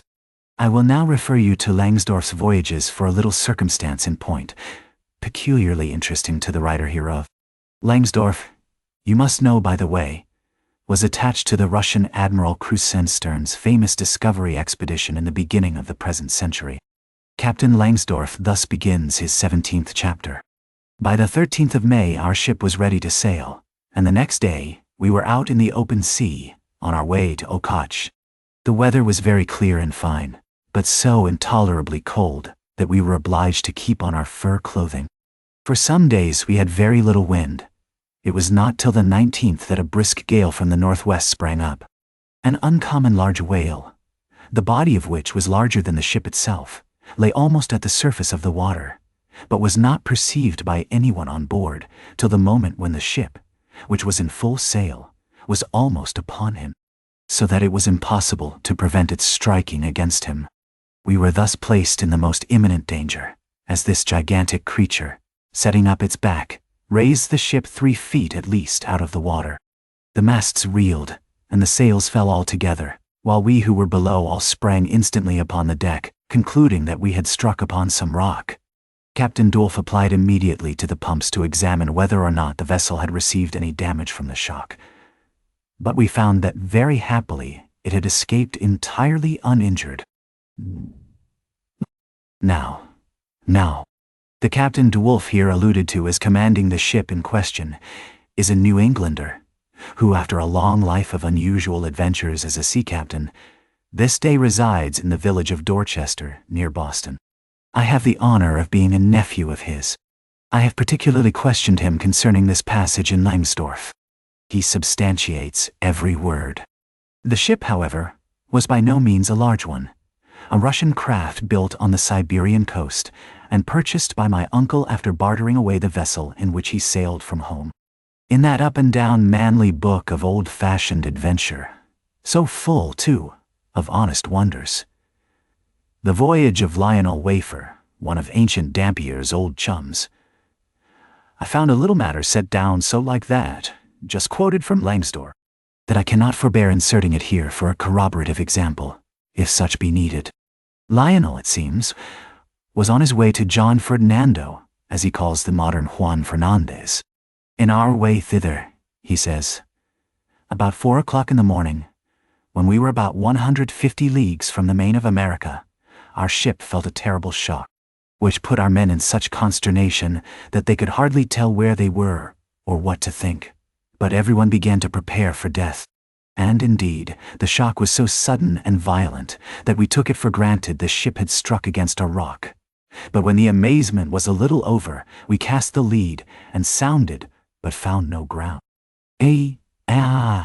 The suddenness of the shock made the guns leap in their carriages, and several of the men were shaken out of their hammocks. Captain Davis, who lay with his head on a gun, was thrown out of his cabin. Lionel then goes on to impute the shock to an earthquake, and seems to substantiate the imputation by stating that a great earthquake, somewhere about that time, did actually do great mischief along the Spanish land. But I should not much wonder if, in the darkness of that early hour of the morning, the shock was after all caused by an unseen whale vertically bumping the hull from beneath. I might proceed with several more examples, one way or another known to me, of the great power and malice at times of the sperm whale. In more than one instance, he has been known not only to chase the assailing boats back to their ships, but to pursue the ship itself, and long withstand all the lances hurled at him from its decks. The English ship Pusey Hall can tell a story on that head, and, as for his strength, let me say that there have been examples where the lines attached to a running sperm whale have, in a calm, been transferred to the ship and secured there, the whale towing her great hull through the water as a horse walks off with a cart. Again, it is very often observed that if the sperm whale, once struck, is allowed time to rally, he then acts, not so often with blind rage as with willful deliberate designs of destruction to his pursuers. Nor is it without conveying some eloquent indication of his character, that upon being attacked, he will frequently open his mouth, and retain it in that dread expansion for several consecutive minutes.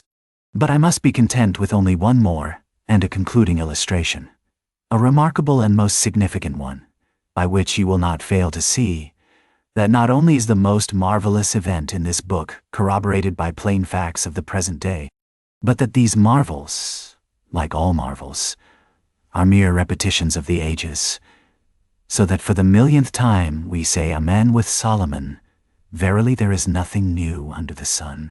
In the 6th Christian century lived Procopius, a Christian magistrate of Constantinople, in the days when Justinian was emperor and Belisarius general.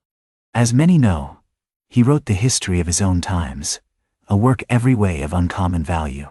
By the best authorities, he has always been considered a most trustworthy and unexaggerating historian, except in some one or two particulars, not at all affecting the matter presently to be mentioned. Now, in this history of his, Procopius mentions that, during the term of his prefecture at Constantinople, a great sea monster was captured in the neighboring Propontis, or Sea of Marmora, after having destroyed vessels at intervals in those waters for a period of more than 50 years. A fact thus set down in substantial history cannot easily be gainsaid, nor is there any reason it should be. Of what precise species this sea monster was, is not mentioned. But as he destroyed ships, as well as for other reasons, he must have been a whale, and I am strongly inclined to think a sperm whale. And I will tell you why. For a long time I fancied that the sperm whale had been always unknown in the Mediterranean and the deep waters connecting with it. Even now I am certain that those seas are not, and perhaps never can be, in the present constitution of things, a place for his habitual gregarious resort. But further investigations have recently proved to me that in modern times there have been isolated instances of the presence of the sperm whale in the Mediterranean. I am told on good authority that on the Barbary coast, a Commodore Davis of the British Navy found the skeleton of a sperm whale. Now, as a vessel of war readily passes through the Dardanelles, hence a sperm whale could, by the same route, pass out of the Mediterranean into the Propontis. In the Propontis, as far as I can learn, none of that peculiar substance called brit is to be found, the aliment of the right whale. But I have every reason to believe that the food of the sperm whale, squid or cuttlefish, lurks at the bottom of that sea, because large creatures, but by no means the largest of that sort, have been found at its surface.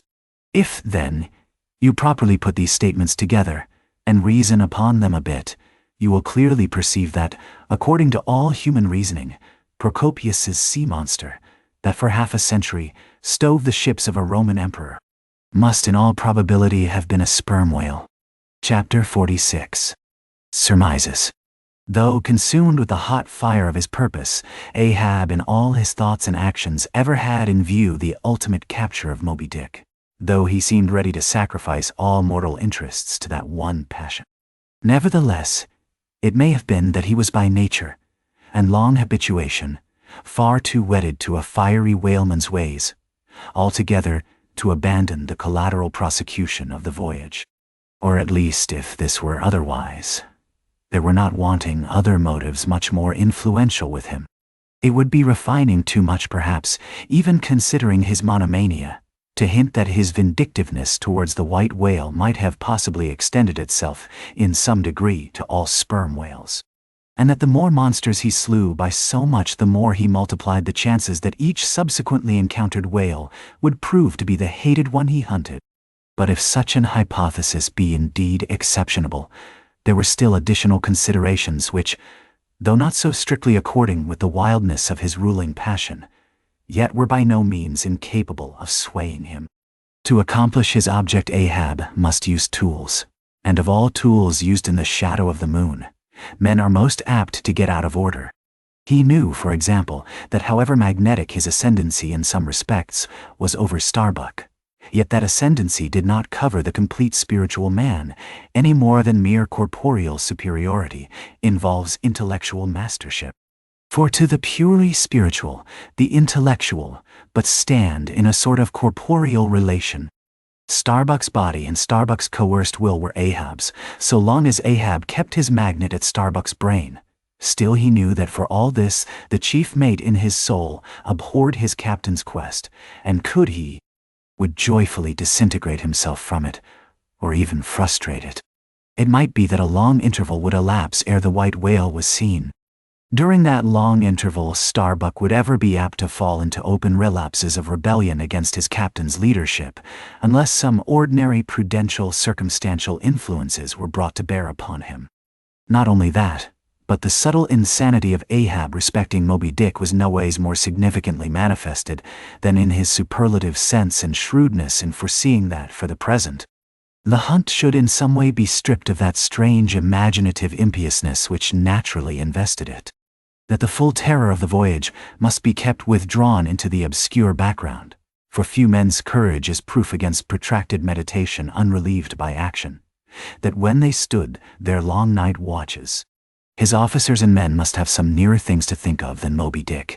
For however eagerly and impetuously the savage crew had hailed the announcement of his quest, yet all sailors of all sorts are more or less capricious and unreliable. They live in the varying outer weather, and they inhale its fickleness, and when retained for any object remote and blank in the pursuit, however promissory of life and passion in the end, it is above all things requisite that temporary interests and employments should intervene and hold them healthily suspended for the final dash. Nor was Ahab unmindful of another thing. In times of strong emotion, mankind disdain all base considerations, but such times are evanescent. The permanent constitutional condition of the manufactured man, thought Ahab, is sordidness. Granting that the white whale fully incites the hearts of this my savage crew, and playing round their savageness even breeds a certain generous knight-errantism in them, still, while for the love of it they give chase to Moby Dick, they must also have food for their more common, daily appetites. For even the high-lifted and chivalric crusaders of old times were not content to traverse 2,000 miles of land to fight for their holy sepulchre, without committing burglaries, picking pockets, and gaining other pious perquisites by the way. Had they been strictly held to their one final and romantic object, that final and romantic object, too many would have turned from in disgust. I will not strip these men, thought Ahab, of all hopes of cash. Cash. They may scorn cash now, but let some months go by, and no prospective promise of it to them, and then this same quiescent cash, all at once mutinying in them, this same cash would soon cashier Ahab. Nor was there wanting still another precautionary motive, more related to Ahab personally. Having impulsively, it is probable, and perhaps somewhat prematurely revealed the prime but private purpose of the Pequod's voyage, Ahab was now entirely conscious that, in so doing, he had indirectly laid himself open to the unanswerable charge of usurpation, and with perfect impunity, both moral and legal, his crew, if so disposed, and to that end competent, could refuse all further obedience to him, and even violently wrest from him the command.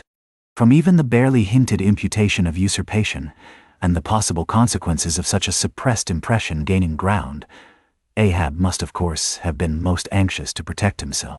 That protection could only consist in his own predominating brain and heart and hand, backed by a heedful, closely calculating attention to every minute atmospheric influence which it was possible for his crew to be subjected to. For all these reasons then, and others perhaps too analytic to be verbally developed here, Ahab plainly saw that he must still in a good degree continue true to the natural nominal purpose of the Pequod's voyage.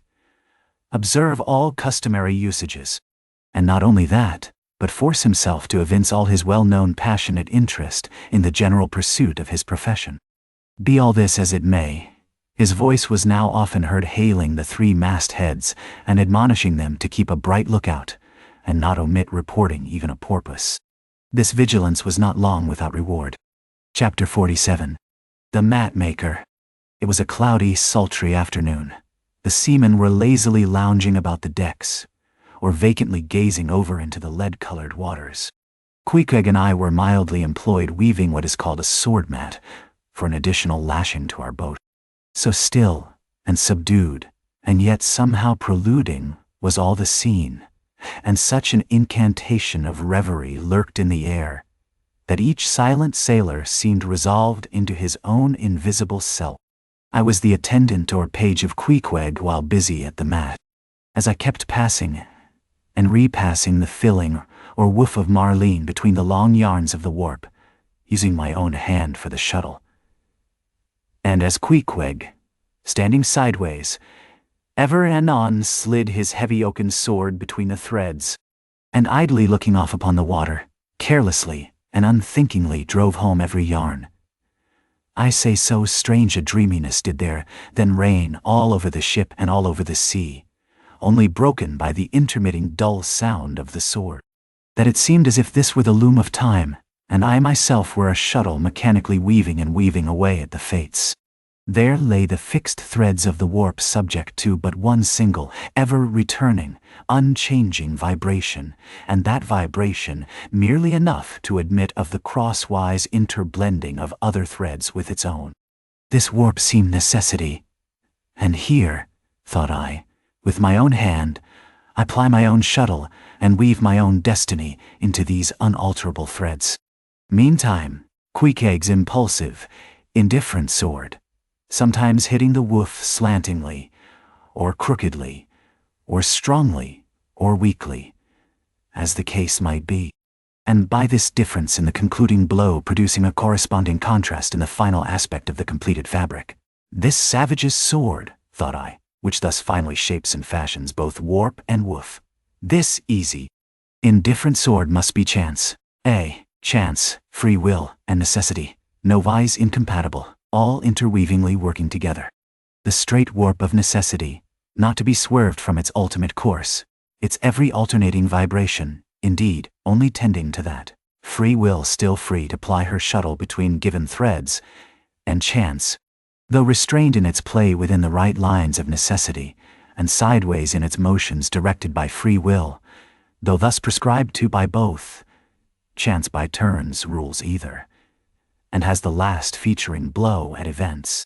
Thus we were weaving and weaving away, when I started at a sound so strange, long-drawn, and musically wild and unearthly, that the ball of free will dropped from my hand, and I stood gazing up at the clouds, whence that voice dropped like a wing. High aloft in the cross-trees was that mad gay-header, Tashtego. His body was reaching eagerly forward, his hand stretched out like a wand, and at brief sudden intervals he continued his cries. To be sure, the same sound was that very moment perhaps being heard all over the seas, from hundreds of whalemen's lookouts perched as high in the air. But from few of those lungs could that accustomed old cry have derived such a marvelous cadence as from Tashtego, the Indians. As he stood hovering over you half suspended in air, so wildly and eagerly peering towards the horizon, you would have thought him some prophet or seer beholding the shadows of fate, and by those wild cries announcing their coming. There she blows. There. There. There. She blows. She blows. Nigh. Odia, Nadi, Dimdenshen, Tu. Burrow. Where away? On the lee beam, about 2 miles off. A school of them. Now and then. Instantly all was commotion. The sperm whale blows as a clock ticks, with the same undeviating and reliable uniformity. And thereby whalemen distinguish this fish from other tribes of his genus. There go flukes, was now the cry from Tashtego, and the whales disappeared. Quick, steward, cried Ahab. Time! Time! Nant. Eye. Doughboy hurried below, glanced at the watch, and reported the exact minute to Ahab. The ship was now kept away from the wind, and she went gently rolling before it. Tashtego reporting that the whales had gone down, heading to leeward. We confidently looked to see them again directly in advance of our bows. For that singular craft at times evinced by the sperm whale when, sounding with his head in one direction, he nevertheless, while concealed beneath the surface, mills round, and swiftly swims off in the opposite quarter. This deceitfulness of his could not now be in action, for there was no reason to suppose that the fish seen by Tashtego had been in any way alarmed, or indeed knew at all of our vicinity. One of the men selected for shipkeepers, that is, those not appointed to the boats, by this time relieved the Indian at the mainmast head. The sailors at the fore and mizzen had come down. The line tubs were fixed in their places. The cranes were thrust out. The mainyard was backed, and the 3 boats swung over the sea like 3 samphire baskets over high cliffs. Outside of the bulwarks their eager crews with one hand clung to the rail, while one foot was expectantly poised on the gunwale. So looked the long line of man-of-war's men about to throw themselves on board an enemy's ship. But at this critical instant, a sudden exclamation was heard that took every eye from the whale. With a start all glared at dark Ahab, who was surrounded by 5 dusky phantoms that seemed fresh formed out of air. Chapter 48. The first lowering. The phantoms, for so they then seemed, were flitting on the other side of the deck, and, with a noiseless celerity, were casting loose the tackles and bands of the boat which swung there. This boat had always been deemed one of the spare boats, though technically called the captain's, on account of its hanging from the starboard quarter. The figure that now stood by its bows was tall and swart, with one white tooth evilly protruding from its steel-like lips. A rumpled Chinese jacket of black cotton funereally invested him, with wide black trousers of the same dark stuff. But strangely, crowning this eboness, was a glistening white plaited turban, the living hair braided and coiled round and round upon his head. Less swart in aspect, the companions of this figure were of that vivid, tiger-yellow complexion peculiar to some of the aboriginal natives of the Manilas, a race notorious for a certain diabolism of subtlety, and by some honest white mariners supposed to be the paid spies and secret confidential agents on the water of the devil, their lord, whose counting room they supposed to be elsewhere. While yet the wondering ship's company were gazing upon these strangers, Ahab cried out to the white-turbaned old man at their head, "All ready there, Fadalla?" "Ready," was the half-hissed reply. "Lower away then, do you hear?" shouting across the deck. "Lower away there, I say." Such was the thunder of his voice, that spite of their amazement the men sprang over the rail. The sheaves whirled round in the blocks. With a wallow, the 3 boats dropped into the sea, while, with a dexterous, off-handed daring, unknown in any other vocation, the sailors, goat-like, leapt down the rolling ship's side into the tossed boats below. Hardly had they pulled out from under the ship's lee, when a 4th keel, coming from the windward side, pulled round under the stern, and showed the 5 strangers rowing Ahab, who, standing erect in the stern, loudly hailed Starbuck, Stubb, and Flask, to spread themselves widely so as to cover a large expanse of water. But with all their eyes again riveted upon the swart Fadalla and his crew, the inmates of the other boats obeyed not the command. "Captain Ahab?" said Starbuck. "Spread yourselves," cried Ahab. "Give way all 4 boats. Thou, Flask, pull out more to leeward." "Dan." Aye, sir," cheerily cried little King Post, sweeping round his great steering oar. "Lay back," addressing his crew. There. There. There again. There she blows right ahead, boys. Lay back. Anazis. Panahi. Doisebni. Oh. Never heed yonder yellow boys, Archie. Oh. I don't mind 'em, sir, said Archie. I knew it all before now. Didn't I hear 'em in the hold? And didn't I tell Kabako hear of it? What say ye, Kabako? They are stowaways, Mr. Flask. Ah. Pull, pull, my fine hearts alive. Pull, my children, pull, my little ones, drawlingly and soothingly sighed Stubb to his crew, some of whom still showed signs of uneasiness. Why don't you break your backbones, my boys? What is it you stare at? Those chaps in yonder boat? Tut! They are only 5 more hands come to help us. Never mind from where, the more the merrier. Pull then, do pull. Never mind the brimstone, devils are good fellows enough. So, there you are now. That's the stroke for 1,000 pounds. That's the stroke to sweep the stakes. Hurrah! For the gold cup of sperm oil, my heroes. 3 cheers, men, all hearts alive. Easy, easy. Don't be in a hurry. Don't be in a hurry. Why don't you snap your oars, you rascals? Bite something, you dogs. So then. Softly, softly. That's it, that's it. Long and strong. Give way there, give way. The devil fetch ye ragamuffin rapscallions. You're all asleep. Stop snoring, ye sleepers, and pull. Pull, will ye? Pull, can't ye? Pull, won't ye? Why in the name of gudgeons and ginger cakes don't ye pull? Pull and break something. Pull and start your eyes out. Here, whipping out the sharp knife from his girdle. Every mother's son of ye draw his knife and pull with the blade between his teeth. That's it. That's it. Now ye do something. That looks like it, my steel bits. Start her, my silver spoons. Start her, marling spikes. Nay. Stubb's exordium to his crew is given here at large, because he had rather a peculiar way of talking to them in general, and especially in inculcating the religion of rowing. But you must not suppose from this specimen of his sermonizings that he ever flew into downright passions with his congregation. Not at all. And therein consisted his chief peculiarity. He would say the most terrific things to his crew, in a tone so strangely compounded of fun and fury, and the fury seemed so calculated merely as a spice to the fun, that no oarsman could hear such queer invocations without pulling for dear life, and yet pulling for the mere joke of the thing. Besides, he all the time looked so easy and indolent himself, so loungingly managed his steering oar, and so broadly gaped, open-mouthed at times, that the mere sight of such a yawning commander, by sheer force of contrast, acted like a charm upon the crew.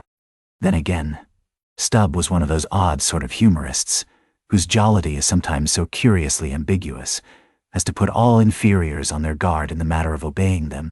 In obedience to a sign from Ahab, Starbuck was now pulling obliquely across Stubb's bow, and when for a minute or so the 2 boats were pretty near to each other, Stubb hailed the mate. Mr. Starbuck. Larboard boat there, ahoy! A word with ye, sir, if ye please. Halloa, returned Starbuck, turning round not a single inch as he spoke, still earnestly but whisperingly urging his crew, his face set like a flint from Stubb's. What think ye of those yellow boys, sir? Smuggled on board somehow, before the ship sailed. Strong, strong boys, in a whisper to his crew, then speaking out loud again. A sad business, Mr. Stubb. Seethe her, my lads. But never mind, Mr. Stubb, all for the best. Let all your crew pull strong, come what will. Spring, my men, spring! There's hogsheads of sperm ahead, Mr. Stubb, and that's what ye came for. Pull, my boys. Sperm's the play. This at least is duty and profit hand in hand. Aye, I thought as much, soliloquized Stubb, when the boats diverged. As soon as I clapped eye on 'em, I thought so. Aye, and that's what he went into the afterhold for, so often, as Doughboy long suspected. They were hidden down there. The white whales at the bottom of it. Well, so be it. Can't be helped. All right. Give way, men. It ain't the white whale today. Give way. I'm Suzy way. Gao day. Gao. And shine.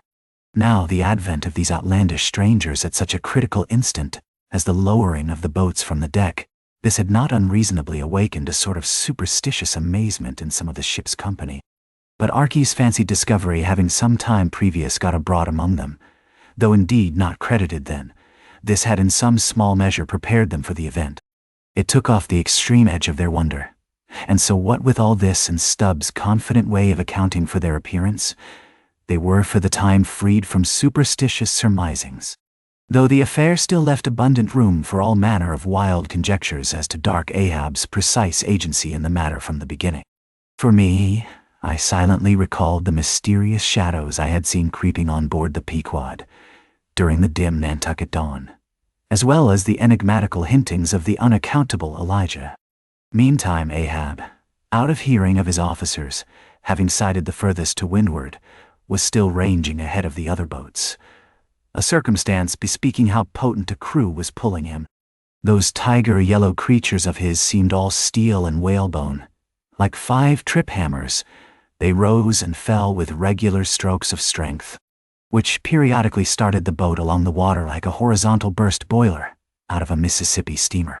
As for Fadalla, who was seen pulling the harpooner oar, he had thrown aside his black jacket and displayed his naked chest with the whole part of his body above the gunwale, clearly cut against the alternating depressions of the watery horizon, while at the other end of the boat Ahab, with one arm, like a fencer's, thrown half backward into the air, as if to counterbalance any tendency to trip, Ahab was seen steadily managing his steering oar, as in 1,000 boat lowerings ere the white whale had torn him.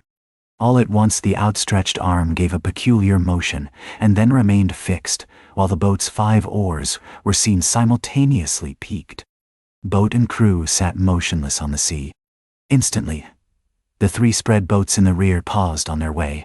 The whales had irregularly settled bodily down into the blue, thus giving no distantly discernible token of the movement, though from his closer vicinity Ahab had observed it.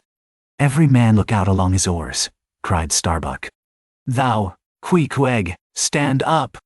Nimbly springing up on the triangular raised box in the bow, the savage stood erect there, and with intensely eager eyes gazed off towards the spot where the chase had last been described. Likewise upon the extreme stern of the boat, where it was also triangularly platformed level with the gunwale, Starbuck himself was seen coolly and adroitly balancing himself to the jerking tossings of his chip of a craft, and silently eyeing the vast blue eye of the sea. Not very far distant Flask's boat was also lying breathlessly still, its commander recklessly standing upon the top of the loggerhead, a stout sort of post rooted in the keel and rising some 2 feet above the level of the stern platform. It is used for catching turns with the whale line. Its top is not more spacious than the palm of a man's hand, and standing upon such a base as that, Flask seemed perched at the masthead of some ship which had sunk to all but her trucks. But Little King Post was small and short, and at the same time, Little King Post was full of a large and tall ambition, so that this loggerhead standpoint of his did by no means satisfy King Post. "I can't see 3 seas off. Tip us up an oar there, and let me onto that." Upon this, Dagoo, with either hand upon the gunwale to steady his way, swiftly slid aft, and then erecting himself volunteered his lofty shoulders for a pedestal. "Good a masthead as any, sir. Will you mount?" "10. "That I will, and thank ye very much, my fine fellow. Only I wish you 50 feet taller." Whereupon, planting his feet firmly against 2 opposite planks of the boat, the gigantic Negro, stooping a little, presented his flat palm to Flask's foot, and then putting Flask's hand on his hearse-plumed head and bidding him spring as he himself should toss, with one dexterous fling landed the little man high and dry on his shoulders. And here's Flask now standing, Dagoo with one lifted arm furnishing him with a breastband to lean against and steady himself by. At any time it is a strange sight to the tyro, to see with what wondrous habitude of unconscious skill the whaleman will maintain an erect posture in his boat, even when pitched about by the most riotously perverse and cross-running seas. Still more strange to see him giddily perched upon the loggerhead itself under such circumstances. But the sight of little Flask mounted upon gigantic Dagoo was yet more curious. For sustaining himself with a cool, indifferent, easy, unthought of, barbaric majesty, the noble Negro, to every roll of the sea, harmoniously rolled his fine form. On his broad back, flaxen-haired Flask seemed a snowflake. The bearer looked nobler than the rider. Though truly vivacious, tumultuous, ostentatious little Flask would now and then stamp with impatience, but not one added heave did he thereby give to the Negro's lordly chest. So have I seen passion and vanity stamping the living magnanimous earth, but the earth did not alter her tides and her seasons for that. Meanwhile Stubb, the third mate, betrayed no such far-gazing solicitudes. The whales might have made one of their regular soundings, not a temporary dive from mere fright, and if that were the case, Stubb, as his wont in such cases it seems, was resolved to solace the languishing interval with his pipe. He withdrew it from his hatband, where he always wore it aslant like a feather. He loaded it, and rammed home the loading with his thumb end, but hardly had he ignited his match across the rough sandpaper of his hand, when Tashtego, his harpooner, whose eyes had been setting to windward like two fixed stars, suddenly dropped like light from his erect attitude to his seat, crying out in a quick frenzy of hurry, "Down, down all, and give way! There they are!" To a landsman, no whale, nor any sign of a herring, would have been visible at that moment. Nothing but a troubled bit of greenish-white water, and thin scattered puffs of vapor hovering over it, and suffusingly blowing off to leeward, like the confused scud from white rolling billows. The air around suddenly vibrated and tingled, as it were, like the air over intensely heated plates of iron. Beneath this atmospheric waving and curling, and partially beneath a thin layer of water, also, the whales were swimming. Seen in advance of all the other indications, the puffs of vapor they spouted seemed their forerunning couriers and detached flying outriders. All four boats were now in keen pursuit of that one spot of troubled water and air. But it bade fair to outstrip them. It flew on, as a mass of interblending bubbles borne down a rapid stream from the hills. "Pull, my good boys," said Starbuck, in the lowest possible but intensest concentrated whisper to his men, while the sharp fixed glance from his eyes darted straight ahead of the bow, almost seemed as two visible needles and two unerring binnacle compasses. He did not say much to his crew, though, nor did his crew say anything to him. Only the silence of the boat was at intervals startlingly pierced by one of his peculiar whispers, now harsh with command, now soft with entreaty. How different the loud little king post! Sing out and say something, my hearties. Roar and pull, my thunderbolts. Beach me on their black backs, boys. Only do that for me, and I'll sign over to you my Martha's Vineyard plantation, boys, including wife and children, boys. Lay me on. Oh Lord, but I shall go stark, staring mad. See that white water? And so shouting, he pulled his hat from his head and stamped up and down on it, then picking it up, flirted it far off upon the sea, and finally fell to rearing and plunging in the boat's stern like a crazed colt from the prairie. "Look at that chap now," philosophically drawled Stubb, who, with his unlighted short pipe mechanically retained between his teeth, at a short distance, followed after. "He's got fits, that Flask has." "Fits?" "Yes, give him fits. That's the very word. Pitch fits into 'em. Merrily, hearts alive. Pudding for supper, you know. Merry's the word. Pull, babes, pull, sucklings. Pull, all. But what the devil are you hurrying about? Softly, and steadily, my men. Only pull, and keep pulling, nothing more. Crack all your backbones and bite your knives in two, that's all. Take it easy. Why don't you take it easy, I say, and burst all your livers and lungs? And none, more. But what it was that inscrutable Ahab said to that tiger-yellow crew of his, these were words best omitted here. For you live under the blessed light of the evangelical land. Only the infidel sharks in the audacious seas may give ear to such words, when, with tornado brow, and eyes of red murder, and foam-glued lips, Ahab leapt after his prey. Meanwhile, all the boats tore on. The repeated specific allusions of Flask to that whale, as he called the fictitious monster, which he declared to be incessantly tantalizing his boat's bow with its tail. These allusions of his were at times so vivid and lifelike that they would cause someone or two of his men to snatch a fearful look over the shoulder. But this was against all rule, for the oarsmen must put out their eyes and ram a skewer through their necks, usage pronouncing that they must have no organs but ears, and no limbs but arms, in these critical moments. It was a sight full of quick wonder and awe, the vast swells of the omnipotent sea, the surging, hollow roar they made as they rolled along the 8 gunwales, like gigantic bowls in a boundless bowling green, the brief suspended agony of the boat, as it would tip for an instant on the knife-like edge of the sharper waves that almost seemed threatening to cut it in two, the sudden profound dip into the watery glens and hollows, the keen spurrings and goadings to gain the top of the opposite hill, the headlong sled-like slide down its other side, all these with the cries of the headsmen and harpooneers and the shuddering gasps of the oarsmen, with the wondrous sight of the ivory Pequod bearing down upon her boats with outstretched sails, like a wild hen after her screaming brood. All this was thrilling. Not the raw recruit, marching from the bosom of his wife into the fever heat of his first battle. Not the dead man's ghost encountering the first unknown phantom in the other world. Neither of these can feel stranger and stronger emotions than that man does, who for the first time finds himself pulling into the charmed, churned circle of the hunted sperm whale. The dancing white water made by the chase was now becoming more and more visible, owing to the increasing darkness of the dun cloud shadows flung upon the sea. The jets of vapor no longer blended, but tilted everywhere to right and left. The whales seemed separating their wakes. The boats were pulled more apart, Starbuck giving chase to 3 whales running dead to leeward.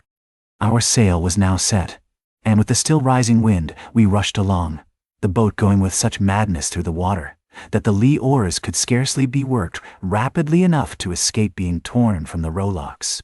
Soon we were running through a suffusing wide veil of mist, neither ship nor boat to be seen.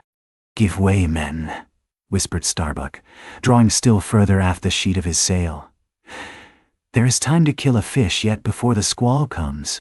There's white water again. Close to spring."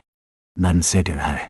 Soon after, 2 cries in quick succession on each side of us denoted that the other boats had got fast, but hardly were they overheard when, with a lightning-like hurtling whisper, Starbuck said, "Stand up," and Queequeg, harpoon in hand, sprang to his feet.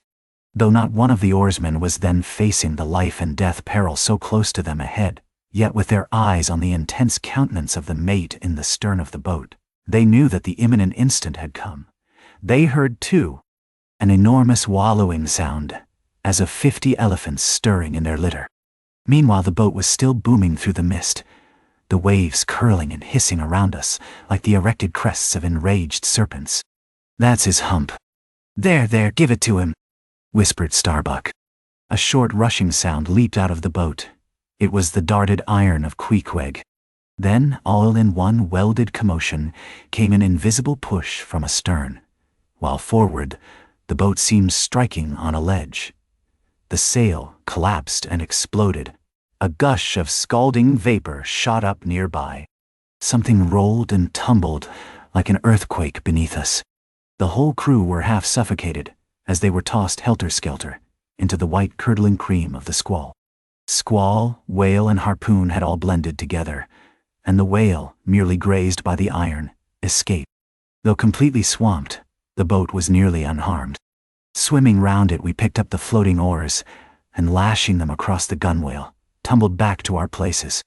There we sat up to our knees in the sea, the water covering every rib and plank, so that to our downward-gazing eyes the suspended craft seemed a coral boat grown up to us from the bottom of the ocean. The wind increased to a howl. The waves dashed their bucklers together. The whole squall roared, forked, and crackled around us like a white fire upon the prairie, in which, unconsumed, we were burning, immortal in these jaws of death. In vain we hailed the other boats, as well roar to the live coals down the chimney of a flaming furnace as hail those boats in that storm. Meanwhile the driving scud, rack, and mist grew darker with the shadows of night.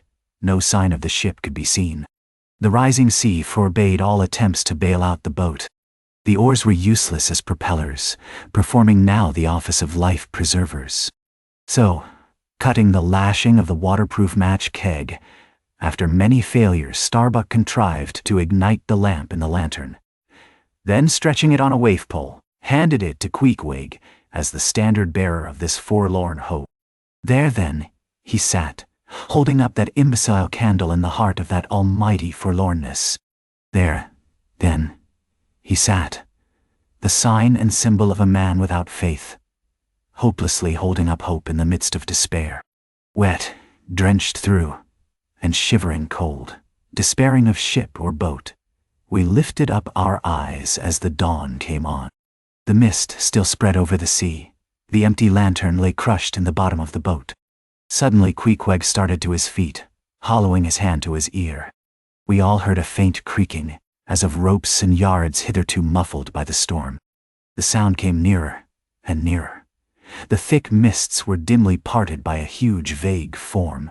Affrighted, we all sprang into the sea as the ship at last loomed into view, bearing right down upon us within a distance of not much more than its length. Floating on the waves we saw the abandoned boat, as for one instant it tossed and gaped beneath the ship's bows like a chip at the base of a cataract, and then the vast hull rolled over it, and it was seen no more till it came up weltering astern. Again we swam for it, were dashed against it by the seas, and were at last taken up and safely landed on board. Ere the squall came close to, the other boats had cut loose from their fish and returned to the ship in good time. The ship had given us up, but was still cruising, if haply it might light upon some token of our perishing. An oar or a lance-pole. Chapter 49. The Hyena. There are certain queer times and occasions in this strange, mixed affair we call life, when a man takes this whole universe for a vast practical joke, though the wit thereof he but dimly discerns, and more than suspects that the joke is at nobody's expense but his own. However, nothing dispirits, and nothing seems worthwhile disputing. He bolts down all events, all creeds, and beliefs, and persuasions, all hard things visible and invisible, never mind how knobby, as an ostrich of potent digestion gobbles down bullets and gunflints. And as for small difficulties and worryings, prospects of sudden disaster, peril of life and limb, all these and death itself seem to him only sly, good-natured hits, and jolly punches in the side bestowed by the unseen and unaccountable old joker. That odd sort of wayward mood I am speaking of comes over a man only in some time of extreme tribulation. It comes in the very midst of his earnestness, so that what just before might have seemed to him a thing most momentous, now seems but a part of the general joke. There is nothing like the perils of whaling to breed this free and easy sort of genial, desperado philosophy, and with it I now regarded this whole voyage of the Pequod, and the great white whale its object. Queequeg, said I, when they had dragged me, the last man, to the deck, and I was still shaking myself in my jacket to fling off the water. Queequeg, my fine friend, does this sort of thing often happen? Without much emotion, though soaked through just like me, he gave me to understand that such things did often happen. Mr. Stubb, said I, turning to that worthy, who, buttoned up in his oil jacket, was now calmly smoking his pipe in the rain. Mr. Stubb, I think I have heard you say that out of all whalemen you ever met, our chief mate, Mr. Starbuck, is by far the most careful and prudent. I suppose, then, that going plump on a flying whale with your sail set in a foggy squall is the height of a whaleman's discretion? Non, I'll go on. Certain. I have lowered for whales from a leaking ship in a gale off Cape Horn. Nah, Isai. Mr. Flask, said I, turning to little Kingpost, who was standing close by. You are experienced in these things, and I am not. Will you tell me whether it is an unalterable law in this fishery, Mr. Flask, for an oarsman to break his own back pulling himself back foremost into death's jaws? Can't you twist that smaller? Said Flask. Yes. That's the law. I should like to see a boat's crew backing water up to a whale face foremost. Ha ha ha. The whale would give them squint for squint, mind that. Here then, from 3 impartial witnesses, I had a deliberate statement of the entire case. Considering, therefore, that squalls and capsizings in the water and consequent bivouacs on the deep were matters of common occurrence in this kind of life. Considering that at the superlatively critical instant of going on to the whale, I must resign my life into the hands of him who steered the boat. Oftentimes a fellow who at that very moment is in his impetuousness upon the point of scuttling the T with his own frantic stampings, considering that the particular disaster to our own particular boat was chiefly to be imputed to Starbuck's driving onto his whale almost in the teeth of a squall, and considering that Starbuck, notwithstanding, was famous for his great heedfulness in the fishery, considering that I belonged to this uncommonly prudent Starbuck's boat, and finally considering in what a devil's chase I was implicated, touching the white whale. Taking all things together, I say, I thought I might as well go below and make a rough draft of my will. Queequeg, said I, come along, you shall be my lawyer, executor, and legatee. It may seem strange that of all men sailors should be tinkering at their last wills and testaments, but there are no people in the world more fond of that diversion. This was the 4th time in my nautical life that I had done the same thing. After the ceremony was concluded upon the present occasion, I felt all the easier. A stone was rolled away from my heart. Besides, all the days I should now live would be as good as the days that Lazarus lived after his resurrection, a supplementary clean gain of so many months or weeks, as the case might be. I survived myself. My death and burial were locked up in my chest. I looked round me tranquilly and contentedly, like a quiet ghost with a clean conscience sitting inside the bars of a snug family vault. Now then, thought I, unconsciously rolling up the sleeves of my frock, here goes for a cool, collected dive at death and destruction. And the devil fetch the hindmost. Chapter 50. Ahab's boat and crew. Fidala. Who would have thought it, Flask? Cried Stubb. If I had but one leg, you would not catch me in a boat, unless maybe to stop the plug hole with my timber toe. Oh, he's a wonderful old man. But I don't think it's so strange after all, on that account, said Flask. If his leg were off at the hip, now, it would be a different thing. That would disable him, but he has one knee, and good part of the other left, you know. I don't know that, my little man. I never yet saw him kneel. Among whale-wise people it has often been argued whether, considering the paramount importance of his life to the success of the voyage, it is right for a whaling captain to jeopardize that life in the active perils of the chase. So Tamerlane's soldiers often argued with tears in their eyes, whether that invaluable life of his ought to be carried into the thickest of the fight. But with Ahab, the question assumed a modified aspect. Considering that with 2 legs man is but a hobbling wight in all times of danger, considering that the pursuit of whales is always under great and extraordinary difficulties, that every individual moment, indeed, then comprises a peril. Under these circumstances is it wise for any maimed man to enter a whaleboat in the hunt? As a general thing, the joint owners of the Pequod must have plainly thought not.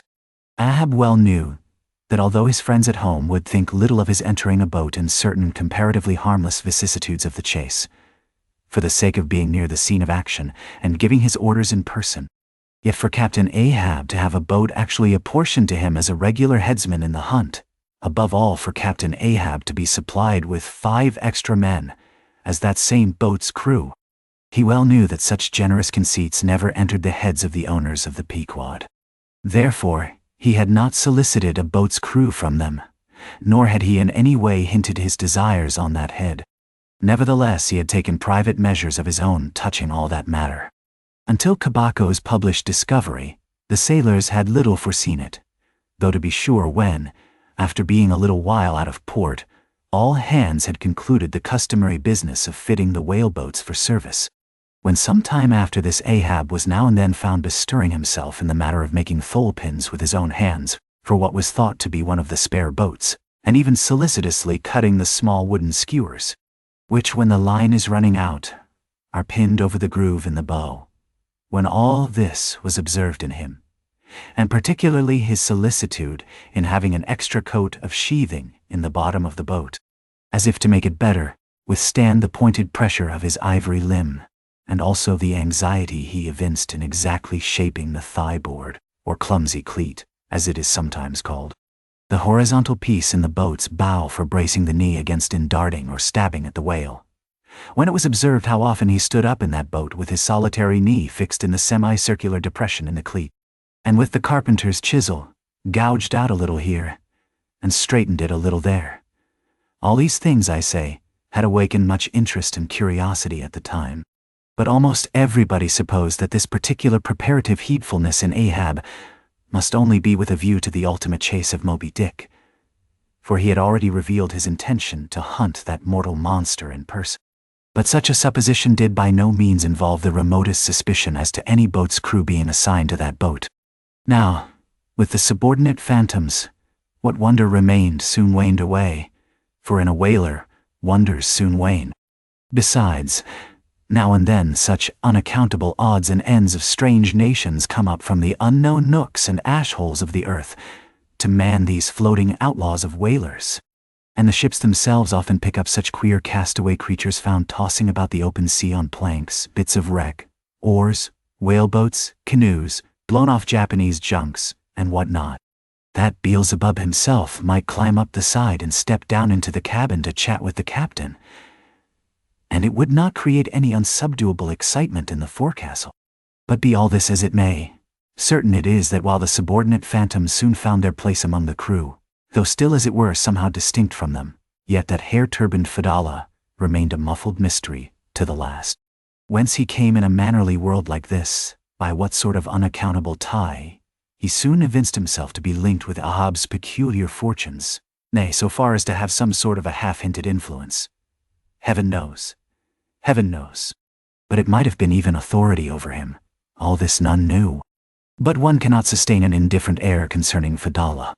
He was such a creature as civilized, domestic people in the temperate zone only see in their dreams, and that but dimly, but the like of whom now and then glide among the unchanging Asiatic communities, especially the Oriental Isles to the east of the continent, those insulated, immemorial, unalterable countries, which even in these modern days still preserve much of the ghostly aboriginalness of Earth's primal generations, when the memory of the first man was a distinct recollection, and all men his descendants, unknowing whence he came, eyed each other as real phantoms, and asked of the sun and the moon why they were created and to what end. When though, according to Genesis, the angels indeed consorted with the daughters of men, the devils also, add the uncanonical rabbins, indulged in mundane amours. Chapter 51. The Spirit Spout. Days, weeks passed, and under easy sail, the ivory Pequod had slowly swept across 4 several cruising grounds, that off the Azores, off the Cape de Verdes, on the Plate, so called, being off the mouth of the Rio de la Plata, and the Carroll Ground, an unstaked, watery locality, southerly from St. Helena. It was while gliding through these latter waters that one serene and moonlight night, when all the waves rolled by like scrolls of silver, and, by their soft, suffusing seethings, made what seemed a silvery silence, not a solitude. On such a silent night, a silvery jet was seen far in advance of the white bubbles at the bow. Lit up by the moon, it looked celestial, seemed some plumed and glittering god uprising from the sea. Fedallah first described this jet, for of these moonlight nights, it was his wont to mount to the mainmast head and stand a lookout there with the same precision as if it had been day. And yet, though herds of whales were seen by night, not one whaleman in 100 would venture a lowering for them. You may think with what emotions, then, the seaman beheld this old Oriental perched aloft at such unusual hours, his turban and the moon, companions in one sky.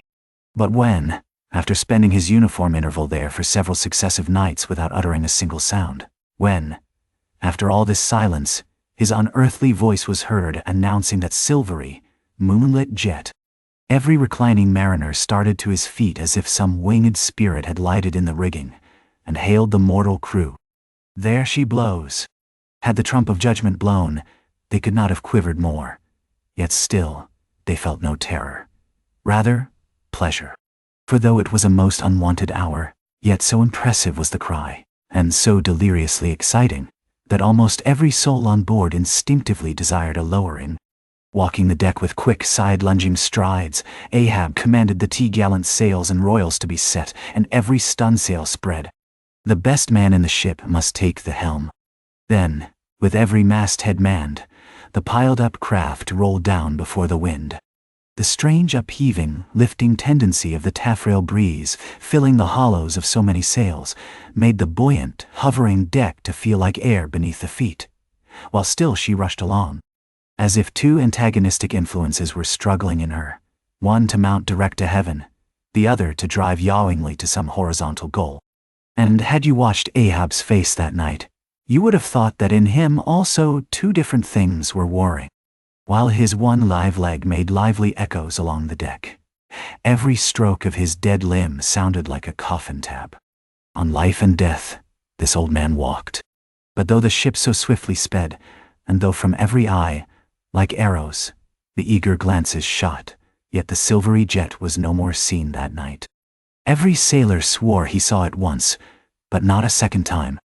This midnight spout had almost grown a forgotten thing, when, some days after, lo, at the same silent hour, it was again announced, again it was descried by all, but upon making sail to overtake it, once more it disappeared, as if it had never been.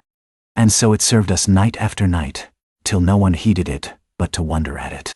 Mysteriously jetted into the clear moonlight, or starlight, as the case might be, disappearing again for one whole day, or 2 days, or 3, and somehow seeming at every distinct repetition to be advancing still further and further in our van.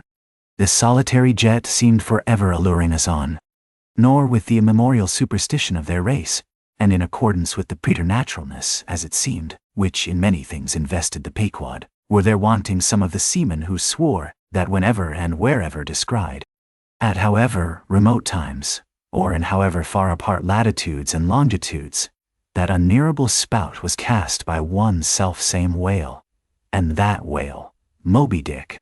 For a time there reigned, too, a sense of peculiar dread at this flitting apparition, as if it were treacherously beckoning us on, in order that the monster might turn around upon us, and rend us at last in the remotest and most savage seas.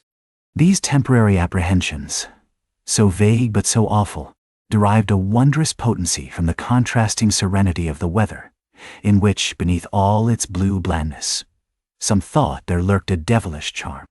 As for days and days we voyaged along, through seas so wearily, lonesomely mild, that all space, in repugnance to our vengeful errand, seemed vacating itself of life before our urn-like prow.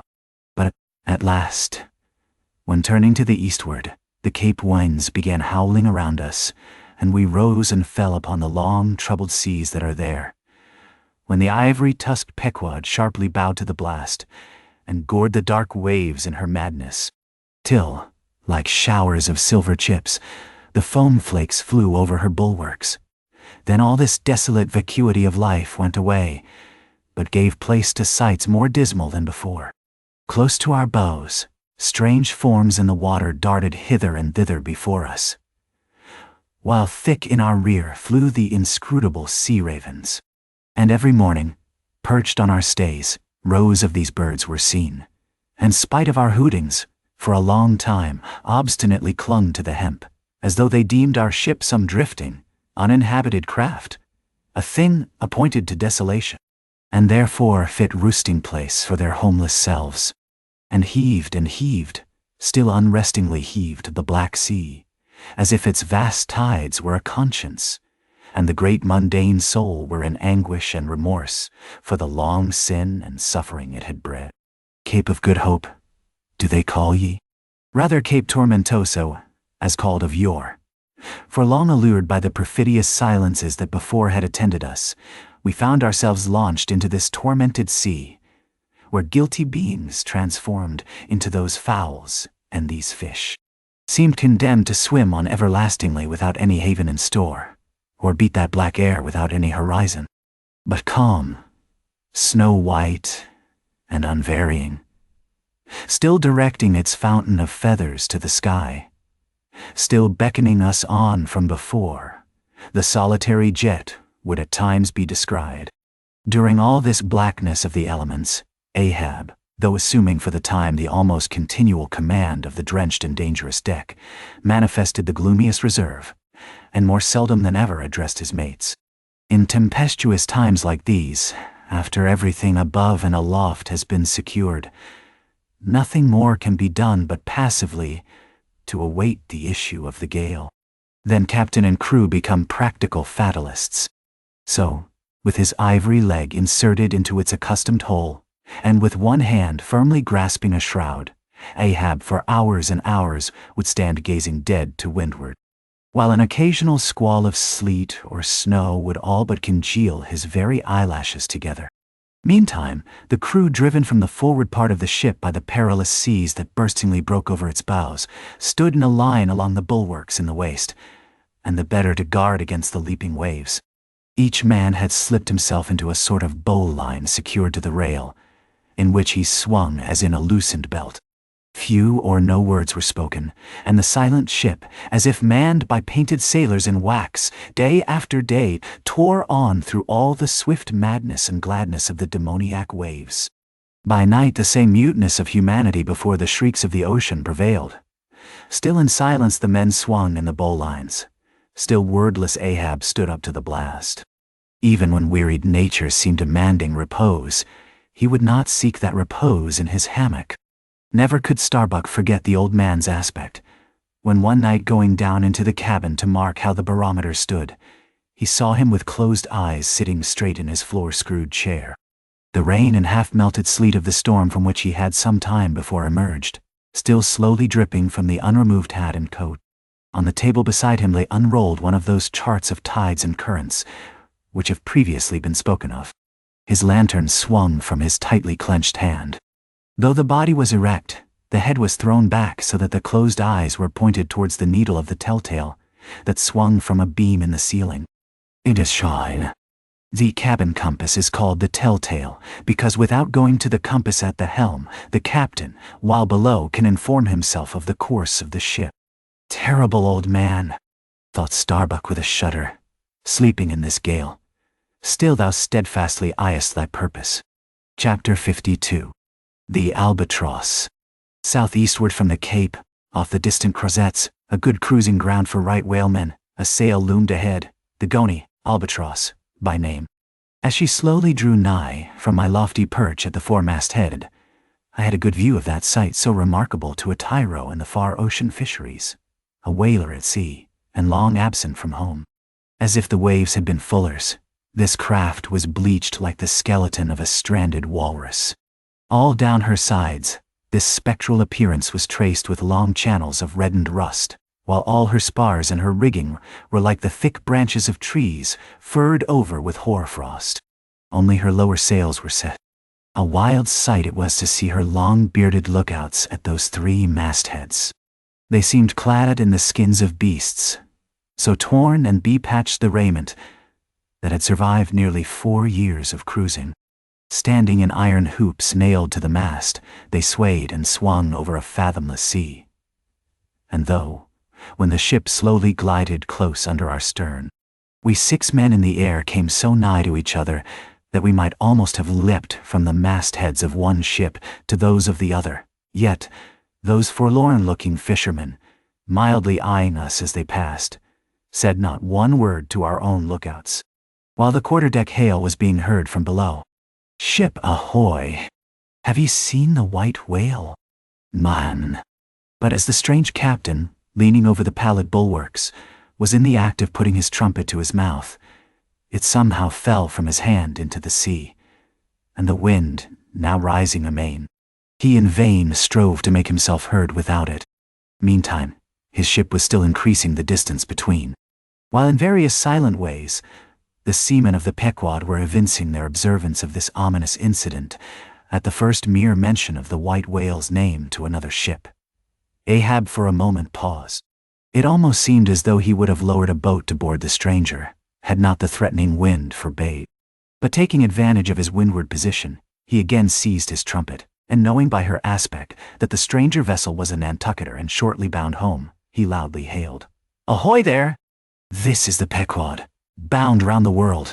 Tell them to address all future letters to the Pacific Ocean, and this time 3 years. If I am not at home, tell them to address them to—" At that moment, the two wakes were fairly crossed, and instantly, then, in accordance with their singular ways, shoals of small harmless fish, that for some days before had been placidly swimming by our side, darted away with what seemed shuddering fins, and ranged themselves fore and aft with the stranger's flanks. Though in the course of his continual voyagings Ahab must often before have noticed a similar sight, yet to any monomaniac man, the veriest trifles capriciously carry meanings. "Swim away from me, do ye?" murmured Ahab, gazing over into the water. There seemed but little in the words, but the tone conveyed more of deep, helpless sadness than the insane old man had ever before evinced. But turning to the steersman, who thus far had been holding the ship in the wind to diminish her headway, he cried out in his old lion voice, "Up helm! Keep her off round the world! Round the world!" There is much in that sound to inspire proud feelings, but whereto does all that circumnavigation conduct? Only through numberless perils to the very point whence we started, where those that we left behind secure were all the time before us. Were this world an endless plain, and by sailing eastward, we could forever reach new distances, and discover sights more sweet and strange than any Cyclades or islands of King Solomon. Then there were promise in the voyage. But in pursuit of those far mysteries we dream of, or in tormented chase of that demon phantom that, sometime or other, swims before all human hearts, while chasing such over this round globe, they either lead us on in barren mazes, or midway leave us whelmed. Chapter 53. The Gam.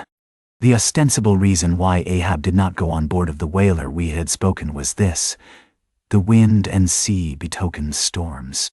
But even had this not been the case, he would not after all perhaps have boarded her, judging by his subsequent conduct on similar occasions, if so it had been that, by the process of hailing, he had obtained a negative answer to the question he put.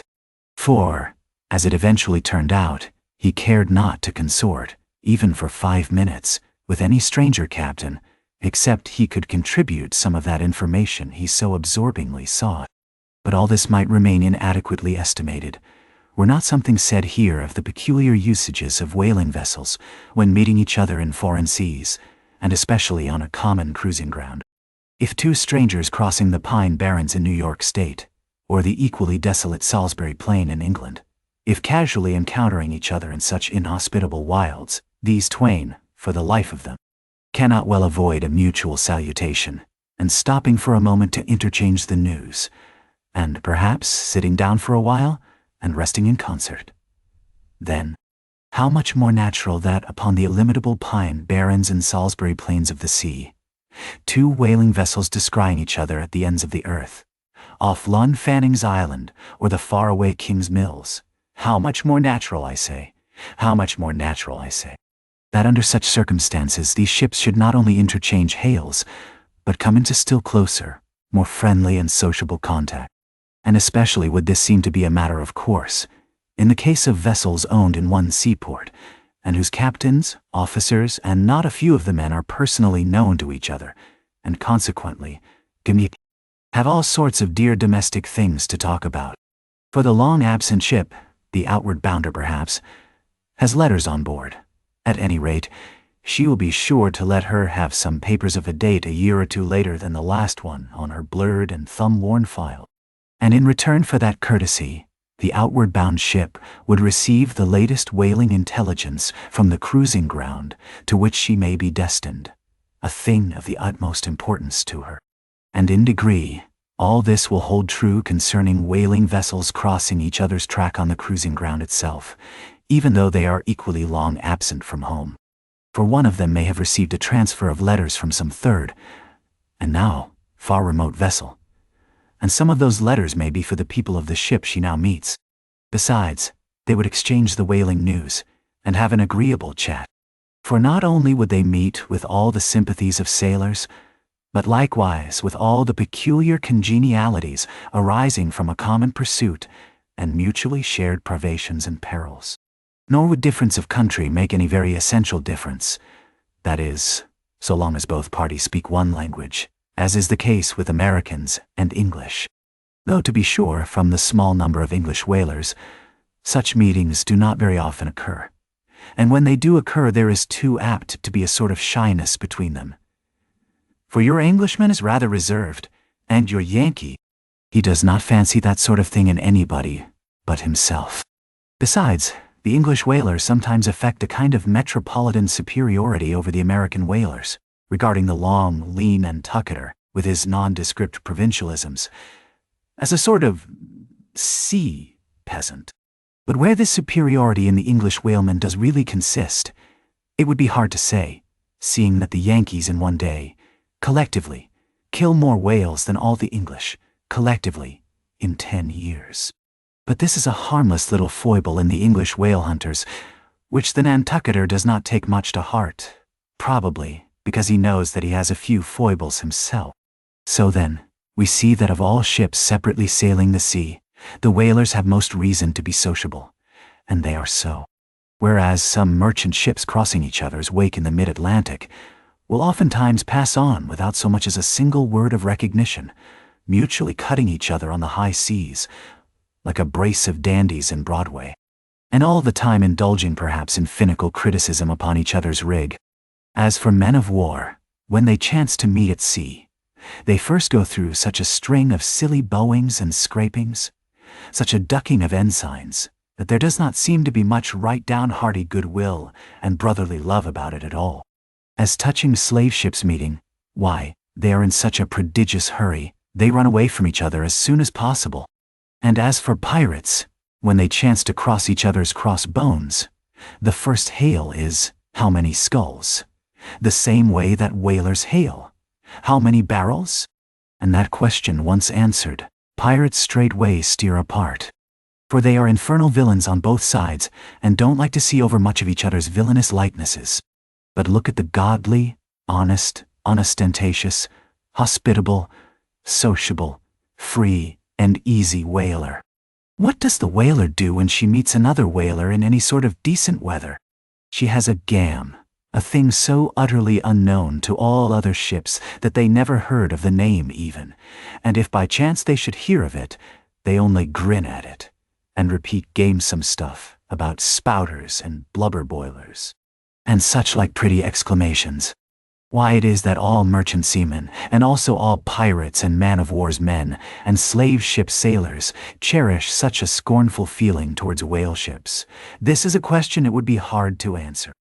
Because, in the case of pirates, say, I should like to know whether that profession of theirs has any peculiar glory about it. It sometimes ends in uncommon elevation indeed, but only at the gallows. And besides, when a man is elevated in that odd fashion, he has no proper foundation for his superior altitude. Hence I conclude that in boasting himself to be high lifted above a whaleman, in that assertion the pirate has no solid basis to stand on. But what is a gam? You might wear out your index finger running up and down the columns of dictionaries, and never find the word. Dr. Johnson never attained to that erudition. Noah Webster's Ark does not hold it. Nevertheless, this same expressive word has now for many years been in constant use among some 15,000 true-born Yankees. Certainly it needs a definition, and should be incorporated into the lexicon. With that view, Let me learnedly define it. Gam. Noun. A social meeting of two or more whale ships, generally on a cruising ground, when, after exchanging hails, they exchange visits by boat's crews, the two captains remaining for the time on board of one ship, and the two chief mates on the other. There is another little item about gamming which must not be forgotten here. All professions have their own little peculiarities of detail, so has the whale fishery. In a pirate, man of war, or slave ship, when the captain is rowed anywhere in his boat, he always sits in the stern sheets on a comfortable, sometimes cushioned seat there, and often steers himself with a pretty little milliner's tiller decorated with gay cords and ribbons. But the whale boat has no seat astern, no sofa of that sort whatever, and no tiller at all. High times indeed, if whaling captains were wheeled about the water on casters like gouty old aldermen in patent chairs. And as for a tiller, the whale boat never admits of any such effeminacy, and therefore as in gamming a complete boat's crew must leave the ship, and hence as the boat's steerer or harpooner is of the number, that subordinate is the steersman upon the occasion, and the captain, having no place to sit in, is pulled off to his visit all standing like a pine tree. And often you will notice that being conscious of the eyes of the whole visible world resting on him from the sides of the two ships, this standing captain is all alive to the importance of sustaining his dignity by maintaining his legs. Nor is this any very easy matter, for in his rear is the immense projecting steering oar hitting him now and then in the small of his back, the after oar reciprocating by rapping his knees in front.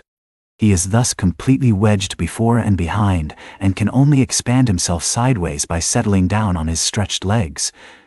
But a sudden violent pitch of the boat will often go far to topple him. Because length of foundation is nothing without corresponding breadth. Merely make a spread angle of two poles, and you cannot stand them up.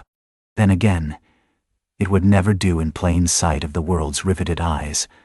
It would never do, I say, for this straddling captain to be seen steadying himself the slightest particle by catching hold of anything with his hands. Indeed, as token of his entire buoyant self-command, he generally carries his hands in his trouser pockets, but perhaps being generally very large, heavy hands, he carries them there for ballast. Nevertheless, there have occurred instances, well authenticated ones too, where the captain has been known for an uncommonly critical moment or two, in a sudden squall say, to seize hold of the nearest oarsman's hair, and hold on there like grim death. Chapter 54. The Town Ho's Story. As told at the Golden Inn. The Cape of Good Hope, and all the watery region round about there, is much like some noted four corners of a great highway, where you meet more travelers than in any other part. It was not very long after speaking the Goni that another homeward-bound whaleman, the Town Ho, was encountered. She was manned almost wholly by Polynesians. In the short gam that ensued she gave us strong news of Moby Dick.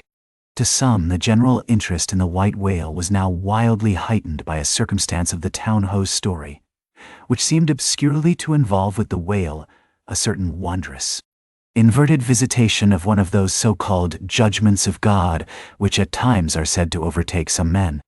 This latter circumstance, with its own particular accompaniments, forming what may be called the secret part of the tragedy about to be narrated, never reached the ears of Captain Ahab or his mates. For that secret part of the story was unknown to the captain of the Town Ho himself. It was the private property of 3 Confederate white seamen of that ship, one of whom, it seems, communicated it to Tashtego with Romish injunctions of secrecy. But the following night Tashtego rambled in his sleep, and revealed so much of it in that way, that when he was wakened, he could not well withhold the rest.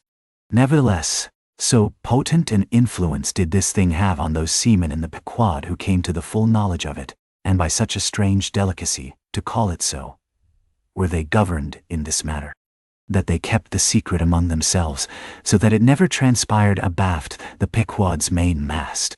Interweaving in its proper place this darker thread with the story as publicly narrated on the ship, the whole of this strange affair I now proceed to put on lasting record. T. Ancient whale cry upon first sighting a whale from the masthead, still used by whalemen in hunting the famous Galapagos terrapin. For my humor's sake, I shall preserve the style in which I once narrated it at Lima to a lounging circle of my Spanish friends. One Saint's Eve, smoking upon the thick, gilt, tiled piazza of the Golden Inn. Of those fine cavaliers, the young Dons, Pedro and Sebastian, were on the closer terms with me, and hence the interluding questions they occasionally put, and which are duly answered at the time.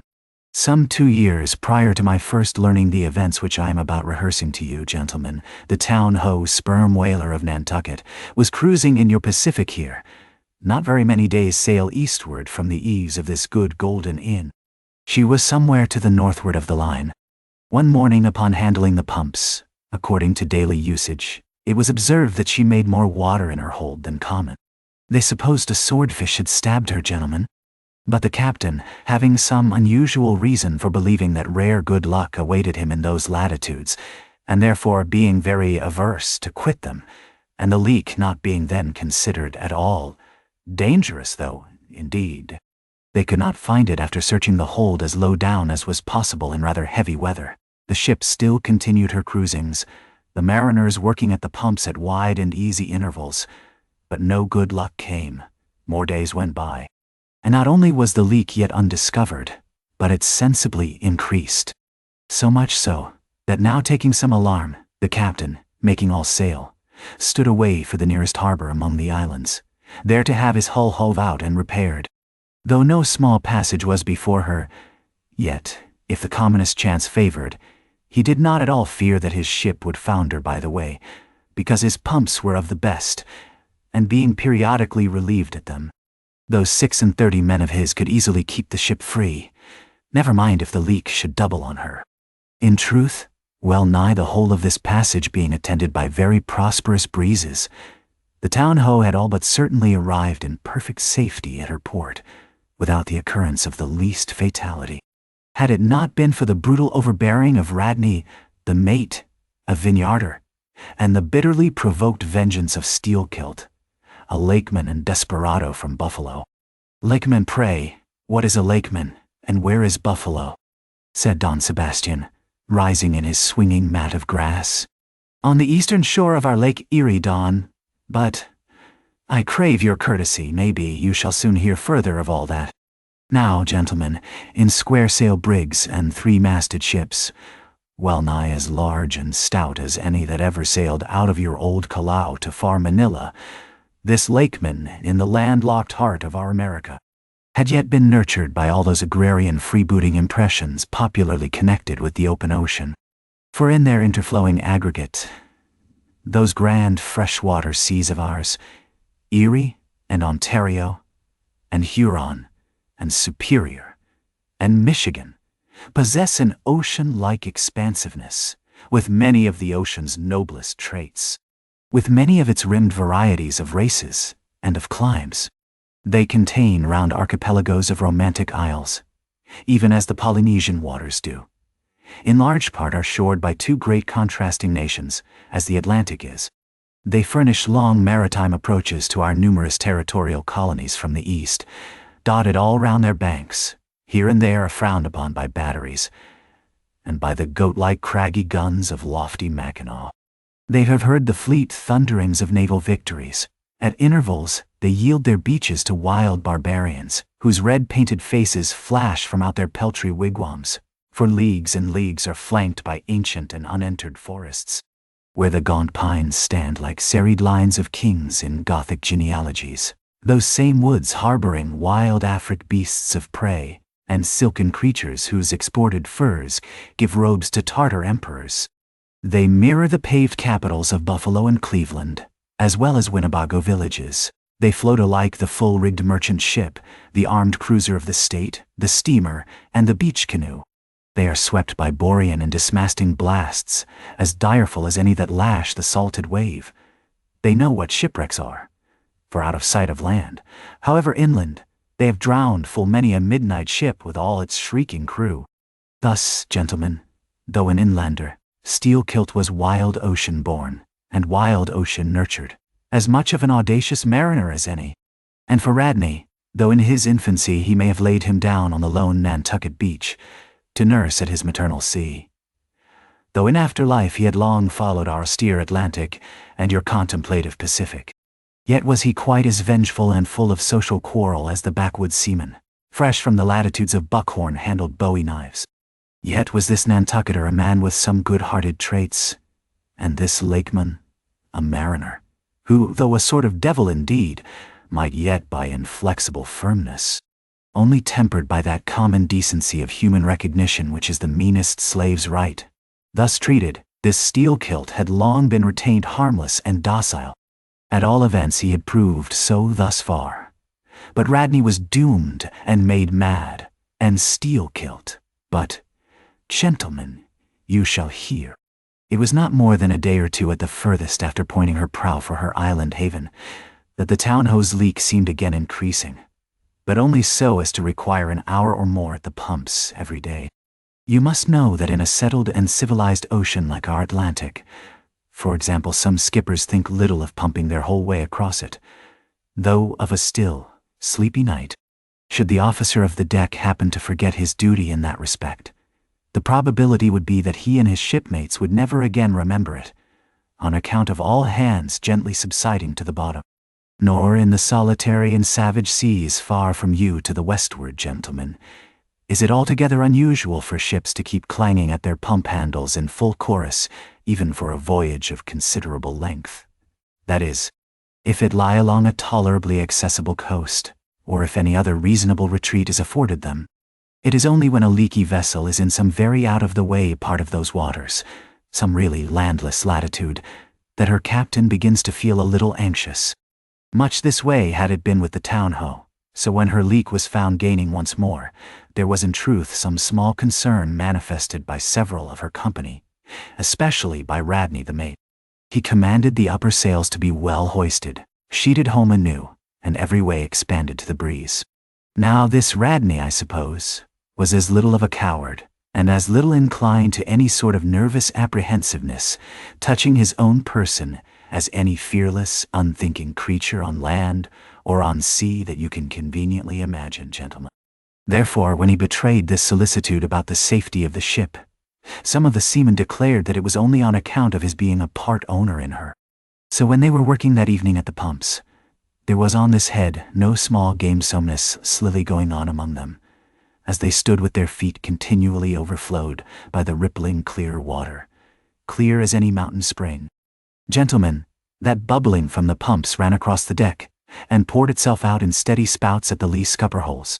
Now, as you well know, it is not seldom the case in this conventional world of ours, watery or otherwise, that when a person placed in command over his fellow men finds one of them to be very significantly his superior in general pride of manhood, straightway against that man he conceives an unconquerable dislike and bitterness, and if he have a chance he will pull down and pulverize that subaltern's tower, and make a little heap of dust of it.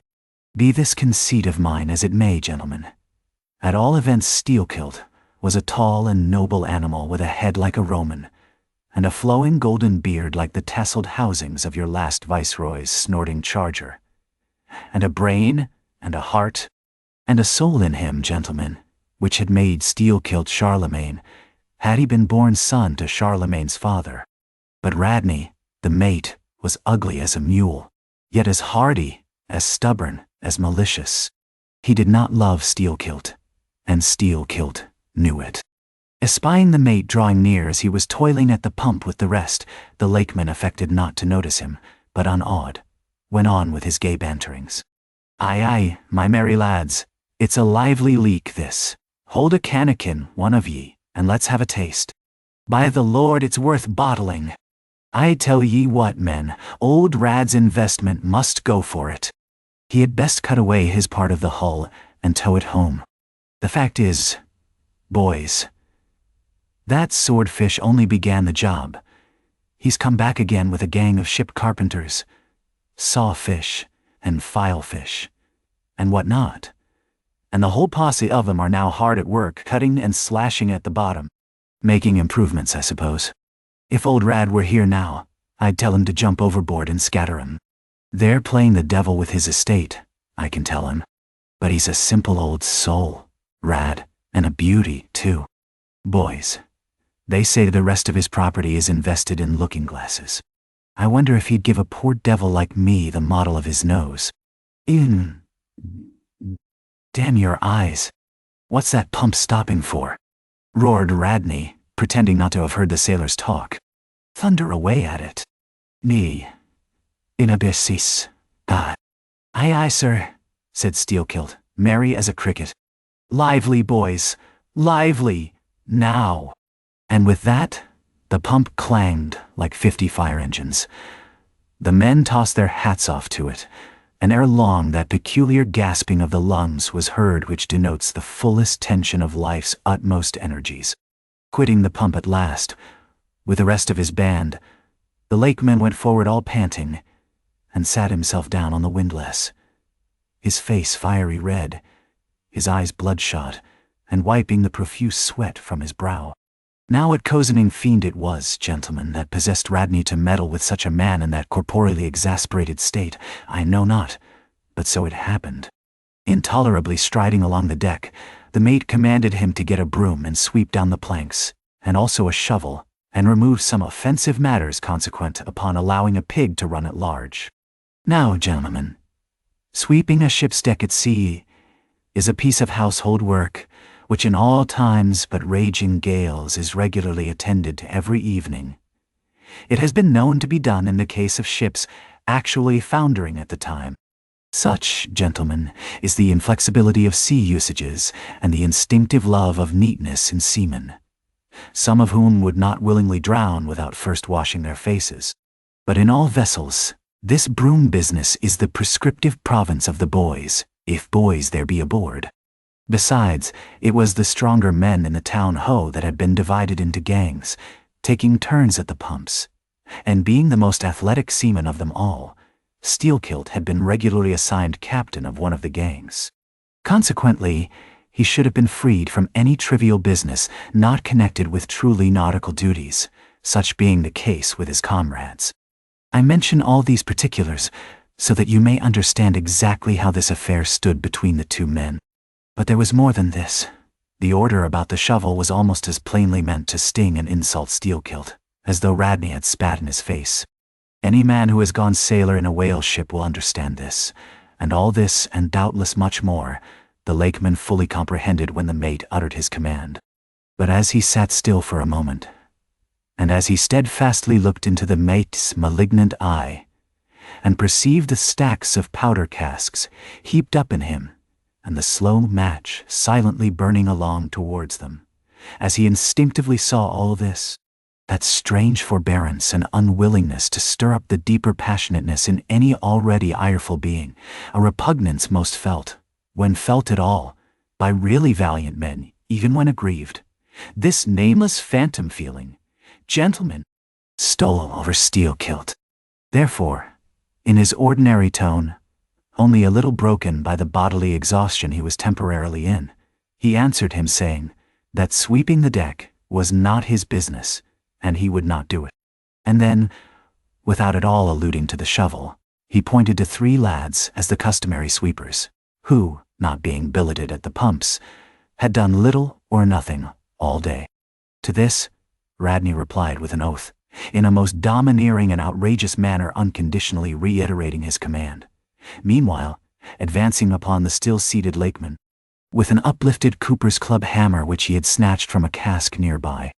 Heated and irritated as he was by his spasmodic toil at the pumps, for all his first nameless feeling of forbearance, the sweating Steelkilt could but ill brook this bearing in the mate, but somehow still smothering the conflagration within him. Without speaking, he remained doggedly rooted to his seat, till at last the incensed Radney shook the hammer within a few inches of his face, furiously commanding him to do his bidding.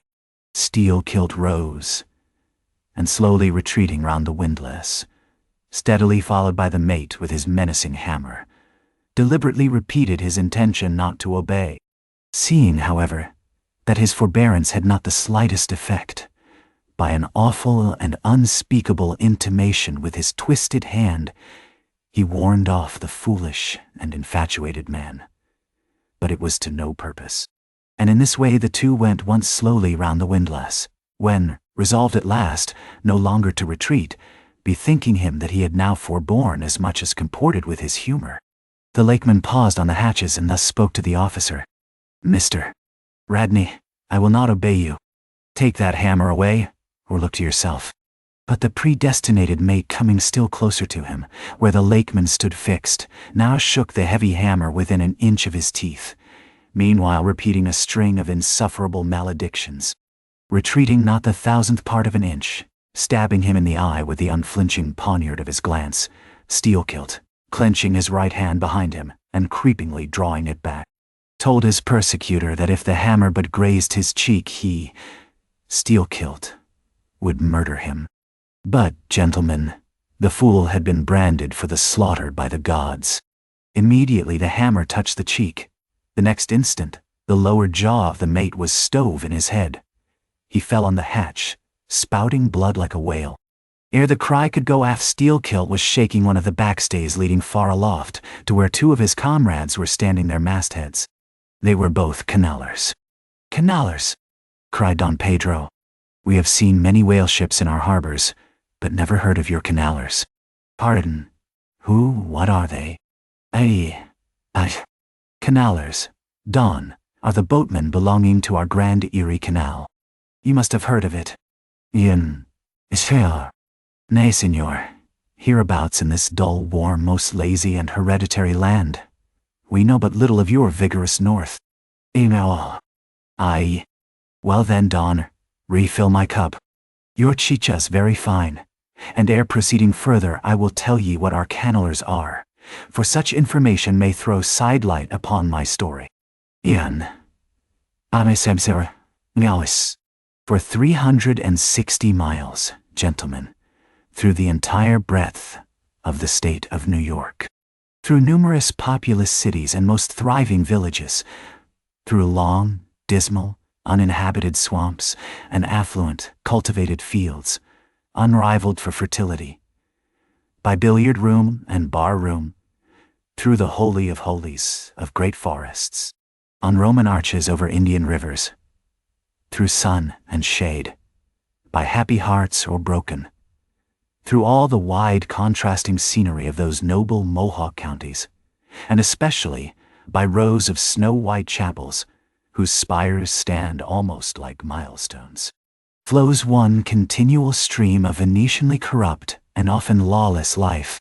There's your true Ashanti, gentlemen. There howl your pagans, where you ever find them next door to you, under the long-flung shadow and the snug, patronizing lee of churches. For by some curious fatality, as it is often noted of your metropolitan freebooters, that they ever encamp around the halls of justice, so sinners, gentlemen, most abound in holiest vicinities. "Is that a friar passing?" said Don Pedro, looking downwards into the crowded plaza with humorous concern. "Well for our northern friend, Dame Isabella's Inquisition wanes in Lima," laughed Don Sebastian. "Proceed, senor." "Oh, a moment. Pardon," cried another of the company. "In the name of all us Limis, I but desire to express to you, Sir Sailor, that we have by no means overlooked your delicacy in not substituting present Lima for distant Venice in your corrupt comparison." "Oh, do not bow and look surprised. You know the proverb all along this coast, corrupt as Lima. It but bears out your saying too. Church is more plentiful than billiard tables, and forever open, and corrupt as Lima. So too, Venice. I have been there. The holy city of the blessed evangelist, Saint Mark. Saint Dominic, purge it! Your cup. Thanks. Here I refill. Now, you pour out again. Eso. Now. Azadi. Freely depicted in his own vocation, gentlemen, the canaler would make a fine dramatic hero, so abundantly and picturesquely wicked is he, like Mark Antony, for days and days along his green-turfed, flowery Nile. He indolently floats, openly toying with his red-cheeked Cleopatra, ripening his apricot thigh upon the sunny deck. But, ashore, all this effeminacy is dashed. The brigandish guise which the canaler so proudly sports, His slouched and gaily ribboned hat betoken his grand features. A terror to the smiling innocence of the villages through which he floats. His swart visage and bold swagger are not unshunned in cities. Once a vagabond on his own canal, I have received good turns from one of these cannelers. I thank him heartily. Would fain be not ungrateful, but it is often one of the prime redeeming qualities of your man of violence, that at times he has as stiff an arm to back a poor stranger in a strait, as to plunder a wealthy one. In sum, gentlemen, what the wildness of this canal life is emphatically evinced by this, that our wild whale fishery contains so many of its most finished graduates, and that scarce any race of mankind, except Sydney men, are so much distrusted by our whaling captains. Nor does it at all diminish the curiousness of this matter, that to many thousands of our rural boys and young men, born along its line, the probationary life of the Grand Canal furnishes the sole transition between quietly reaping in a Christian cornfield and recklessly plowing the waters of the most barbaric seas. "I see! I see!" impetuously exclaimed Don Pedro, spilling his chicha upon his silvery ruffles. "No need to travel. The world's 1 league a day. I had thought now that at your temperate north the generations were cold and holy as the hills. But the story... I left off, gentlemen, where the lakeman shook the backstay. Hardly had he done so when he was surrounded by the 3 junior mates and the 4 harpooneers, who all crowded him to the deck. But sliding down the ropes like baleful comets, the 2 cannelers rushed into the uproar and sought to drag their man out of it towards the forecastle. Others of the sailors joined with them in this attempt, and a twisted turmoil ensued. While standing out of harm's way, the valiant captain danced up and down with a whale pike, calling upon his officers to manhandle that atrocious scoundrel and smoke him along to the quarter-deck. At intervals, he ran close up to the revolving border of the confusion, and prying into the heart of it with his pike, sought to prick out the object of his resentment. But Steelkilt and his desperadoes were too much for them all. They succeeded in gaining the forecastle deck, where, hastily slewing about 3 or 4 large casks in a line with the windlass, these sea Parisians entrenched themselves behind the barricade. "Come out of that, ye pirates!" roared the captain, now menacing them with a pistol in each hand, just brought to him by the steward. "Come out of that, ye cutthroats!" And Steelkilt leapt on the barricade, and striding up and down there, defied the worst the pistols could do, but gave the captain to understand distinctly that his, Steelkilt's, death would be the signal for a murderous mutiny on the part of all hands. Fearing in his heart lest this might prove but too true, the captain a little desisted, but still commanded the insurgents instantly to return to their duty. "Will you promise not to touch us if we do?" demanded their ringleader. Turn to. I make no promise. To your duty. Do you want to sink the ship by knocking off at a time like this? Turn to." And he once more raised a pistol. "Sink the ship," cried Steelkilt. "Ay, let her sink. Not a man of us turns to, unless you swear not to raise a rope yarn against us. What say ye, men?" Turning to his comrades. A fierce cheer was their response. The lakeman now patrolled the barricade, all the while keeping his eye on the captain, and jerking out such sentences as these. "It's not our fault. We didn't want it. I told him to take his hammer away. It was boy's business. He might have known me before this. I told him not to prick the buffalo. I believe I have broken a finger here against his cursed jaw. Ain't those mincing knives down in the forecastle there, men? Look to those handspikes, my hearties. Captain, my God, look to yourself. Say the word. Don't be a fool. Forget it all. We are ready to turn to. Treat us decently, and we're your men. But we won't be flogged. Aye. Turn to. I make no promises. Turn to, I say. Yeah. Look ye now, cried the lakeman, flinging out his arm towards him. There are few of us here, and I am one of them, who have shipped for the cruise, d'ye see. Now, as you well know, sir, we can claim our discharge as soon as the anchor is down. So we don't want to row. It's not our interest. We want to be peaceable. We are ready to work, but we won't be flogged. 90. Saudi. Turn to, roared the captain. Steelkilt glanced round him a moment, and then said, I tell you what it is now, Captain, rather than kill ye, and be hung for such a shabby rascal, we won't lift a hand against ye unless ye attack us. But till you say the word about not flogging us, we don't do a hand's turn. And nay, down into the forecastle then, down with ye, I'll keep ye there till you're sick of it. Down ye go. Yes. Shall we? Cried the ringleader to his men.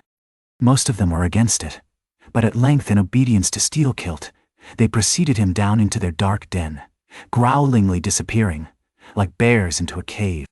As the lakeman's bare head was just level with the planks, the captain and his posse leaped the barricade, and rapidly drawing over the slide of the scuttle, planted their group of hands upon it, and loudly called for the steward to bring the heavy brass padlock belonging to the companionway.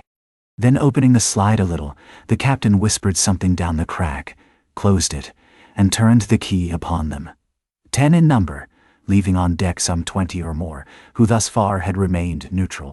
All night, a wide-awake watch was kept by all the officers, forward and aft, especially about the forecastle scuttle and fore hatchway, at which last place it was feared the insurgents might emerge after breaking through the bulkhead below. But the hours of darkness passed in peace. The men who still remained at their duty toiling hard at the pumps, whose clinking and clanking at intervals through the dreary night dismally resounded through the ship.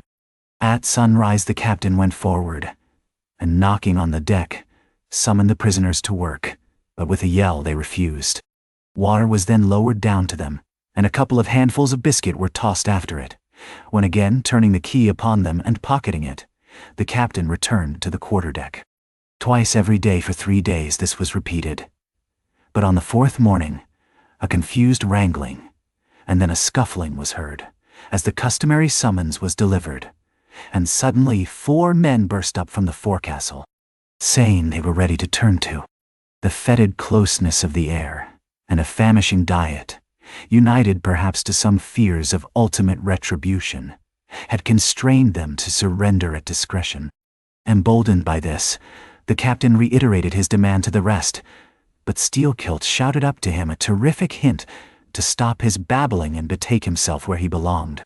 On the 5th morning, 3 others of the mutineers bolted up into the air from the desperate arms below that sought to restrain them. Only 3 were left. Better turn to now? Said the captain with a heartless jeer. Shut us up again, will ye? Cried Steelkilt. Oh, certainly, said the captain, and the key clicked. It was at this point, gentlemen, that enraged by the defection of 7 of his former associates, and stung by the mocking voice that had last hailed him, and maddened by his long entombment in a place as black as the bowels of despair, it was then that Steelkilt proposed to the 2 canallers, thus far apparently of one mind with him, to burst out of their hole at the next summoning of the garrison, and armed with their keen mincing knives, long crescentic, heavy implements with a handle at each end, run amok from the bowsprit to the taffrail, and if by any devilishness of desperation possible, seize the ship. For himself, he would do this, he said, whether they joined him or not. That was the last night he should spend in that den. But the scheme met with no opposition on the part of the other 2. They swore they were ready for that, or for any other mad thing, for anything in short but a surrender. And what was more, they each insisted upon being the first man on deck when the time to make the rush should come. But to this their leader as fiercely objected, reserving that priority for himself, particularly as his 2 comrades would not yield, the one to the other, in the matter, and both of them could not be first, for the latter would but admit 1 man at a time. And here, gentlemen, the foul play of these miscreants must come out. Upon hearing the frantic project of their leader, each in his own separate soul had suddenly lighted, it would seem, upon the same piece of treachery, namely, to be foremost in breaking out, in order to be the first of the 3, though the last of the 10, to surrender, and thereby secure whatever small chance of pardon such conduct might merit. But when Steelkilt made known his determination still to lead them to the last, they, in some way, by some subtle chemistry of villainy, mixed their before secret treacheries together, and when their leader fell into a doze, verbally opened their souls to each other in 3 sentences, and bound the sleeper with cords, and gagged him with cords, and shrieked out for the captain at midnight. Thinking murder at hand, and smelling in the dark for the blood, he and all his armed mates and harpooneers rushed for the forecastle. In a few minutes the scuttle was opened, and bound hand and foot, the still struggling ringleader was shoved up into the air by his perfidious allies, who at once claimed the honor of securing a man who had been fully ripe for murder. But all these were collared and dragged along the deck like dead cattle, and side by side were seized up into the mizzen rigging like 3 quarters of meat, and there they hung till morning. "Damn ye," cried the captain, pacing to and fro before them, "the vultures would not touch ye villains." At sunrise he summoned all hands, and separating those who had rebelled from those who had taken no part in the mutiny, he told the former that he had a good mind to flog them all round. Thought, upon the whole, he would do so. He ought to. Justice demanded it, but for the present, considering their timely surrender, he would let them go with a reprimand, which he accordingly administered in the vernacular. "But as for you, ye carrion rogues," turning to the 3 men in the rigging, "for you, I mean to mince ye up for the tripods." And seizing a rope, he applied it with all his might to the backs of the 2 traitors, till they yelled no more, but lifelessly hung their heads sideways, as the 2 crucified thieves are drawn. "My wrist is sprained with ye," he cried at last, "but there is still rope enough left for you, my fine bantam, that wouldn't give up. Take that gag from his mouth, and let us hear what he can say for himself." "Ow, yeah." For a moment the exhausted mutineer made a tremulous motion of his cramped jaws, and then, painfully twisting round his head, said, in a sort of hiss, "What I say is this, and mind it well, if you flog me, I murder you." "Aye, say ye so? Then see how ye frighten me." And the captain drew off with the rope to strike. "Best not," hissed the lakeman. "But I must," and the rope was once more drawn back for the stroke. Steelkilt here hissed out something, inaudible to all but the captain, who, to the amazement of all hands, started back, paced the deck rapidly 2 or 3 times, and then suddenly throwing down his rope, said, "I won't do it, let him go. Cut him down. D'ye hear?" "Eh?" But as the junior mates were hurrying to execute the order, a pale man, with a bandaged head, arrested them, Radney the chief mate. Ever since the blow, he had lain in his berth. But that morning, hearing the tumult on the deck, he had crept out, and thus far had watched the whole scene. Such was the state of his mouth, that he could hardly speak. But mumbling something about his being willing, and able to do what the captain dared not attempt, he snatched the rope and advanced to his pinioned foe. "You are a coward," hissed the lakeman. "So I am, but take that." The mate was in the very act of striking, when another hiss stayed his uplifted arm. He paused, and then pausing no more, made good his word, spite of Steelkilt's threat, whatever that might have been. The 3 men were then cut down, all hands were turned to, and sullenly worked by the moody seamen, the iron pumps clanged as before. Just after dark that day, when one watch had retired below, a clamor was heard in the forecastle, and the 2 trembling traitors running up, besieged the cabin door, saying they durst not consort with the crew. Entreaties, cuffs, and kicks could not drive them back, so at their own instance they were put down in the ship's run for salvation. Still, no sign of mutiny reappeared among the rest. On the contrary, it seemed that mainly at Steelkilt's instigation, they had resolved to maintain the strictest peacefulness, obey all orders to the last, and, when the ship reached port, desert her in a body. But in order to ensure the speediest end to the voyage, they all agreed to another thing, namely, not to sing out for whales, in case any should be discovered. For spite of her leak, and spite of all her other perils, the town host still maintained her mastheads, and her captain was just as willing to lower for a fish that moment, as on the day his craft first struck the cruising ground. And Radney the mate was quite as ready to change his berth for a boat, and with his bandaged mouth seek to gag in death the vital jaw of the whale. But though the lakemen had induced the seamen to adopt this sort of passiveness in their conduct, He kept his own counsel, at least till all was over, concerning his own proper and private revenge upon the man who had stung him in the ventricles of his heart. He was in Radney the chief mate's watch, and as if the infatuated man sought to run more than halfway to meet his doom, after the scene at the rigging, he insisted, against the express counsel of the captain, upon resuming the head of his watch at night. Upon this, and one or two other circumstances, Steelkilt systematically built the plan of his revenge. During the night, Radney had an unseamanlike way of sitting on the bulwarks of the quarterdeck, and leaning his arm upon the gunwale of the boat which was hoisted up there, a little above the ship's side. In this attitude, it was well known, he sometimes dozed. There was a considerable vacancy between the boat and the ship, and down between this was the sea. Steelkilt calculated his time, and found that his next trick at the helm would come round at 2 o'clock, in the morning of the third day from that in which he had been betrayed. At his leisure, he employed the interval in braiding something very carefully in his watches below. "What are you making there?" said a shipmate. "What do you think? What does it look like?" "Like a lanyard for your bag, but it's an odd one, seems to me." "Namahandi, Idkaganza." "Yes, rather oddish," said the lakeman, holding it at arm's length before him. "Shipmate, I haven't enough twine. Have you any?" "Mansion. Dinda." But there was none in the forecastle. "Then I must get some from old Rad," and he rose to go aft. "You don't mean to go a-begging to him," said a sailor. "Why not? Do you think he won't do me a turn when it's to help himself in the end, shipmate?" And going to the mate, he looked at him quietly, and asked him for some twine to mend his hammock. It was given him. Neither twine nor lanyard were seen again. But the next night an iron ball, closely netted, partly rolled from the pocket of the lakeman's monkey jacket, as he was tucking the coat into his hammock for a pillow.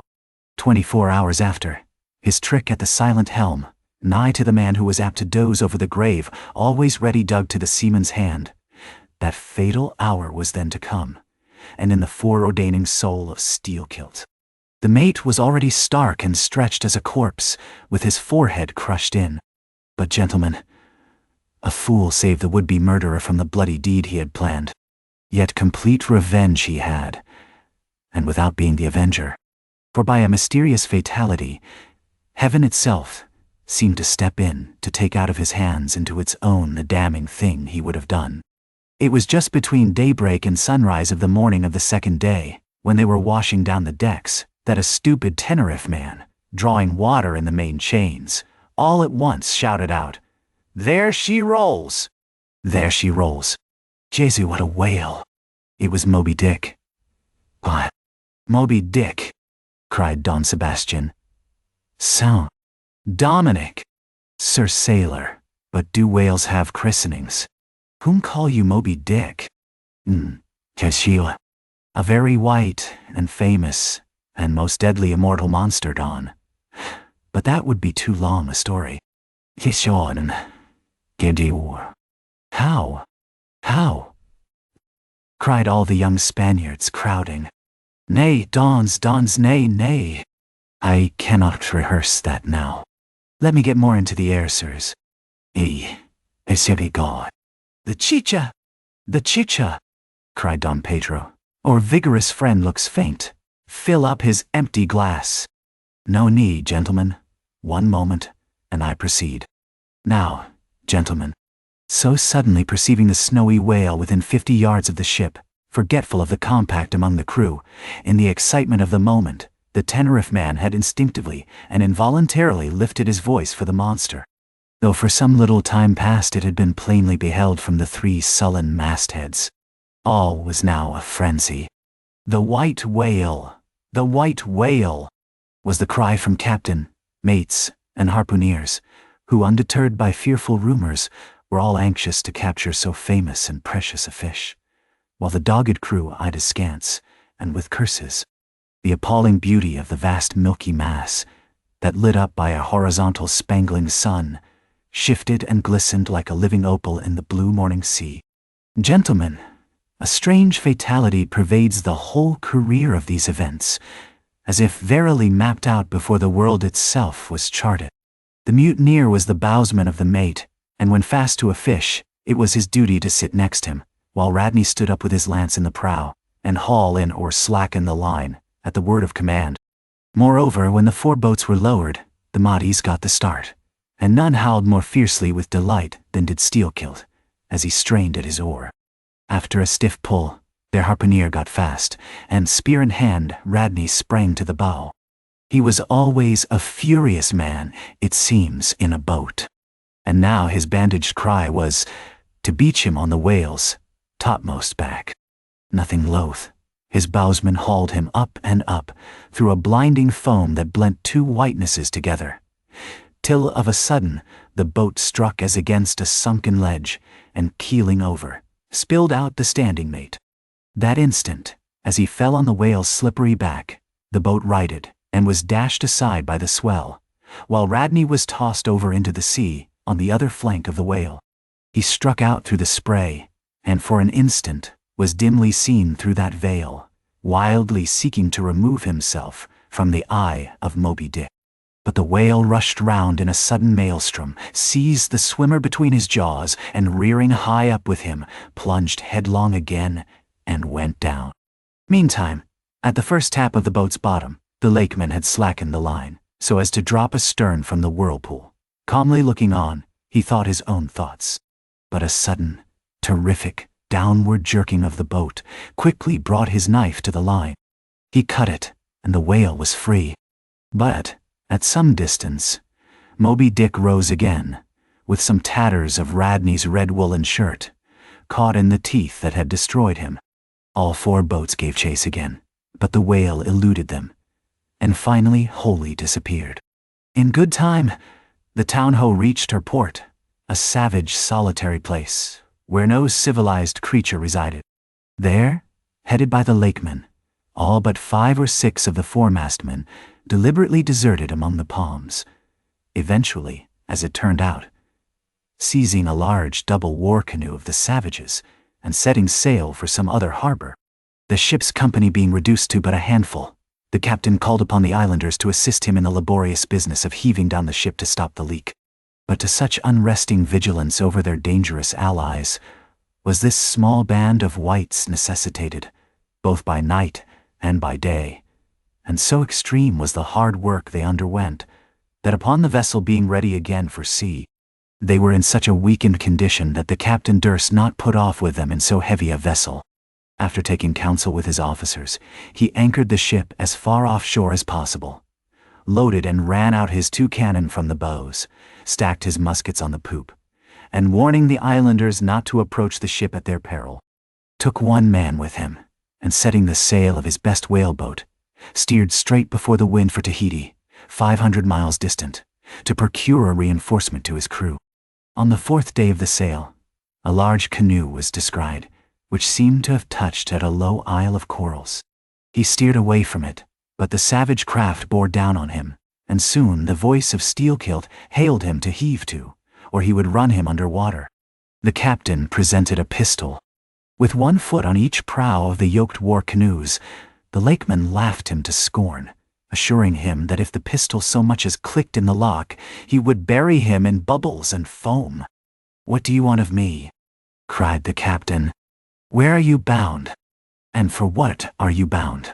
demanded Steelkilt. "No lies. I am bound to Tahiti for more men." Very good. Let me board you a moment. I come in peace." With that he leaped from the canoe, swam to the boat, and climbing the gunwale, stood face to face with the captain. "Cross your arms, sir. Throw back your head. Now, repeat after me. As soon as Steelkilt leaves me, I swear to beach this boat on yonder island, and remain there 6 days. If I do not, may lightning strike me." "A pretty scholar," laughed the lakeman. "Adios, senor." And leaping into the sea, he swam back to his comrades. Watching the boat till it was fairly beached and drawn up to the roots of the coconut trees, Steelkilt made sail again, and in due time arrived at Tahiti, his own place of destination. There, luck befriended him. 2 ships were about to sail for France, and were providentially in want of precisely that number of men which the sailor headed. They embarked, and so forever got the start of their former captain, had he been at all minded to work them legal retribution. Some 10 days after the French ship sailed, the whaleboat arrived, and the captain was forced to enlist some of the more civilized Tahitians, who had been somewhat used to the sea. Chartering a small native schooner, he returned with them to his vessel, and finding all right there, again resumed his cruisings. Where Steelkilt now is, gentlemen, none know, but upon the island of Nantucket, the widow of Radney still turns to the sea which refuses to give up its dead. Still in dreams sees the awful white whale that destroyed him. "Ah, are you through?" said Don Sebastian quietly. "I am, Donda." "He was she. Then I entreat you, tell me if to the best of your own convictions, this your story is in substance really true. It is so passing wonderful. Did you get it from an unquestionable source? Bear with me if I seem to press. And also bear with all of us, Sir Sailor, for we all join in Don Sebastian's suit," cried the company, with exceeding interest. "Is there a copy of the Holy Evangelists in the Golden Inn, gentlemen?" "Nay," said Don Sebastian, "but I know a worthy priest nearby who will quickly procure one for me. I go for it, but are you well advised? This may grow too serious." "Muddy, will you be so good as to bring the priest also, Don?" "Though there are no autodafés in Lima now," said one of the company to another, "I fear our sailor friend runs risk of the archiepiscopacy. Let us withdraw more out of the moonlight. I see no need of this. Excuse me for running after you, Don Sebastian, but may I also beg that you will be particular in procuring the largest sized evangelists you can."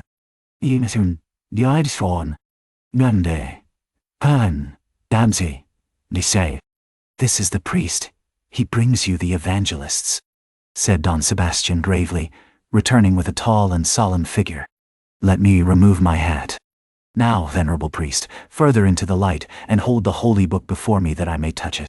So help me heaven, and on my honor, the story I have told ye, gentlemen, is in substance and its great items true. I know it to be true. It happened on this ball. I trod the ship. I knew the crew. I have seen and talked with Steelkilt since the death of Radney." Chapter 55. Of the monstrous pictures of whales. I shall ere long paint to you, as well as one can without canvas, something like the true form of the whale, as he actually appears to the eye of the whaleman, when in his own absolute body the whale is moored alongside the whale ship, so that he can be fairly stepped upon there. It may be worthwhile, therefore, previously to advert to those curious imaginary portraits of him, which even down to the present day confidently challenge the faith of the landsman. It is time to set the world right in this matter, by proving such pictures of the whale all wrong. It may be that the primal source of all those pictorial delusions will be found among the oldest Hindu, Egyptian, and Grecian sculptures. For ever since those inventive but unscrupulous times, when on the marble panellings of temples, the pedestals of statues, and on shields, medallions, cups, and coins, the dolphin was drawn in scales of chain armor like Saladin's, and a helmeted head like St. George's, ever since then has something of the same sort of license prevailed, not only in most popular pictures of the whale, but in many scientific presentations of him. Now, by all odds, the most ancient extant portrait anyways purporting to be the whale's is to be found in the famous cavern pagoda of Elephanta in India.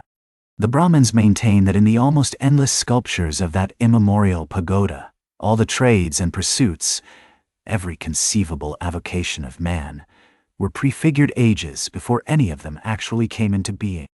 No wonder, then, that in some sort our noble profession of whaling should have been there shadowed forth.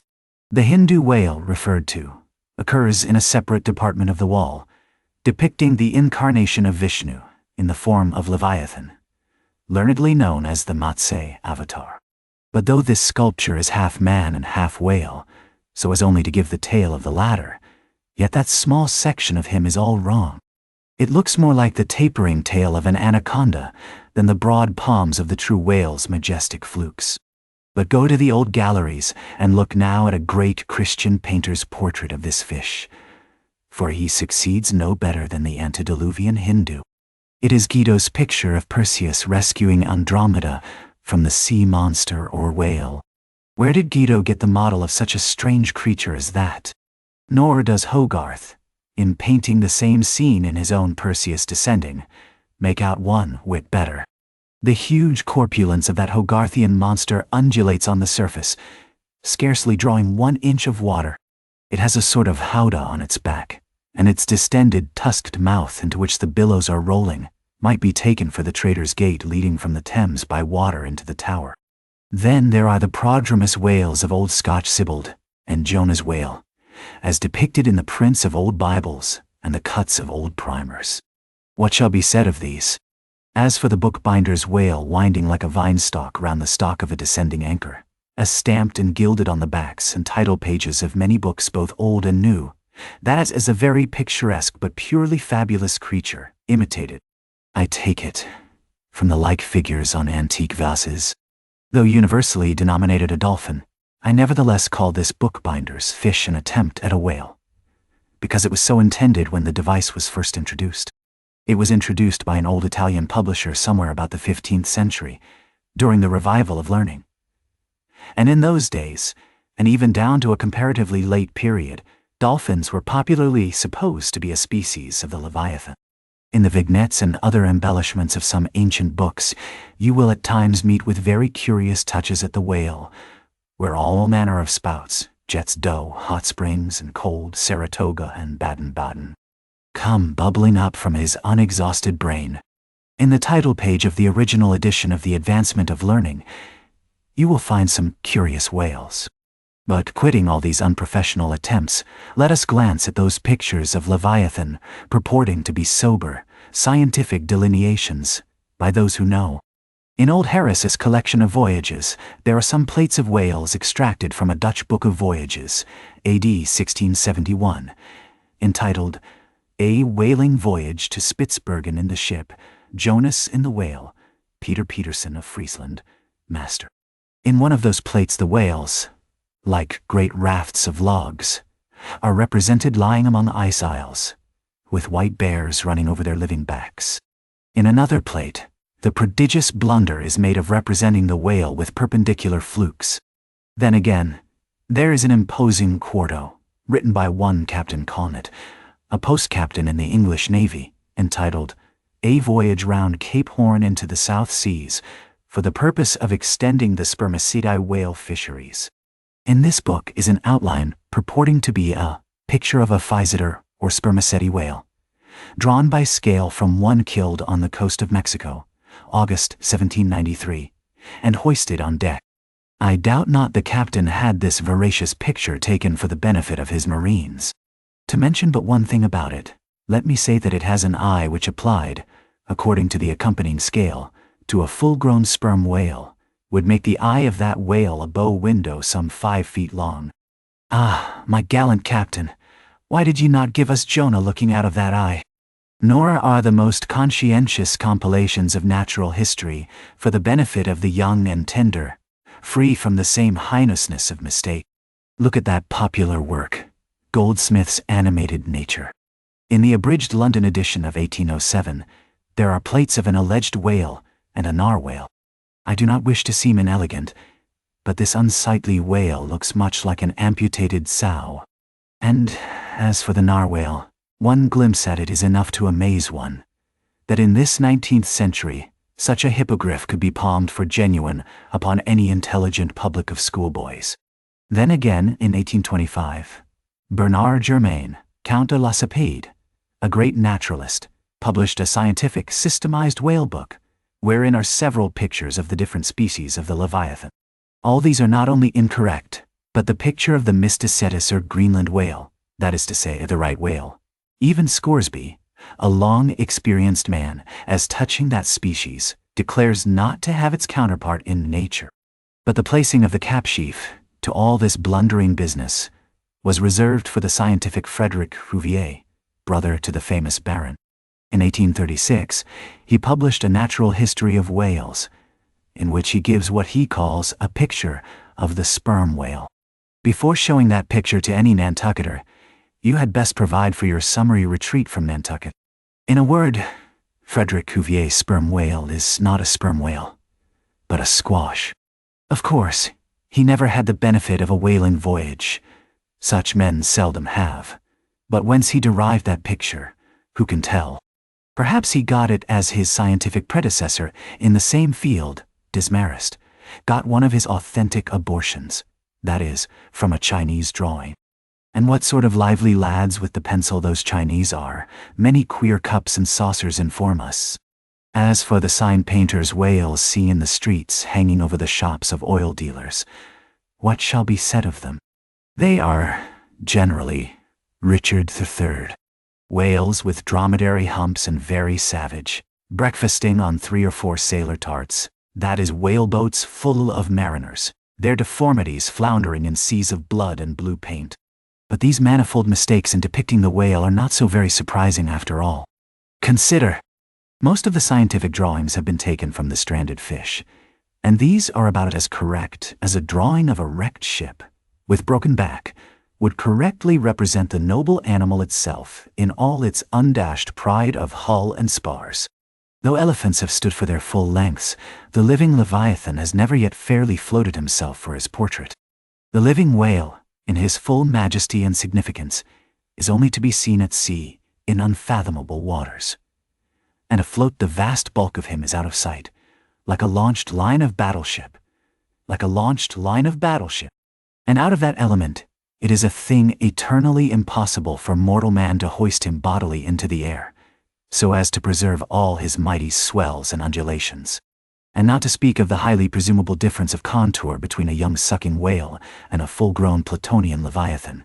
Yet, even in the case of one of those young sucking whales hoisted to a ship's deck, such is then the outlandish, eel-like, limbered, varying shape of him, that his precise expression the devil himself could not catch. But it may be fancied that from the naked skeleton of the stranded whale, accurate hints may be derived touching his true form. Not at all. For it is one of the more curious things about this Leviathan, that his skeleton gives very little idea of his general shape. Though Jeremy Bentham's skeleton, which hangs for candelabra in the library of one of his executors, correctly conveys the idea of a burly-browed utilitarian old gentleman, with all Jeremy's other leading personal characteristics. Yet nothing of this kind could be inferred from any Leviathan's articulated bones. In fact, as the great Hunter says, the mere skeleton of the whale bears the same relation to the fully invested and padded animal as the insect does to the chrysalis, that so roundingly envelopes it. This peculiarity is strikingly evinced in the head, as in some part of this book will be incidentally shown. It is also very curiously displayed in the side fin, the bones of which almost exactly answer to the bones of the human hand, minus only the thumb. This fin has 4 regular bone fingers, the index, middle, ring, and little finger. But all these are permanently lodged in their fleshy covering, as the human fingers in an artificial covering. However recklessly the whale may sometimes serve us, said humorous Stubb one day, he can never be truly said to handle us without mittens. For all these reasons, then, any way you may look at it, you must needs conclude that the great Leviathan is that one creature in the world which must remain unpainted to the last. True, one portrait may hit the mark much nearer than another, but none can hit it with any very considerable degree of exactness. So there is no earthly way of finding out precisely what the whale really looks like. And the only mode in which you can derive even a tolerable idea of his living contour is by going a whaling yourself. But by so doing, you run no small risk of being eternally stove and sunk by him. Wherefore, it seems to me you had best not be too fastidious in your curiosity touching this Leviathan. Chapter 56. Of the less erroneous pictures of whales, and the true pictures of whaling scenes. In connection with the monstrous pictures of whales, I am strongly tempted here to enter upon those still more monstrous stories of them, which are to be found in certain books, both ancient and modern, especially in Pliny, Purchas, Hakluyt, Harris, Cuvier, etc. But I pass that matter by.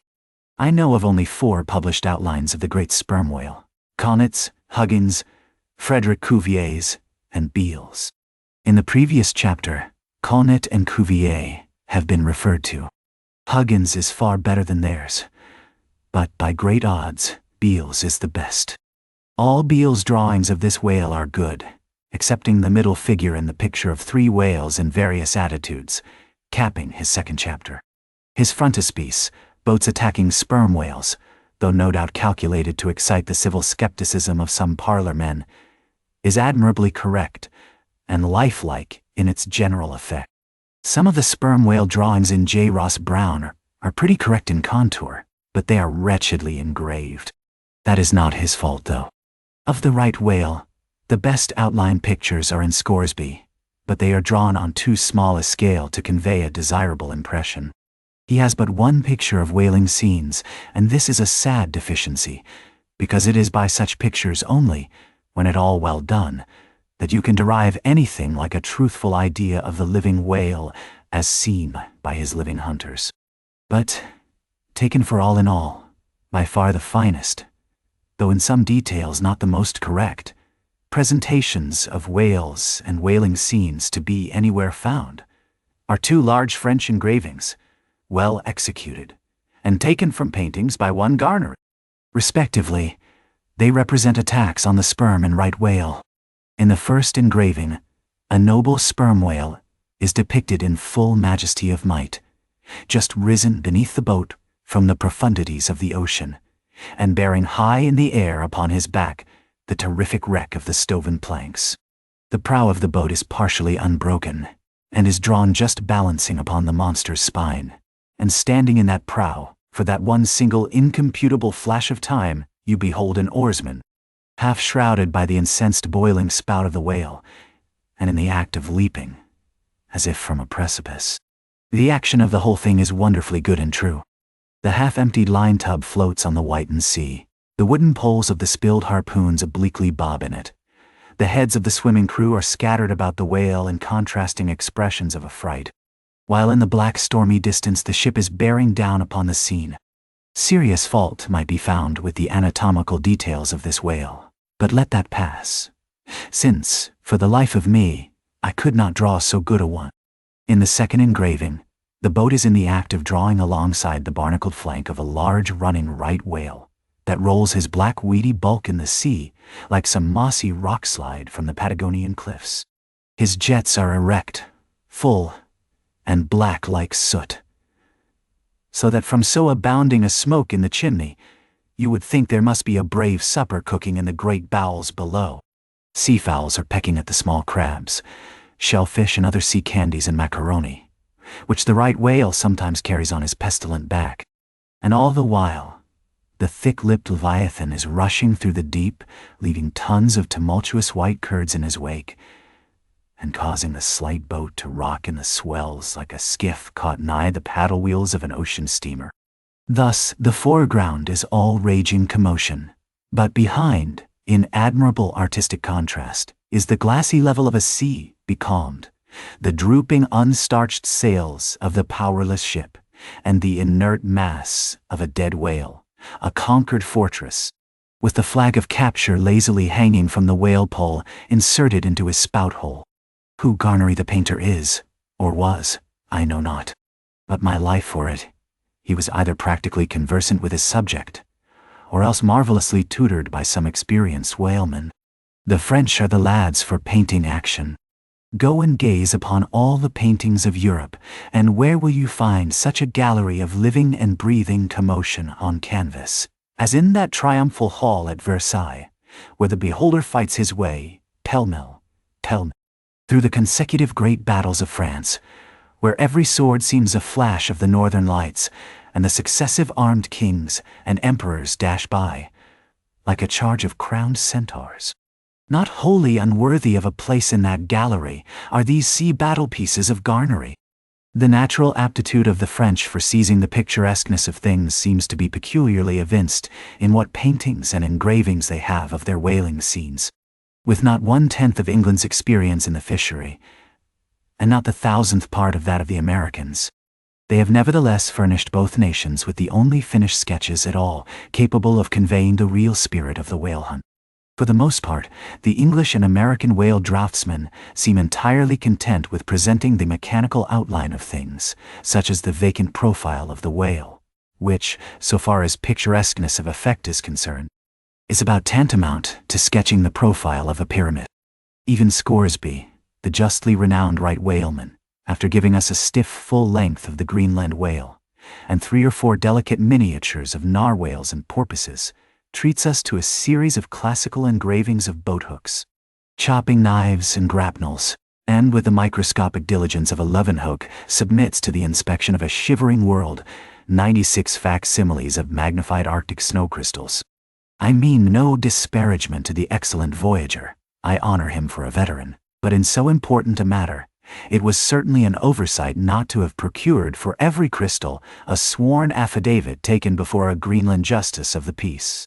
In addition to those fine engravings from garnery, there are 2 other French engravings worthy of note, by someone who subscribes himself Ac. Durand.Kai. One of them, though not precisely adapted to our present purpose, nevertheless deserves mention on other accounts. It is a quiet noon scene among the isles of the Pacific, a French whaler anchored, inshore, in a calm and lazily taking water on board, the loosened sails of the ship, and the long leaves of the palms in the background, both drooping together in the breezeless air. The effect is very fine, when considered with reference to its presenting the hardy fishermen under one of their few aspects of oriental repose. The other engraving is quite a different affair. The ship hove to upon the open sea, and in the very heart of the leviathanic life, with a right whale alongside.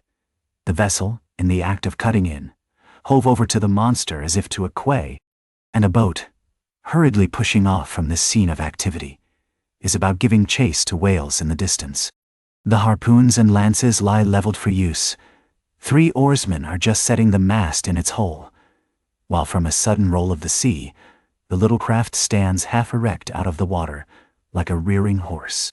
From the ship, the smoke of the torments of the boiling whale is going up like the smoke over a village of smithies, and to windward, a black cloud, rising up with earnest of squalls and rains, seems to quicken the activity of the excited seamen. Chapter 57. Of whales in paint, in teeth, in wood, in sheet iron, in stone, in mountains, in stars. On Tower Hill, as you go down to the London docks, you may have seen a crippled beggar, or kegger as the sailors say, holding a painted board before him, representing the tragic scene in which he lost his leg. There are 3 whales and 3 boats, and one of the boats, presumed to contain the missing leg in all its original integrity, is being crunched by the jaws of the foremost whale. Any time these 10 years, they tell me, has that man held up that picture and exhibited that stump to an incredulous world. But the time of his justification has now come. His 3 whales are as good whales as were ever published in Wapping, at any rate, and his stump as unquestionable a stump as any you will find in the western clearings. But, though forever mounted on that stump, never a stump speech does the poor whaleman make, but with downcast eyes stands ruefully contemplating his own amputation. Throughout the Pacific, and also in Nantucket, and New Bedford, and Sag Harbor, you will come across lively sketches of whales and whaling scenes, or ladies' busks wrought out of the right whalebone, and other like scrimshander articles, as the whalemen call the numerous little ingenious contrivances they elaborately carve out of the rough material, in their hours of ocean leisure. Some of them have little boxes of dentistical-looking implements, specially intended for the scrimshandering business.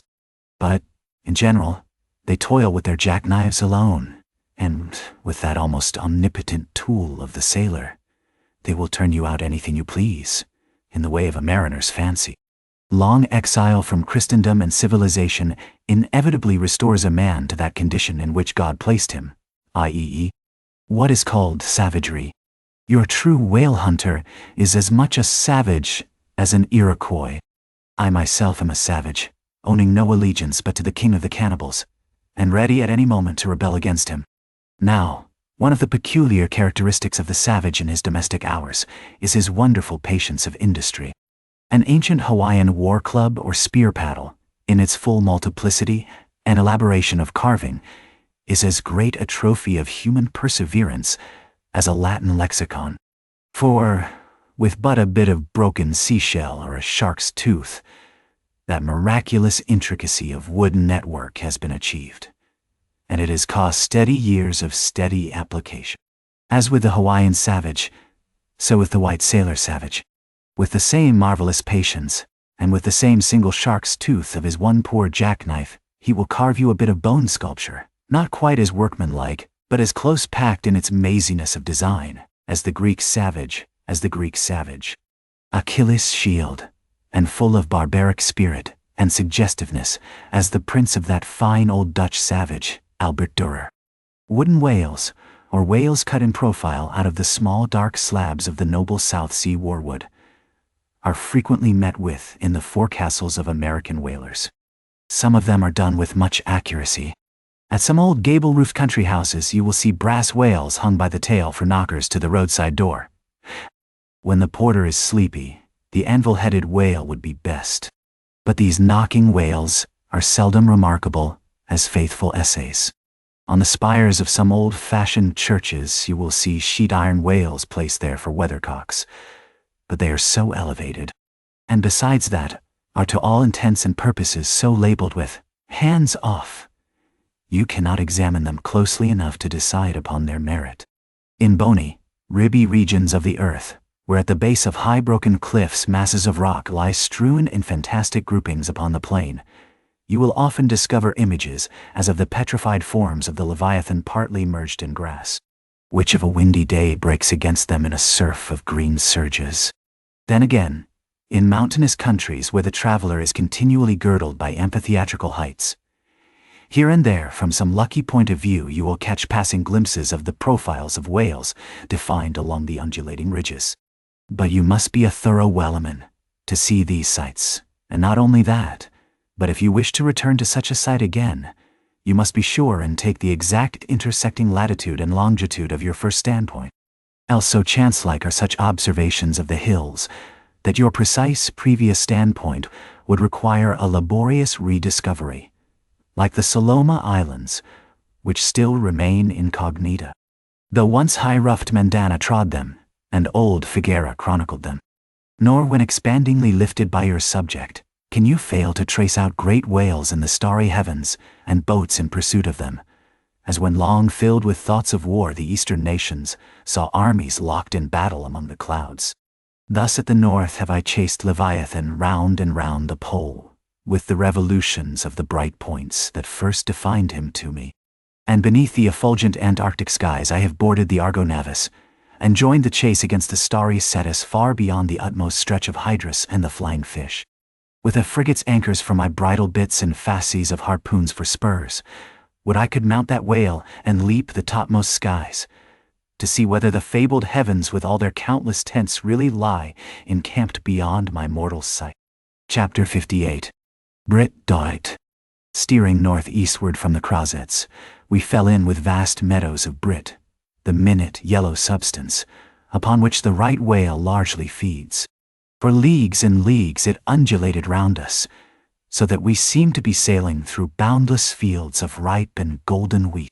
On the second day, numbers of right whales were seen, who, secure from the attack of a sperm whaler, like the Pequod, with open jaws sluggishly swam through the brit, which, adhering to the fringing fibers of that wondrous Phoenician blind in their mouths, was in that manner separated from the water that escaped at the lip. As morning mowers, who side by side slowly and seethingly advance their scythes through the long wet grass of marshy meads, even so these monsters swam, making a strange grassy cutting sound, and leaving behind them endless swaths of blue upon the yellow sea. That part of the sea known among whalemen as the Brazil Banks does not bear that name as the banks of Newfoundland do, because of there being shallows and soundings there. but because of this remarkable meadow-like appearance, caused by the vast drifts of brit continually floating in those latitudes where the right whale is often chased. But it was only the sound they made as they parted the brit which at all reminded one of mowers. Seen from the mastheads, especially when they paused and were stationary for a while, their vast black forms looked more like lifeless masses of rock than anything else. And as in the great hunting countries of India, the stranger at a distance will sometimes pass on the plains recumbent elephants, without knowing them to be such, taking them for bare, blackened elevations of the soil. Even so, often, with him, who for the first time beholds this species of the leviathans of the sea. And even when recognized at last, their immense magnitude renders it very hard really to believe that such bulky masses of overgrowth can possibly be instinct, in all parts, with the same sort of life that lives in a dog or a horse. Indeed, in other respects, you can hardly regard any creatures of the deep with the same feelings that you do those of the shore. For though some old naturalists have maintained that all creatures of the land are of their kind in the sea, and though taking a broad general view of the thing, this may very well be, yet coming to specialties, where, for example, does the ocean furnish any fish that in disposition answers to the sagacious kindness of the dog? The accursed shark alone can in any generic respect be said to bear comparative analogy to him. But though, to landsmen in general, the native inhabitants of the seas have ever been regarded with emotions unspeakably unsocial and repelling, though we know the sea to be an everlasting terra incognita, so that Columbus sailed over numberless unknown worlds to discover his one superficial western one, though, by vast odds, the most terrific of all mortal disasters have immemorially and indiscriminately befallen tens and hundreds of thousands of those who have gone upon the waters, though but a moment's consideration will teach, That, however, baby man may brag of his science and skill, and however much, in a flattering future, that science and skill may augment, yet forever and forever, to the crack of doom, the sea will insult and murder him, and pulverize the stateliest, stiffest frigate he can make. Nevertheless, by the continual repetition of these very impressions, man has lost that sense of the full awfulness of the sea which aboriginally belongs to it. The first boat we read of floated on an ocean that with Portuguese vengeance had whelmed a whole world without leaving so much as a widow. That same ocean rolls now. That same ocean destroyed the wrecked ships of last year. Yea, foolish mortals, Noah's flood is not yet subsided. 2/3 of the fair world it yet covers. Wherein differ the sea and the land, that a miracle upon one is not a miracle upon the other. Preternatural terrors rested upon the Hebrews, when under the feet of Korah and his company, the live ground opened and swallowed them up forever. Yet not a modern sun ever sets. But in precisely the same manner the live sea swallows up ships and crews. But not only is the sea such a foe to man who is an alien to it, but it is also a fiend to its own offspring, worse than the Persian host, who murdered his own guests, sparing not the creatures which itself hath spawned. Like a savage tigress that tossing in the jungle overlays her own cubs, so the sea dashes even the mightiest whales against the rocks, and leaves them there side by side with the split wrecks of ships. No mercy, no power but its own controls it. Panting and snorting like a mad battle steed that has lost its rider, the masterless ocean overruns the globe. Consider the subtleness of the sea, how its most dreaded creatures glide under water, unapparent for the most part, and treacherously hidden beneath the loveliest tints of azure. Consider also the devilish brilliance and beauty of many of its most remorseless tribes, as the dainty embellished shape of many species of sharks. Consider, once more, the universal cannibalism of the sea, all whose creatures prey upon each other, carrying on eternal war since the world began. Consider all this, and then turn to this green, gentle, and most docile earth. Consider them both, the sea and the land, and do you not find a strange analogy to something in yourself? For as this appalling ocean surrounds the verdant land, so in the soul of man there lies one insular Tahiti, full of peace and joy, but encompassed by all the horrors of the half-known life. God keep thee. Push not off from that isle, thou canst never return. Chapter 59. Squid. Slowly wading through the meadows of Brit, the Pequod still held on her way northeastward towards the island of Java, a gentle air impelling her keel, so that in the surrounding serenity, her 3 tall tapering masts mildly waved to that languid breeze, as 3 mild palms on a plain. And still, at wide intervals in the silvery night, the lonely, alluring jet would be seen. But one transparent blue morning, when a stillness almost preternatural spread over the sea, however unattended with any stagnant calm, when the long burnished sun glade on the waters seemed a golden finger laid across them, enjoining some secrecy, when the slippered waves whispered together as they softly ran on, in this profound hush of the visible sphere, a strange spectre was seen by Dagoo from the mainmast head. In the distance, a great white mass lazily rose and rising higher and higher, and disentangling itself from the azure, at last gleamed before our prow like a snowslide, new slid from the hills. Thus glistening for a moment, as slowly it subsided and sank. Then once more arose, and silently gleamed. It seemed not a whale, and yet is this Moby Dick, thought Dagoo. Again the phantom went down, but on reappearing once more, with a stiletto-like cry that startled every man from his nod, the Negro yelled out, "There! There again! There she breaches! Right ahead! The white whale! The white whale! Nan free!" Upon this, the seamen rushed to the yardarms, as in swarming time the bees rushed to the bows. Bareheaded in the sultry sun, Ahab stood on the bowsprit, and with one hand pushed far behind in readiness to wave his orders to the helmsman, cast his eager glance in the direction indicated aloft by the outstretched motionless arm of Dagoo. Whether the flitting attendance of the once still and solitary jet had gradually worked upon Ahab, so that he was now prepared to connect the ideas of mildness and repose with the first sight of the particular whale he pursued. However this was, or whether his eagerness betrayed him, whichever way it might have been, no sooner did he distinctly perceive the white mass, than with a quick intensity, he instantly gave orders for lowering. The 4 boats were soon on the water, Ahab's in advance, and all swiftly pulling towards their prey. Soon it went down, and while with oars suspended, we were awaiting its reappearance, lo! In the same spot where it sank, once more, it slowly rose. Almost forgetting for the moment all thoughts of Moby Dick, we now gazed at the most wondrous phenomenon which the secret seas have hitherto revealed to mankind. A vast pulpy mass, furlongs in length and breadth, of a glancing cream color, lay floating on the water, innumerable long arms radiating from its center, and curling and twisting like a nest of anacondas, as if blindly to clutch at any hapless object within reach.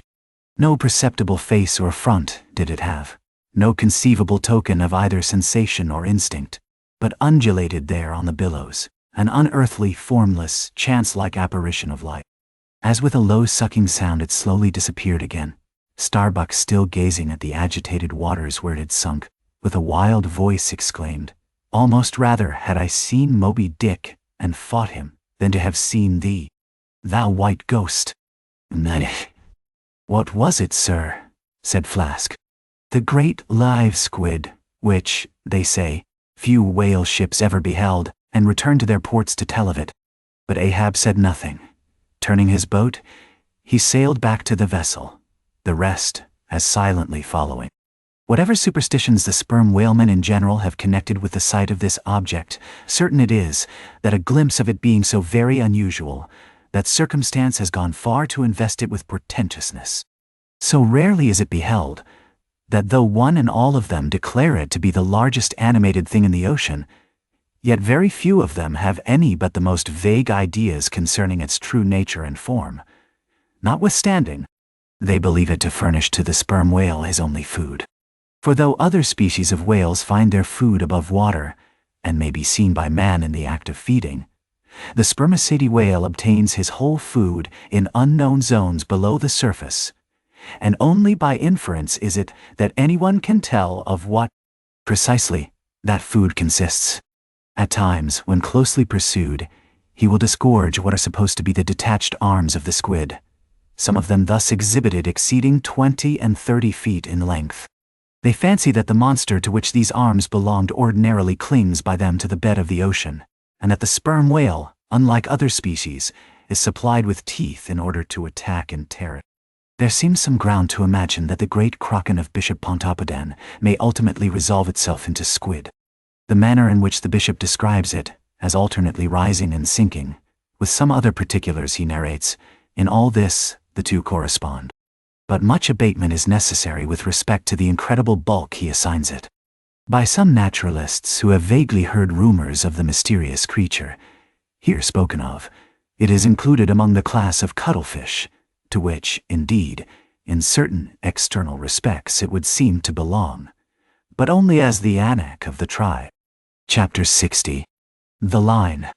With reference to the whaling scene shortly to be described, as well as for the better understanding of all similar scenes elsewhere presented, I have here to speak of the magical, sometimes horrible whale line. The line originally used in the fishery was of the best hemp, slightly vapored with tar, not impregnated with it, as in the case of ordinary ropes. For while tar, as ordinarily used, makes the hemp more pliable to the rope maker, and also renders the rope itself more convenient to the sailor for common ship use, yet, not only would the ordinary quantity too much stiffen the whale line for the close coiling to which it must be subjected, but as most seamen are beginning to learn, tar in general by no means adds to the rope's durability or strength, however much it may give it compactness and gloss. Of late years, the manila rope has in the American fishery almost entirely superseded hemp as a material for whale lines, for, though not so durable as hemp, it is stronger and far more soft and elastic. And I will add, since there is an aesthetics in all things, is much more handsome and becoming to the boat than hemp. Hemp is a dusky, dark fellow, a sort of Indian, but manila is as a golden-haired Circassian to behold. The whale line is only 2/3 of an inch in thickness. At first sight, you would not think it so strong as it really is.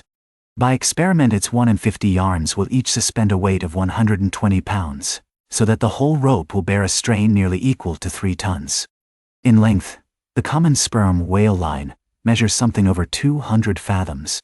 Towards the stern of the boat it is spirally coiled away in the tub, not like the worm pipe of a still though, but so as to form one round, cheese-shaped mass of densely bedded sheaves or layers of concentric spiralizations, without any hollow but the heart or minute vertical tube formed at the axis of the cheese, as the least tangle or kink in the coiling would, in running out, infallibly take somebody's arm, leg, or entire body off. The utmost precaution is used in stowing the line in its tub. Some harpooneers will consume almost an entire morning in this business, carrying the line high aloft and then reeving it downwards through a block towards the tub, so as in the act of coiling to free it from all possible wrinkles and twists. In the English boats 2 tubs are used instead of 1, the same line being continuously coiled in both tubs. There is some advantage in this, because these twin tubs being so small, they fit more readily into the boat, and do not strain it so much, whereas the American tub, nearly 3 feet in diameter and of proportionate depth, makes a rather bulky freight for a craft whose planks are but 1/2 inch in thickness, for the bottom of the whale boat is like critical ice, which will bear up a considerable distributed weight, but not very much of a concentrated one. When the painted canvas cover is clapped on the American line tub, the boat looks as if it were pulling off with a prodigious great wedding cake to present to the whales. Both ends of the line are exposed, the lower end terminating in an eye splice or loop coming up from the bottom against the side of the tub, and hanging over its edge completely disengaged from everything. This arrangement of the lower end is necessary on 2 accounts. First, in order to facilitate the fastening to it of an additional line from a neighboring boat, in case the stricken whale should sound so deep as to threaten to carry off the entire line, originally attached to the harpoon. In these instances, the whale, of course, is shifted like a mug of ale, as it were, from the one boat to the other, though the first boat always hovers at hand to assist its consort. Second, This arrangement is indispensable for common safety's sake. For were the lower end of the line in any way attached to the boat, and were the whale then to run the line out to the end almost in a single smoking minute, as he sometimes does, he would not stop there, for the doomed boat would infallibly be dragged down after him into the profundity of the sea, and in that case, no town crier would ever find her again.